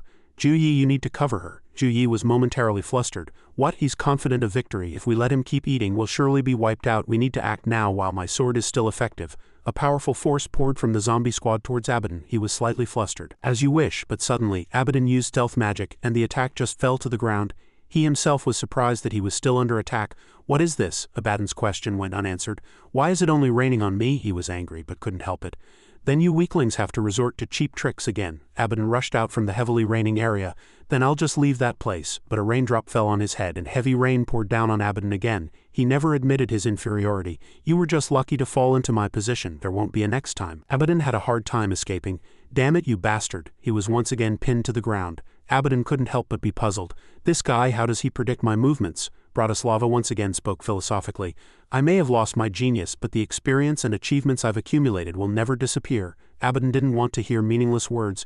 You're truly a troublesome fellow. He immediately wanted to speak and fight, but the locust swarm stopped him. Ju Yi finally realized. So that's why you asked for cover. He looked satisfied with his decision. I'll leave it to you. She immediately agreed.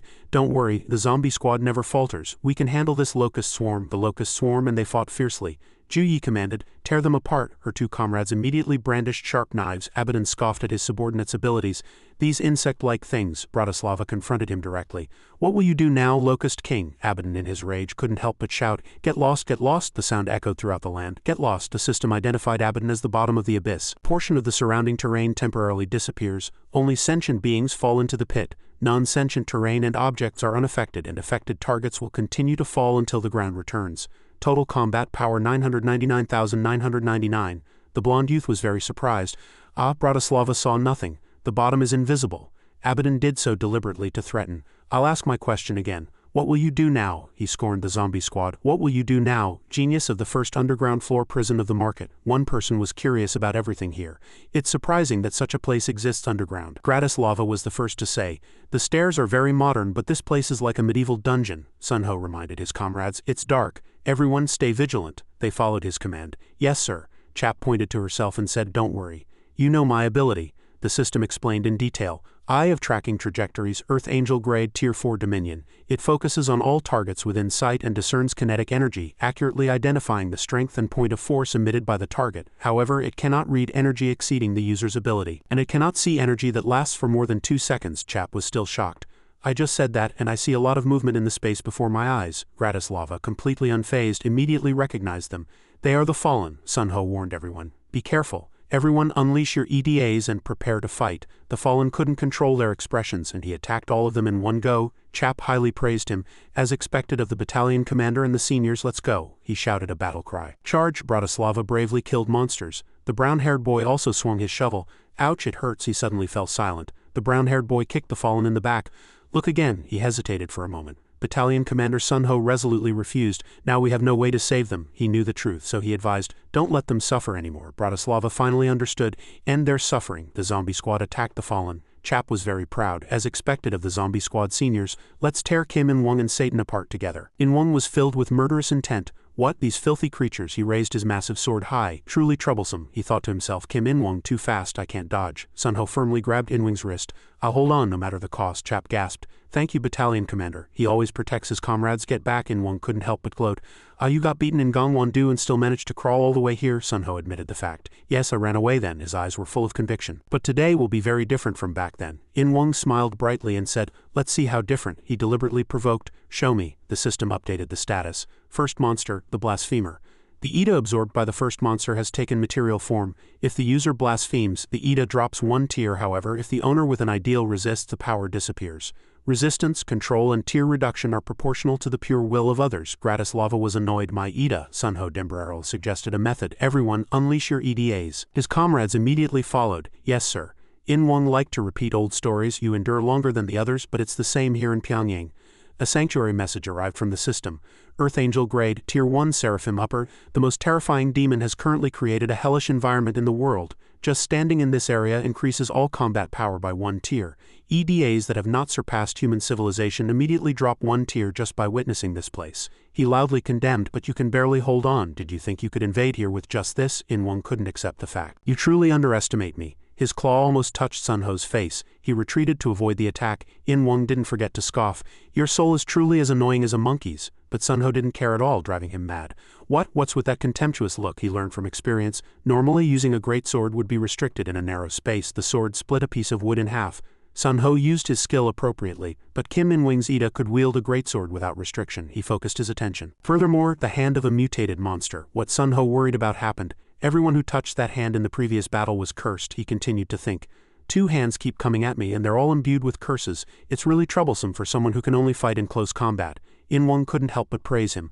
Battalion commander, your dodging skills are quite good, aren't they? Flames erupted from his hand. Then how about this? Sunho couldn't help but be surprised. He even has area of effect Hellfire. The system displayed information. First monster, left hand of destruction, Earth Angel Grade, Tier 2 Cherubim. Total combat power 1 million. His comrades were almost out of strength and Battalion Commander Sunho knew that better than anyone. Even the zombie squad couldn't fight long without their EDAs. He took a deep breath. Kim In-won is alone. I have to take a risk. In-won still stood arrogantly. How about it? Did that little kid give up? How could Sunho retreat so easily? Not yet, I'm just thinking of a way to deal with you. He too couldn't help but be puzzled. What's with that confident look? He commanded his comrades. Zombie squad, everyone unleash your EDAs and prevent enemies from approaching where Kim In-won and I are fighting. All said in unison, yes sir. In-won openly scorned him. Do you think you can defeat me in a one-on-one fight, kid? Sunho fiercely retorted. Kim In-won, how long has it been since you trained after gaining that power? He deliberately said. I don't know what you're talking about. A worried expression crossed In-won's face. He couldn't believe his eyes. His aura suddenly increased by 1 tier. No, In-won never imagined this would happen. Aren't you affected by the sanctuary? Sunho had already planned. My training plan has always been 10 steps ahead. Energy burst from his body. I'll show you my efforts. A dueling arena was quickly set up and In-won and Sunho moved to a different space. The system sent a notification. Capture the Holy War, Earth Angel Grade, Tier 1 Seraphim Lower. The desire for victory physically forms a battlefield containing only you and the target for 60 seconds. He was very flustered. Spatial division. In-won felt uneasy. What? My power? The system notified that Ida cannot be activated, and all physical or mental conditions derived from Ida are nullified. Now he finally spoke. A healthy body is a vessel for a healthy mind. A message was sent. The owner's body is adjusted to its weakest level over the past year and the target is adjusted to its strongest state. In-won couldn't accept that someone else was superior to him. Someone like you, kid, you've reached Seraphim. Sunho could no longer hold back. Kim In-won, I'll correct your filthy thoughts. He wasn't in a hurry at all. Sunho charged at him. In-won looked quite anxious. A slow and clumsy attack. A fist grazed his face and In-won was sent flying far away. My body can't keep up. He would not have expected such an outcome. This pain, unlike being hit by Ida, was purely physical. Then as my soul completely sealed, his hands were red with the blood of the progenitor. How does it feel to be sealed, Ida? Normally you're the one who seals others. In-won wanted to talk to him again. You bastard, but Sunho wasn't afraid of Kim In-won at all. Kim In-won was a person who had attracted attention from various countries even before becoming a pet. He knew In-wing's identity not only because he was the leader of North Korea, but also because he was a swordsman with excellent swordsmanship skills from a young age. However, he had relied on an unstoppable Ida for a long time. Having relied on an EDA that could nullify enemies for a long time, Sunho placed his hand on his face. Kim In-won, you can't be beaten like this by a kid like me. He easily dealt with him once the opponent's Ida was nullified. He was just a punching bag. Sunho launched a series of attacks. I'll make him unable to breathe. In-won was grabbed by the collar. Sunho wanted to unleash his anger right now, so he sent In-won flying outside. Sunho had no more regrets. Rest in peace, Kim In-won. He desperately tried to get up. I never thought you'd have such an ability. It's really fortunate that I met you before meeting the Lord. In-won unleashed his long-suppressed anger. No matter how filthy a thug is, they can't be this filthy, even the fairy brat and Park Jin-won. He didn't seem surprised at all. The fairy is Kim Son, and Park Young surprised him. You know them. Sun-ho desperately wanted to know about his friend's condition. Park Jin-won is back. Where is he? In-won once again challenged him. You said you'd kill me, do it quickly. The soul can seal another person's soul, but it can't last too long, can it? Sun-ho thought of the greater good. He's right, there isn't much time. Although he was slightly swayed by his words, there was no more opportunity, he said boldly. I'll kill you in the remaining 10 seconds. In-won openly scoffed. 10 seconds is too long. Doesn't he want to live anymore? Don't you think so? As the shield broke, In-won called the Third Army. The tiger used its power to break the shield. The tiger solemnly questioned Kim In-won. It felt something strange. What on earth is happening? Sun-ho suspected the Third Army. Sun-ho blamed himself for thinking that the monster couldn't intervene in the arena. I was too careless. He knew his own abilities well. I have no chance of winning fighting these two. Sun-ho had no choice but to charge at In-won. I have to deal with Kim In-won first, he signaled to the tiger. Too late, the Third Army immediately struck where he was standing. Sun-ho could no longer delay. If this continues, the skill's effect will disappear. He was confused. Is the opportunity I've been looking for so long going to disappear like this? In-won continued to challenge him. This is such a powerful ability. If you don't use it on someone like me, it's a waste, isn't it? Isn't it? Keep using it. The Third Army will crush you. Sun-ho discovered something new. It was a mistake to waste time bickering with him. He's right. The Holy War has no effect on these monsters. He couldn't help but worry. Then I should have dealt with Kim In-won first, but now I've lost all my advantages. A squad member asked Sun-ho for his opinion. Battalion commander, what do we do now? He gave directions. This is a guerrilla operation focused on rescue. If we go all out, we have no chance. Sun-ho anticipated the worst-case scenario. Even if we retreat, everyone, including myself, will be captured or killed. He almost seemed to give up. This must be our end. The anger in his heart brought Sun-ho back to his senses. But I have to take Kim In-won with me. In-won looked down on the others. Are you going to use that trick again to kill your friends? Do you think those incompetent ones can stop the Third Army? The tiger was as arrogant as its master. Checkmate, you thieves. The 3 squad members never gave in. The zombie squad will die gloriously even if we die. Come on, fat cat. A group of people was in the darkness. Oh, my fiancé's friends? Chap heard this voice and turned around. In-won couldn't help but scold the others. 2 rushed out here, I see. The man looked annoyed at the fairy Zian. She greeted him meaningfully. Long time no see. An Wong-ho and one of the zombie squad members were surprised. Young lady Bratislava, you're alive. In-won, seemingly determined to eliminate them, said, what a moving reunion. He added, it's not to my taste, so I won't let it pass. He leapt from the ground shouting, let's all go to hell together. In-won urged the Third Army tiger, finish them all. You can trample everything with just your feet. Easy. Zian called out his name loudly. Sun-ho immediately understood her intention. The team members hid behind Kim Son-rang. She took out her sword and leapt near the tiger's foot. Every blade Zian swung was dangerous. Everyone scattered in all directions to avoid being trampled simultaneously. Sun-ho thought to himself, it's raining heavily. What happened to Pete and Ju-yi? But right now he needed to deal with Kim In-won first. In-won, as if he hadn't expected him to dare appear before him, said, that damn guy again. Sun-ho would never forgive him. Die, Kim In-won commanded the Third Army tiger, but the tiger didn't listen. Third Army, what are you waiting for? The tiger scoffed. You can't even deal with one guy, what can you do? She reminded Sun-ho to keep him restrained before acting. In-won was filled with rage. That fairy girl. The tiger stood in Zian's way, blocking her. Stop, the fairy. She thought he wasn't worth arguing with. You're just a cat after all. Zian used her exclusive technique, fairy swordsmanship. The tiger was bewildered. What is this? She swung randomly and hurled curses. Zian quickly appeared behind him. It's over. Kim In-won felt helpless in this situation. It's truly chaotic. He bid farewell. Lord, I'm sorry, I'll go first. The voice from the book demanded results from Satan. He was very proud. More than half the world is already in my hands. The system updated the angel-grade situation on Earth's surface. It was said that a sanctuary, recorded as a demon's desire to become a god in a single day, had formed. This was the law that governed hell, but in reality, no one followed it. It was gradually turning the entire world into hell. In a world full of pollution and endless flames, whoever could rectify it would gain an absolute power stronger than hell. He couldn't understand. More than half the world is in my hands. What more results do you want from me? The book continued to urge. Give me results. Satan was annoyed by it. I gave you the results you wanted. What else do you want? He had a plan to devour everything. If you support me now, I can start a war against heaven immediately. But the book only wanted results and suddenly closed. Satan decided to destroy everything. Is it going to be like this again today? Fine, then I'll destroy the world myself. He realized the situation was not good. This Kim Jin-seong guy, he still hasn't dealt with the intruders. Satan remained calm. It seems there's no other choice. He summoned power. Return, Fourth Army. A colossal beam of light appeared in a strange space, and that light seemed to stop time where Sun-ho was. For some unknown reason she was flustered. Huh? Inverted cross. Zian gasped. Impossible. A cross pattern appeared in the fiery red sky.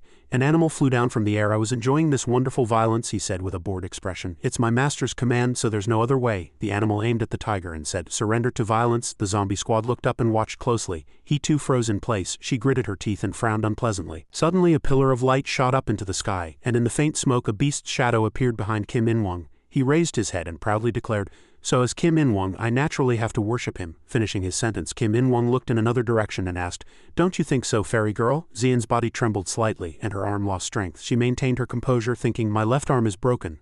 Xian secretly observed the situation. Even with an aura shield on Wang Ho and the zombie squad will die like this. As soon as the violent monster appeared, the tide of battle turned. At this moment, Abaddon suddenly appeared in the air and complimented, what's wrong, Kim In-wong? You look truly terrible. Kim In-wong, discerning the mockery hidden in the compliment, muttered, damn it. Abaddon wiped the blood from his mouth with his hand and asked coldly, what happened to the intruders outside? Abaddon pointed to a black hole and replied with a laugh, I swallowed them all into the abyss. At this moment, Kim In-wong suddenly said, bring them here. He asked, slightly puzzled, shouldn't we deal with the guys up there first? He scoffed. Wouldn't that be too merciful? We must punish these intruders severely. Abaddon thought for a moment and then said, if Fox and the Third Army were here, there wouldn't be a problem. A moment later he waved his hand, releasing Pete's group in several batches, shouting loudly, release. Pete lay on the ground, his face contorted in pain, and asked, are we back to where we started? He recalled the sensation he had just felt. He couldn't stand properly because of the feeling of endless falling. At this moment Xian cautiously called out, Pete. Pete, seeing her, exclaimed in surprise, young lady Xian, why are you here? Suddenly saw something and his eyes widened, thinking, aren't those monsters the Third Army and Fox? Just as I heard. What Pete saw were the Third Army and the Fourth Army. He held his sword and walked, thinking to himself, compared to them the First Army is truly a child. The black-haired woman called out Pete's name in surprise and confusion. He said with a very resolute expression, I came here prepared to die anyway, so I have to inflict as much damage as possible before I die. Kim In-wong scoffed, still calmly saying, even in this situation you're quite clever. Then he winked at his comrade and asked, Abaddon, how should we punish those foolish illusionists who invaded our Lord's sanctuary? What kind of punishment would be appropriate? Abaddon immediately offered a cruel opinion. Should we tear off their limbs? Unexpectedly, Kim In-wong still shook his head and replied, no, it's not enough. He laughed sinisterly. We need to set an example for those who would betray our Lord, so it must be harsher. Finishing his words, Kim In-wong snapped his fingers and said, I've prepared something good for a situation like this. Immediately a glowing smoke appeared next to him. Pete said, completely unafraid, whatever monster appears I will. Before he could finish, the smoke transformed into a giant man. Chap, seeing this, frowned in contempt and asked, just how much humanity have you forsaken? Kim In-wong instead boasted, pointing to the bloody lump of flesh with his hand, how about it? It's a masterpiece I made with all my heart. He laughed as if plotting something and continued, you know your comrades came prepared to sacrifice themselves too, so I don't think it's right to let you die comfortably. Finishing his words, Kim In-wong turned his head and shouted, go, start. Immediately the man opened his mouth wide and shouted. Dark purple ominous flames erupted from his entire body, and the light quickly soared into the air. Soon after, the words, look up at the blue sky and the answer will appear appeared on the screen along with the time.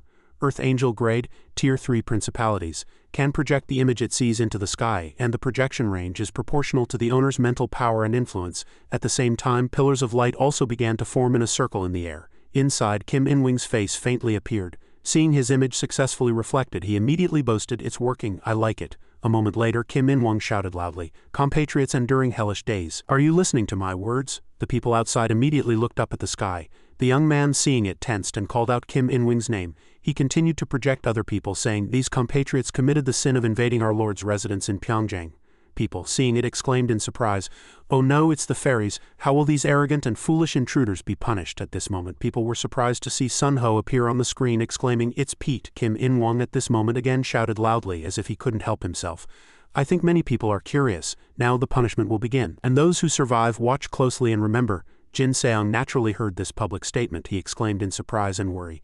Young lady Xian, senior on Wang Ho and even the zombie squad. Chap also couldn't understand how this could happen. When the fox monster was fighting Li Xin, Jin Seong replied it might have moved. She immediately asked, contractor, should we go straight there? He thought about the situation again. We will approach stealthily using the flight path, but the Pyongyang situation is worse than expected. At this moment, Chap suddenly shouted, Park Jin Seong, look over there. Jin Seong exclaimed, ha, and turned around to see a massive crowd of people below. He exclaimed in surprise, it's an army. Jin Seong speculated. It seems they're returning to Pyongyang again. Chap quickly continued, so it's not just giant monsters. He hesitated slightly. If they arrive in Pyongyang, rescue will become even more difficult. At this moment, Chap suddenly stood up, saying that in the face of her actions there was no other choice. Jin Seong exclaimed in surprise, Chap, and she spread her wings, looking at him and smiling, I'll take care of them. Let's meet again in Pyongyang. Jin Seong finished speaking, and Chap leapt from the bone skull's head, leaving him and surprising him. Chap, she quickly caught up with the army. Chap gently landed in front of them saying, "Finally it's my turn." She reached out her hand, activating her energy, and announced, "From this point on, this is a forbidden zone." A moment later, the ground turned red and souls began to crawl out from within. Chap commanded, "Charge, my minions." Immediately, the souls charged towards the army and attacked. Jin Seong observed the situation from above and said gratefully, "Thank you, Chap." Finishing his words, Jin Seong looked straight ahead and shouted loudly, "Let's go, Skull." Before it was too late, Skull like lightning rushed towards Kim In-wong's reflected image. Kim In-wong, still arrogantly at this moment, said, "Those who remain in the sanctuary city, I will give you one chance. I will spare only one life. Fight each other until you kill." Pete retorted with contempt, "Do we look that reckless?" He spoke firmly, trusting everyone greatly. "Do you think we would betray our comrades and do such a thing to survive? We will fight until we die." As soon as he heard this, he suddenly burst out laughing. Pete, not understanding, asked, "What's so funny?" Kim In-wong laughed arrogantly. Good. I wanted to hear those words. I'll make you regret refusing this opportunity." Pete wasted no more time and immediately started the battle first. Fall rain color. And indeed, a moment later, raindrops fell on Kim In-wong's head, and in the very next moment, heavy rain poured down. He clenched his fist and frowned, asking, "Must I endure such humiliation in front of my comrades?" A moment later, Kim In-wong's hand suddenly transformed, and he shouted in an angry voice, "Must I endure this?" He raised his hand, created a fiery vortex, and quickly extinguished the rain above his head. Pete was slightly surprised, thinking to himself, "I expected it wouldn't cause much damage, but to break it so easily. I need to buy more time for Xian and On Wung-ho to recover." Thinking so, he swung his sword again, preparing to continue his attack. Pete inwardly exclaimed, "Nabun," and continued to swing his sword, slashing at Kim In-wong. He very calmly said, "This technique isn't bad either, young swordsman." A moment later, Kim In-wong suddenly widened his eyes and asked, "But aren't you mistaken about something?" At that question, Pete's movement suddenly stopped. He frowned and asked, "Mistaken? What do you mean?" A moment later, something red flew towards Pete, and it was the Fourth Army's claw. It only pushed slightly, but he was immediately sent flying far away. The Fourth Army coldly said, "I said no one else could move but me." Pete trembled and tried to get up again, thinking nervously, "Just one claw swipe and such immense power. Compared to the First Army, this is much stronger." Although he knew very well that he couldn't fight, he still did not waver, saying, "But I cannot retreat." The Fourth Army attacked again, very contemptuously, saying, "Useless." Pete knelt on the ground, bowing his head, but a moment later he suddenly raised his head and shouted loudly, "I can still fight." The Fourth Army swung its claw with all its might, saying, "This is the end." And indeed, with this attack, Pete lay stretched out on the ground, unable to move. Kim In-wong smiled with satisfaction. "Finally, it's quiet. Abaddon." Abaddon immediately understood his intention and commanded, "Bring him here." Soon, Pete was dragged before Kim In-wong. He raised his voice and said, "Now I will inflict the first punishment on the one who challenged the First Army." This moment, his foot was stepping on a purple liquid. Then Kim In-wong picked it up and commanded with a wicked expression, "Open your mouth, boy." Pete, hearing this, immediately clamped his mouth shut. He shouted loudly in displeasure, "You won't open your mouth?" Finishing his words, he kicked him hard in the stomach. As Pete opened his mouth, Kim In-wong quickly put the liquid into his mouth, saying, "This is the Lord's blessing. Swallow it." He continued in a very perverted manner, "Haha, I'm really looking forward to seeing you go mad." Only after he had swallowed all the liquid did Kim In-wong release his hand. Soon, Pete screamed in agony from its effects. Seeing him, he was even more satisfied and praised, "Good, you scream well, now eat more." Xian, hearing Pete's painful screams from here, was agitated and called out his name. Pete, a moment later, she could no longer hold back and rushed forward, shouting loudly, "Stop!" Kim In-wong, and blocked him. He frowned in annoyance. "This fairy girl is truly bothersome." Then he commanded, "Stop her, Fourth Army." Soon, the Fourth Army's colossal hand reached out towards Xian, and her eyes intensely shouted, "Fairy swordsmanship." A moment later, countless sword slashes poured out in quick succession, and the Fourth Army this time slightly closed its hand. It calmly stated its impression. "You are more satisfying than that boy earlier, but this much violence is still far from enough." It shouted loudly and pushed its hand hard, and Xian was quickly pushed back. She gritted her teeth in anger, muttering to herself, "Damn it, as long as that monster is here I can't get close." Kim In-wong, annoyed, said, "These boys can't even wait their turn. There's nothing we can do." Fourth Army, put them to sleep. The Fourth Army coldly said HMPH and reached out its hand, annoyed. Soon a colossal hand appeared above her head, but she was not afraid at all. Instead, she said calmly, "Really, it's too late." The Fourth Army didn't understand what was happening and shouted, "What?" The very next moment it was slashed from behind. The Fourth Army shrieked in pain. This technique, it finally understood after looking back. "Yes, so you've appeared after all?" In the air a familiar black shadow was heard with loud laughter, and it flew closer and closer, the laughter never ceasing. A moment later the bone skull stopped, and Jin Wang, standing atop it, loudly asked, "Do you like this stage of hell's breath?" He coldly reminded them, "I told you not to rush." At the same time the following introductory message appeared on the screen. Murderous demon adjustment. If facing an opponent with a physical strength difference, it automatically adjusts to an appropriate level. Jin Wang stood on the bone skull with his hands in his pockets, looking very charismatic. He coldly called out their names one by one. Third Army, Fox and Kim In-wong. Jin Wang firmly declared, "This time I will finish you all."